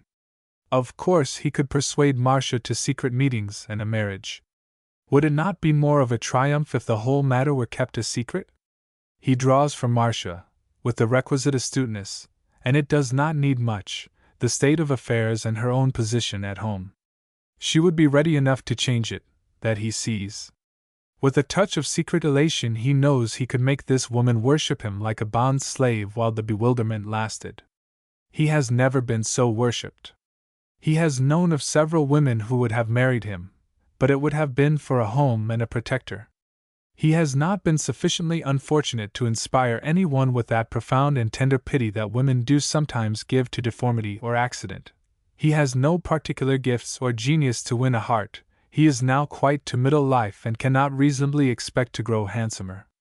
Under any circumstances he could hardly hope to marry into a family like that of the Grandons, and though he shall not be friends with a single member, still, it will gratify his pride, and Floyd Grandon must be more considerate of his business interests.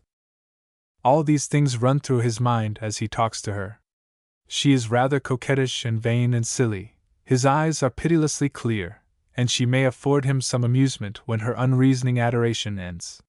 He sees the fact that he is attracted towards her, moves her curiously. If he is to take a wife, he will not have her cold and selfishly considerate, but quaff the full cup of adoration at first, even if it does turn to ashes and dust afterward. "I wonder," he says, after they have talked away the genial spring afternoon, "when I shall see you again, when I may present my little gift. Your brother and I are not cordial friends. I offered him some advice in the beginning, as an elder might reasonably give to an inexperienced person, which he resented quite indignantly, and he prefers to use his own wisdom. I am not quarrelsome, and so we are comfortable business compeers, but hardly calling friends, and since you are in his house I must deny myself the pleasure. Do you not sometimes go to walk? I know you drive a good deal." She catches the cue, and her heart bounds. "I do go out to sketch," she says, with admirable modesty. "Ah, that would be an enjoyment. Will you allow me to come?" There is a most flattering entreaty in his tone. Marcia considers. Violet and Cecil are forever rambling round, and she knows how easily an interview can be spoiled. It will hardly be safe to appoint one between here and Grandon Park. Down below the park there is a little cove, with a splendid view opposite, and a grove of trees for protection. She will appoint it here. Friday is unlucky. Saturday will be busy for him, so it is settled for Monday of the next week, and he agrees, with a peculiar smile and a pressure of the hand. Marcia Grandon walks home in a state of triumph. Experience forbids her to count upon this man as a positive lover, but he is an admirer. They have a disagreeable habit of going so far and then taking wing. Marriage seems an event rather difficult of accomplishment, for with all Marcia's flighty romance she shrinks from encountering actual poverty, but it might be this man's admiration is sufficiently strong to lead him beyond the debatable land. She hesitates just a little, then solaces herself with the improbability. Still, she is in a flutter of excitement when she goes up to her room after luncheon. What shall she wear? Bonnets and hats are tried on, and she passes and repasses before the glass to study the jauntiness or attractiveness of different styles. Her dress is gray, and she finally settles upon a light gray chip, with 2 long black plumes that almost touch her shoulder. A cluster of pansies would be very effective at her throat. Violet wears them a good deal, so she selects the finest in the greenhouse, and takes a parasol with a lilac lining. She does look very well. Before morning, her taste was rather bizarre, but it has been toned down somewhat. Jasper Wilmarth is first on the spot. She has dallied so long with toilet questions that it has given the man's complacency a little start, no bad thing. She catches a glimpse of him and is filled with trepidation, for up to this moment she has not been quite sure but he would allow something to prevent. He takes both hands. The consciousness goes over her that he is a lover. He is not a handsome man, with his high shoulders, short neck, and rugged face, but today he has taken some pains, and lets his steely eyes soften. His lips show their bit of red under the gray mustache. His necktie is fresh, his clothes have been brushed, and if the soul animating the man was even as good as the body it would be better for all who come in contact with him. He has resolved to try his utmost at fascination. It is strong, masterly, imperious, but he seems to check himself now and then, as if he wanted her to believe he was holding in the actual man for her sake, and Marcia is immensely flattered. He has brought her a really beautiful bracelet, counting on her personal vanity, and she is quite overwhelmed. If it had been any ordinary designer, of course I should have paid the usual price for the work, he explains, but I wanted you to remember the pleasure the interviews gave me. You rate them too highly, says Marcia, falteringly. I didn't say they gave you pleasure, he answers. You have so much society, so many friends, but a poor unfortunate fellow like me gets early shelved, and crumbs are not to my taste. I am just selfish enough to want a whole piece of cake. Well, why should you not have it? Says Marcia, who is well versed in the audacities of coquetry. I am not at all sure I could get it, the kind I want. He folds his hands behind him, and they walk down to the shore. Her portfolio she has consigned to a rocky crevice. There will be no sketching, she is well aware. I think a man can get a great deal, she says in a meditative sort of tone. He can dare almost anything. Indeed, it occurs to me that it is often women who take up with the crumbs. And there are seasons in life when one would be glad to offer an equivalent, if one had the nice iced and ornamented cake. Oh, you fancy women are always on the lookout for sweets, Mr. Wilmarth, she says, parrying. There are other things. As what? Strength, power, honor, manliness. I wonder, he begins musingly, how long strength and manliness would stand against beauty and the soft, seductive flatteries of society. I wonder what they in their ruggedness would win. What a lovely day it is, and what a solemn talk. I shall bore you. Suddenly changing his tone, Marcia protests. They ramble up and down, and skirmish. He has fancied her an overripe peach ready to fall, but is surprised at her numerous little defenses. It is fortunate for her that she cannot think him in solemn earnest, for her uncertainty adds a zest to his pursuit. When they part, it is with the understanding that she shall not attend the musicale, which she really cares little about, and that he shall spend the evening with her. It is a rather bold step, and his acquiescence sends a tremor through every pulse. What if he should prove a lover? Chapter 20. Love that is ignorant, and hatred have almost the same ends. Ben Jonson. Ben Jonson. What if Jasper Wilmot should prove that ardently desired person a lover? Marcia Grandon wonders what she would do, what she had better do. The years are beginning to fly apace.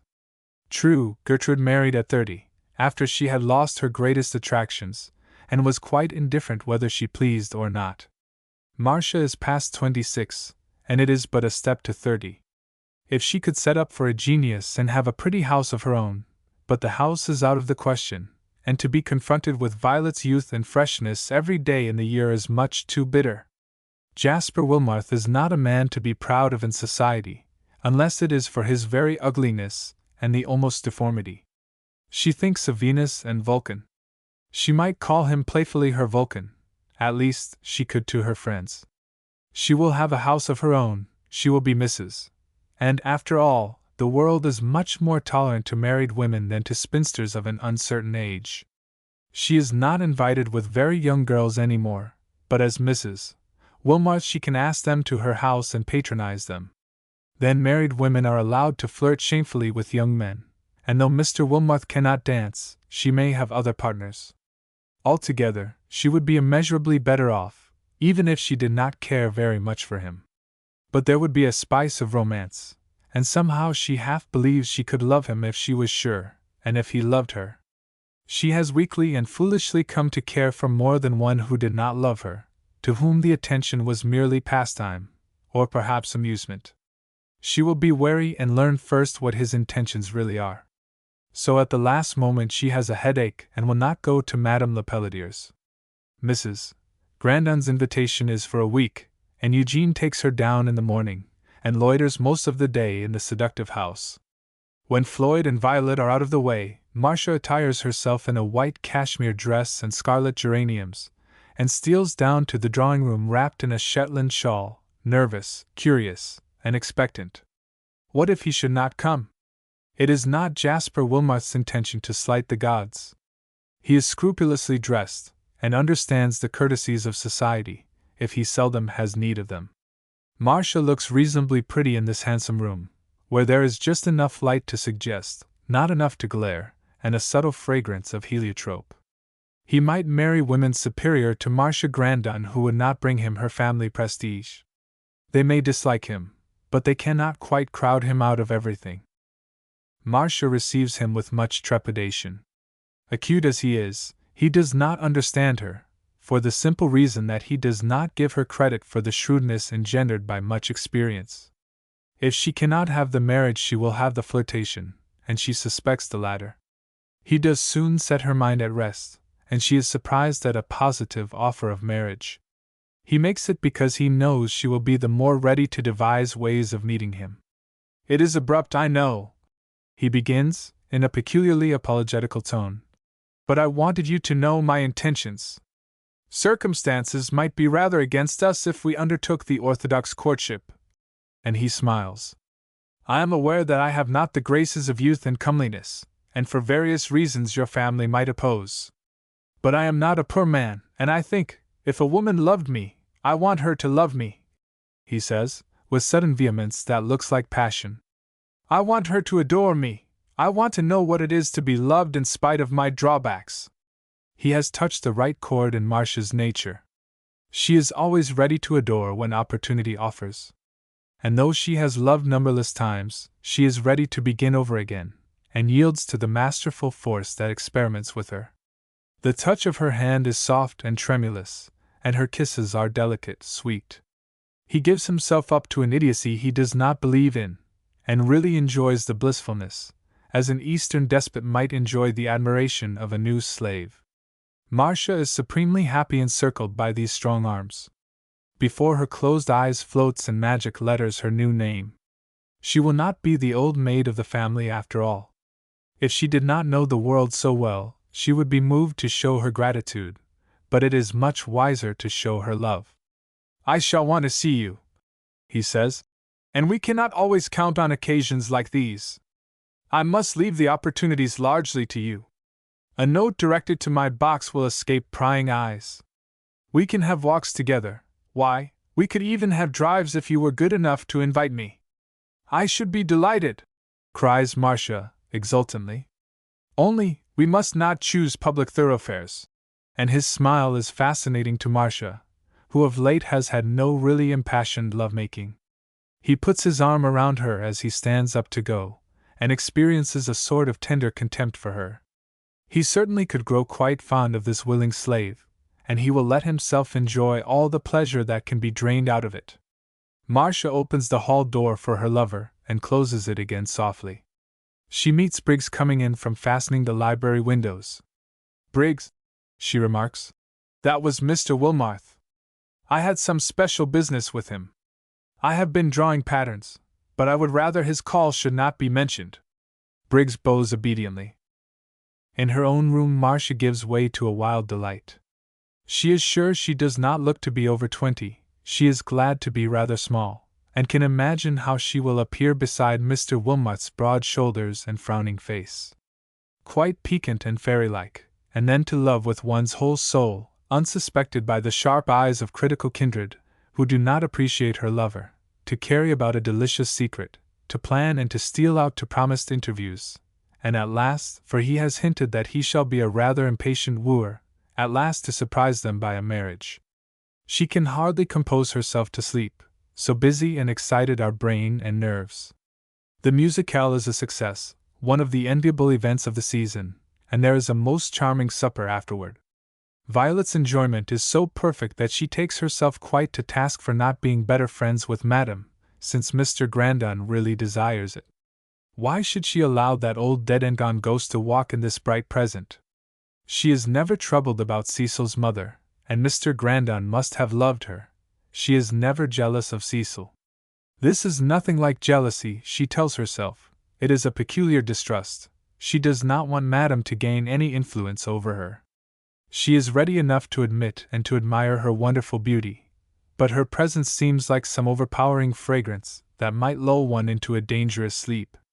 And yet Violet finds, as the time goes on, that she does come into her life and smooths it mysteriously. Laura has less of that insolent superiority when Madame is present, and Mrs. Grandon seems more gentle. Then Madame can convey bits of society counsel so delicately, she always seems to know just when Violet is not quite certain of any step. I should really have loved her at first, Violet half admits to herself. If nothing had been said. Gertrude and the professor are going to Mexico, and will not be back for some time. Everybody is planning for summer. Laura talks of a run over to Europe. The Vandervoorts take Newport as a matter of course, and send thither carriages and horses. Mrs. Latimer spends a few days at Grandon Park, and ends by taking the cottage with the niece, after she has had a luncheon within its charmed precincts. Madame lingers and is undecided, then what she considers a very fortunate incident settles her at Grandon Park, with a lovely cottage, horses, and an elderly half-invalid for companion. About the middle of May, Marcia Grandon makes her grand coup de grace. She fancies she has had it all her own way, that she has planned, but someone behind was gently manipulating the chords of his puppet. There have been delicious stolen interviews, notes, and the peculiar half-intrigue, half-deception Marcia so loves. Violet has remarked an odd change in her. Mrs. Grandon has been a good deal occupied, and has grown accustomed to her daughter's vagaries, so no one has paid any special heed. Marcia has ordered a trousseau in the city, and one fine morning goes down in her airiest manner, and in pearl silk is made Mrs. Wilmarth. From thence they send out cards, and Marcia writes to her mother, to Laura, who comes in haste, and is both angry and incredulous, angry that Jasper Wilmarth should have been brought into the family, when she had done it the honor to connect it with the Vandervoorts and Delanceys. Marcia is quite resplendent in silk and lace, and does look blissfully content. "What an awful fool you have made of yourself!" is the tender salutation, since Mr. Wilmarth is not present. "What you ever could see in that man passes my comprehension. He may do for business, But if I understand rightly, Floyd is not overfond of him. I suppose that was why you married on the sly. I married to please myself, says Marcia, bridling. And I dare say you did the same. I have a husband who is kind and generous and noble, who loves me and whom I love, and if fate has in some ways treated him unkindly, he shall learn that there is one woman in the world brave enough to make it up to him. She repeats this almost like a lesson learned by rote. Bosh! Returns Laura, with contemptuous superiority. I dare say you thought it would be the last chance. Oh, I have heard of women marrying even at 40, retorts Marcia, with a shrill little laugh. And to do it in that way. Whatever possessed you to make such an idiot of yourself? To bring that man in the family? You forget he is my husband, Mrs. Delancey. And Marcia braves her resolutely. At this moment the door opens and the obnoxious person enters, having heard his wife's last sentence. He walks straight up to Laura, with determination in every line of his countenance. Ah, Mrs. Delancey, he says, and then adds in a meaning tone, with a kind of bitter suavity, I suppose we do not need to be introduced. Although I never was much of a visitor in my late partner's household, I have known you all, and I suppose am entitled to a little friendly recognition for Marcia's sake. We have taken our step in a most unorthodox manner, but it suited ourselves, our only apology. Extremely unorthodox, says Laura in a biting tone. But we propose to make it orthodox as soon as possible. Marcia, brave girl, would have married me in the face of any staring audience. She might have had a younger and handsomer bridegroom, but she can hardly have a husband who will care more tenderly for her. Laura is rather checked in her angry career. She dare not brave these steel-gray eyes. We are all very much surprised, at least I am, having heard no word or hint of it. We did keep our secret pretty well, I believe. And he glances fondly at Marcia. Well, replies Laura, rising, I suppose the best wish of all is that you may not regret your step in haste. It was not so hasty as that. And he laughs, with the flavor of one who has won. Laura makes her adieus coldly, feeling outgeneraled by his evident determination not to be put down. What are we to do? She asks of Madame, half an hour later. This horrid reception staring us in the face. Of course people will go out of curiosity. Marcia always did delight in being talked about. But is her husband so horribly unpresentable? And Madame's beautiful eyes are filled with sympathy. Oh, you can present anything here in New York, that is the worst of it, cries Laura angrily. That is why I like Newport. And Marcia is so utterly silly. But Mr. Wilmarth? I hate the sight of him, and Marcia used to say everything about him. He's humpbacked or something, and looks like a tiger. Well, I do wish her joy if ever he should get in a tantrum. You see, after all, the idea of bringing such a man in the family. Floyd's marriage was bad enough. But your petite sister-in-law does improve wonderfully. Don't call her anything to me, says Laura, disdainfully. She is simply Floyd's wife. I only wish we were going to sail this very day and get out of all the Escalandra. Madame laughs comfortingly. Laura resolves to go up to Grandon Park to see in what estimation the marriage is held there. They are surprised and puzzled. Mrs. Grandon's mortification is a little assuaged, and in her secret heart she is thankful Marcia has done no worse. She has been lawfully married by a reputable clergyman, she is staying at a fashionable hotel, and will no doubt have a stylish reception. She has married a man who can not only keep her in comfort, but who is likely to keep her out of any further imprudences, and therefore one need have no care or anxiety about the future. The step certainly has some compensations to her, if they are and must remain unconfessed to the world. I do regret it, Floyd says candidly, for I am afraid Marcia's romance has led her into an unwise step. I cannot imagine Jasper Wilmarth being tender to a woman. I have never been able to like or admire him, or, for that matter, trust him, and our views seldom accord.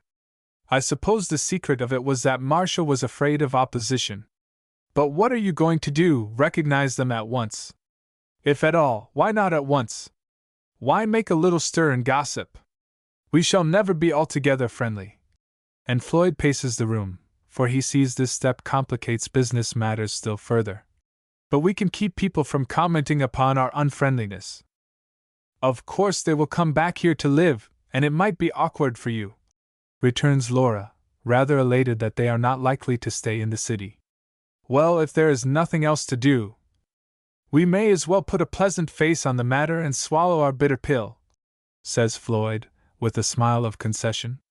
Do you know, says Violet afterward, with a touch of timidity that is quite entrancing, I cannot help admiring Marcia's courage in marrying a man she loved, even if he was not, and he is quite dreadful, with a shivering incoherence. I saw him when he came to Canada, and he made me think of an ogre. Yet it would be very hard if the whole world hated you for something you could not help, like a deformity. I have known several instances of men worse deformed than Mr. Wilmarth being extravagantly loved, says Grandon, thinking how nearly this man might have been her fate, and wondering if she could have reconciled herself to it. But we are very apt to connect warped bodies with warped minds, and I must confess to a distaste for either.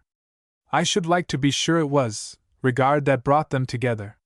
She remembers that Marcia is rather peculiar, always taking sudden fancies and then dropping them. This she never can give up, never. What thought so perplexes that wise little face? Asks her husband. Oh, she must have loved him, or she could not have married him, she says, still thinking of Marcia. Does that follow, I wonder? Why, she had her choice, you know, there was no other reason for her to marry him, she answers, innocently. He wonders just now what Violet St. Vincent would have done had a choice been hers. He is well aware that she obeyed her father, and that he was not distasteful to her. She is sweet and dutiful and fond, not at all exacting, and has the obedience of a well-trained child. Does he care for anything more? Could he have it if he did care, if he desired it ardently? Mrs. Jasper Wilmarth's reception is a crush. It would seem that no one stayed away, and it looks as if they might have brought cousins and aunts. She is in pale blue silk and velvet, and looks very pretty, for Marcia brightens up wonderfully with becoming dress. Mr. Wilmarth's tailor has made the best of his figure, and he brings out the training of years agone, when he had some ambitions. Society decides that it must have been merely a whim, for the man is certainly well enough, and really adores her.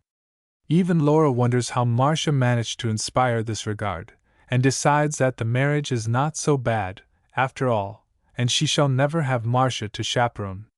Floyd Grandon and his wife are down in the early part of the evening. This is really Mr. Wilmarth's triumph.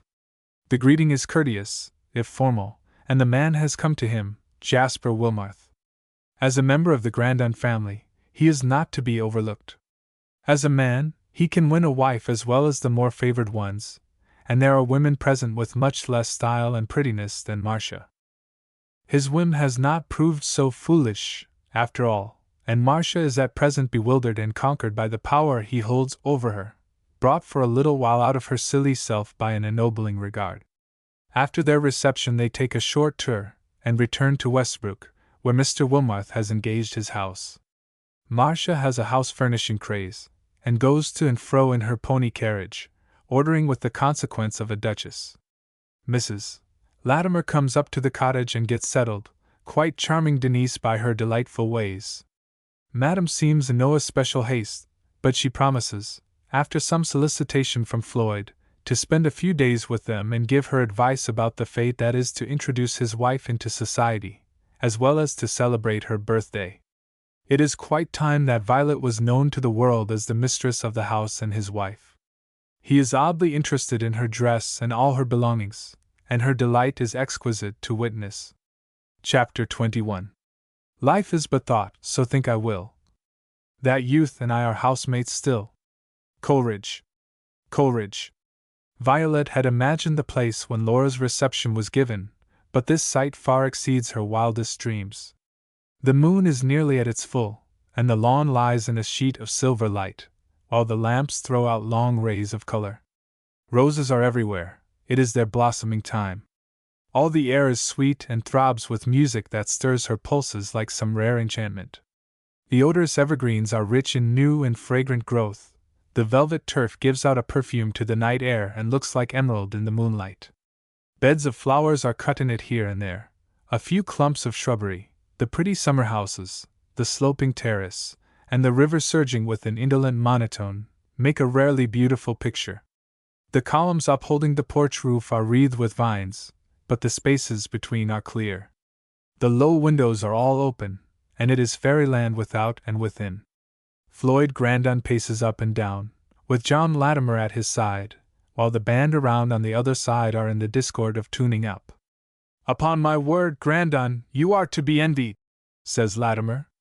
"I am not sure we have done a wise thing coming up here this summer. The fuss and pomp of fashion rarely move me to any jealous state of mind, but I am afraid this will awaken absolute covetousness." Grandon gives a genial, wholesome laugh, and he almost believes he is to be envied, in spite of the perplexities not yet at an end. He is proud of his lovely home, he has a beautiful child and a sweet wife, and if she does not charm the whole world, what does he care? There is no one left to fret them in household ways, for he fancies he has seen signs of softening in his mother, and she is having new interests in life, with her daughters well married. There is only Eugene to feel really anxious about. The carriages are driving up the avenue, and there is a flutter through the hall.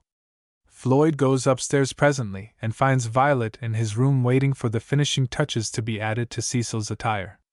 She turns quickly, and a soft flush makes her bewitching, radiant. "How do you like me?"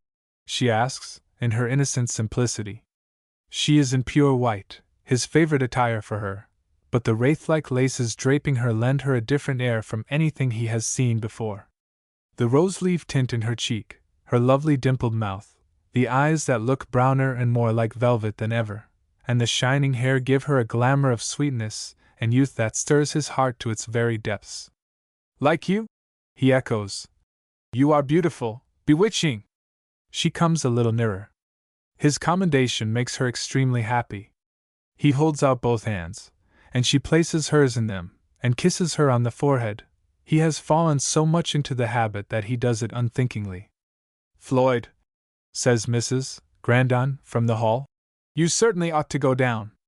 "I am all ready," cries Cecil, who flies out, beautiful as a fairy, in a shimmer of white and pale blue, her waving hair like a shower of gold. Violet is a good deal frightened at first, although she resolutely forces herself to a point of bravery. She has never been the central figure before, and she has a consciousness that all eyes are turned upon her, and that she hardly has a right to the use of her true name while Mr. Grandon's stately mother is present. Laura is resplendent in silk and lace, she never affects any ingenue style, and Madame is a dazzle in black and gold, her Parisian dress of lace a marvel of clinging beauty, and her marital neo-roses superb. She has been mistress and head for several days, but now she is simply the guest, and none better than she knows how to grace the position. Outside there is a sea of bewildering melody, that pulses on the air in rhythmic waves. The French horns blow out their soft, sweet gales, like birds at early morn, the flutes whistle fine and clear, and the violins, with their tremulous, eager sweetness, seem dripping amber. Viols and horns reply, shaking out quivering breaths to the summer night air, until it seems some weird, faraway world. Violet is so entranced that she almost forgets she is Floyd Grandon's wife, being made known to society. The first quadrilles are full of lovely gliding figures. Violet dances with her husband, then with Eugene. Floyd and Madame Lepelletier are in the same set. It is the first time he has danced with her since they were betrothed. She knows if she had stayed at home and married him, either would have been the kind of people they are now, and she does not envy that old time, but she wants the power in her hands that she had then. She would not even care to give up all the years of adulation when rank and title were an open sesame to golden doors, and even now has its prestige. There is nothing she really cares for but the love of this man, little as she believes in the divine power. The fate is really open now. Guests stroll about and listen to the music, or sit on the balcony chairs and watch the dancing. By and by there are some soft melodious waves with no especial meaning, then the French horns pipe a delicious thrill. Viol, flute and bassoon burst into beguiling bloom of the Zamora, and hands steal out to other hands, arms cling to arms, and the winding, bewildering waltz begins. Violet is talking to a young man, one of the Grandon Park neighbors, who stands bashfully wondering if it would do to ask her to waltz. Unconsciously her feet are keeping time, and her heart seems to rise and fall to the enchantment in the air. Then she feels a presence behind her and turns. "This is our waltz," Floyd Grandon says, just above a whisper, and bowing to her companion, leads her away. "Shall we go out on the balcony?" he asks, and the quick pressure on his arm answers him. Out in the wide warm summer night, where the air throbs and glows with some weird enchantment, he puts his arm about her and draws her close. There are several irregular measures, then their figures and steps seem to settle to each other, and they float down the long space, up again. There is reversing to steady her a little, then on and on. He looks down at the drooping eyes with their tremulous lids, at the faint flush that comes and goes. He feels the throbbing breath, and realizes what a powerful and seductive temptation this might become. He has even kindled himself. For the first time he feels himself capable of rousing such a torrent of love in her that her whole soul shall be absorbed in his.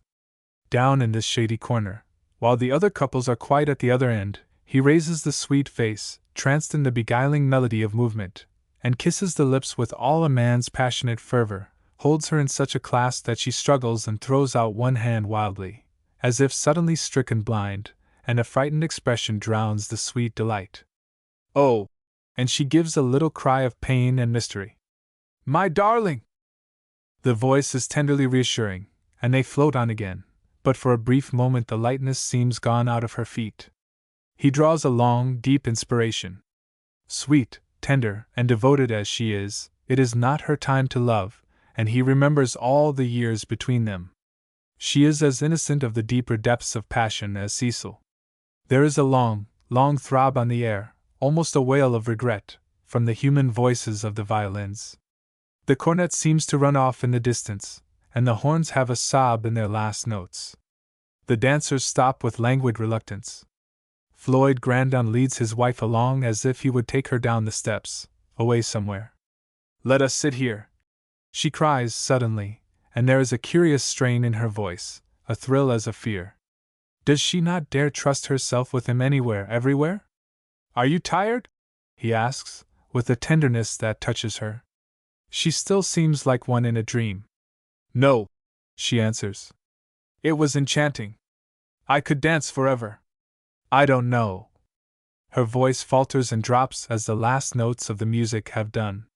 It would be a mortal sin to awaken her. She shall dream on until the right time comes. "Then you liked it?" His voice has a steady, reassuring tone.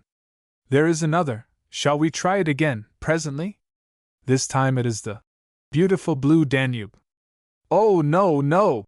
she says vehemently. The strains begin to float and throb again, light, airy, delicate, with one pathetic measure that always touches the soul. She rouses and listens, then the little hand creeps into his beseechingly. "Oh," she says, "may I take that back? I think I was beside myself. Will you waltz with me again?" It is an exquisite waltz, pure, dreamy pleasure, delicious to the last bar, and nothing has startled her. He watches her lovely flower-like face that is full of supreme content. "Now," he says after she has rested a while, "we must look after our guests. Let us take a stroll around. Nearly everybody has been waltzing. Marcia and her husband are present." It was quite against his desire that Floyd extended an invitation to Jasper Wilmarth, but he felt he could not do otherwise. He does not mean to be over-cordial with his brother-in-law in the matter of hospitalities. Wilmarth is proud of this victory, because he knows it cost Floyd Grandon something. He is glad, too, of an opportunity of becoming better acquainted with Mrs. Grandon. This does not altogether mean conversing with her, although he has managed several passing talks, but he likes to watch her, and the old thought comes into his mind that with a little better planning he might have won her. A half-suggestion of his had put the thought of Eugene Grandon in the mind of St. Vincent, but he well knew that Eugene would only laugh such a proposal to scorn. The factor he had not counted on was Floyd himself. Marcia is set wild with the first waltz. She is new to wifehood, and she stands a little in awe of Jasper Wilmarth. There are people, husbands, who object to it. Eugene is too late to secure Madame, and stands looking rather bored and sulky. "Would you mind dancing it with me, just once?" says Marcia pleadingly. "Of course not," he answers, indifferently. "Eugene wants me to waltz with him," she whispers to her husband, and he, in deep conversation with a neighbor, simply nods. There will be time enough for marital training when the worship becomes irksome, and he wants spice instead of sweet. They shall all see that Marcia has an indulgent husband and is not to be commiserated. But when he sees Floyd Grandon floating up and down with that lovely fairy-like figure in his arms, he hates him more bitterly than before. Irene Lepelletier and Jasper Wilmoth could well join hands here. The gulf between them is not so very wide. Marcia is up in the next waltz as well, but this time with an old admirer. Eugene resists the glances of Lucia Braid and makes a wallflower of himself. He begins to watch Violet presently, and remark with what entire perfection she waltzes. Who would have suspected it in a little convent-bred girl? She is pretty in spite of all detractions Laura has discovered. How her shining hair glitters, as if sprinkled with diamond dust. Cecil comes running up to her after they have promenaded around among the guests. "Mamma," she exclaims, "that was just as we dance. Why can't you dance with me here to all the pretty music?" Violet glances up to meet her husband's smile of assent. "Next time, Cecil," she says, slipping the little hand in hers. They do not have to wait very long. After a mazurka comes a waltz, and Cecil is made supremely happy. "How utterly bewitching they look," says a low, melodious voice at Floyd Grandon's side. "How tall Cecil has grown in a year!"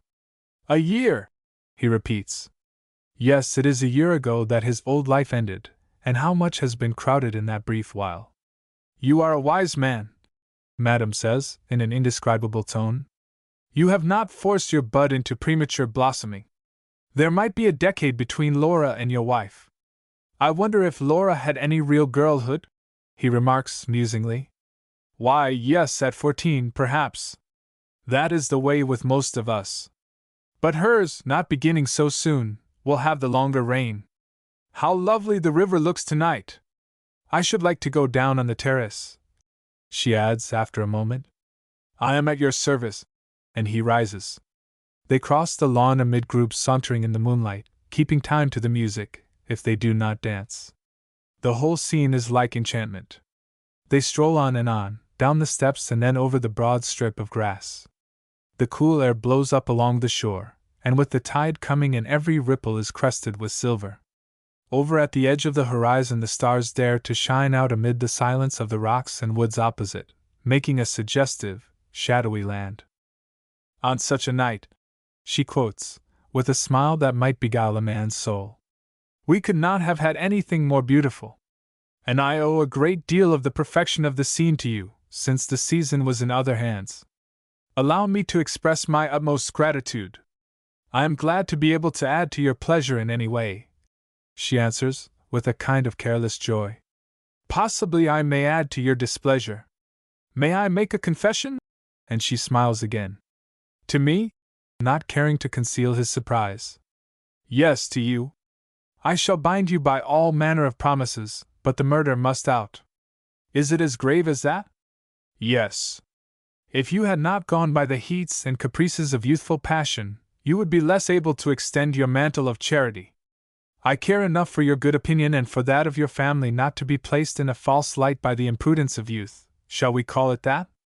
I cannot imagine," he begins, puzzled, and yet almost afraid to trench on this suspicious ground. "Can you not? Then I give the young man credit for a degree of prudence I was fearful he did not possess." "Oh," he says, with a curious sense of relief. "You mean my brother?" "Floyd," in a low, confidential tone, and she so rarely gives him his Christian name that he is struck with her beautiful utterance of it. "I want you to do me this justice at least, to let me stand higher in your estimation than that of a mere silly coquette, who makes a bid for the admiration of men in general. There was a time when it might have turned my head a little, but then I had no general admiration to tempt me. I have been friendly with Eugene, as any woman so much older might be, and the regard he has for me is not love at all, but just now he cannot see the difference. He feels bitter because he cannot have matters as he fancies he would like, and in a few years he will be most grateful for the cruelty, as he calls it. Oh, Floyd says with a sense of shame. He certainly has not been foolish enough to. You surely do not think I would allow him to make an idiot of himself, she replies, with an almost stinging disdain. I should not want him to remember that of me. One may make a mistake in youth, or commit an error, but with added years there would be small excuse. I had a truer regard for him, as well as myself. It was wiser to quench the flame before it reached that height. And she smiles with a sense of approval. So if you see us at swords' points, you will know that the disease has reached the crisis, and you may reasonably expect an improvement. Indeed, it is time he turned his attention to other matters. Shall you be able to make a business man of him? I am afraid not, replies Floyd Grandon. Now that I have confessed, I feel quite free, she begins, in a tone of relief. I wanted the matter settled before I came up here, and I did want to keep your good opinion, if indeed you have a good opinion of me. Something in her voice touches his very soul. It is entreating, penitent, yet loftily proud. It says, I can do without your approval, since I may have forfeited it in some way, yet I would rather have it. You are free to give or to withhold. I think, he says steadily, this is not the first time you have acted sensibly. I wonder if I shall offend you by a reference to those old days when we both made a mistake. Time has shown us the wisdom of not endeavoring to live up to it. Both of our lives have doubtless been the better, and we have proved that it makes us none the less friends. There is no agitation in voice or face. He stands here calmly beside the woman he was to have married, and both he and she know the regard has perished utterly. An hour ago he would hardly have said what he has. Why does he feel so free to say it now? She is superbly tranquil as well, but she knows him for a man who holds his honor higher than any earthly thing. If Violet St. Vincent had not come between, she might have won him, but now all the list of her fascinations cannot make him swerve. I ought, he continues, scarcely heeding the momentary silence, to thank you in behalf of my wife as well. You have shown us both many kindnesses. You have been a true friend. He never makes the slightest reference to any family disagreements, or any lack of welcome his wife has experienced. I should have done a great deal more if Mrs. Grandon had been less shy of strangers, she makes answer quietly. They walk up and down in silence. The river ripples onward, the moon sails in serenest glory, the wind wafts the melody down from the wide verandas, and it trembles on the river, making a faint echo of return from the other side. They are both thinking, Grandon of Violet, and Madame of him. She has found few men so invincible, even among those very much in love. There is a certain expression in his face which she as a woman of the world and read in many fascinations understands. It is loyal admiration, for he is constrained to admire in all honesty, but it falls far short of that flash of overmastering feeling, so often mistaken for love and leading to passion, the possibility of being tempted. It would satisfy her vanity better to believe him incapable of a deep and fervent love, but she knows better. When he is touched by the divine fire he will respond, and she envies bitterly the woman who is destined thus to awaken him. Will it be Violet? She crushes her white teeth together at the thought, imagining that she would feel better satisfied to have it any other woman. But why should he not go on this way? Let him honor the girl whom circumstances and not election have given for a wife, so that in real regard he sets her no higher than a friend. We must go back, she says, with a touch of regret in her voice. One could stay here forever, but there are duties and duties. He turns with her, and they come up the path together. Cecil and Violet stand on the balcony, warm, yet full of youthful gladness. Cecil has acquitted herself so beautifully that the two have been a center of admiration, and Violet has run away from the compliments.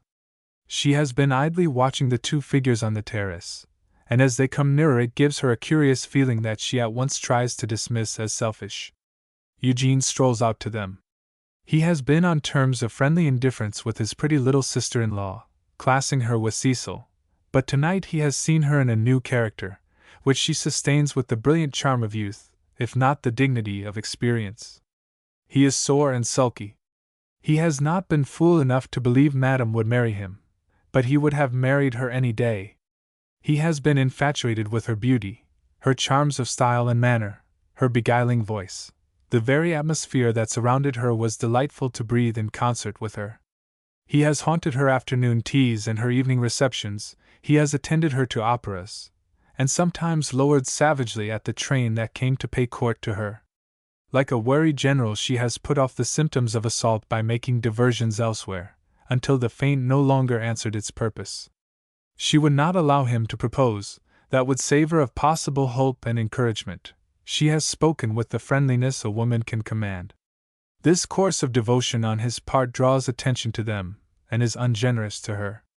How do you know what I mean? He has asked, in a tone of gloomy persistence. She gives a little laugh, suggestive of incredulity and a slight flavor of ridicule. Because I know it is impossible for you to really mean anything derogatory to me or to yourself, she answers, in a tone of assured steadiness. If I were a young girl, it might be love or flirtation.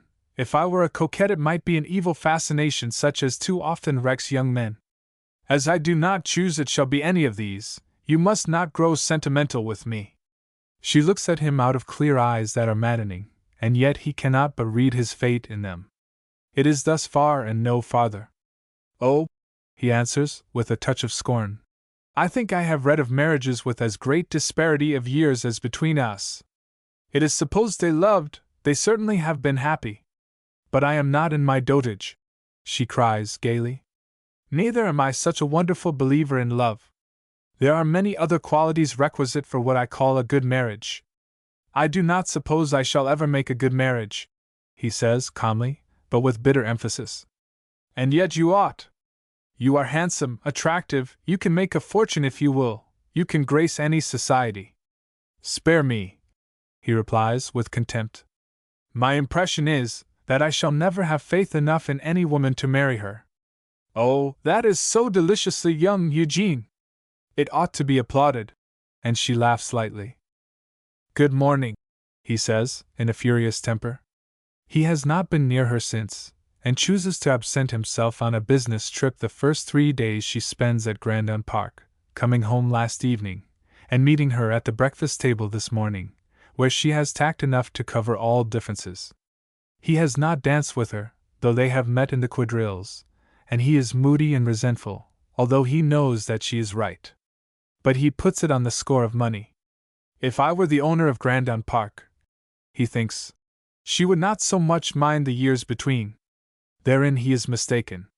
It would hurt Irene Lepelletier's amour-propre to make herself conspicuous, to be held up to ridicule or blame.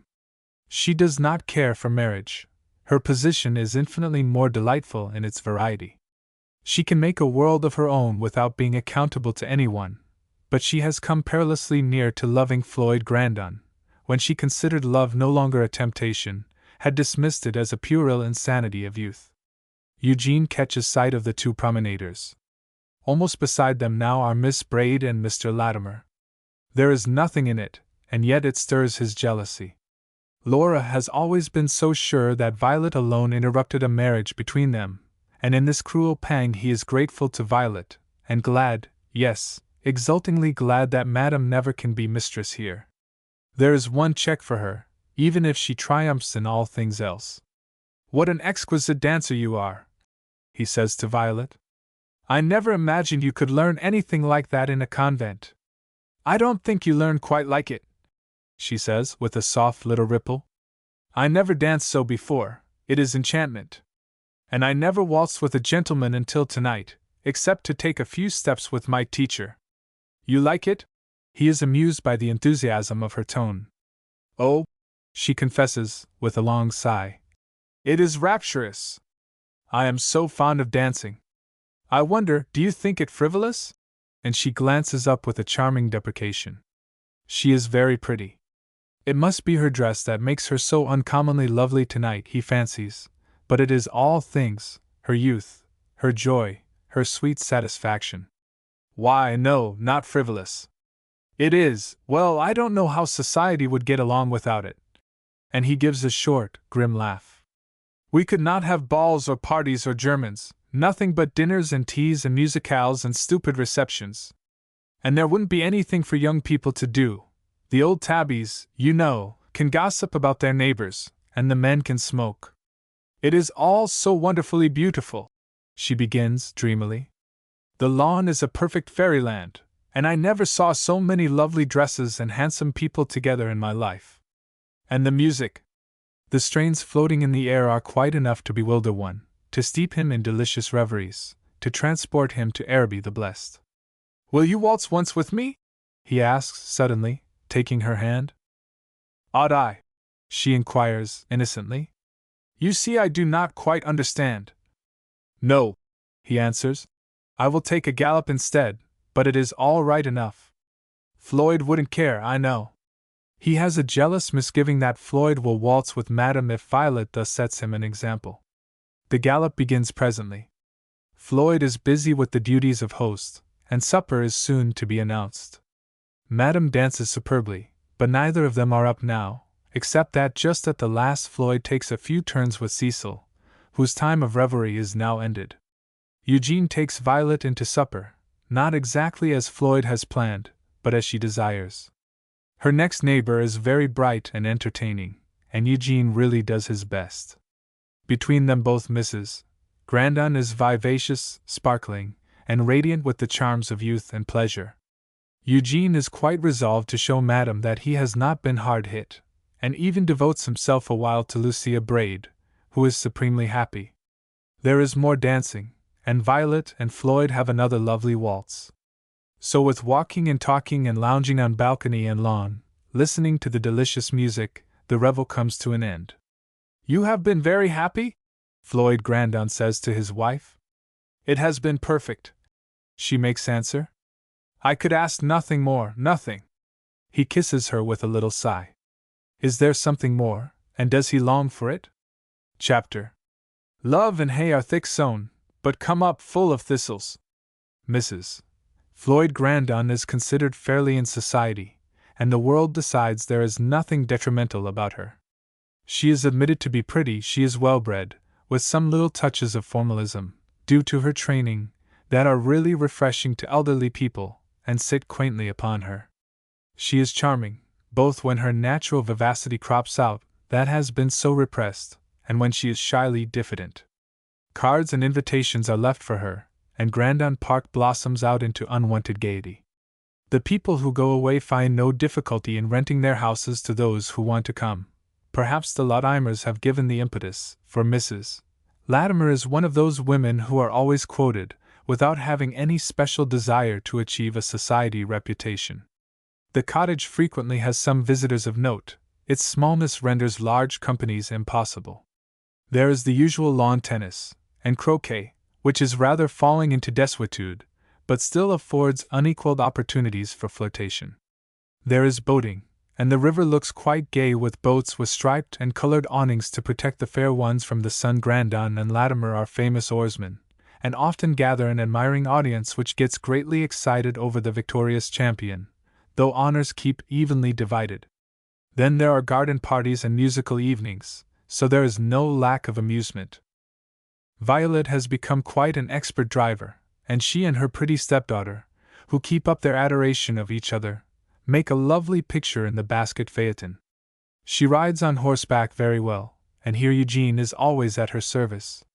In fact, though he never quite confesses it, he lets her fancy that he is an unfortunate moth who has been drawn into the flame when he would not have flown of his own account and desire. He is the kind of masculine who must always be dear to some woman, who floats on the strongest current of fascination or sympathy. It has been the former, it is now the latter. The many frank allurements of youth in Violet charm him insensibly. She has a secret sympathy and a curious misgiving that she cannot overcome. It grows upon her, indeed, that Madame Lepelletier is dangerous to man and woman. Had Madame more personal vanity in her conquests, she might feel piqued at the defection of her knight, who has not wavered in his allegiance for the last year.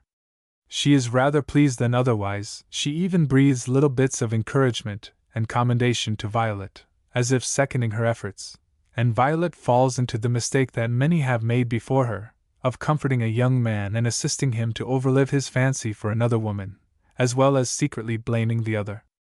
Eugene is so fond of shifting burthens upon other people. Laura and Mr. Delancey go abroad. Mrs. Grandon accepts several invitations for summer visits. She is less the head of the house now that her daughters are married in a way, but she does not abate one jot of her dignity, and is secretly mortified to see Eugene so ready to treat with the enemy, as she still considers her. Mrs. Jasper Wilmarth is at the summit of delighted vanity. They cannot compete with Grandon Park, but they have taken a rambling old country house on the outskirts of Westbrook, and Marcia has certainly managed to accumulate no end of bizarre articles. The rooms are large and the ceilings low, there are corner fireplaces and high mantels, there are curtains and portieres and lambrequins, there are pictures and brackets and cabinets, easels with their studies, and much bric-a-brac. Jasper Wilmarth insists that the sleeping chamber and sitting room shall be kept free from this nonsense, as he calls it, and does not meddle his head about the rest. Indeed, he rather smiles to himself to see of what consequence his name has made her. He does not even object to being considered a hero of romance in her estimation, knowing her sieve-like nature, and that whatever is in must drip through somewhere.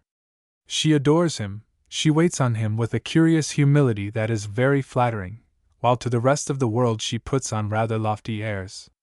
They amuse him, and he sees with much inward scorn the respect paid her, for what, indeed, was she not as wise and as attractive 6 months ago? Yet he means she shall have the respect and the honor. He will not be the rich man that he once dreamed of, but he has enough to afford her many indulgences. So when she makes a rather timid proposition for a party of some kind, he listens with attention as she skips over the ground and makes a jumble of festivities. "I should choose the garden party," he says briefly, for in his mind he considers it the prettiest for the expense and the most enjoyable. There is no velvet lawn, but there is the remnant of an orchard, and the old trees are still picturesque. They need not have the fuss of a regular supper, but refreshments out of doors, with quartet tables, for the evening will be warm and moonlight. Marcia is delighted. The pony phaeton flies around briskly, and invitations are accepted on nearly every hand. Floyd Grandon would much prefer to decline, but he cannot, without seeming churlish, and Violet takes it as a matter of course. Is it a special providence that interferes? That very morning an important telegram comes, and someone must go to Baltimore. It is not a matter he cares to have Wilmarth settle, and Eugene is not to be relied upon. He could take Violet, but it would look absurd this hot weather, and on such a hurried journey, when he has not hesitated to go alone before. Why should he be so reluctant to leave her, he wonders. "It's just shabby," declares Eugene. "Wait until tomorrow. Marcia will feel dreadfully put out if you are not there tonight. Tomorrow would make it too late to see one of the parties, who is to go abroad." And he knits his brows. "Well," says Eugene, "I'll take care of Violet tonight, though I can't hope to fill your place. But I say, Floyd, do you mind if she waltzes with me?" "Not if she cares to," is the answer, in a tone of reluctance that is quite lost upon the younger. He realizes that he has hardly courage for a direct prohibition when Eugene has just begun to show himself brotherly. Violet is out driving with Cecil. He hurries up to the Lotheimers. She has been there and gone, and there is no more time if he catches his train, and not to do it might be to lose immeasurably. But to go without a goodbye to her or Cecil, and the old thought, the ghost that haunts every untoward parting, if he should never see them again, unmans him for an instant. What folly! Why, he is growing as fearful as a young lover. He writes a brief farewell in pencil, and lays it on her table. She shall decide about the party herself, but he longs for a kiss, for one look into her lovely, untroubled eyes. Violet does not return until luncheon is on the table. Eugene is looking out for her.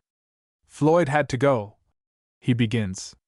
"There was some important business, and he had to make a Baltimore connection, but he scoured the town to find you, and was awfully sorry." It does not occur to Violet that there is anything unusual in his sudden departure, since it is not the first time he has gone with a very brief announcement. A thrill of satisfaction speeds through her at the thought of his wishing to find her, and she is truly very sorry that he should miss anything of the slightest consequence to him. I ought not have stayed, she says with tender regret. But I remembered I had promised to call on Miss Kirkbride, and I wanted to before I met her tonight. Oh, and she pauses in vague questioning. That is all right. Floyd engaged me for your loyal knight and true, announces Eugene, in a confident tone, bowing ludicrously low. Violet laughs, then a faint pink is added to the color in her cheek. It is like her husband's thoughtful ways. I am not sure I ought to go. Why, I have never been out without Mr. Grandon, she says in alarm. Well, he has often been out without you, returns Eugene, with what he considers comforting frankness. And then, it wouldn't do at all, you see. Mother is away, and there is not a single member of the family to do honor to Marcia, for if you remained at home I should stay to keep you company. And Marcia made a great point of our coming. She has been pulling off her gloves, and now goes slowly upstairs. Cecil has run on before and Jane is busy with her, but she calls eagerly as Violet passes through the hall. There lays the note on her table, a fond farewell to her and Cecil, a kiss to each, and regrets that he must go in such haste, but not a word about the party. I am all ready first, announces Cecil, coming in, attired in a fresh white dress. Yes, my darling. That is from Papa, as she stoops and kisses her, who has had to go away without a bit of goodbye. Cecil questions as to where he has gone, and why he went, and why he did not stay until after luncheon, and Violet explains patiently, recalling past times when the child has been almost inconsolable. She is so solaced by her message that she does not think of any other side. Still, she is not quite satisfied to go without him to so large a gathering, and brings up half a dozen pretty reasons that Eugene combats and demolishes. And there will be dancing, she says. It would be stupid if there were not, the young man replies. Such people as the Lotheimers and the Mavericks can talk forever, but Marcia hardly keeps up to concert pitch and a long harangue, and Wilmarth is not altogether a society man, though I must say he does uncommonly well as a Benedict. And you can waltz too. Floyd actually bestowed the privilege upon me. And he gives a light, flute-like laugh. Certainly when Eugene Grandon pleases he can bring out many delightful graces. A little pang goes to her soul. Floyd Grandon has never been exclusive or in any sense jealous. Indeed, he has had such scant cause, but she wishes secretly that he had not been so ready to give away that enjoyment, and resolves that she will not waltz with Eugene. Come out and lie in the hammock, he says after lunch. It is shady, and there is a lovely breeze. You must take a siesta to look fresh and charming, and do honor to the Grandon name. How odd that there are only us two! And he gives an amusing smile. What a marrying off there has been since Floyd came home! 4 brides in a year ought to be glory enough for one family. Eugene should, by right, go over to the factory and answer a pile of letters, but instead, he throws himself on the grass, with an afghan under his head, and falls fast asleep. Violet drowses in her hammock and dreams away the happy hours. Only a little year ago. It runs through her mind like the lapping of the waves in the river. They are a little late in reaching Mrs. Wilmarth's. It is an extremely picturesque sight, with seats rustic and bamboo, urns and stands of flowers, and moving figures in soft colors of flowing drapery. Someone is singing, and the sound floats outward to mingle with the summer air. Marcia certainly deserves credit, declares Eugene. She is in her glory. She always did love to manage, and maybe she tries her arts upon Vulcan, who knows? Mr. Wilmarth looks happy, says Violet, with gentle insistence. I suppose he is happy enough. But the marriage always has been a tremendous mystery to me. I should as soon have thought of the sky falling as Jasper Wilmarth marrying, and that he should take Marcia caps at all. I give it up, declares the young man. But Marcia is, I mean she has many nice ways, remarks Violet, as if deprecating harsher criticism.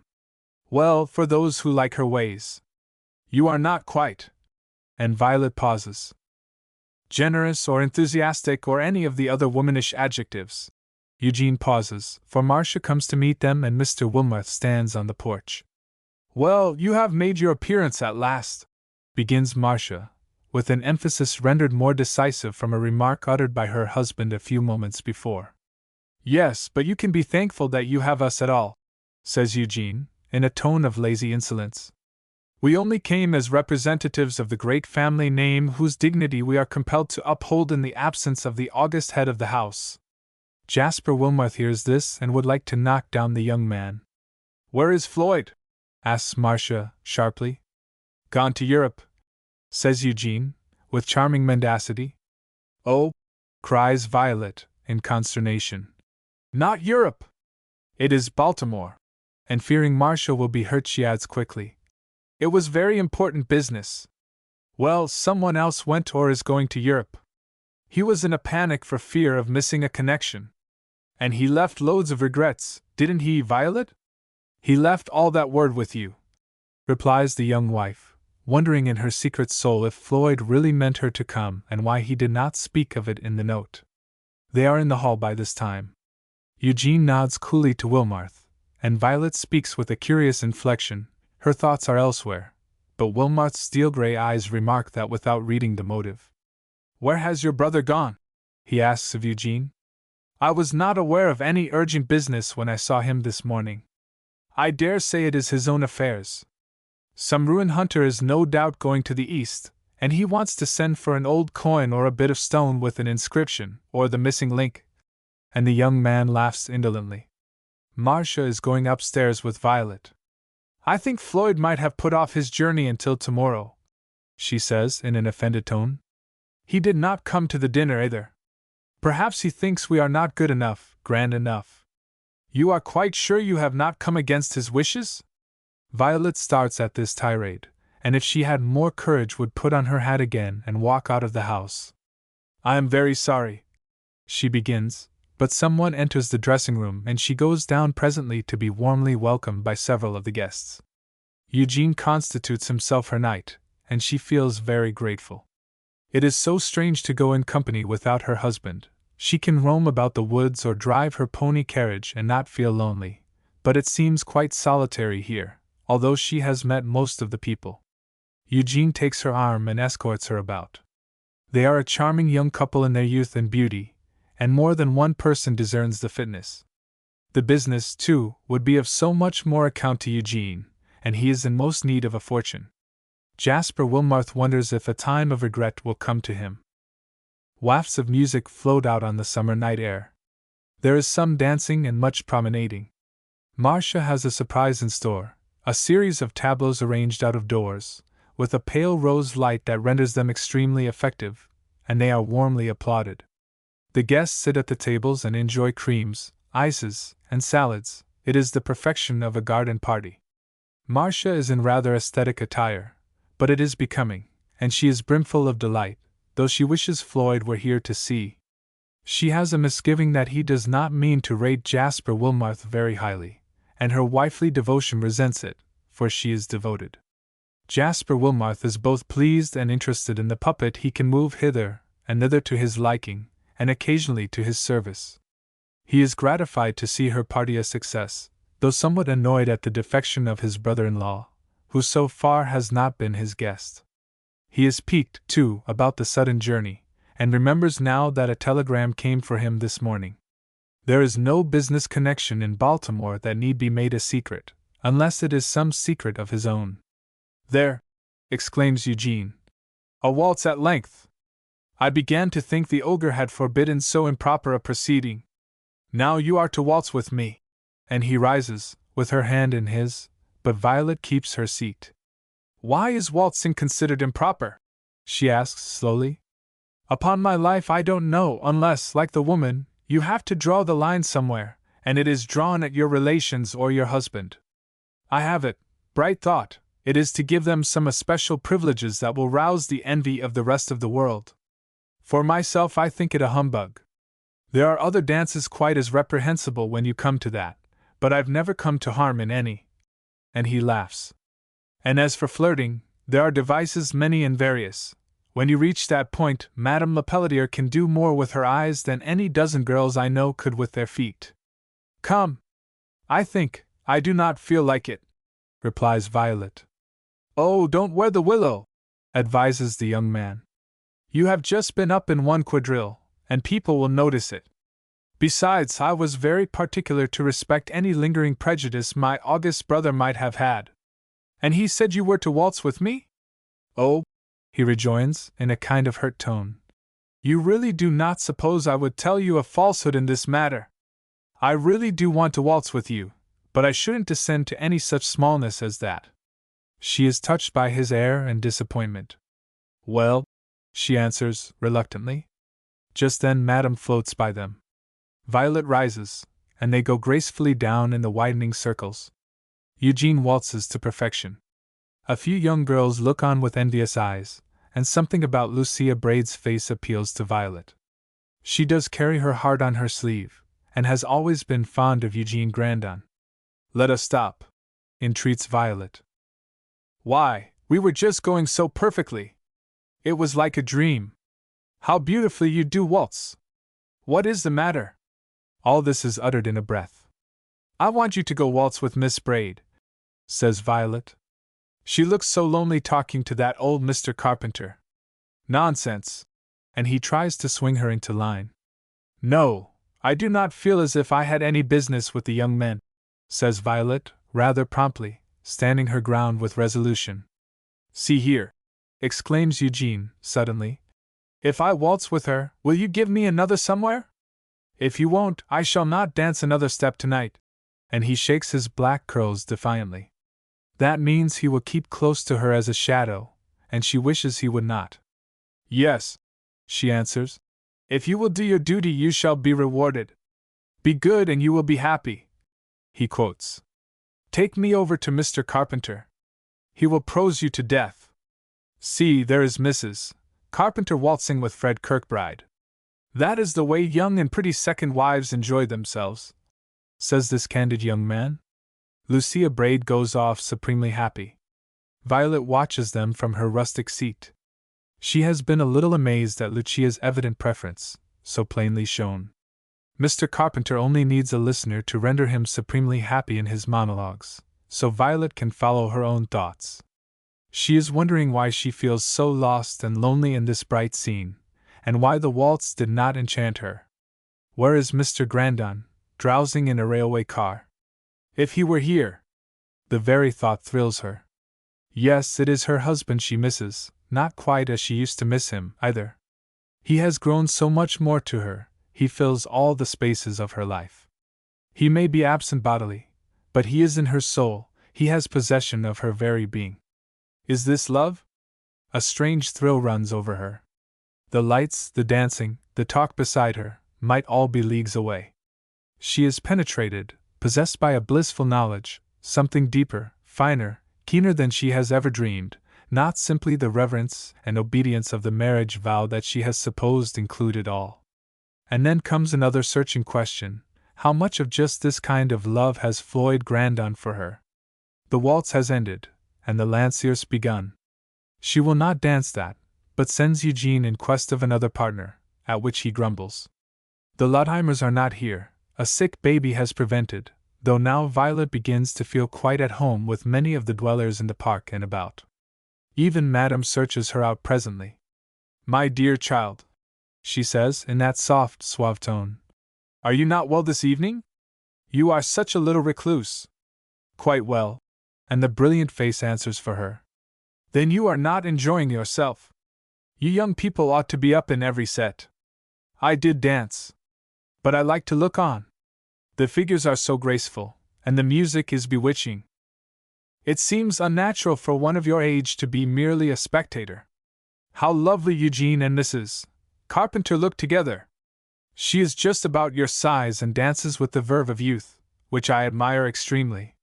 Gravity at that age always seems far-fetched, put on as a sort of garment to hide something not quite frank or open, but it never can conceal the fact that it covers thoughts foreign to youth. Violet wonders if she has been unduly grave this evening. She has something to conceal, a sweet, sacred secret that only one person may inquire into. Will he some day? He has never yet asked her the lover's question to which it would be so sweet to reply. There! Exclaims Eugene, sitting down beside her. I have done my duty. The very next waltz, remember.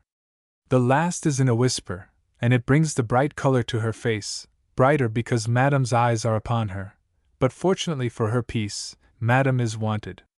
Do you know, says Eugene, I am very glad you married Floyd, for I do think it would have ended by his taking her, not that he cared particularly, and the queer thing was that Cecil would not make friends with her, but she is the kind of woman who generally gets everything she tries for.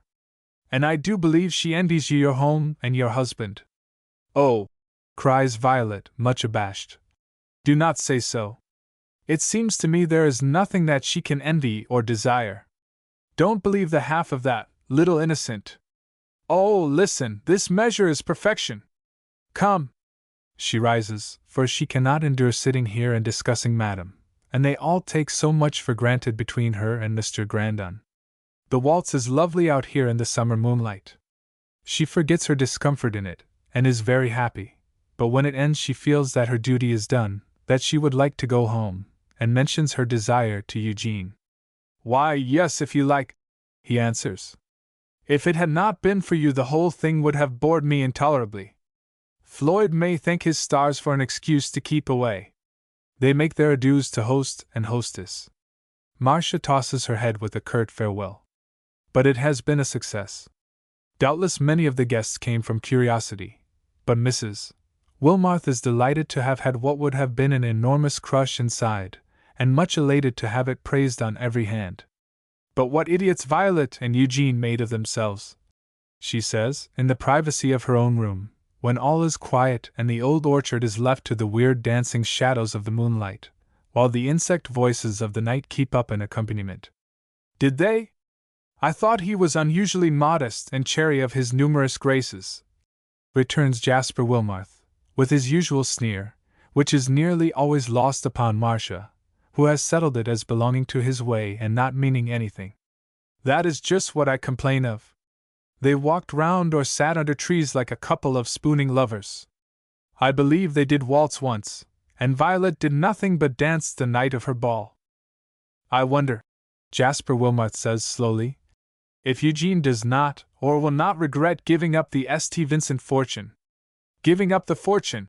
Marcia turns straight around, with a resemblance to Medusa, since her short, uneven hair stands out every way with the vigorous use of her magnetic brush. How could he have had the St. Vincent fortune? Wilmarth is surprised. Is it possible that Marcia does not know? Have these two men kept the secret from the family? Why, of course you are aware that it was offered to Eugene, he answers, composedly.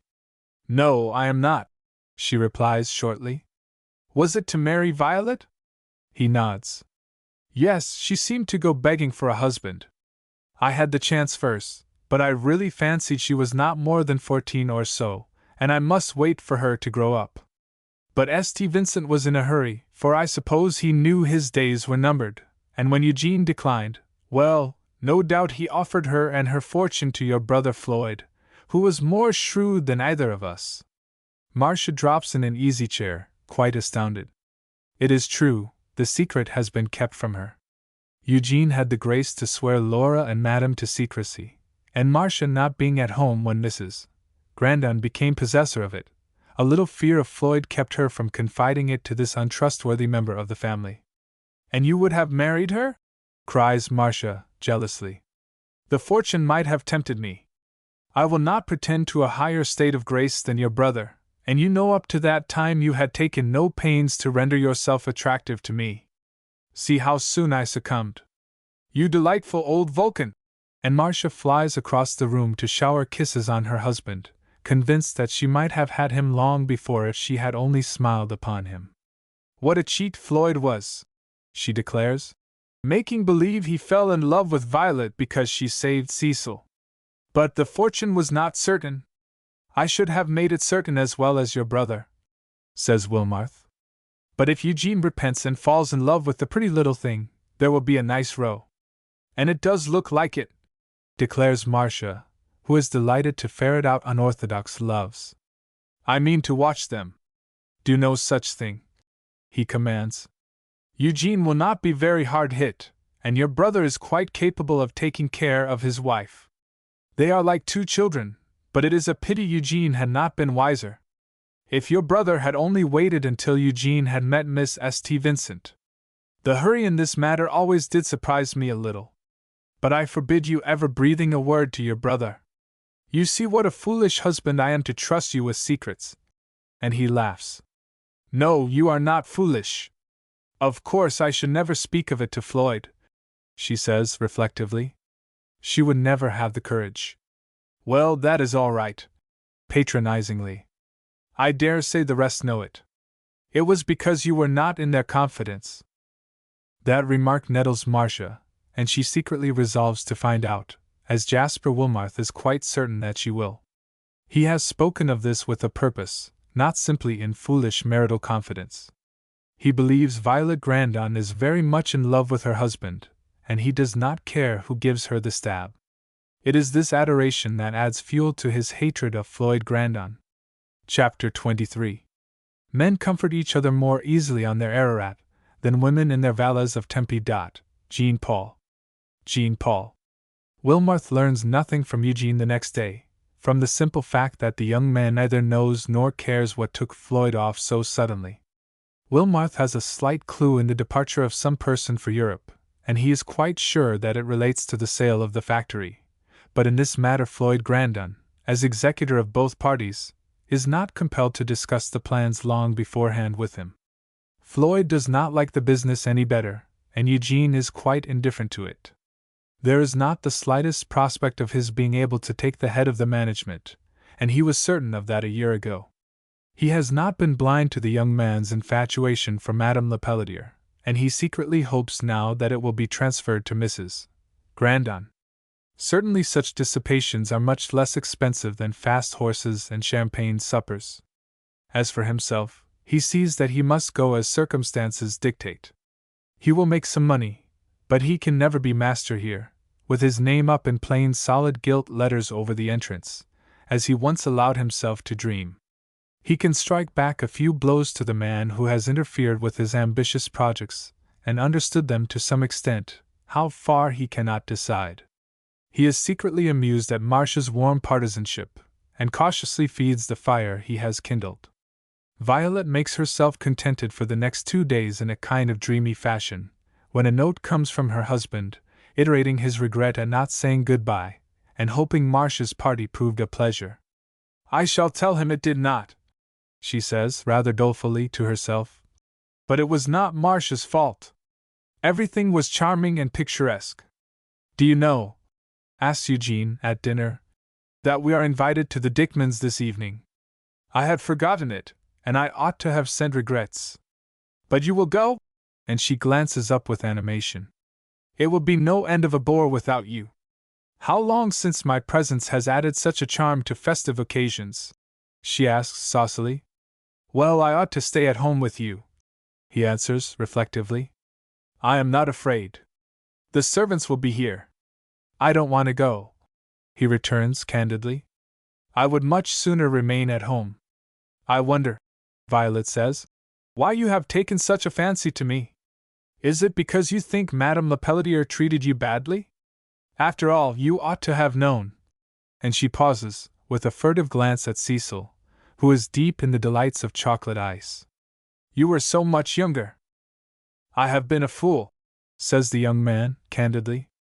But you need not take her part. If you could have seen the way she dropped down upon us last summer, the swift dazzle she made everywhere. I had to drive her out and play the agreeable, for Floyd couldn't stir without Cecil, and he was full of business beside. Then she never seemed much older than, why, Gertrude was ages older than either of us. So she smiled, and I was an idiot. She was always asking me to come, and the truth is, she is a handsome and fascinating woman, and will have adoration. Look at Ward Dickman. He is only 26, and he is wild about her, but he has piles of money. And Eugene sighs, for the money. Yet she never seems to do anything, reflects Violet. To do would be vulgar and would not fascinate well-bred people. It is in her eyes, in her voice, in the very atmosphere about her, and she is wonderfully beautiful. She isn't the spider, she does not spin a net, But she looks at the mouse out of great, soft eyes, and he comes nearer, nearer, and she plays with him, until he is dull and maimed and tiresome, when she gently pushes him away, and is done with him. Violet shivers. How strange that Mr. Floyd Grandon should not have yielded to her fascination. There, let her go, says Eugene, loftily. And since I don't care to see her tonight, nor the two Cream and Sugar Dickman girls, nor anybody, we will stay at home. Violet makes no further protest. Cecil is sleepy, and begs to go to bed, so Violet plays and sings, and they talk out on the porch in the soft summer night. Eugene indulges in some romantic views, slipping now and then into affected cynicism, out of which Violet gently draws him. He is so much nicer than she used to think him. And indeed, now that Marcia is gone, there is none of that shameful bickering. She almost wishes Mrs. Grandon Mare could remain away indefinitely. They would all be quietly happy. At the Dickmans they discuss the Grandon defection. Laura Dickman thinks Eugene Grandon such a divine dancer, and tonight young men are at a premium, though there are some distinguished older ones who do not dance. The next morning Marcia passes Violet and Eugene driving leisurely along. They have had a charming call at the Lawtimers, and Violet's face is bright and full of vivacity. She bows to them with the utmost dignity, and goes on her way to Madame's, whom she finally beguiles out in her pony carriage. Madame has been extremely complimentary about the garden party, the freshness and unique manner in which it was arranged, and the pretty serving. She heard it again at the Dickmans, and is now far up the pinnacle of self-complacency. I met Eugene and Floyd's wife dawdling along on the road, says Marcia, presently. I meant to call and see why he was not out last night, but I suppose he had to stay at home and comfort her. I do hope Eugene isn't going to make a dolt of himself, and I am sure Violet is as fond of admiration as anyone. She was always hanging after the professor until he was positively engaged to Gertrude. I think Mr. Floyd Grandon is very fond of having his wife admired, says Madame in her sweet, suave tone. She is such a mere child, after all, and fond of attention. And the sad death of her father, with her mourning, has rather kept her in the background until recently. Well, one ought to be enough, returns Marcia, with asperity. Floyd should display a little good sense, if she has none. He is not a jealous husband. And the accompanying smile is judiciously serene. Jealous? Well, there's really nothing for him to be jealous about. A man not in love seldom is jealous. Not in love? Madame glances up with subtle, innocent questioning, just raising her brows with the faintest tint of incredulity. Oh, says Marcia, with the airy toss of her head. It was not a love match, although there was so much talk of Violet's heroism, and all that. And I wonder at Floyd, who could have done so much better, taking her after she had been handed round, as one might say, fairly gone begging for a husband. Oh, Mrs. Wilmarth, not so bad as that. And Madame smiles with seductive encouragement. Marcia is dying to retail her news. If her mother were at hand, but there is no one of her very own, so Madame must answer. Well, she says in a low, confidential tone, Mr. St. Vincent was extremely anxious to have her married. He actually sounded Mr. Wilmarth. And she gives a shrill little laugh of disdain. And then he offered her to Eugene. I think myself it would have been an excellent match for Eugene, says Madame, with motherly kindness in her tone. That was last summer. I should have counseled him to accept if I had been a sister. It does not seem so strange to me. Marriages are always arranged in France. Marcia is struck with amazement, nay, more, a touch of mortification. Can it be possible that the family have known this since last summer, and she alone has been shut out? We Americans are in the habit of choosing our own husbands, she begins after a pause. Yet you see how admirably this would have worked. The business was left to Eugene, and if he had accepted Mr. St. Vincent's daughter he would have had another share, and the right to control the patent.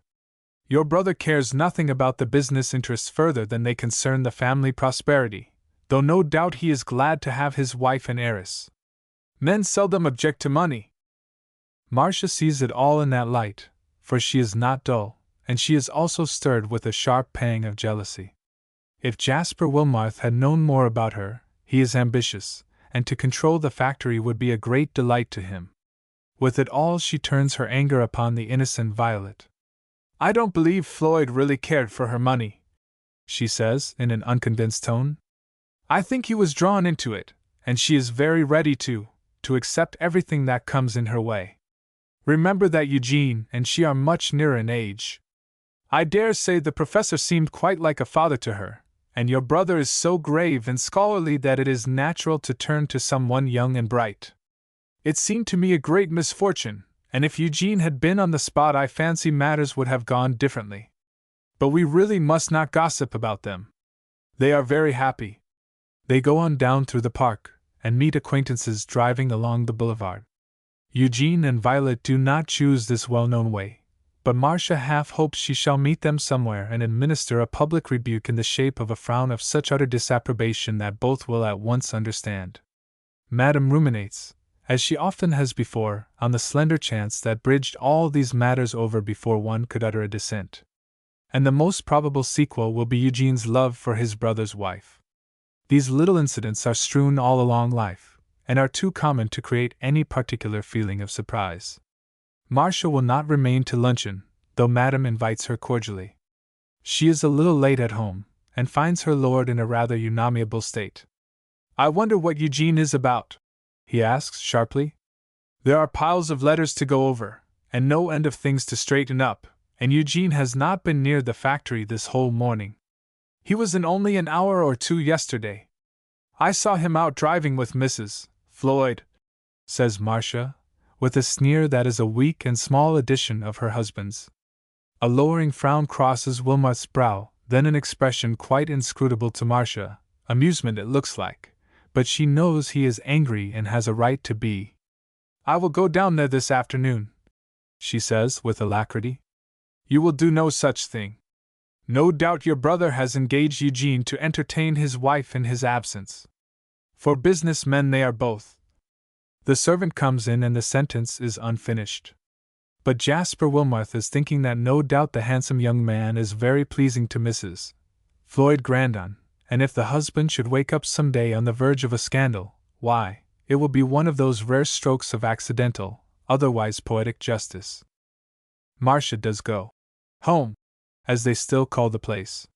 Eugene is not about, and Mrs. Latimer is spending the afternoon in an old-fashioned way with a nurse and 2 children. Marcia's fine moral sense is shocked at the duplicity of Mrs. Floyd, and she announces the fact to her husband at dinner, to which he replies with an uncomfortable laugh. Eugene brings Violet a letter on his return, and her face is illumined with eager joy. She cannot wait to retire becomingly to her own room, but breaks the seal on the porch, and is deep in its contents. "Oh!" she cries at first, in disappointment. "Floyd has gone on to Chicago," announces Eugene. Wilmarth turned black as a thundercloud over the news. "He scents treason, stratagems, and conspiracies." Violet looks up in curious amaze. "Mr. Grandon will never do anything, that is not right," she adds after a moment. Eugene shrugs his shoulders. "What may be right enough for him might hit Wilmarth hard," says the young man, and the tone implies that he would rather enjoy the hard hitting. Violet hardly hears that. She colors delicately over the remainder of the letter, which is not long, but touches her inexpressibly. He misses her amid all this haste and turmoil, and it is sweet to be so dear to him, that he really wants her, that he would like to be at home with her. "Papa sends you a dozen kisses," she says, as Cecil comes flying towards her. She is so gay and vivacious through dinner, and afterwards they go out on the river, rowed by Briggs, for Eugene is much too careful of his hands and his exertion to undertake such work this delicious evening. He and Violet sing duets as the purple film displaces the glories of azure and gold, and the twilight shadows the dusky bits of wood, the frowning rocks, and the indentations of shore that might be nereid haunts. The sky turns from its vivid tints to a dreamy gray, then a translucent blue, and a few stars steal slowly out. How lovely it all is! How kind Eugene is proving himself, and she wonders that she never remarked his pleasant traits before. Was it being so much in love with Madame that made him captious and irritable, or was it Marcia's little ways of remarking upon every word or act that did not quite please her? "We must go back," she says presently. "Cecil has fallen asleep, and it will not do to keep her out in the night air. How utterly lovely it is!" And she gives a deep inspiration of content. "It is because you enjoy everything in that keen, ardent sort of way," says Eugene. "You are very different from what I thought you at first." "What did you think me?" she asks, in spite of Briggs sitting calmly there. "Well, you seemed such a little girl," answers Eugene. "And you were always so shy, except with the professor. Did you really like him so much? I should have been bored to death with all that prosy writing. Briggs," turning to the rower, as Violet covers Cecil more closely, "we will steer our bark homeward. It is a shame not to stay out this magnificent night." "We ought to be on the river a great deal more," returns Violet. "It is so tranquil and soothing, and there is a suggestive weirdness in it, as if you were going on to some mystery." Her voice drops to such a soft key as she utters the last word. The very air seems full of mystery to her, of messages carried back and forth. Will hers go to the one she is thinking of? When they land, Eugene takes Cecil in his arms and carries her up the terrace with a strange emotion of tenderness. He is fond of teasing her and hearing saucy replies, but ordinarily he does not care much for children. Violet helps to undress the sleepy girl and gives her more than the dozen kisses. Floyd has said in his letter, "I shall keep yours on interest until I come," and she suddenly hides her blushing face on the pillow beside the child. What does all this eager tremor and expectation mean? "Violet," calls Eugene up the stairway. "Come down. Isn't Cecil asleep?" She would rather stay there and dream, but she seldom thinks of herself first. Cecil is sleeping soundly, and she glides down to talk a little, play a little, and sing a few songs. Listening to her, Eugene begins to consider himself a consummate fool. He would not marry Madame if he could. If it were all to do over again, but then he was not prepossessed with Violet when he first saw her, and now it is too late. He has no high and fine sentiments, he simply recognizes the fact that she is the wife of another, and though youth may indulge in foolish fondness, it is generally older and riper natures that are ready for a plunge in the wild vortex of passion. Their days pass in simple idyllic fashion. Another party is neglected, and even a German passed by, to the great astonishment of Marcia. She has called home several times, but they have been out, not always together, though she chooses to think so. Violet has spent hours and hours with Mrs. Latimer, whose great charm is that she talks of Floyd Grandon, and she is amused with her ready, devoted listener. Marcia does find her at home one morning. "I think it a shame that Eugene did not go to the Braids last night." And her voice is thinner, sharper than usual, a sure sign of vexation. "They had counted on him for the German, and were awfully disappointed." "I did not want to go," replies Violet, in a soft, excusing tone. "I don't see what that had to do with it," is Marcia's short, pointed comment. Violet glances up. "Why, yes, he could have gone," she says cheerfully. "I told him I did not mind staying alone. I do not understand Germans and—" "You could have looked on," interrupts Marcia. "It seems extremely disobliging to the Braids, when they have taken the pains to cultivate you. I have never been in company without Mr. Grandon," Violet says in a steady tone, though her cheeks are scarlet. "Except at your garden party, and then he asked Eugene to take me."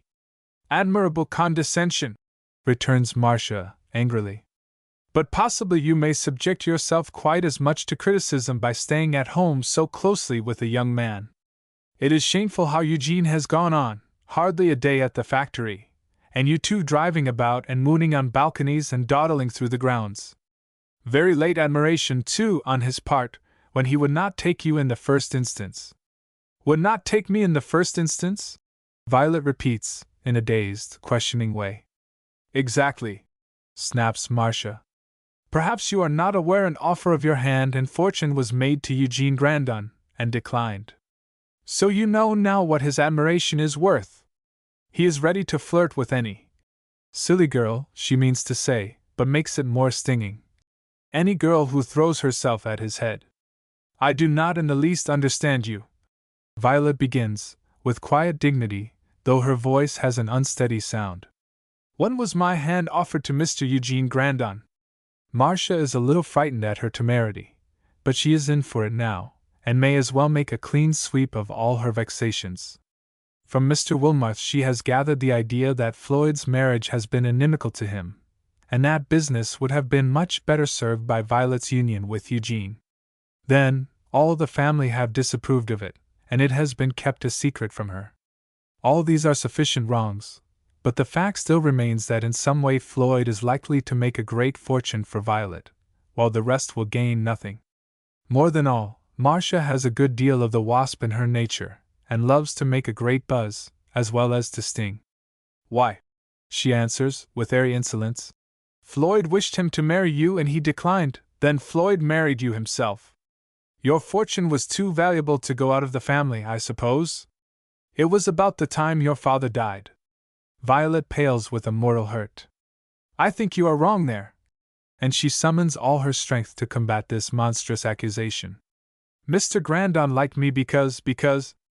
Oh, yes, saving Cecil gave color to the romance, and it is all very pretty, says Marcia, with insufferable patronage. But there was someone else, and he could have had quite as much fortune without any trouble. He was a fool for not marrying her. You shall not discuss Mr. Grandon in this manner to me, declares Violet, indignant with wifely instincts. Oh, you asked me yourself, retorts her antagonist. If you were at all sharp-sighted you could have seen. Violet stops Marcia with a gesture of her hand. She stands there white as snow, but her eyes are larger, and gleam black, the color and tenderness have gone out of her scarlet mouth, and she seems to grow taller. Marcia is checked in her onslaught, and a half-misgiving comes to her. After all, she says presently, in a more moderate tone, I suppose you did know something about it. You really ought to have been told in the beginning, as all the rest were, it seems. And she adds the last a little bitterly, remembering she has been shut out of the family conference. Mr. Grandon did what was right and best, Violet returns loyally. I suppose we all do what we think best, comments Marcia, with an air of wisdom, and experience sits enthroned on the little strip of brow above her eyes. Well, I'm sorry you were not at the braids, and I do think Eugene ought to pay better attention to business, especially now that Floyd is away. And I don't see why he should stay away from parties if you do not want to go. There is no reason, answers Violet coldly. Marcia bids her good morning, and flies down the steps with the air of one who has performed her whole duty. Now that she has attained to married respectability, she feels quite free to criticize the rest of the world, and she rejoices in the fact that she does carry more weight than a single woman. Violet stands by the window where Marcia left her. She is very glad to be alone, and thankful that Cecil is at the Laudimers for the day, although she is due there for a kind of nursery tea party. A whirlwind seems to have swept over her, to have lifted her up bodily and carried her out of the sphere she was in 2 hours ago, and in this new country all is strange. On this desolate shore where she is stranded the sea moans in dull lament, as if the soul had gone out of that also, and left an aching heart behind. She might dismiss Marcia's tirade as other members of the family are wont to do, but there comes an awesome, shivering fear that it is true in some degree. How many times she has seen Gertrude check Marcia when Floyd was under discussion. She has never tried to pry into family secrets, but she knows there have been many about her. A certain kind of knowledge that all have shared, a something against her. She has fancied that she made some advances in living down the dislike. Mrs. Grandon has been kinder of late, and Marcia, since her marriage, quite confidential. Instead, she has done nothing, gained nothing. If Gertrude were only here. She has made that one true friend, whom nothing can shake, who, knowing all, came to love her with a tender regard that was not pity. But there is no one, no one. All is a dreary waste. A step comes up the balcony, and the mellifluous voice is whistling Schumann's Carnival. Whither shall she fly?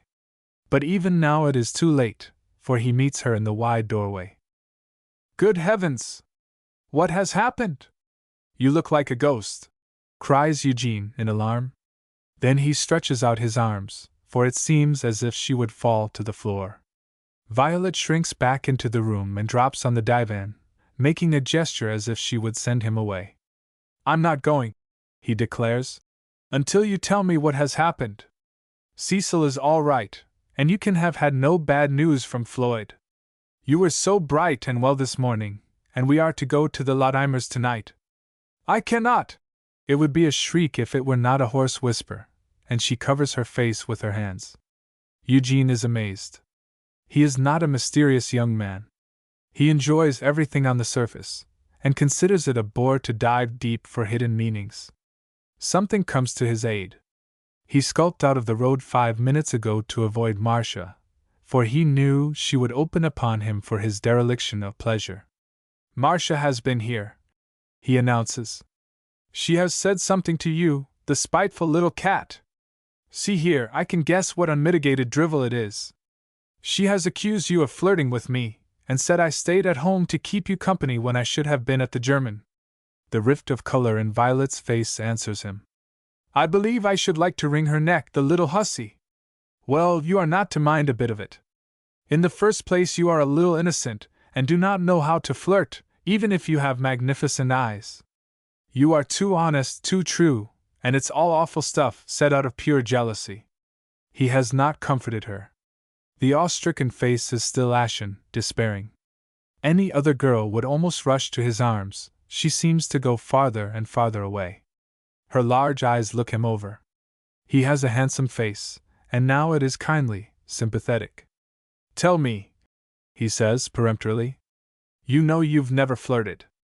Why, you might make yourself more attractive than 10 Marcias could possibly be. And see here, I've never kissed you, though you have been my brother's wife for more than a year, and bosh! With the utmost contempt. Oh, does it trouble you so? After a moment. My dear, dear girl, don't worry about it. And his face is full of genuine distress. The common comfort of life will not apply to this case. It was wrong, she says tremulously. You have stayed home from business and… He laughs. It seems so utterly absurd. Many a day has he been away from the factory and perhaps not half so innocently employed. See here, he begins. We will let Floyd settle it when he comes home. Good heavens, won't he make it hot for Marcia? I shall tell him myself. No, no! And Violet starts up in anguish. You must not utter a word. Well, why? Asks Eugene, with a kind of obstinate candor. I'm sure, flirting, indeed. Why, Marcia couldn't be an hour in the room with any fellow, young or old, that she wouldn't make big eyes at him. I like to see people turn saints at short notice. I'll go off and have it out with her myself, and make her keep a civil tongue in the future. Eugene! Violet cries in distress, as he is halfway through the hall. Oh, what shall she do? Must she go wild with all this pain and shame? Well, he ejaculates, again standing indecisively. She said other things? And the dry lips move convulsively. I must know. I cannot live with this horrible shadow over everything. There is no one else to ask. He comes and seats himself on the divan beside her, and there is a glimpse of Floyd in his face. His voice falls to a most persuasive inflection as he rejoins. Tell me, ask me anything, and I will answer you truly. There has never been any horrible thing since you came here, or ever that I can remember. What did Marcia say? Perhaps, after all, Marcia did not tell the exact truth, and Violet's despairing face lightens. Marcia may have Charles Lamb's way of thinking the truth too precious to be wasted upon everybody, for she is sometimes extremely economizing. And Violet must know. You will tell me if Mr. Grandon asked you to marry me, before. Eugene springs up and utters a low, angry ejaculation, strides across the floor and then back again. Violet's face is crimson to its utmost capacity, and her eyes have that awful beseechingness that cuts him to the soul. If he could, if he dared deny it. But even as this flashes through his brain, a stony kind of certainty settles in every line, and he gathers that denial would be useless. See here, my dear little sister. And sitting down he takes the small, cold hand in his. I will tell you the truth. There is nothing horrible or disgraceful in it. Your father proposed that instead of having any business trouble to be years in the course of settlement, I should marry you, as the patent was in such an uncertain state and he had invested everything in it. It simply joined the fortunes, don't you see? Well, I was a dumb, blundering idiot, head over heels in an infatuation, and knew nothing about you, but it will be the regret of my whole life that I did not come when Floyd sent for me. And I suppose he fell in love with you himself. He could not have cared for the fortune, he had enough of his own. Violet draws a long, shivering breath, but her very soul seems icy cold with doubt. You did not despise me? She cries, with passionate entreaty. Despise you? Why, I didn't know anything about you. The young man's lethargic conscience gives him a severe prick. He should not have made light of it to Laura and Madame, but he did bind them to inviolate secrecy. If I had seen you, I should not have despised you, I should have married you, he says triumphantly. If you were free today, I should ask you to marry me. I think you the sweetest and most rarely honest girl I have ever met, and you are beautiful, though I wouldn't own that at first. Despise you? Why, I would fight the whole world for you, and I will if— No, she interrupts. Even his spirited defense cannot restore what has been so rudely wrenched away. She feels so old, so weary, so desolate, that nothing matters. It is not so bad. And she looks up with piteous eyes. Why, there is nothing bad about it at all, he declares impatiently. Don't the English and the French plan marriages? And there are people here whose parents joined fortunes, lots of them. Marcia was angry and wanted to mortify you. The idea of marrying Jasper Wilmarth and then lording it over everybody is too good. And as for flirting, well, I wouldn't dare flirt with you, he says laughingly. Floyd would soon settle me. I like you too well, I honor you too much, he continues. There, will you not be comforted with something? Oh, I have a letter from Floyd, and he will be home tomorrow night. I came to bring it to you. He takes it from his pocket and hands it to her, but her fingers tremble, and no joy lights up her pale face. Eugene is so sincerely sorry that he holds himself in thorough contempt for his part in the early history of the affair, and he is very angry as well. Now, he says, I am going away, and I shall not be home to luncheon, but I will meet you at the Lothimers. If Marcia dares to make another comment, it will be the worse for her, that's all. My poor child, are you going to keep that dreary face and those despairing eyes for Floyd to see? He has a very strong inclination to take her in his arms and shower tenderness upon her, but if he has been drifting that way for the past week, he is rudely awakened now. He looks at her helplessly. If she would only cry, the girls he has seen have been ready enough with their tears. Yes, you must go, she says wearily. Thank you for the letter, for all. Then she walks slowly out of the room. Chapter 24. What act of legislature was there that thou shouldst be happy, Carlyle? Carlyle. While Eugene Grandon's anger is at white heat, he goes to Madame Lepelletier and taxes her with betrayed trust. He knows very well that Marcia could not long keep such a tidbit to herself. Laura is away, and his mother never has repeated the tale, though to him she has bemoaned his short-sightedness, the more since the fortune has been certain. Madame is surprised, dignified, and puts down the young man with the steel hand in the velvet glove, explaining that Marcia had it from some other source. There really is nothing detrimental in it to Mrs. Grandon. A handsome young man of good family may be selected without insult to any young woman, and to decline a lady you never saw cannot reflect on the personnel of the one under consideration. It seems rather silly at this late hour to take umbrage. Eugene cools a little, and admits to himself there is nothing in it that ought to make Violet miserable, especially since he has confessed that he would be only too glad to marry her now, and as for the accusation of flirting, he can soon put an end to that by being sweet on Lucia Braid for a week or two. But he really does care for Violet, and no one shall offer her any insult with impunity. He means to go at Marcia when opportunity offers. Ah! Can it be her husband who gave her the delectable information? Violet goes to her room and reads her letter, that is tender with the thought of return, and yet it does not move her. Floyd Grandon is fond of her.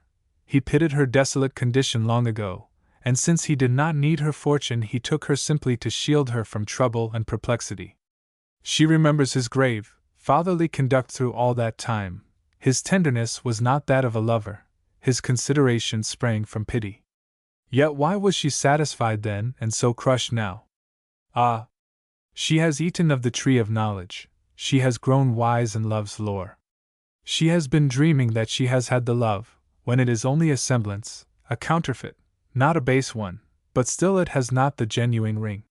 He did not esteem her so much at first but that he could offer her to another, and therein lies the bitter sting to her.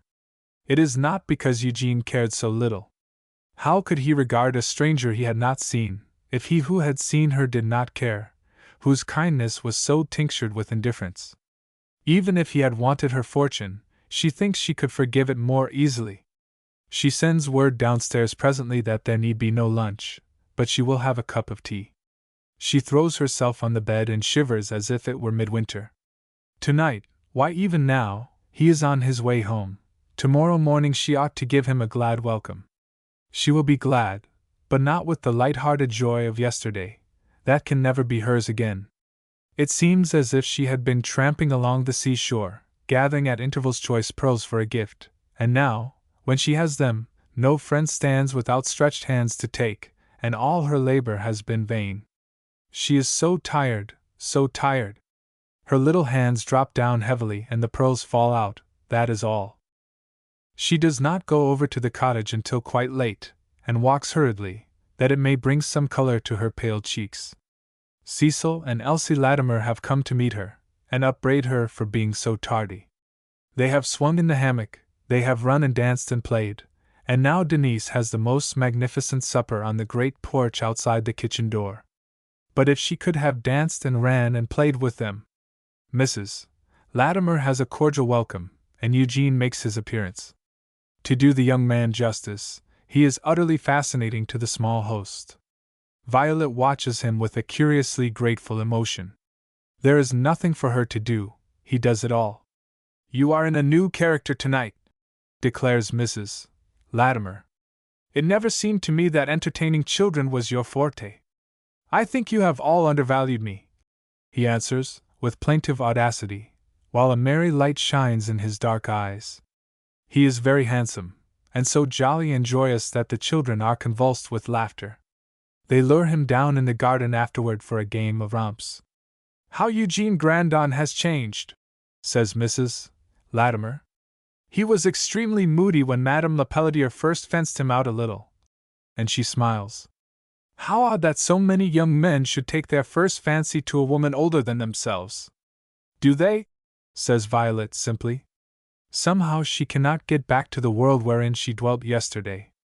"Yes, I have seen numberless instances. Sometimes it makes a good friendship for after life, but I fancy it will not in this case. Indeed, I do not believe a man could have a friendship with her, for there is no middle ground. It is admiration and love. She is the most fascinating woman I have ever met, and always makes me think of the queens of the old French salons." Violet answers briefly to the talk. "She is thinking of her husband," ruminates Mrs. Latimer. "She is very much in love with him, which is a good thing, seeing that the young man is disenchanted, and ready to lay his homage at the feet of another." It is quite dusk when they start for home. Cecil nestles close to Violet, who kisses her tenderly. The child's love is above suspicion or doubt, and very grateful to her aching heart. "You see," exclaims Eugene, as he hands her out, "that I have begun a new role. I love you so sincerely that no idle gossip shall touch you through me." The tears come into her eyes for the first time. She longs to cling to him, to weep as one might on the shoulder of a brother. The drawing-room is lighted up, and there are two figures within. "Oh, you are come at last!" says the rather tart voice of Mrs. Grandon, who has telegraphed to Briggs to meet her at the early evening train, finding that she has made some earlier connections on her journey. "I was amazed to find every one away. Ah, my dear Eugene! Cecil, how do you do?" And she stoops to kiss the child. "Mrs. Latimer gave a nursery tea party," explains Eugene. or garden party, was it not? Here is my old friend, Mrs. Wilbur, she says. Tomorrow Mrs. Dare and her daughter will be here. Is not Floyd home yet? Violet answers the last as she is introduced to Mrs. Wilbur, a pleasant old lady with a rosy face surrounded by silvery curls. What a lovely child! Exclaims Mrs. Wilbur. Why, she looks something as Gertrude used, and I thought Gertrude a perfect blonde fairy. Have you not a kiss for me, my dear? Cecil is amiable as an angel, won by the mellow, persuasive voice. Violet excuses herself as soon as possible. She has a headache and does look deathly pale. Eugene makes himself supremely entertaining, to the great delight of his mother. It is so new a phase for him to do anything with direct reference to another person's happiness or well-being, that he feels comfortably virtuous and heroic. No one shall make Violet suffer for his sake. What an awful blunder it was not to marry her, for, after all, Floyd is not really in love with her. Violet cannot sleep. A strange impulse haunts her, a desire to escape from the chain, to fly to the bounds of the earth, to bury herself out of sight, to give up, worsted and discomfited, for there can be no fight. There is no enemy to attack. It is kindest, tenderest friend who has offered her a stone for bread, when she did not know the difference. She recalls her old talks with Denise concerning a wife's duty and obedience and respect. Ah, how could she have been so ignorant, or having been blind, why should she see now? That old life was satisfactory. She never dreamed of anything beyond. But she has seen the fine gold of love offered upon the altar. John Latimer is no better, finer, or nobler man than Floyd Grandon, and yet he loves his wife with so tender a passion that Violet's life looks like prison and starvation beside it. If she dared go to Floyd Grandon and ask for a little love, did he give it all to that regal woman long ago, and does the ghost of the strangled passion stand between? She tosses wearily, and is not much refreshed when morning dawns. Fortunately it is a busy day. Mrs. Dare, who is a rather youngish widow of ample means, and who spent her early days at Westbrook, a sort of elder contemporary of the Grandons and Miss Stanwood, is to come with her young and pretty daughter, and take her mother with them to the West.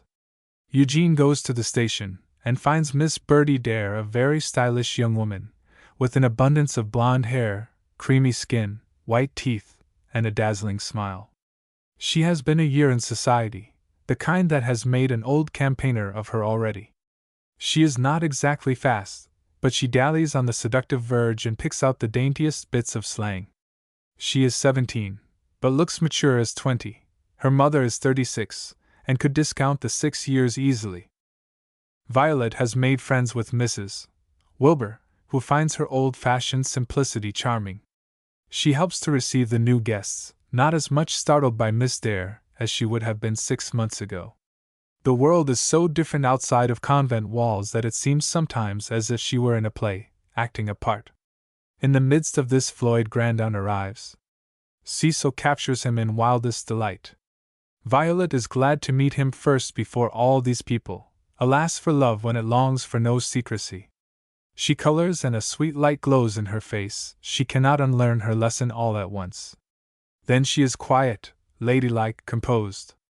Floyd watches her with a curious sensation. It is a new air of being mistress, of having a responsibility. There certainly is a very gay week at Grandon Park. Bertie Dare stirs people into exciting life. She is vivacious, exuberant, has wonderful vitality, and is never still a moment. Eugene has no need to devote himself to Miss Braid, he cannot even attend to Miss Bertie's pressing needs, and Floyd is called in to fill empty spaces. All men seem created with a manifest purpose of adding to her steady enjoyment. I think you were very short-sighted to marry so young, says Miss Dare calmly to Violet, as they are driving out one morning. What kind of a life are you going to have? It seems almost as if your greatest duty was to be a sort of nursery governess to the child, who is a marvel of beauty. How extremely fond her father is of her! Now I should be jealous. She utters this with a calm assumption of authority bordering on experience. Indeed, Bertie Dare impresses you with the certainty that she does know a great deal, the outcome of her confident belief in her own shrewd, far-sighted eyes. "But I love Cecil very much," returns Violet, so earnestly that Bertie stares. "There are some women to whom children are more than the husband," announces this wise young woman. "I should want to have the highest regard for my husband. In fact, I mean never to marry until I can find a soul the exact counterpart of mine. Marriages are too hurried, too many minor considerations are taken into account, home, money, position, protection, and all that, but I suppose every girl cannot order her own life. I shall be able to." Violet smiles dreamily, yet there is infinite sadness in it. If she could have ordered her life, she would have married Floyd Grandon and made the same mistake fate has made for her. Even now she would rather be the object of his kindly, indifferent tenderness than the wife of any other. Eugene's brilliance and spirited devotion do not touch her in any depth of sentiment, and yet he is so kind, so thoughtful for her, she sees it in so many ways. All this whirl of gaiety has had its effect everywhere. Marcia has come down with unblenching audacity to welcome her mother and take the measure of the new situation. Floyd is very cordial, then Violet has not gone to him with complaints. Marcia is one of those people on whom generosity and the higher types of virtue are completely thrown away. She is full of clever devices that she sets down as intuitions or the ready reading of character. Violet speaks quietly and resents nothing, therefore she is quite sure the young wife's conscience will not allow her to. Conscience is a great factor in the make-up of other people, but her own seems of a gossamer quality. Indeed, she feels rather aggrieved that her coup de main has wrought so little disaster. "But it will make her more careful how she goes on with Eugene," she comments to herself. Only Eugene seems not to have the slightest desire to go on with her, and that is another cause of elation. Floyd Grandon is somewhat puzzled about his wife. He has come to understand the shy deference of manner, the frank friendliness, too, has nothing perplexing in it, but this unsmiling gravity, this gracious repose, amuse at first, then amaze a little. It is as if she has been taking lessons of some society woman, and he could almost accuse Madame. She is very gentle and sweet. What is it he misses? After all, he has not studied women to any great extent, his days have been so filled up with other matters, only she has hitherto appeared so transparent. She has liked him, but she has not been passionately in love, and he has never felt entirely certain that he desired it. Why, then, is he not satisfied?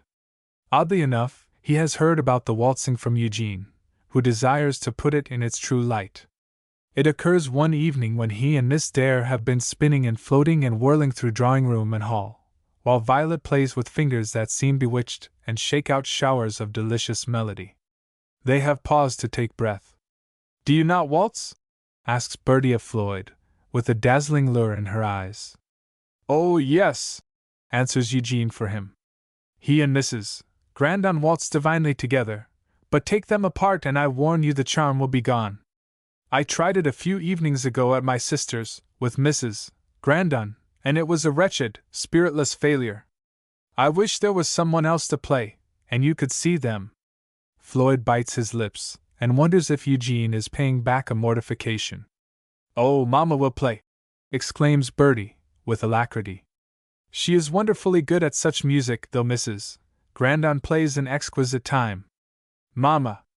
"Don't trouble her," entreats Floyd. Bertie is resolute, Mrs. Dare obliging, and comes in from her balcony seat. "Violet," says Mr. Grandon, "will you waltz a while? Mrs. Dare has kindly offered to play." "I am not tired," answers Violet, in that curious, breathless tone which is almost a refusal. "But I want you to," declares Bertie. "Mr. Eugene has so roused my curiosity." Floyd takes her hand with a certain sense of mastery, and she yields. It is not the glad, joyous alacrity she has heretofore evinced. Eugene's half-confession, made with a feeling of honor that rarely attacks the young man, has failed of its mission. Some sense of fine adjustment is wanting. Mrs. Dare strikes into a florid whirl that would answer for a peasant picnic under the trees. "Not that," says Eugene. "Some of those lovely, undulating movements." Oh, there is that beautiful blue Danube, which they waltzed when they came out of the Ark, laughs Bertie. But it is lovely. The strain touches Violet. The great animating hope for joy has dropped out of her life, but youth is left, and youth cannot help being moved. Mrs. Dare plays with an enchanting softness, and they float up and down as in some tranced sea. She waltzes fairly, comments Miss Dare. Only she should be taller. I should like to waltz with him myself. They are a sort of Darby and Joan couple, says Eugene, evasively. And his dancing days are about over. What a mistake! And Bertie laughs brightly. Why, he is magnificent. Do you know, I had a rather queer fancy about him. You expect literary men to be, well, grave and severe. The idea of his marrying a child like that! Why did he do it? Because he loved her, replies the young man, with unblushing mendacity. Literary men and the clergy always do perpetrate matrimony in a curious manner. Do they go out much? Inclining her head toward the two floating at the other end of the room. Oh, to dinners and that sort of thing, indifferently. She is very sweet and has lovely eyes, but she is not the kind of person that I should think would attract him. What is it, the impossible that always happens? Quotes Eugene, and as they come nearer, Miss Dare has the grace to be silent. Floyd Grandon feels that some enthusiasm is missing, the divine flavor has gone out of it. Violet is so gentle, so quiet and unstirred by what only a little while ago carried her captive into an enchanted realm. Are you tired? He asks presently. Oh, no! She makes no motion for release, and they go on. Indeed, it has a kind of pungent, bittersweet elusiveness for her, almost as if she might come up with the lost happiness. It is all there is, and she must make herself content. She is saying over and over. She has dreamed a wild, impossible dream. Bertie Dare is fond of conquests in strange lands. Even Violet comes to be amused at the frank bid she makes for Floyd's favor, but he seems not to see, to take them with the grave courtesy that is a part of his usual demeanor. Yet the preference has this effect upon him, to make him wish that another would try some delicate allurements. He is in a mood to be one to love, and Violet is fatally blind not to see that her day has come and take advantage of it. From this point the summer festivities go straight on. There are guests at Madame Lepelatier's and a series of charming entertainments. The Braids have a houseful, and Lucia is followed by a train of adorers. But what does it all avail, since Mordecai sits stubbornly at the gate? Violet comes to have a strange, secret sympathy with the girl who cannot be content and choose among what is offered. Madame Lepelletier is no less a queen here than she was in the city. Indeed, the glories may be greater, more intense, from being circumscribed. The Laudimers and the Grandons are frequent guests, and meet people whom it is a delight to know, and Lucia decides there is no such lawn tennis anywhere, no such enchanting little suppers and dances. Eugene is rather resentful at first, but no one can hold out long against Madame, and she finds a new way to please him, to offer a little delicate incense at Violet's shrine. To her there is something in the way these two young people avoid any pronounced attention. Is it indicative of a secret understanding between them? If it has reached that point, she can guess at the subtle temptation for both. Certainly Floyd Grandon evinces no symptoms of any change in his regard. Indeed, he does not seem quite so apprised as some weeks ago, and there is a mysterious alteration in Violet. She watches warily. She has seen so many of these small episodes. This will hardly culminate in a scandal, for Floyd Grandon is too well bred. But some day Eugene will speak and Violet's eyes will be opened, and she will hate Floyd Grandon for having bound her in chains before she had tasted the sweets of liberty. It is true Floyd Grandon is rather absent and engrossed. There are many cares weighing upon him, and there seems one chance of turning over the business so successfully that his very desire and hope beget a feverish fear. Two manufacturers of large means and established reputations see in the coming success of Grandon and Company a rival with whom it will be impossible to cope. Their new methods are beyond all excellent, and there is such a cheapening of process that for a while, at least, profits will be simply enormous. Shall they take the fortune at its high tide? Mr. Haviland has gone to Europe, and on the success of some projects there, The answer will depend. Mr. Murray is in correspondence with him and with Mr. Grandon, and since Floyd hopes so much, he grows nervous and uneasy, except when he loses himself in his beloved work or spends a quiet evening with John Latimer. He has so little time for the speculations or the endearments of love, that Violet drops into a soft and twilight background. She has everything. She is coming to be admired and treated with the respect due her position. Cecil and she are inseparables, and with all her fondness she does not spoil Cecil or allow her to become the terror of the household. Chapter 25. I watched the distance as it grew, and loved you better than you knew. Violet, Floyd Grandon says one morning, I have invited 2 guests who will come today, a Mr. Murray and his daughter. She is a very pretty young girl and fond of society. I think we had better plan some entertainments. What would you like? A garden party? I want to render Grandon Park attractive to Miss Murray. Is she like Miss Dare? Asks Violet gravely. She is a pretty girl with the usual fair hair. And he smiles. No, I fancy she is not like Miss Dare, and yet I thought Bertie Dare oddly entertaining. Miss Murray is fond of dancing. The evening I was there she was full of delight about a German. I don't know, but you ought to pay some attention to that, he adds, with a touch of solicitude. It is very fascinating, she makes answer. You know we are invited to Madame Lepelletier's German on Thursday evening. I really had forgotten. Why, it is the very thing. I shall go down and get an invitation for Miss Murray, and bespeak Madame's favor. They will reach here about 2, I think, and must have some lunch. Mother will take charge of that. When Miss Murray is rested you can take her out driving. We might have some kind of gathering on Friday evening. Violet wonders why so much is to be done for Miss Murray's entertainment, and she shrinks a little at having it on her hands. But Eugene, who has been off on a brief expedition, will return tomorrow, and he can assist her. Floyd meanwhile saunters out to the hall and takes his hat, with a little kindly nod to Violet, who sits by the window with a book. There has been a quiet week, from various causes, and now the whirl is to begin again. She has not so much heart in it as youth ought to have or her 18 years would rightly warrant, and she turns idly again to her page. At times some of Bertie Dare's comments come back to her with a kind of electric shiver. Is she anything to her husband beyond a pet and tenderly guarded child like Cecil? A companion for her, rather than for her husband. Could Madame Lepelletier have been more to him? Ah, she could, and Violet knows it in the depths of her soul. It is a bitter and humiliating knowledge. Madame has the exquisite art of filling her house with attractive people, of harmonizing, of giving satisfaction, of rendering her guests at home with herself, of charming grave men and wise scholars, as well as gay young girls. It is true Violet has married him, but was not Floyd Grandon's regard brought about by a pique, an opportunity to retaliate the wrong once done to him? What if there were moments when he regretted it?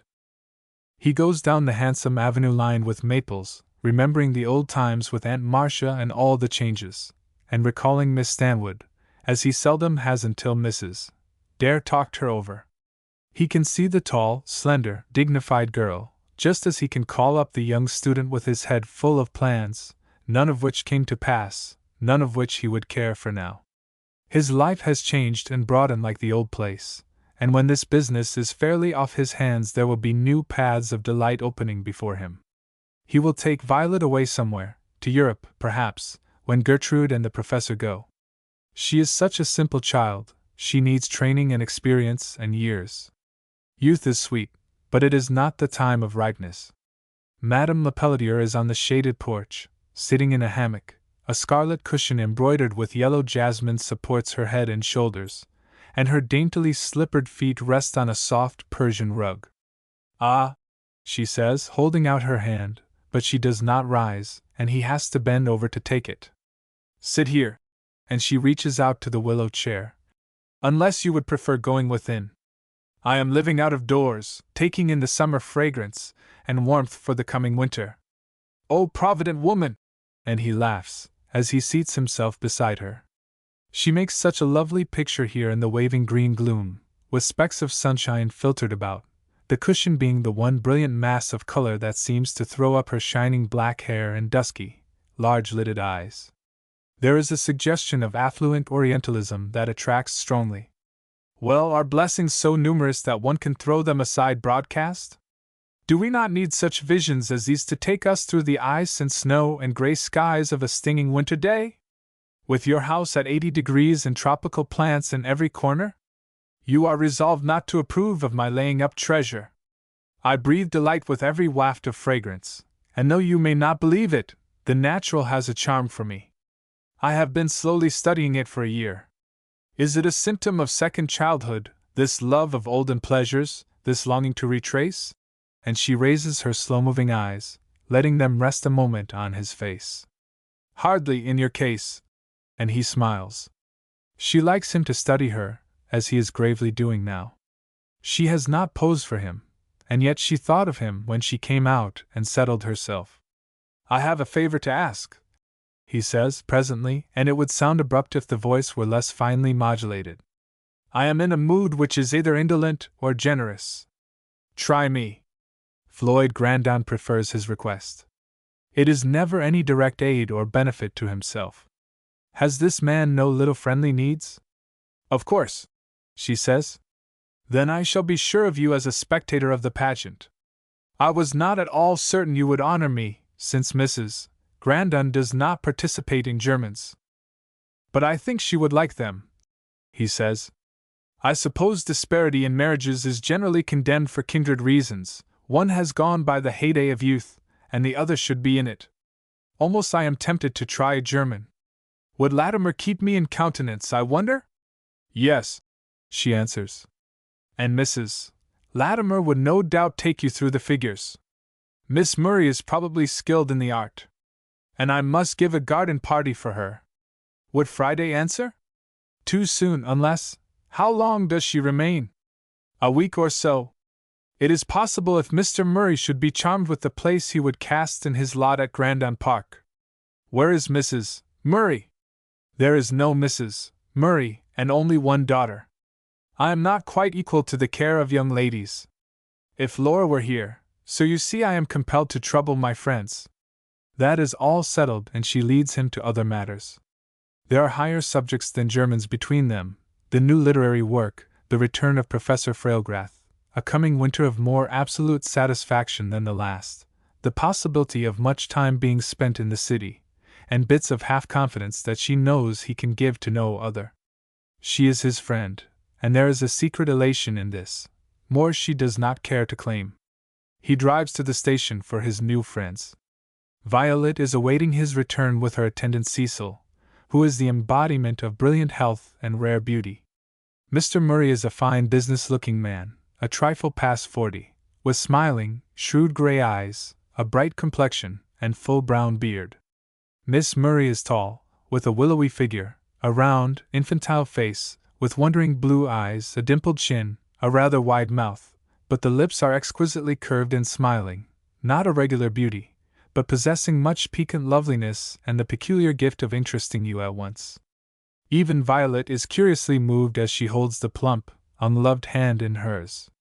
Miss Murray's voice has a rather plaintive, persuasive note in it, quite different from the independent ring of Miss Dare. Violet conducts her up to a pretty guest chamber, and listens to the events of the journey and a 2-week stay at Newport, which has been crowded full of pleasure. I hope we shall not seem dull here by contrast, says Mrs. Grandon, and Miss Murray notes the especial refinement of this little lady, who is the wife of the somewhat famous Floyd Grandon. I do not expect every place to be quite alike, returns Miss Murray, with cheerful good nature. And we met several people at Newport who knew Mr. Grandon. Isn't there a learned German who married someone? Professor Frailgrath, whose wife is Mr. Grandon's sister. Are you literary too? And Miss Murray's childlike eyes accent the question with a perceptible negative hope. Oh, no! And Violet smiles with admirable expression. Well, I am glad, returns the young girl, rather hesitatingly. I am not much used to them, you see, and I like nice jolly times better. I do almost everything in the way of amusement. Do you play lawn tennis? I do not quite understand it, and blunder dreadfully," admits Violet. "Oh, I adore it! Then Mr. Grandon's brother will be able to entertain you. He is an excellent player." "The one they call Eugene?" "Yes, there is but one. Papa and Mr. Grandon talked about him." "How old is he?" "Past 23, answers Violet. "And very handsome." "Dark or light?" "Dark, brilliant, with a splendid figure and perfect health." "I adore dark men," says Miss Murray. "And does he dance?" "He is an elegant dancer. We are all to go to a German tomorrow evening. Eugene is away now, but will return in the morning." Miss Murray confesses that she adores Germans and rowing and riding. She has a magnificent horse at home. She is not going to school any more, but may consider herself regularly in society. After all these confidences, Violet leaves her to make any change in her attire that she deems desirable, and Miss Murray comes down in a blue silk that is wonderfully becoming. It makes her complexion more infantile, her hair more golden, and her eyes larger. She has a soft, languishing aspect, and really interests Violet, who does not feel so utterly lacking in wisdom as she did with Miss Dare, for Miss Murray makes girlish little speeches and adores, generally. There is an elegant luncheon of fruit and delicacies, and Mrs. Grandon Mare presides. Afterward the gentlemen betake themselves to the tower and smoke. Violet and her guests divide between the shady end of the drawing-room and the porch, with its beautiful prospect. When the midday heat begins to abate, they have their drive and some trotting on the boulevard. Miss Murray grows quite confidential, not in a weak or silly manner, but with the frank insouciance of youth. She seems so generally bent upon having a good time and being liked, admired. She is simply frank where Miss Dare was independent. She does everything, rows and rides and plays out-of-door games, even to belonging to an archery club. But needlework is her abhorrence, and with all her restless youth she has a great grace of repose as she sits in the willow veranda chair. Eugene comes through in a night train. Time is so valuable to him, and is set down, with all his traps, at the door of the mansion just after the gentlemen have had breakfast and departed. Violet catches a glimpse of him and flies up from the summer house. "Oh, you have come!" she cries. "I am so glad." He takes both hands in his, and if the servants were not about, he would draw down the sweet, blooming face and kiss it. There is an eager light in her eyes, a quiver about the rose-red mouth, a certain abandon that is very fascinating. "Yes," he replies. "It was an awful bore. No game, nor anything but stupid card-playing. Wished myself home 50 times. How lovely you look!" And his eyes study her so closely that she flushes in a ravishing fashion. "Are you tired to death? I have so much for you to do. There is a German tonight at Madame Lepelletier's, and we are all going. We have a guest, a young lady." He gives a whistle, and the delight in his face vanishes more rapidly than it ought. "A Miss Murray," Violet goes on. "You cannot help liking her." "I do." "Then I shall," he returns, with a meaning laugh. "When you are rested," Violet begins. "Oh, I slept like a top. Nothing could keep me awake but a troubled conscience. When I get the dust of ages washed off and make myself presentable, I will hunt you up. Where shall I look? Only, I'd like to have you a little glad for your own sake. You might care that much." "Why, I am glad I did miss you," she says daintily. "We are in the summer house reading novels." He unclasps her hands reluctantly. He has been thinking of her day and night when he was not asleep. Madame would be very well satisfied at the completeness with which her rival has dethroned her. His callow passion for her has turned his attention from overmuch racing and gaming, and therein was a benefit, but it has also implanted within his breast an intense desire for some woman's admiration, and circumstances have led him to Violet. He has been allowing himself to think that if he had met her while she was free he would have cared. She is so lovely and beguiling, how could he have helped it? And he sees in this Miss Murray's coming an opportunity to be more devoted to her, without exposing her to any unfavorable comments. Violet wonders how he could get through with his toilet so rapidly when he stands in the doorway of the summer house, fresh, brilliant, his lithe figure the embodiment of manly grace, his dark eyes bright, imperious, and winning, and his smile captivating. A curious light goes over Miss Murray's face at the introduction. Evidently she is surprised and satisfied. They drop into a gay little chat. The sun comes round with such intense heat that they are driven up to the shady balcony and the hammocks. Violet is in a new and enchanting mood. She is of their kind today, bright with youth and enjoyment. She even surprises herself. She hardly knew there was so much merry audacity in her nature, such a capability of riotous delight. The gentlemen do not return to lunch. "I suppose Miss Murray's father is one of the literary sort," says Eugene afterward. "Nothing of the bluestocking about her, though. Isn't she jolly?" "I am so glad you like her," Violet answers. "I don't know what Mr. Murray is, only he doesn't seem like that kind, you know, but I suppose he must be." She settles in her own mind. "They are very wealthy. Birds of a feather," laughs Eugene, adverting to Floyd. The afternoon is a good deal taken up with dresses. Miss Murray has half a dozen that are simple yet extremely elegant. She finally selects a lace robe made over pale pink silk, and she looks bewitching in it. Eugene is rather puzzled about Mr. Murray at first, but before dinner is ended he learns that the bent of the man's mind is business. What new project has Floyd on hand? There has been some talk of reopening the quarry. At least Floyd has had offers. Or does he mean to build up the remainder of Grandon Park? Violet is in a soft white silk, with some remarkable pearls and opals that Floyd has had set for her, and a few magnificent roses. Her color and vivacity have come back to her, and as Floyd watches her, a curious remembrance seems to dawn on him. Has she not been well of late that she has seemed so grave and silent, so pale and sad-eyed? Ever since his return she has appeared changed, but now he has his own little fairy back again. What charm in Miss Murray has worked the transformation? Is it kindred youth and sympathy and pleasure? Miss Murray and Eugene have been explaining the figures to her, even to the extent of practicing them in the library, where they idled away much of the afternoon. "You will try it with me?" Eugene pleads. "I know I can find a partner for Miss Murray." "No, you must take Miss Murray. Some other time we will." "Yes, you must." Peremptorily. "She is my especial guest. I am her chaperone, you know, and am duty bound to provide her with the best and handsomest partner I can find." "Do you really think so? Then, for the sake of the compliment, I must do my best." She smiles upon him, and the young man is unwillingly persuaded. Miss Murray cannot remain forever, but Violet is a part of the present life, and he does not mean that she shall slip out of his reach. Nothing on his part shall crowd her out. The rooms are lovely, the night and the music enchanting. Violet's face grows unconsciously wistful as she listens and watches the dancers taking their places. Eugene comes for a word. "I hate to leave you," he declares. "Are you just going to stand and look on?" She waves him away to his duty, but other eyes note the reluctance.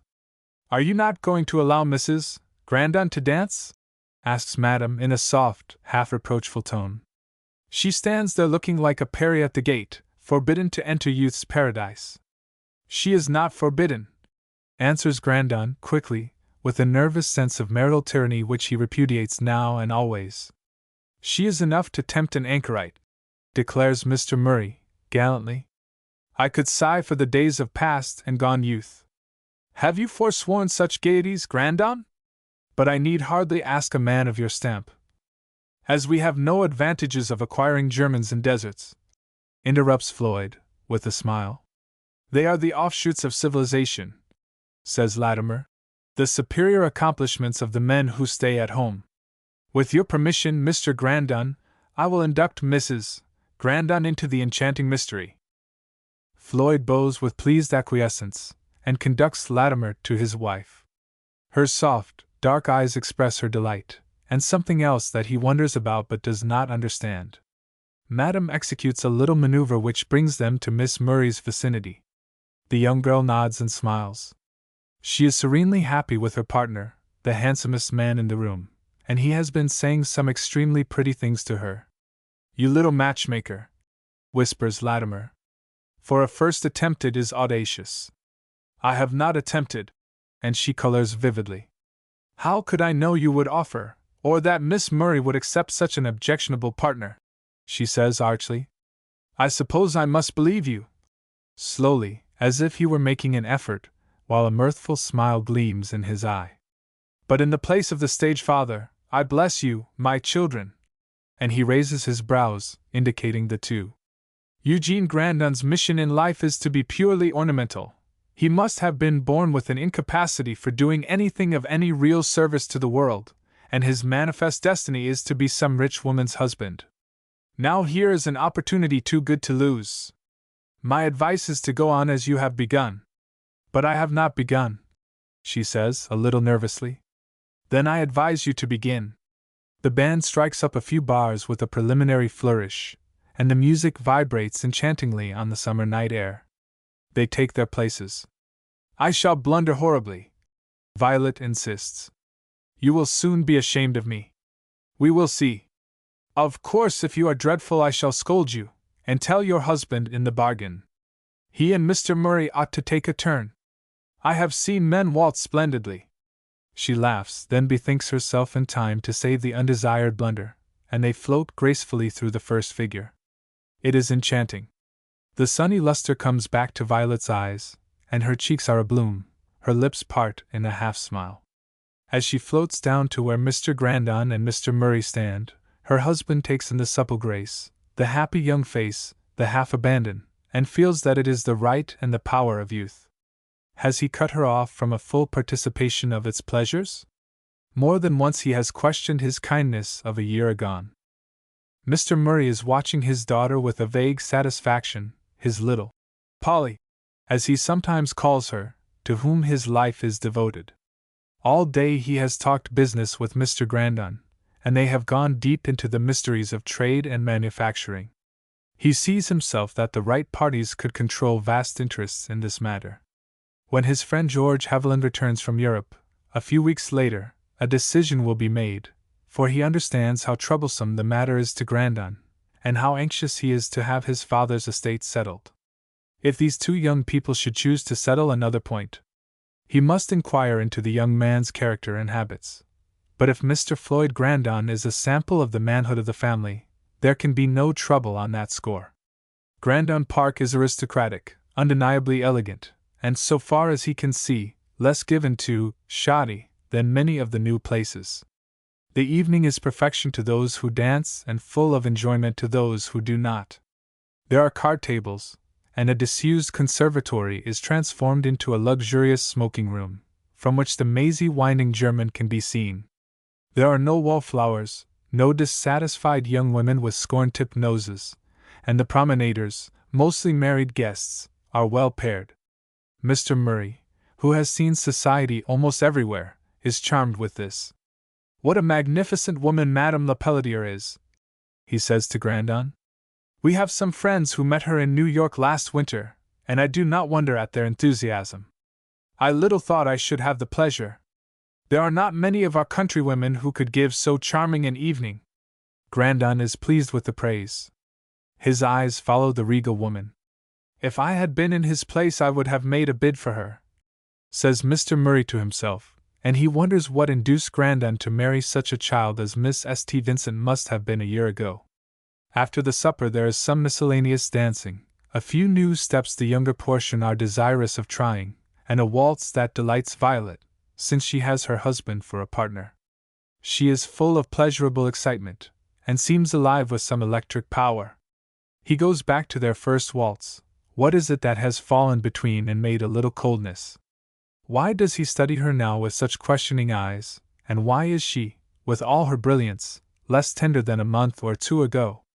That quaint little touch of entire dependence has merged into a peculiar strength, and she seems quite capable of standing alone. He is strangely roused, piqued as it were. Violet has been studying a rather ponderous subject for a ballroom, and she is somewhat elated at having arrived at a conclusion unaided, except by the trifling suggestion Mr. Latimer has thrown out. It was Mr. Murray whom Mr. Grandon had some business with a while ago. She remembers seeing his name in a letter.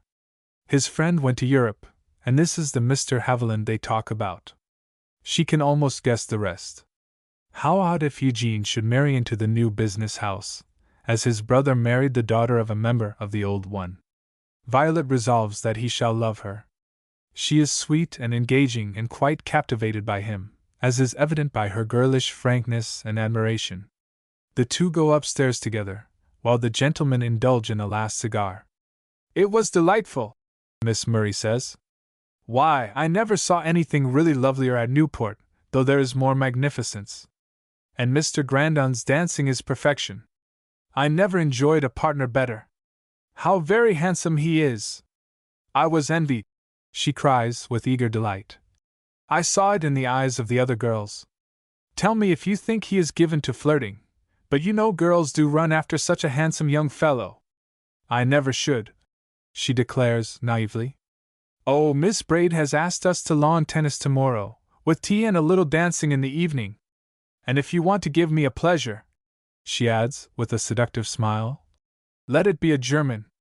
I do adore Germans." She kisses Violet good night in a sweet, girlish way, and her last thought is of Eugene Grandon's handsome face. Chapter 26. And what's the thing beneath the skies we two would most forget? Lucia Braid comes over the next morning and renews her invitation to the rather impromptu lawn tennis, including Violet.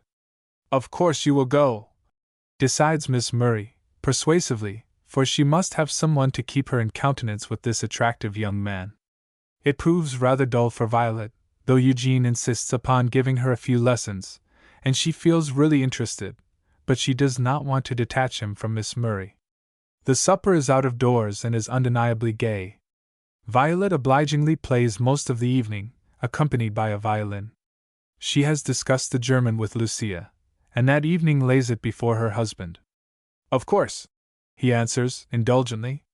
"Let it be Tuesday evening. I wish Eugene would attend to it." Eugene is elated at being master of ceremonies. They write invitations, just a young people's party in honor of Miss Murray. Of course Madame must be included. "I don't see why," says Eugene. "I think Mr. Grandon would rather," Violet replies, with a faint touch of entreaty. Miss Murray studies on this problem, and afterwards says privately to Eugene, "If I was Mrs. Grandon, I should be jealous of that superb woman. Why, she looks as if she could beguile anyone. Floyd isn't the kind to be beguiled, you see." And he gives a short laugh, but presently admits the old fancy between them. "Well," says Miss Murray, plaintively, "it was something to be a countess. Still, I couldn't give up the man I loved. I wonder if he at all resembled you when he was that young?" "No, indeed," and Eugene assumes an air of serene audacity. "The family beauty was kept in Violet for my sister Laura and your humble servant." The baby blue eyes have a look of admiration that is extremely gratifying to the young man's vanity. The three are deeply engrossed day and evening with pleasures of all sorts. Pauline Murray takes them with a zest that quite repays her pretty hostess. "Your sister-in-law is the sweetest little body in the world," she declares, enthusiastically. "It is quite ridiculous to think of her being stepmother to that lovely Cecil. I wouldn't be called Mamma. Fancy Mrs. Grandon taking her into society a few years hence. Why, they will look like sisters." "Of course," answers Eugene tartly. "Only an idiot would imagine it a real relationship." "Was she very much in love with him?" Miss Murray asks, innocently. "I don't know," returns Eugene, rather impatiently. "I was away when it happened.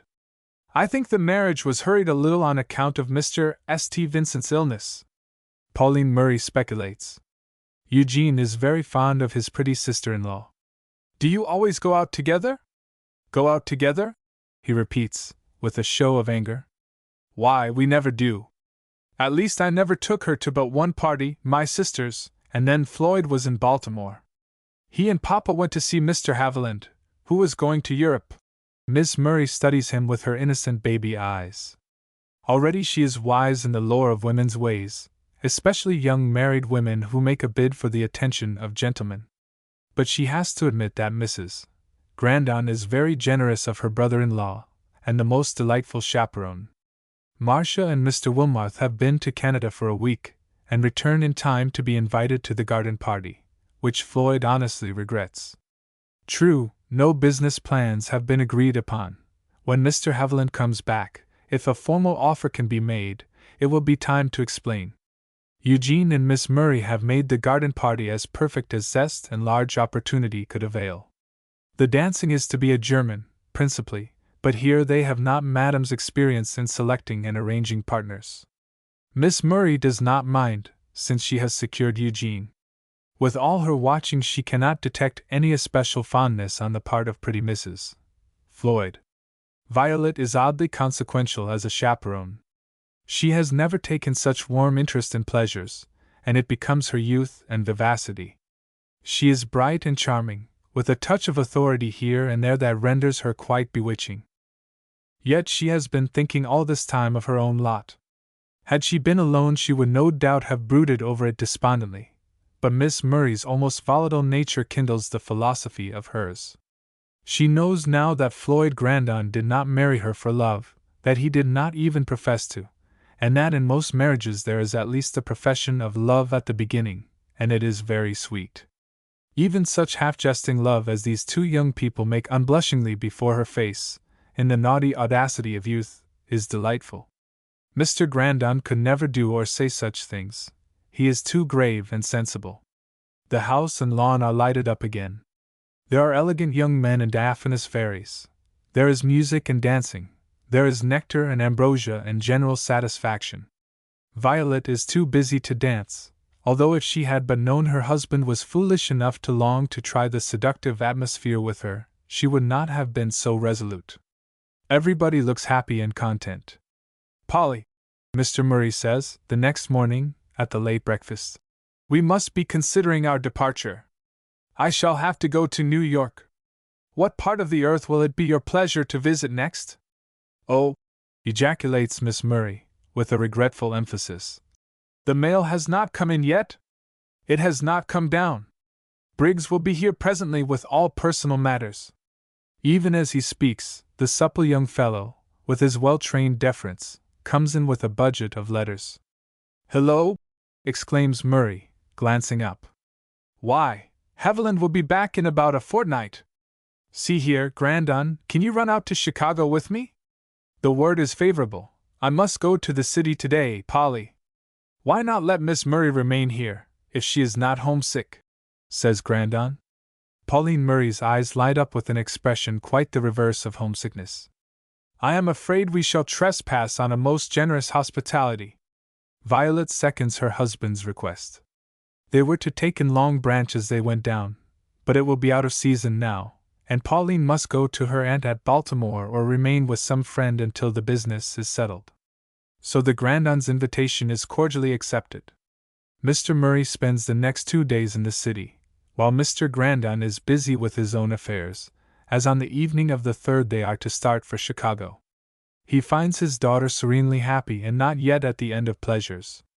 But I think you had better be careful about the young man, Polly, says her father, as they are promenading the lawn at the river's edge, in confidential chat. Be careful! Miss Murray's fair face is a vivid scarlet, and she fans herself violently with her chip hat, as if overcome with the heat. Yes, he is a handsome young man, but...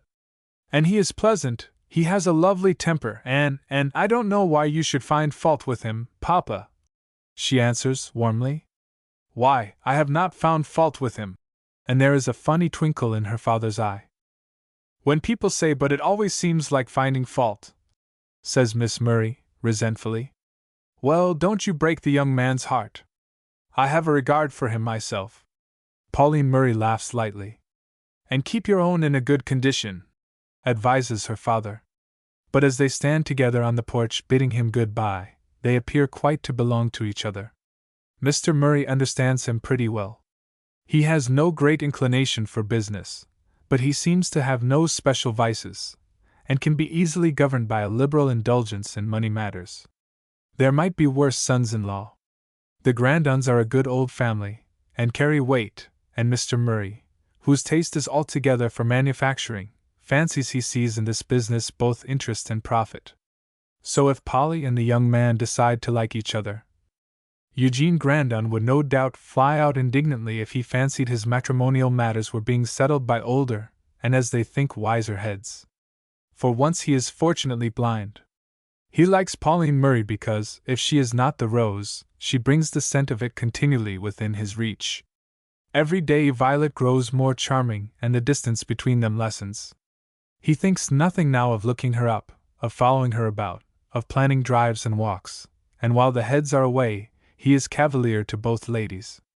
They discuss various tender points and come to love. Eugene no longer sneers and treats it lightly. Violet is touched by the gentle lowering of tone, the faint hesitation, the softness that comes and goes over his face, the dreamy smile, the far light in his eyes, as if his brain was richly satisfied with some vision. This is love, she thinks, exultantly. Mr. and Mrs. Latimer must have had just this blessed experience, but no other marriage, not even Gertrude's, comes up to her ideal. And to think that hundreds must go through the world without this greatest, finest of all joys. She pities them, she pities herself profoundly. There are moments when it seems as if she must throw herself at her husband's feet and tell him that she is famishing for this divine food. And yet in their brief seasons together she grows cold, distant, afraid. She cannot even feel as she did when her ankle was hurt, and he so tenderly indulgent. She esteemed that as love, but she knows better now, sad, sad wisdom. Yet there is something fascinating in this double life she leads.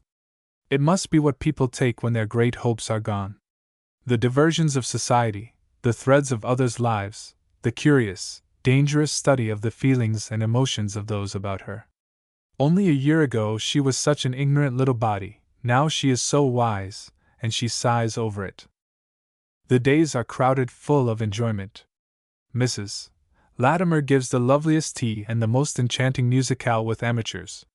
Violet is asked to play, and proposes that Eugene and Miss Murray distinguish themselves in a duet from Don Pasquale, which they sing admirably. Pauline Murray has a soprano voice, with brilliant execution. "I do believe," exclaims Mrs. Latimer, studying Violet, "that you will equal Madame as a society woman. I am not sure that I shall admire the cultivated pansy as much as the shy, sweet wood violet, but perhaps it is better. We women with distinguished husbands must keep pace in attractiveness, or the world will take them from us in its sweeping admiration. I never did have such a lovely time," Pauline Murray says, after the musicale. "And you know I never should have thought of Robin Adair for an encore if it had not been for Eugene." She has come to the young man's Christian name. "Wasn't it a perfect success? I never sang it so well in my life. If Papa could have heard it," and she hums over a stanza. "After the ball was o'er, what made my heart so sore?" Some tears fill Violet's eyes and she turns away. Then, lest her emotion shall make her appear ungracious, she praises liberally. Days and nights seem to have wings. The travelers return, and Mr. Haviland, back from Europe, comes up to Grandon Park. The gentlemen retire to the tower and discuss business over cigars, and the result is an offer for all right and title to the interest of Grandon and Company left by James Grandon to his family, and for Mr. St. Vincent's patent. The last is so liberal that Floyd accepts at once. The rest must be considered by the parties concerned, but it has the consent and advice of Floyd Grandon and Mr. Connery. It is late when the conclave breaks up, but Grandon goes upstairs with a lighter heart than he has carried in many a long day. He has hardly dared to believe in this conclusion, and there will no doubt be some hard fighting before the matter is ended, but he indulges in a long, exultant breath of freedom. His life will be his own henceforward. Passing through Cecil's room, he finds both heads on one pillow. Violet has waked Cecil with her good-night kiss, and the exigent child has prisoned her with two soft arms and drawn her close to her own pink cheek and rosy, fragrant lips. They seem like a picture, gold and chestnut hair intermingled, complexion of pearl, and the other of creamy tints, soft as a sun-ripe peach. She has fallen asleep there, as she so often does, for youth and health defy carking cares. How lovely they are! Floyd Grandon suddenly counts himself a happy man, and yet he does not waken her with the kisses he longs to shower on brow and cheek and lip. If he did, how brave she would be for the temptation of tomorrow. After breakfast, Floyd summons his mother and Eugene into the library.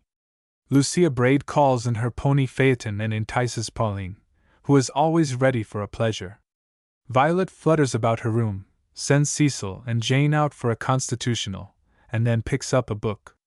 Summer is on the wane, and the air has a fragrance of ripening grapes, sun-warmed fruit, and the luxurious sweetness of Madeira blooms. The voices from the library touch her faintly. Mrs. Grandon's has a high, aggressive swell now and then, and Eugene's drops to that sort of sullen key she knows so well in the past. What is taking place? Will there be some new trouble for Floyd? She walks down to the summer house from some half-defined, delicate motive. After a while the three gentlemen go away, Floyd giving a questioning glance around. She drops her book on her knee and lapses into a wondering mood, when a step breaks her reverie. Eugene is flushed and angry, yet it does not make him the less handsome, though it is very different from his usual indolent ease. "What is the matter?" she asks for form's sake, for she almost knows. "Matter?" And he kicks viciously at a pebble that has dared to rear its head in the smooth walk, sending it over on the grassy lawn. "The matter is that Floyd is selling us all out with a high hand. That is what Murray's visit and all this going to and fro mean.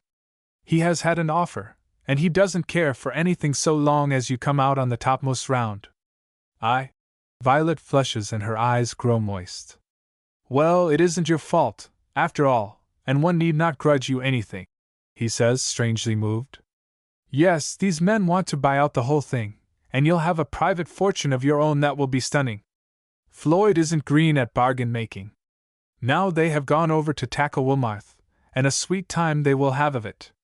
I should like to see the fun. But what am I to do afterward?" And he studies the greensward gloomily. "You," she repeats, and the matter settles itself beautifully to her vision. "Why, you will marry Miss Pauline Murray." "Marry!" Eugene strides up and down with a grim sense of the irony of fate. Once he was asked to marry Miss Stevenson to save his fortune, now it is Miss Murray. He is a part of the business, to be bandied about and knocked down to the highest bidder. "You do love her?" Violet says this with the rarest, tenderest entreaty. "Love her? No, I do not." He comes nearer to Violet with his eyes aflame, his face pale, and his lips savagely compressed. "Have you been so blind? Did that show deceive you? Why, you must guess, you must know it is you and not she whom I love." Violet sits astounded. She is too much amazed even to resent this. Surely he cannot have been so deceitful, so false-hearted. "You like me," she begins tremulously, "and I am your sister, your brother's wife. And you might have been mine. It maddens me when I think of it. And it humiliates me. Oh, my darling, you must forgive it." And Eugene throws himself at her feet. "If I could have seen you, could have known you." "You did not like me when you first saw me," she interrupts, with quiet dignity. "No, because I held to an obstinate, hateful prejudice. But when I came to know you. And through all this time, Eugene, you have been offering a false admiration to Miss Murray," she continues, with a grave, sad demeanor. "And you have been thinking of me in a manner that will make me despise myself forever. How do you suppose I shall meet Mr. Grandon's eyes? As if he cared. Oh, you know he doesn't, Violet. That is the wretched part of it all." She turns so pale and sways to and fro in her willow chair, like a lily, when something has struck the stem but not broken it off, her lips and pretty dimpled chin quivering, as if in an ague, her eyes strained, imploring. To be told of that. To have no power to deny it. "I am his wife," she says, and she tries to rise but falls back. "Oh, my poor girl, my miserable little darling, don't I know that? But see here, Violet, I'm not a villain if I am an unfortunate wretch. I never thought of any wrong or harm. You are too dear to me, you are like some sweet little baby that a man wants to take in his arms and kiss and comfort and hold forever. That is how you ought to be loved. But I know a good deal better than you that going off and setting oneself up against the law and society and respect kills a woman. There isn't any love worth such a sacrifice. Only, I wish I had come to know you well before you belonged to anyone. And you ought to give me some credit that I never made a fool of myself or did a single act that Floyd mightn't see. You've been to me like a little angel. See here, you are worth 10 of Madame Lepelletier, with all her beauty. Why didn't Floyd marry her? She has about as much real soul as he. Oh, don't! She cries, in the depths of her anguish. You wrong him. You can never know how gentle and kind he was when Papa died, and how good he has always been to me. I am not so beautiful and fascinating, or learned like Mrs. Latimer, but Cecil loves me. She is crying now, not in any great sobs, but her eyes are wind-blown lakes of crystal tears whose tide overflows. She has fallen back on the one great comfort, the one pearl saved from the wrecked Argosy. A man who could be cruel to you ought to be hanged, he says passionately, and her tears move him beyond description. Floyd isn't cruel, he is simply cold, indifferent. Oh, my poor little girl, how can I comfort you? You cannot comfort me, she says drearily. I read a long while ago, in the convent I think it was, that it is not given to every one to be happy, that one can be upright and honest and pure, and do one's duty, but that happiness is a blessing of God that is given or withheld, and we must not waver on that account. Now let me go, and you must never again say any of these things to me. She rises feebly, but he is still on the floor of the summer house at her feet. Something about her awes him. He is vain and weak and fond of trying on emotions, he has little sense of present responsibility. But, as he has said, he does love her, and it is perhaps the best experience of his whole life. A weak or silly woman would have dragged him down in spite of his worldly common sense, but she seems to stir the manliness within him. At this instant he could really lay down his life for her. It is the one supreme moment of his indolent, vacillating manhood. I have made you still more miserable, he cries remorsefully. Oh, what shall I do? Why is it that you may know a thing in secret all your life, and yet the moment you speak of it, it is all wrong? I oughtn't have said a word, and yet it doesn't really make anything different.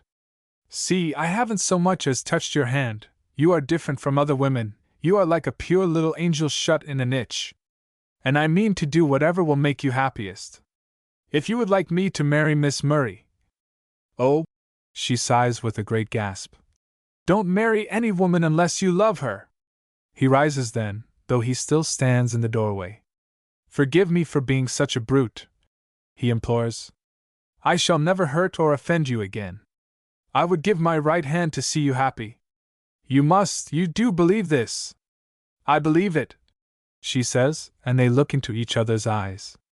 A great crisis has come and gone, they both think, a lightning flash that has revealed so much, and then shut again in blackness. Could she have loved him? She wonders. She walks slowly towards the house, and going to her room throws herself on the lounge, pressing her throbbing temple upon the pillow. All the wretchedness of her life seems to have culminated, the little doubts she has thrust out or tried to overlive. Somehow she appears to have worked a great and unwitting change in the Grandon family. Once, when Denise was in a discursive mood, she told Violet of Mr. Wilmot's proposal of marriage. What if she had married him? Violet thinks now. Marcia talks about her, Vulcan, with a curious pride, and he certainly is indulgent. In that case Violet would have marred no lives. A soft rustle comes up the stairs, and she knows who stands in the doorway. Oh, are you ill? Miss Murray kneels by the couch and tosses her hat aside. How pale and wretched you look! Does your head ache? Yes, Violet admits. And you were so well this morning. Where is everybody? What has become of Eugene? They have all been talking business, says Violet, and have gone. I suppose Mr. Grandon told you long ago, like a good husband, but you have been very discreet. Papa and Mr. Haviland are to take the business, and I suppose I shall come to live at Grandon Park. I just adore it.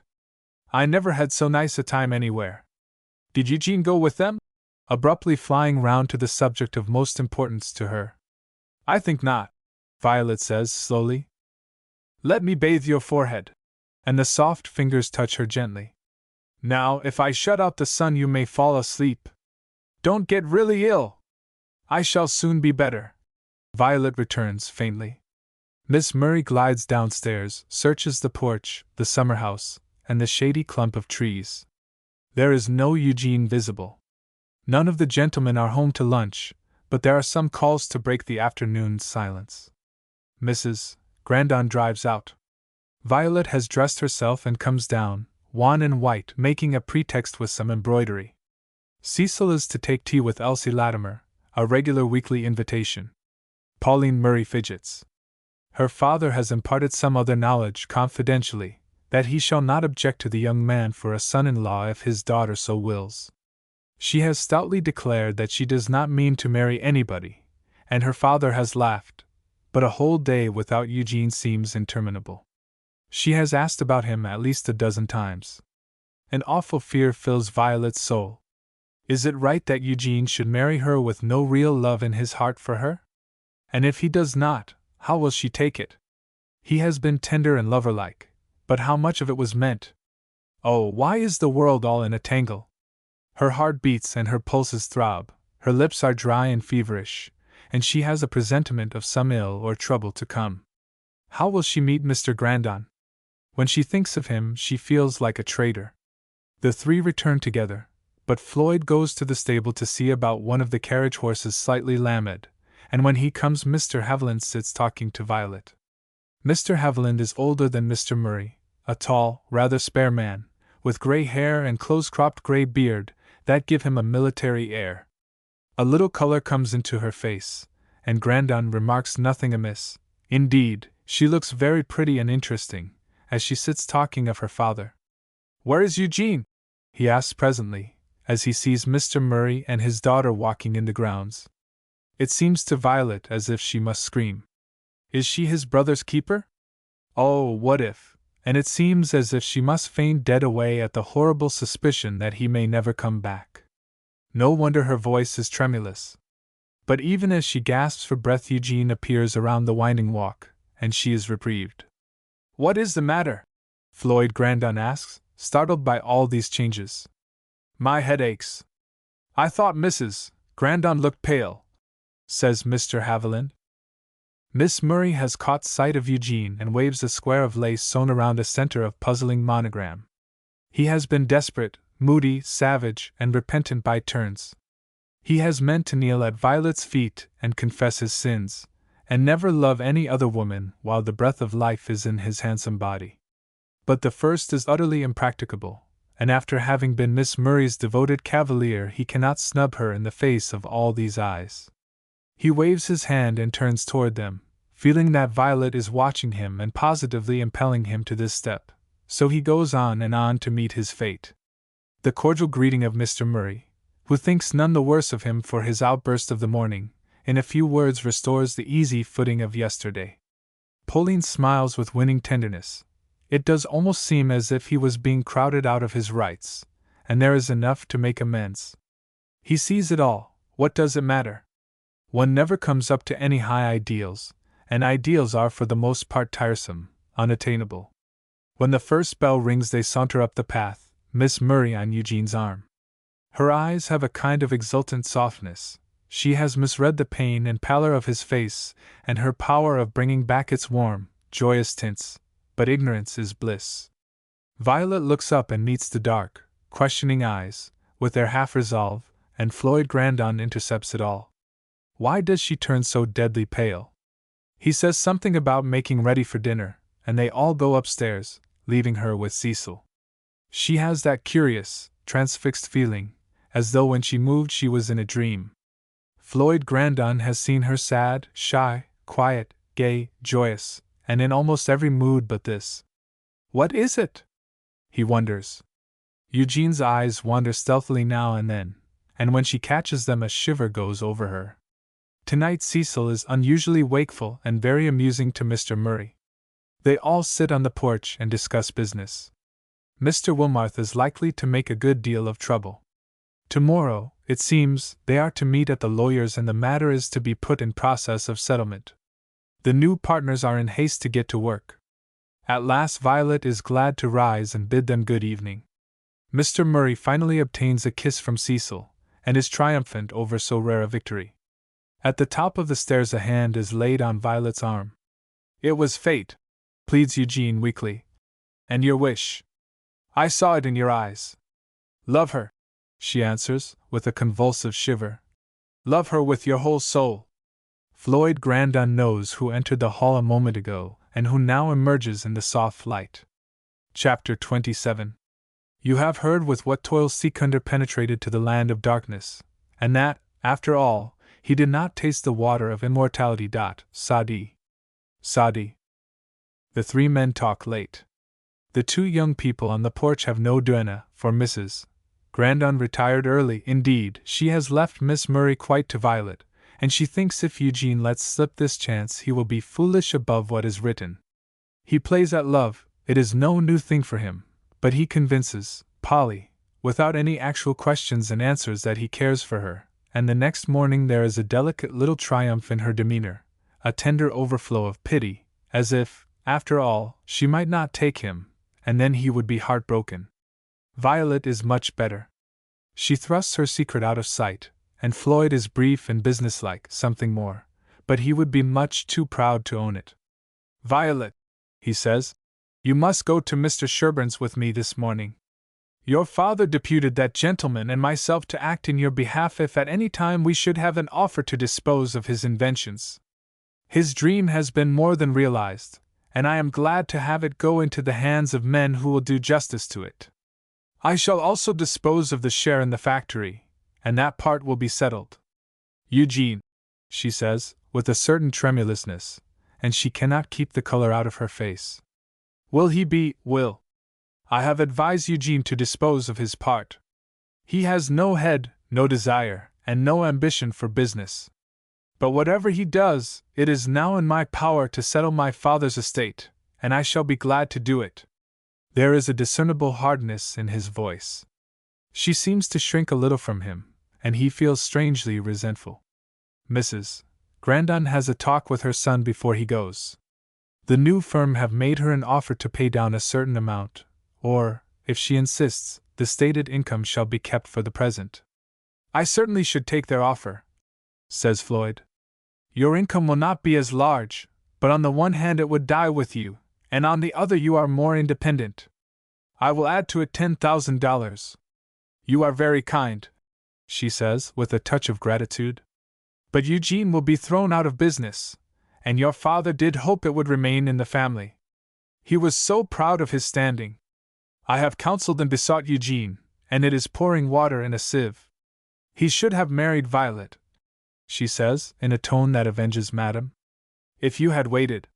Floyd is deathly pale for an instant. If he had waited. If this useless money could belong to Eugene. You will be ready this afternoon. And he leaves the room. Has he defrauded his brother? He could have held out a hope to the dying man and temporized. As his ward, Eugene might have come to admire her, or been tempted by the fortune. He hates himself that he can put her in any scale with mere money, and yet, does she not care for Eugene? What has the varying moods of the last 6 weeks meant, if not that? What the little interchange of glances last night? Curiously enough, Mr. Murray is quite taken with Eugene. Perhaps the elder brother does not do full justice to the fascinations of the younger. Has he been too tried and vexed and suspected, until his whole nature is warped and soured? Perhaps he is unfit for civilization, for domestic life in the realms of culture and fashion, and he wishes with much bitterness of spirit that he was back in his congenial wilds and deserts. Violet is waiting for him, attired faultlessly. She looks pale and troubled, he can see that, and the sweet, frank expression with which she has always challenged his glance is no longer there. It is not altogether suspicion, but she really does evade his glance. She has the miserable secret of a third person that, if known, might work incalculable harm, and she must keep it sacred. Besides, she is training herself to believe that Eugene will recover from his ill-fated passion and truly love Pauline Murray.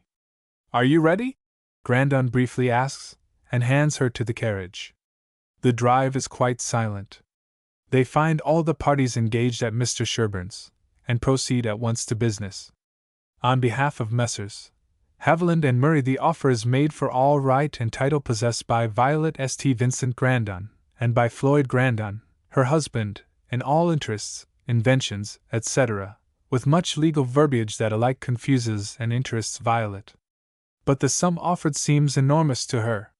She gazes blankly from one to another, as she hears again that all income thereof is to be hers, that no one can touch the principal until she is 25, that it is settled solely upon her and her children forever. "Oh!"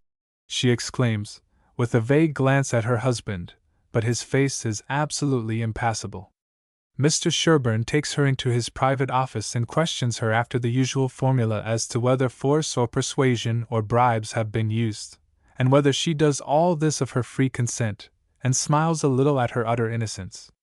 It is well she and her fortune are in the hands of a man of such perfect integrity as Floyd Grandon. Then they both sign all necessary papers, and the morning's work is completed. Violet goes home, a rich woman beyond any doubt or question, but a very miserable one. She would like to give at least half the money to Eugene, but she does not dare make the least proposal. She feels afraid of Floyd Grandon's steady, searching eyes. In the afternoon she and Pauline are left together, but the lawyers have a rather stormier session than in the morning. Mrs. Grandon has a vague suspicion that Eugene will come out of this much worsted. He will spend his money, and there will be nothing left. The young man is in a curious mood. He is well aware that he never can or will confine himself to business routine, that he is the product of the 19th century civilization, termed a gentleman, rather useless, it may be, but decidedly ornamental. The showing of the last 9 months has been profitable beyond expectation. It is true there has been no income used for family expenses, and the legacies can be paid. Mrs. Grandon finally decides to dispose of her claim, and everything is adjusted for the law's inspection, approval, and ultimate signature. Floyd Grandon has redeemed his trust, has obeyed his dead father's wishes, and circumstances have proved that the dying man did not overestimate the worth of what he was leaving. But it has been a severe and distasteful duty, and only the closest attention, the best judgment, and most wary perseverance, have saved the family from ruin. He gives his advisers full credit for their help and sympathy, but it has been a great strain, and he is immensely relieved. The dissolution of the old firm and the arrangement of the new one are matters for time, but happily he will be out of that. Wilmarth and Eugene take the first, and the others are quite capable of managing the last. He has a secret pity for Wilmarth, and yet he knows he has been Eugene's worst enemy, that he would not have scrupled at any ruin to attain his end. That he is Marcia's husband he must always regret, and they have not yet reached the end of dissensions. Eugene drives slowly homeward, ruminating many matters. He has his college education and various accomplishments, and in the course of a month or so will have some money. He has no more taste for a profession than for business, and though various phases of speculation look tempting, he is well aware that he has not the brains to compete with the trained athletes in this department. He can marry Pauline Murray, and he will, no doubt, end by marrying some rich woman. He looks covetously at Violet's fortune and calls himself hard names, but that is plainly out of his reach. He could love Violet so dearly, with such passion and fervor, but it is too late, and he sighs. She would like him to marry Miss Murray. He will please her and Polly, who is undeniably charming, and do extremely well for himself. Why not, then? He cannot hang here on Floyd forever. Polly is wandering through the grounds in the late summer afternoon, her blue-lined parasol making an azure sky over her golden head, her white dress draping her slender figure in a strikingly statuesque way. She is the kind of girl to madden men and win admiration on the right hand and on the left, and he does like the women on whom the world sets a signet of approval. No sweet domestic drudge for him, and if Violet has a fault, it is this tendency. When a man begins to discover flaws in his ideal, the enchantment is weakening. He saunters up to her, and she blushes, while a touch of delight gleams in her eye. "Do you know," he begins, in a melancholy tone, "that I have sold my birthright, but not for a mess of cabbages, as the camp-meeting brother called it." They both laugh, Polly with a mirthful ring, Eugene lazily. "And now I must take my bag of gold on one end of a stick and my best clothes done up in a bundle on the other, and go out to the new territories. A young man grows up governor or senator, or some great personage there. I think it must be in the atmosphere, ozone or odile. What is it? She laughs again, a pleasant sound to hear. He is so very handsome in this mock plaintive mood, with his beseeching eyes. You know I ought to do the world some good. Yes. And the presidents come from the West. I would rather be a president. Oh, you couldn't, you know. And he laughs again. Is there nothing else that would satisfy your ambition? Nothing. She seems to shake a shower of gold out of the waving hair on her brow. Nothing, he repeats, disconsolately. Then I may as well go. You see before you a struggling but worthy young man, born to a better heritage, but cruel fate. Well, cruel fate, she says, as if prompting him. He turns, and she blushes vividly. He bends lower until the warm cheek, soft as a girl's, touches hers, and the lips meet. Then he draws her arm through his, and takes her parasol. I wonder, he says presently, if I could get enough together to buy you of your father? Might I try? You mercenary wretch! She cries, but the tone is delicious. See here, he says. Some fellows have the cheek to ask such a gift for just nothing at all. I rate you more highly. That is very sweet flattery. Her eyes droop and the color comes and goes. You might ask him, she says, in a tone of irresistible fascination. But I do not believe you will have quite enough. Then I shall start for Dakota. They ramble up and down, and Eugene allows himself to sup of delight. Does it make so much difference, after all, whom he marries? Polly is very charming and her lips are like rose leaves. She loves him also, and she isn't the kind to bore a man. Late that evening Violet steals out on the porch for a breath of the dewy air. Cecil has been wakeful, and the story's almost endless. Floyd has not come home to dinner, and she feels strangely nervous. Eugene has some idle moments on his hands. Come down the walk, he exclaims. I have something to tell you. And he draws her gently toward him, taking the limp hand in his. As they go down in the light, Floyd Grandon turns into the broad avenue, unseen by either. Well, I have done it, Eugene begins. If I am miserable for life, it will be your fault. The treacherous wind carries back the last, and Floyd hears it distinctly in one of those electric moods that could translate a quiver in the air. They are too far away for her answer. You will not be miserable, she says firmly. No man could be miserable with Pauline Murray, if he did his duty and tried with his very soul to the uttermost. And you will. Eugene Grandon has an insincere nature, while hers is like crystal. He is extremely fond of sympathy from women, and her urgent tone makes him seem a sort of hero to himself. If he must endeavor earnestly, there is something to be overcome, and that is his love for her. The pendulum vibrates back to it. I shall try, of course, he says. Violet St. Vincent, with her fortune, is no light loss, but he does not distinguish between her and the fortune. It was the best thing to do, he continues, though I had half a mind to throw up everything and go away. She feels she should have admired and approved this course, but Pauline would have been wretched. She does not dream that in this early stage another lover would have comforted Pauline. She is so simple, so absolutely truthful, that her youthful discernment is quite at fault. You must let yourself be happy, she says, and then she remembers how she has let herself be happy in the bitter awakening. But in this case there is nothing to break a confidence once established. And what are you going to do? He asks, suddenly. It is like a great wave and almost takes her off her feet. You must not think of me, nor watch me, nor anything. And an observant man would note the strain of agony in her voice. It was very good in your brother to take care of me as he did.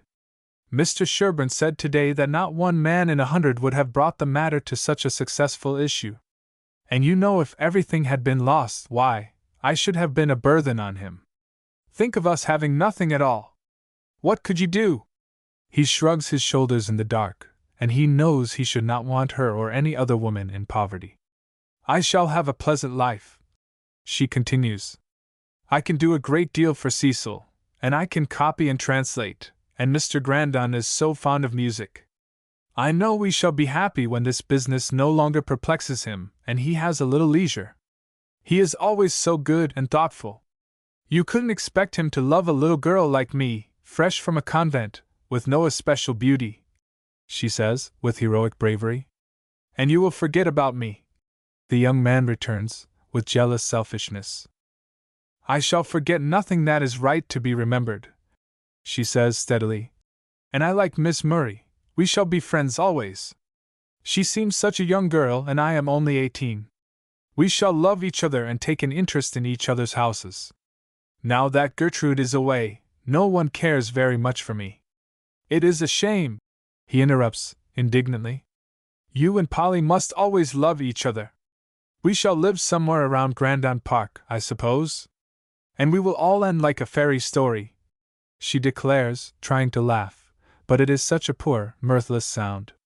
She sees with secret joy that he is somewhat comforted, and she trusts to Polly's fascinations to achieve the rest. Love is not quite what poets sing about, unless in such lives as Mr. and Mrs. Latimer. The air is so fragrant, the night so beautiful, that the moments fly faster than she thinks. The clock strikes 10, and in a little trepidation she insists that it shall be good night, and glides up the path and through the hall, and in Cecil's room comes face to face with Mr. Grandon, who has been home long enough to divest himself of coat, necktie, and collar. She stands quite still in amaze, the quick flush he has always admired going up to the very edge of her hair.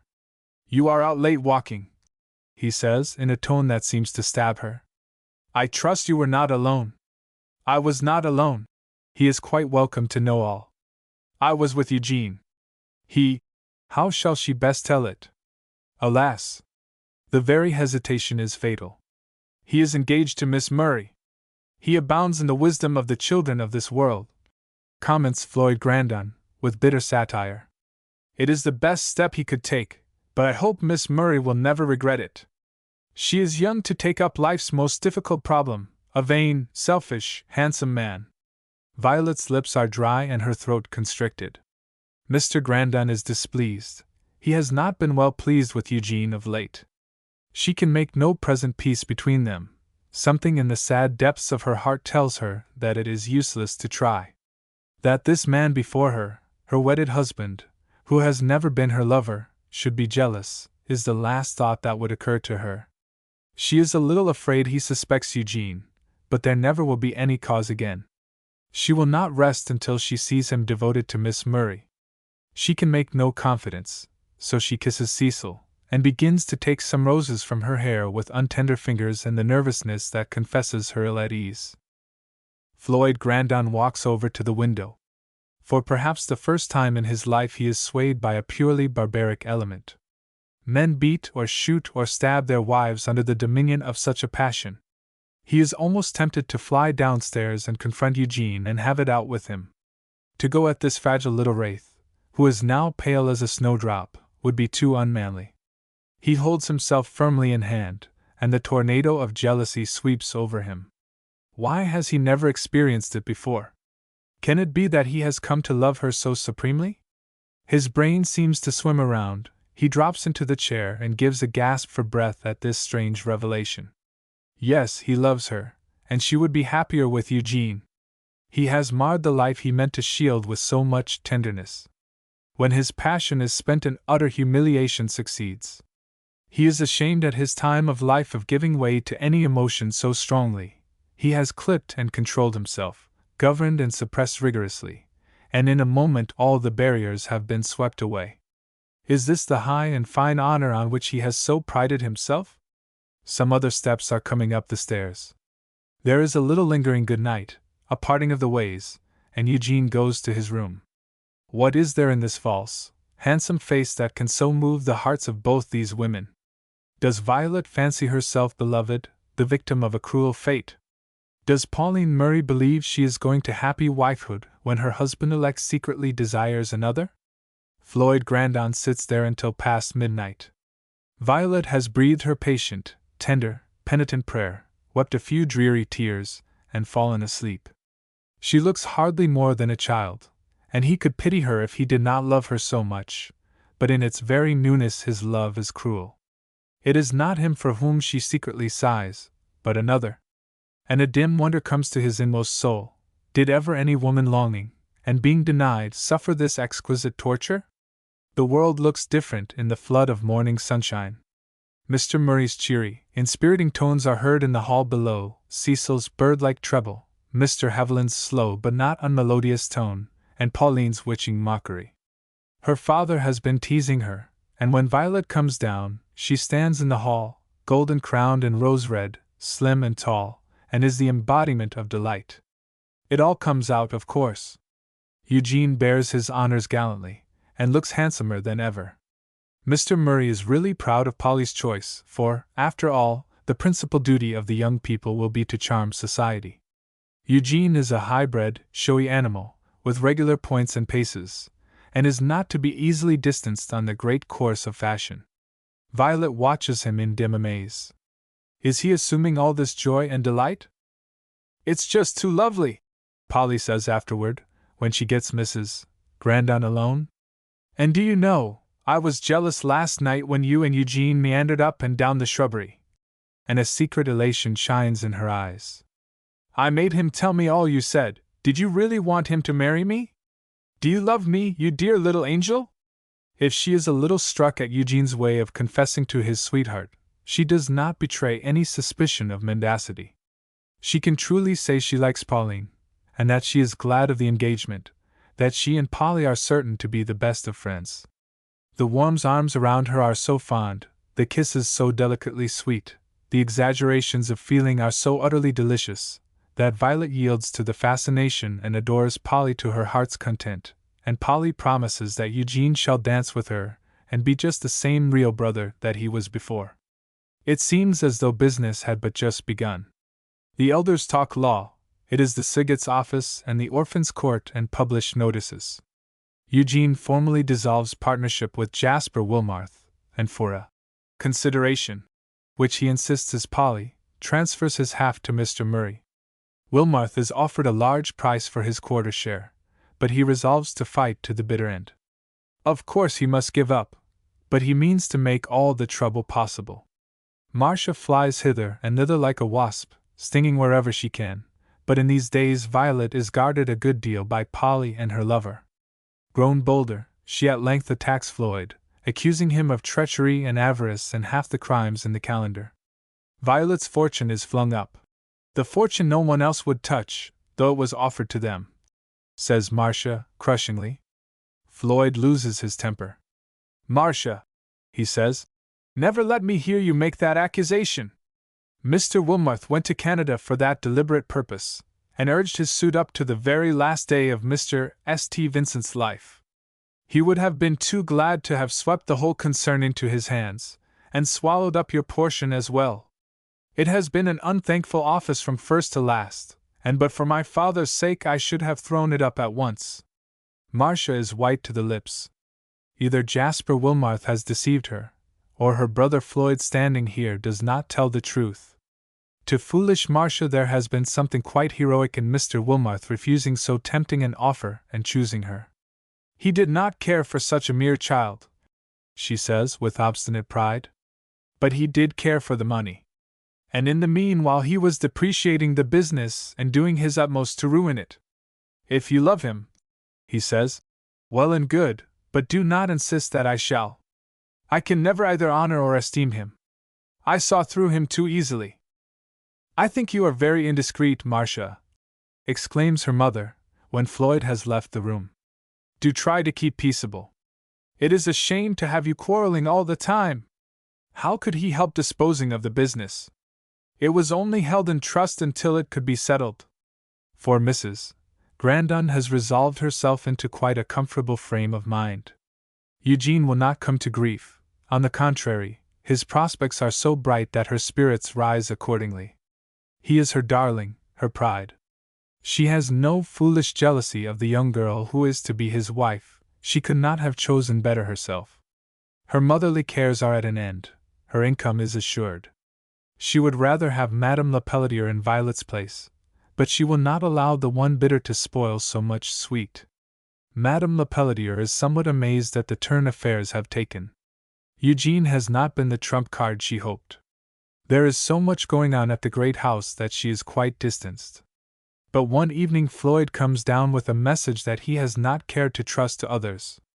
It is a little cool, and she has a bit of fire in the grate, though the windows are open to the dewy, sweet air. All is so quiet and tranquil, and for a month there has been little save confusion and flying to and fro at home. She remarks that he is thinner, and there is a restlessness in the eyes, while the face is set and stern.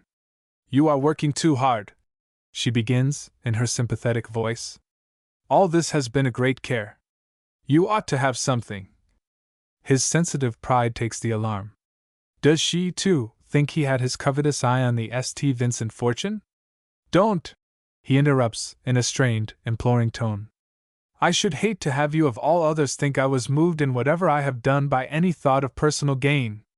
I could wish that not $1 of gain had come to me, and it has not," he says, defiantly. "I will confess to you that I was moved by the profoundest pity for a dying man, and I was afraid then that we should all go to ruin together." "Ah," she returns, and a beguiling light plays over her face like some swift ripple. "I never looked upon it in any other light. I knew you better than you believed I did." He has one friend, he thinks, in a daring, obstinate sort of way quite new to him. Chapter 28. Desires unsatisfied, abortive hope. Repinings which provoke vindictive thought. These restless elements forever wrought. Southey. Southey. "Good night," John Latimer says, as they stand at the gate of the Aerie. They have been spending a delightful evening. Professor Frailgrath is on his way home, and after a brief visit must make a flying trip to Germany. Latimer has half decided to go with him, and has been persuading Floyd. It looks very tempting, a 2 or 3 months' vacation. "I ought to go up to the factory," he begins, abruptly. "Our watchman is down with the rheumatism. The foreman stayed last night, and I promised to send in someone tonight. Am I growing old and forgetful?" Latimer laughs as he asks how much money is in the safe. "If $500,000, he will go." "At all events I will walk up and see," Grandon says, and strides along. There is no moon, but he has been over the road so many times that it is no journey at all. Silence and darkness reign supreme. He unfastens the door with his skeleton key, lights a burner in the hallway and a safety lamp which he carries with him. How weird and ghostly these long passages look! The loom rooms seem tenanted by huge, misshapen denizens of some pre-Adamic world. He stands and looks, and fantastic ideas float through his brain. The engine room is satisfactory. Everything is right, except that once or twice he catches a strong whiff of kerosene, which he hates utterly. The men may have been using it for something. He inspects nooks and corners, even looks into Wilmoth's little den. How often to traverse a man's plans makes an enemy of him for life, he ruminates. He turns out the light in the hall and enters the office, remembering 2 letters he laid in the drawer. How shadowy and tempting the little rooms look! He enters and throws himself on the lounge. A few weeks longer and the place will know him no more except for a chance visit. There have been many cares and trials since the day he sat here and read his father's letter, and his whole life has been changed by them. "But I have done my duty in all honor and honesty," he cries softly, as if the dead man's spirit were there to hear. "I have defrauded no one, I have taken no money upon usury, I have been true to the living, true to the dead." And again he seems to see St. Vincent's closing eyes. The bell tells off midnight. The strokes sound slower and more august than by busy daylight. If ever the ghost of the dead returned. No ghost comes, however. He may as well throw himself down here and sleep, as to tramp to the park. No one will miss him. He says that bitterly. Even Cecil is weaned from him. He is no longer her first thought. Is life full of ingratitude, or is he growing morose, doubtful of affection?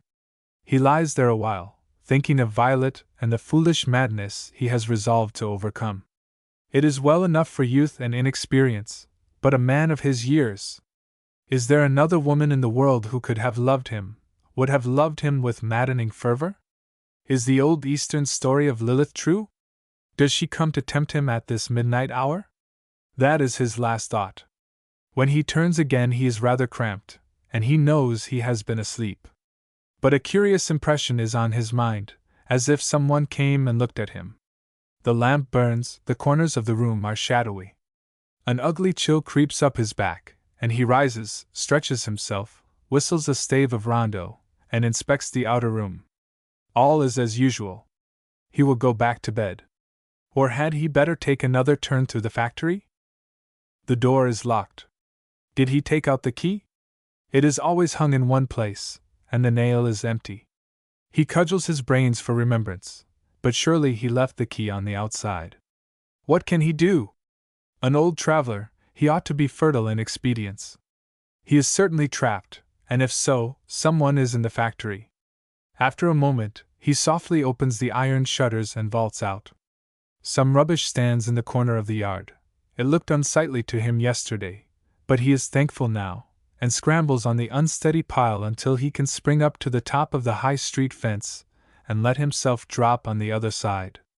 How odd that the dog should not hear. There is a long ray of light flashing out of a window. Something is wrong. He lets himself in at the main entrance again. There is a smothering smell, a smoke, a glare. He rushes to the engine room, but it is upstairs as well, everywhere, it seems, and he flies to the alarm bell. Some stalwart grip seizes him from behind and throws him, but he is up in a flash. Ah, now he knows his enemy. He makes a frantic endeavor to reach the rope, and the other keeps him away. Neither speak, but the struggle is deadly, for the one has everything at stake, honor, standing, all that enables a man to face the world, and a revenge that would be so sweet. Tomorrow the last business of the transfer is to be completed. Tonight's loss will fall on the Grandon family. Neither speak. The man who has been detected in a crime fights desperately. The life of his more fortunate rival is as nothing to him. If the place burns and Grandon's dead body is found there, who is to know the secret covered up? If his dead body is not there, it is disgrace and ruin for his enemy, and he will struggle with all the mastery of soul and body, with all the inspiration of revenge, of safety to himself. Grandon is strong, supple, and has a sinewy litheness, beside his height. His antagonist has the solidity of a rock, and though his body is much shorter, his arms are Briareus-like, everywhere, and more than once Grandon is lifted from his feet. It seems as if the awful struggle went on for hours while the fire is creeping stealthily about with its long blue and scarlet tongues. He hears a crackling upstairs, it grows lurid within, and he remembers stories of men struggling with fiends. There floats over his sight the image of Irene Lepelletier, of Violet, sweet and sad-eyed. Will it be too late for her to go to happiness? Will Pauline Murray's love be only a green white binding the Samson of these modern days? One more desperate encounter, and Wilmarth comes down with a thud. He seizes the rope and rings such peals that all Westbrook starts. Then he runs through the passageway, but is caught again. Whatever Wilmarth does he must do quickly. Some voice in the street shouts, "Fire!" Grandon with a free hand deals his adversary a blow, and the next instant he has the street door open. "What's wrong?" cries a voice. "Who is here?" And the man, a workman, though Grandon does not recognize him, rushes through in dismay, but his presence of mind saves worse disaster. The hose in the engine room is speedily put in motion, and the hissing flames seem to explode. Grandon follows in a dazed manner. There are other steps, and an intense confusion like pandemonium prevails. One stentorian voice orders, and men go to work with the forces at hand. The dense smoke is enough to strangle them, but the waves of fire are beaten down. In a moment they rise again, and now it is a fight with them. Fortunately they can be taken singly, they have not had time to unite their overmastering forces. By the time the engines have reached the spot, the fire is pretty well conquered. They open the windows to let out the thick, black smoke. Everyone questions, no one knows. "Wait until tomorrow," says Floyd Grandon, who looks like a swarthy Arab, he is so covered with grime. Farley, who is foreman of one department, and lives almost in the shadow of the building, who was first on the spot, is much puzzled. "There is something wrong about all this," he declares. "The fire broke out in 4 separate places. That was no accident." The morning soon dawns. The smoke dissipates slowly, and they find the damage very small to what it might have been, but the signs of incendiarism are unmistakable. Grandon goes carefully through the place, searches every nook and corner, but discovers no trace of Wilmarth. Then he dispatches a messenger for Eugene and the two gentlemen still at Grandon Park. Meanwhile he walks up and down the office in deep thought. It seems easy enough to tell a straightforward story, but what if Wilmarth should deny all participation in it, treat it as a dream or a false accusation on his part? He was here alone, he cannot deny that, and he has no means of proving that Wilmarth was here with him. He found the office door locked on the outside, as he supposed he should. No one could believe for a moment that he would set fire to the place when he had just disposed of it to his advantage, and yet not made a complete legal transfer. But never was a man placed in more confusing circumstances. Shall he attack Wilmarth with the power of the law? He is his sister's husband, and it will make a family scandal just when he believed he had all difficulties settled, and how is he to prove his charge? Wilmarth is not a man to leave a weak point if he can help. His plans have all been nicely laid. Floyd feels certain now that he did enter the office, attracted perhaps by a gleam of light. What if he had not wakened until the fire was under full headway? Locked in, confused, his very life might have been the forfeit, and he shudders. He is not tired of life at 3:30, if some events are not shaped quite to his liking. He washes up and tidies himself a little, but his coat he finds rather a wreck after the deadly struggle. He sends one of the men out for some breakfast, and shortly after that is dispatched. The Grandon carriage drives up, its occupants more than astonished. The brief alarm in the night has not reached them. Floyd leads them into the office, and the door is closed. He relates his singular story with concise brevity, and the little group listen in amazement. "The man has been a villain all the way through," declares Eugene, with virtuous severity. "He did actually convince me last summer that St. Vincent's plan would prove a complete failure, and that the business would be nothing, yet he made me what I consider generous offers for so poor an establishment. But for Floyd," he admits, with great magnanimity, "I should have played into his hands. I think," Floyd announces, after every one has expressed frank indignation, "that for a day or two we had better keep silent. I will have the damage repaired, and now, it seems, having him at your mercy, you can compel him to a bargain." And he glances at Murray. They agree upon this plan and go over the building. The machinery is very slightly damaged. The stock, not being inflammable, has been injured more by water, but they find rags and cotton waste saturated with kerosene. Once under good headway, the building would surely have gone. "Mr. Grandon," and a lad comes rushing upstairs, "there is someone to see you in a great hurry, down here in a wagon. It is Marsh's pony phaeton, and two ladies are in it, one a Mrs. Locke, Marsh's neighbor. I have been down to Grandon Park," she begins nervously. "I had some dreadful tidings. What a terrible night! Your sister. What has happened to Mrs. Wilmarth?" he cries in alarm. Can her husband have wreaked his vengeance upon her? Her husband was found dead this morning in his library. He had been writing, and had not gone to bed. She discovered him, and it was an awful shock. She has just gone from one faint to another. Her mother sent me here, though Mrs. Grandon has gone to her. Are the horrors of this strange night never to cease? For a moment Floyd seems stricken dumb, then the tidings appear quite impossible. "No one could do anything," Mrs. Locke says. "A physician came, but he was quite dead, and he, Dr. Radford, ordered some members of your family to be sent for immediately." "Eugene," calls Floyd, "here, change coats with me if I can get into yours. There is trouble at Marsh's. Remain here until I send you word." And he springs into the large carriage, driving away at full speed. The house wears an unusual aspect. Several people are gathered on the porch. Floyd hurries within, and goes straight through to the library, lifting the portiere. Dr. Radford is sitting by the window. Jasper Wilmarth is still in his chair, his head fallen over on the desk, pillowed by one arm. The swarthy face is now marble pale, the line of eyebrows blacker than ever, the lips slightly apart. Radford bows and steps forward. Mr. Grandon, I am glad you have come, for there is a little I wish to tell you before any steps are taken. It is suicide, beyond doubt, by prussic acid. Can you divine any cause? Floyd Grandon is as pale as the corpse, and staggers a step or two, but when the terrible shock abates, an admiration for his enemy pervades his very soul.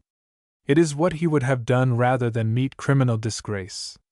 I have been treating him for a heart trouble, not anything critical, and a local affection that caused him some anxiety. My first thought was that he had taken an overdose of medicine, but I detected the peculiar odor. Had there better be an inquest? Floyd shivers at the thought of the publicity. Death seems by far the best solution of events, but to make a wonderment and scandal. Is it absolutely necessary? Not unless the family desire it. Doctors are sometimes taken into strange confidences. Floyd Grandon begins gravely. A difficulty came to my knowledge last night that supplies the clue. Since the man could not have retained his honor, this is the sad result. But having paid the penalty, if he might go to his last rest quietly, there can be no suspicion of foul play. His wife left him here writing, at 11. He seemed rather as if he wished her away, and she retired, falling soundly asleep. He has sometimes remained down all night, and even when she entered the room this morning she supposed him still asleep. I should judge the poison had been taken somewhat after midnight. There are various phases of accidental death. Let it be managed as quietly as is lawful, decides Floyd Grandon. Dr. Radford bows. A post-mortem will be sufficient, though that is not absolutely necessary. You prefer it to pass as an accidental death?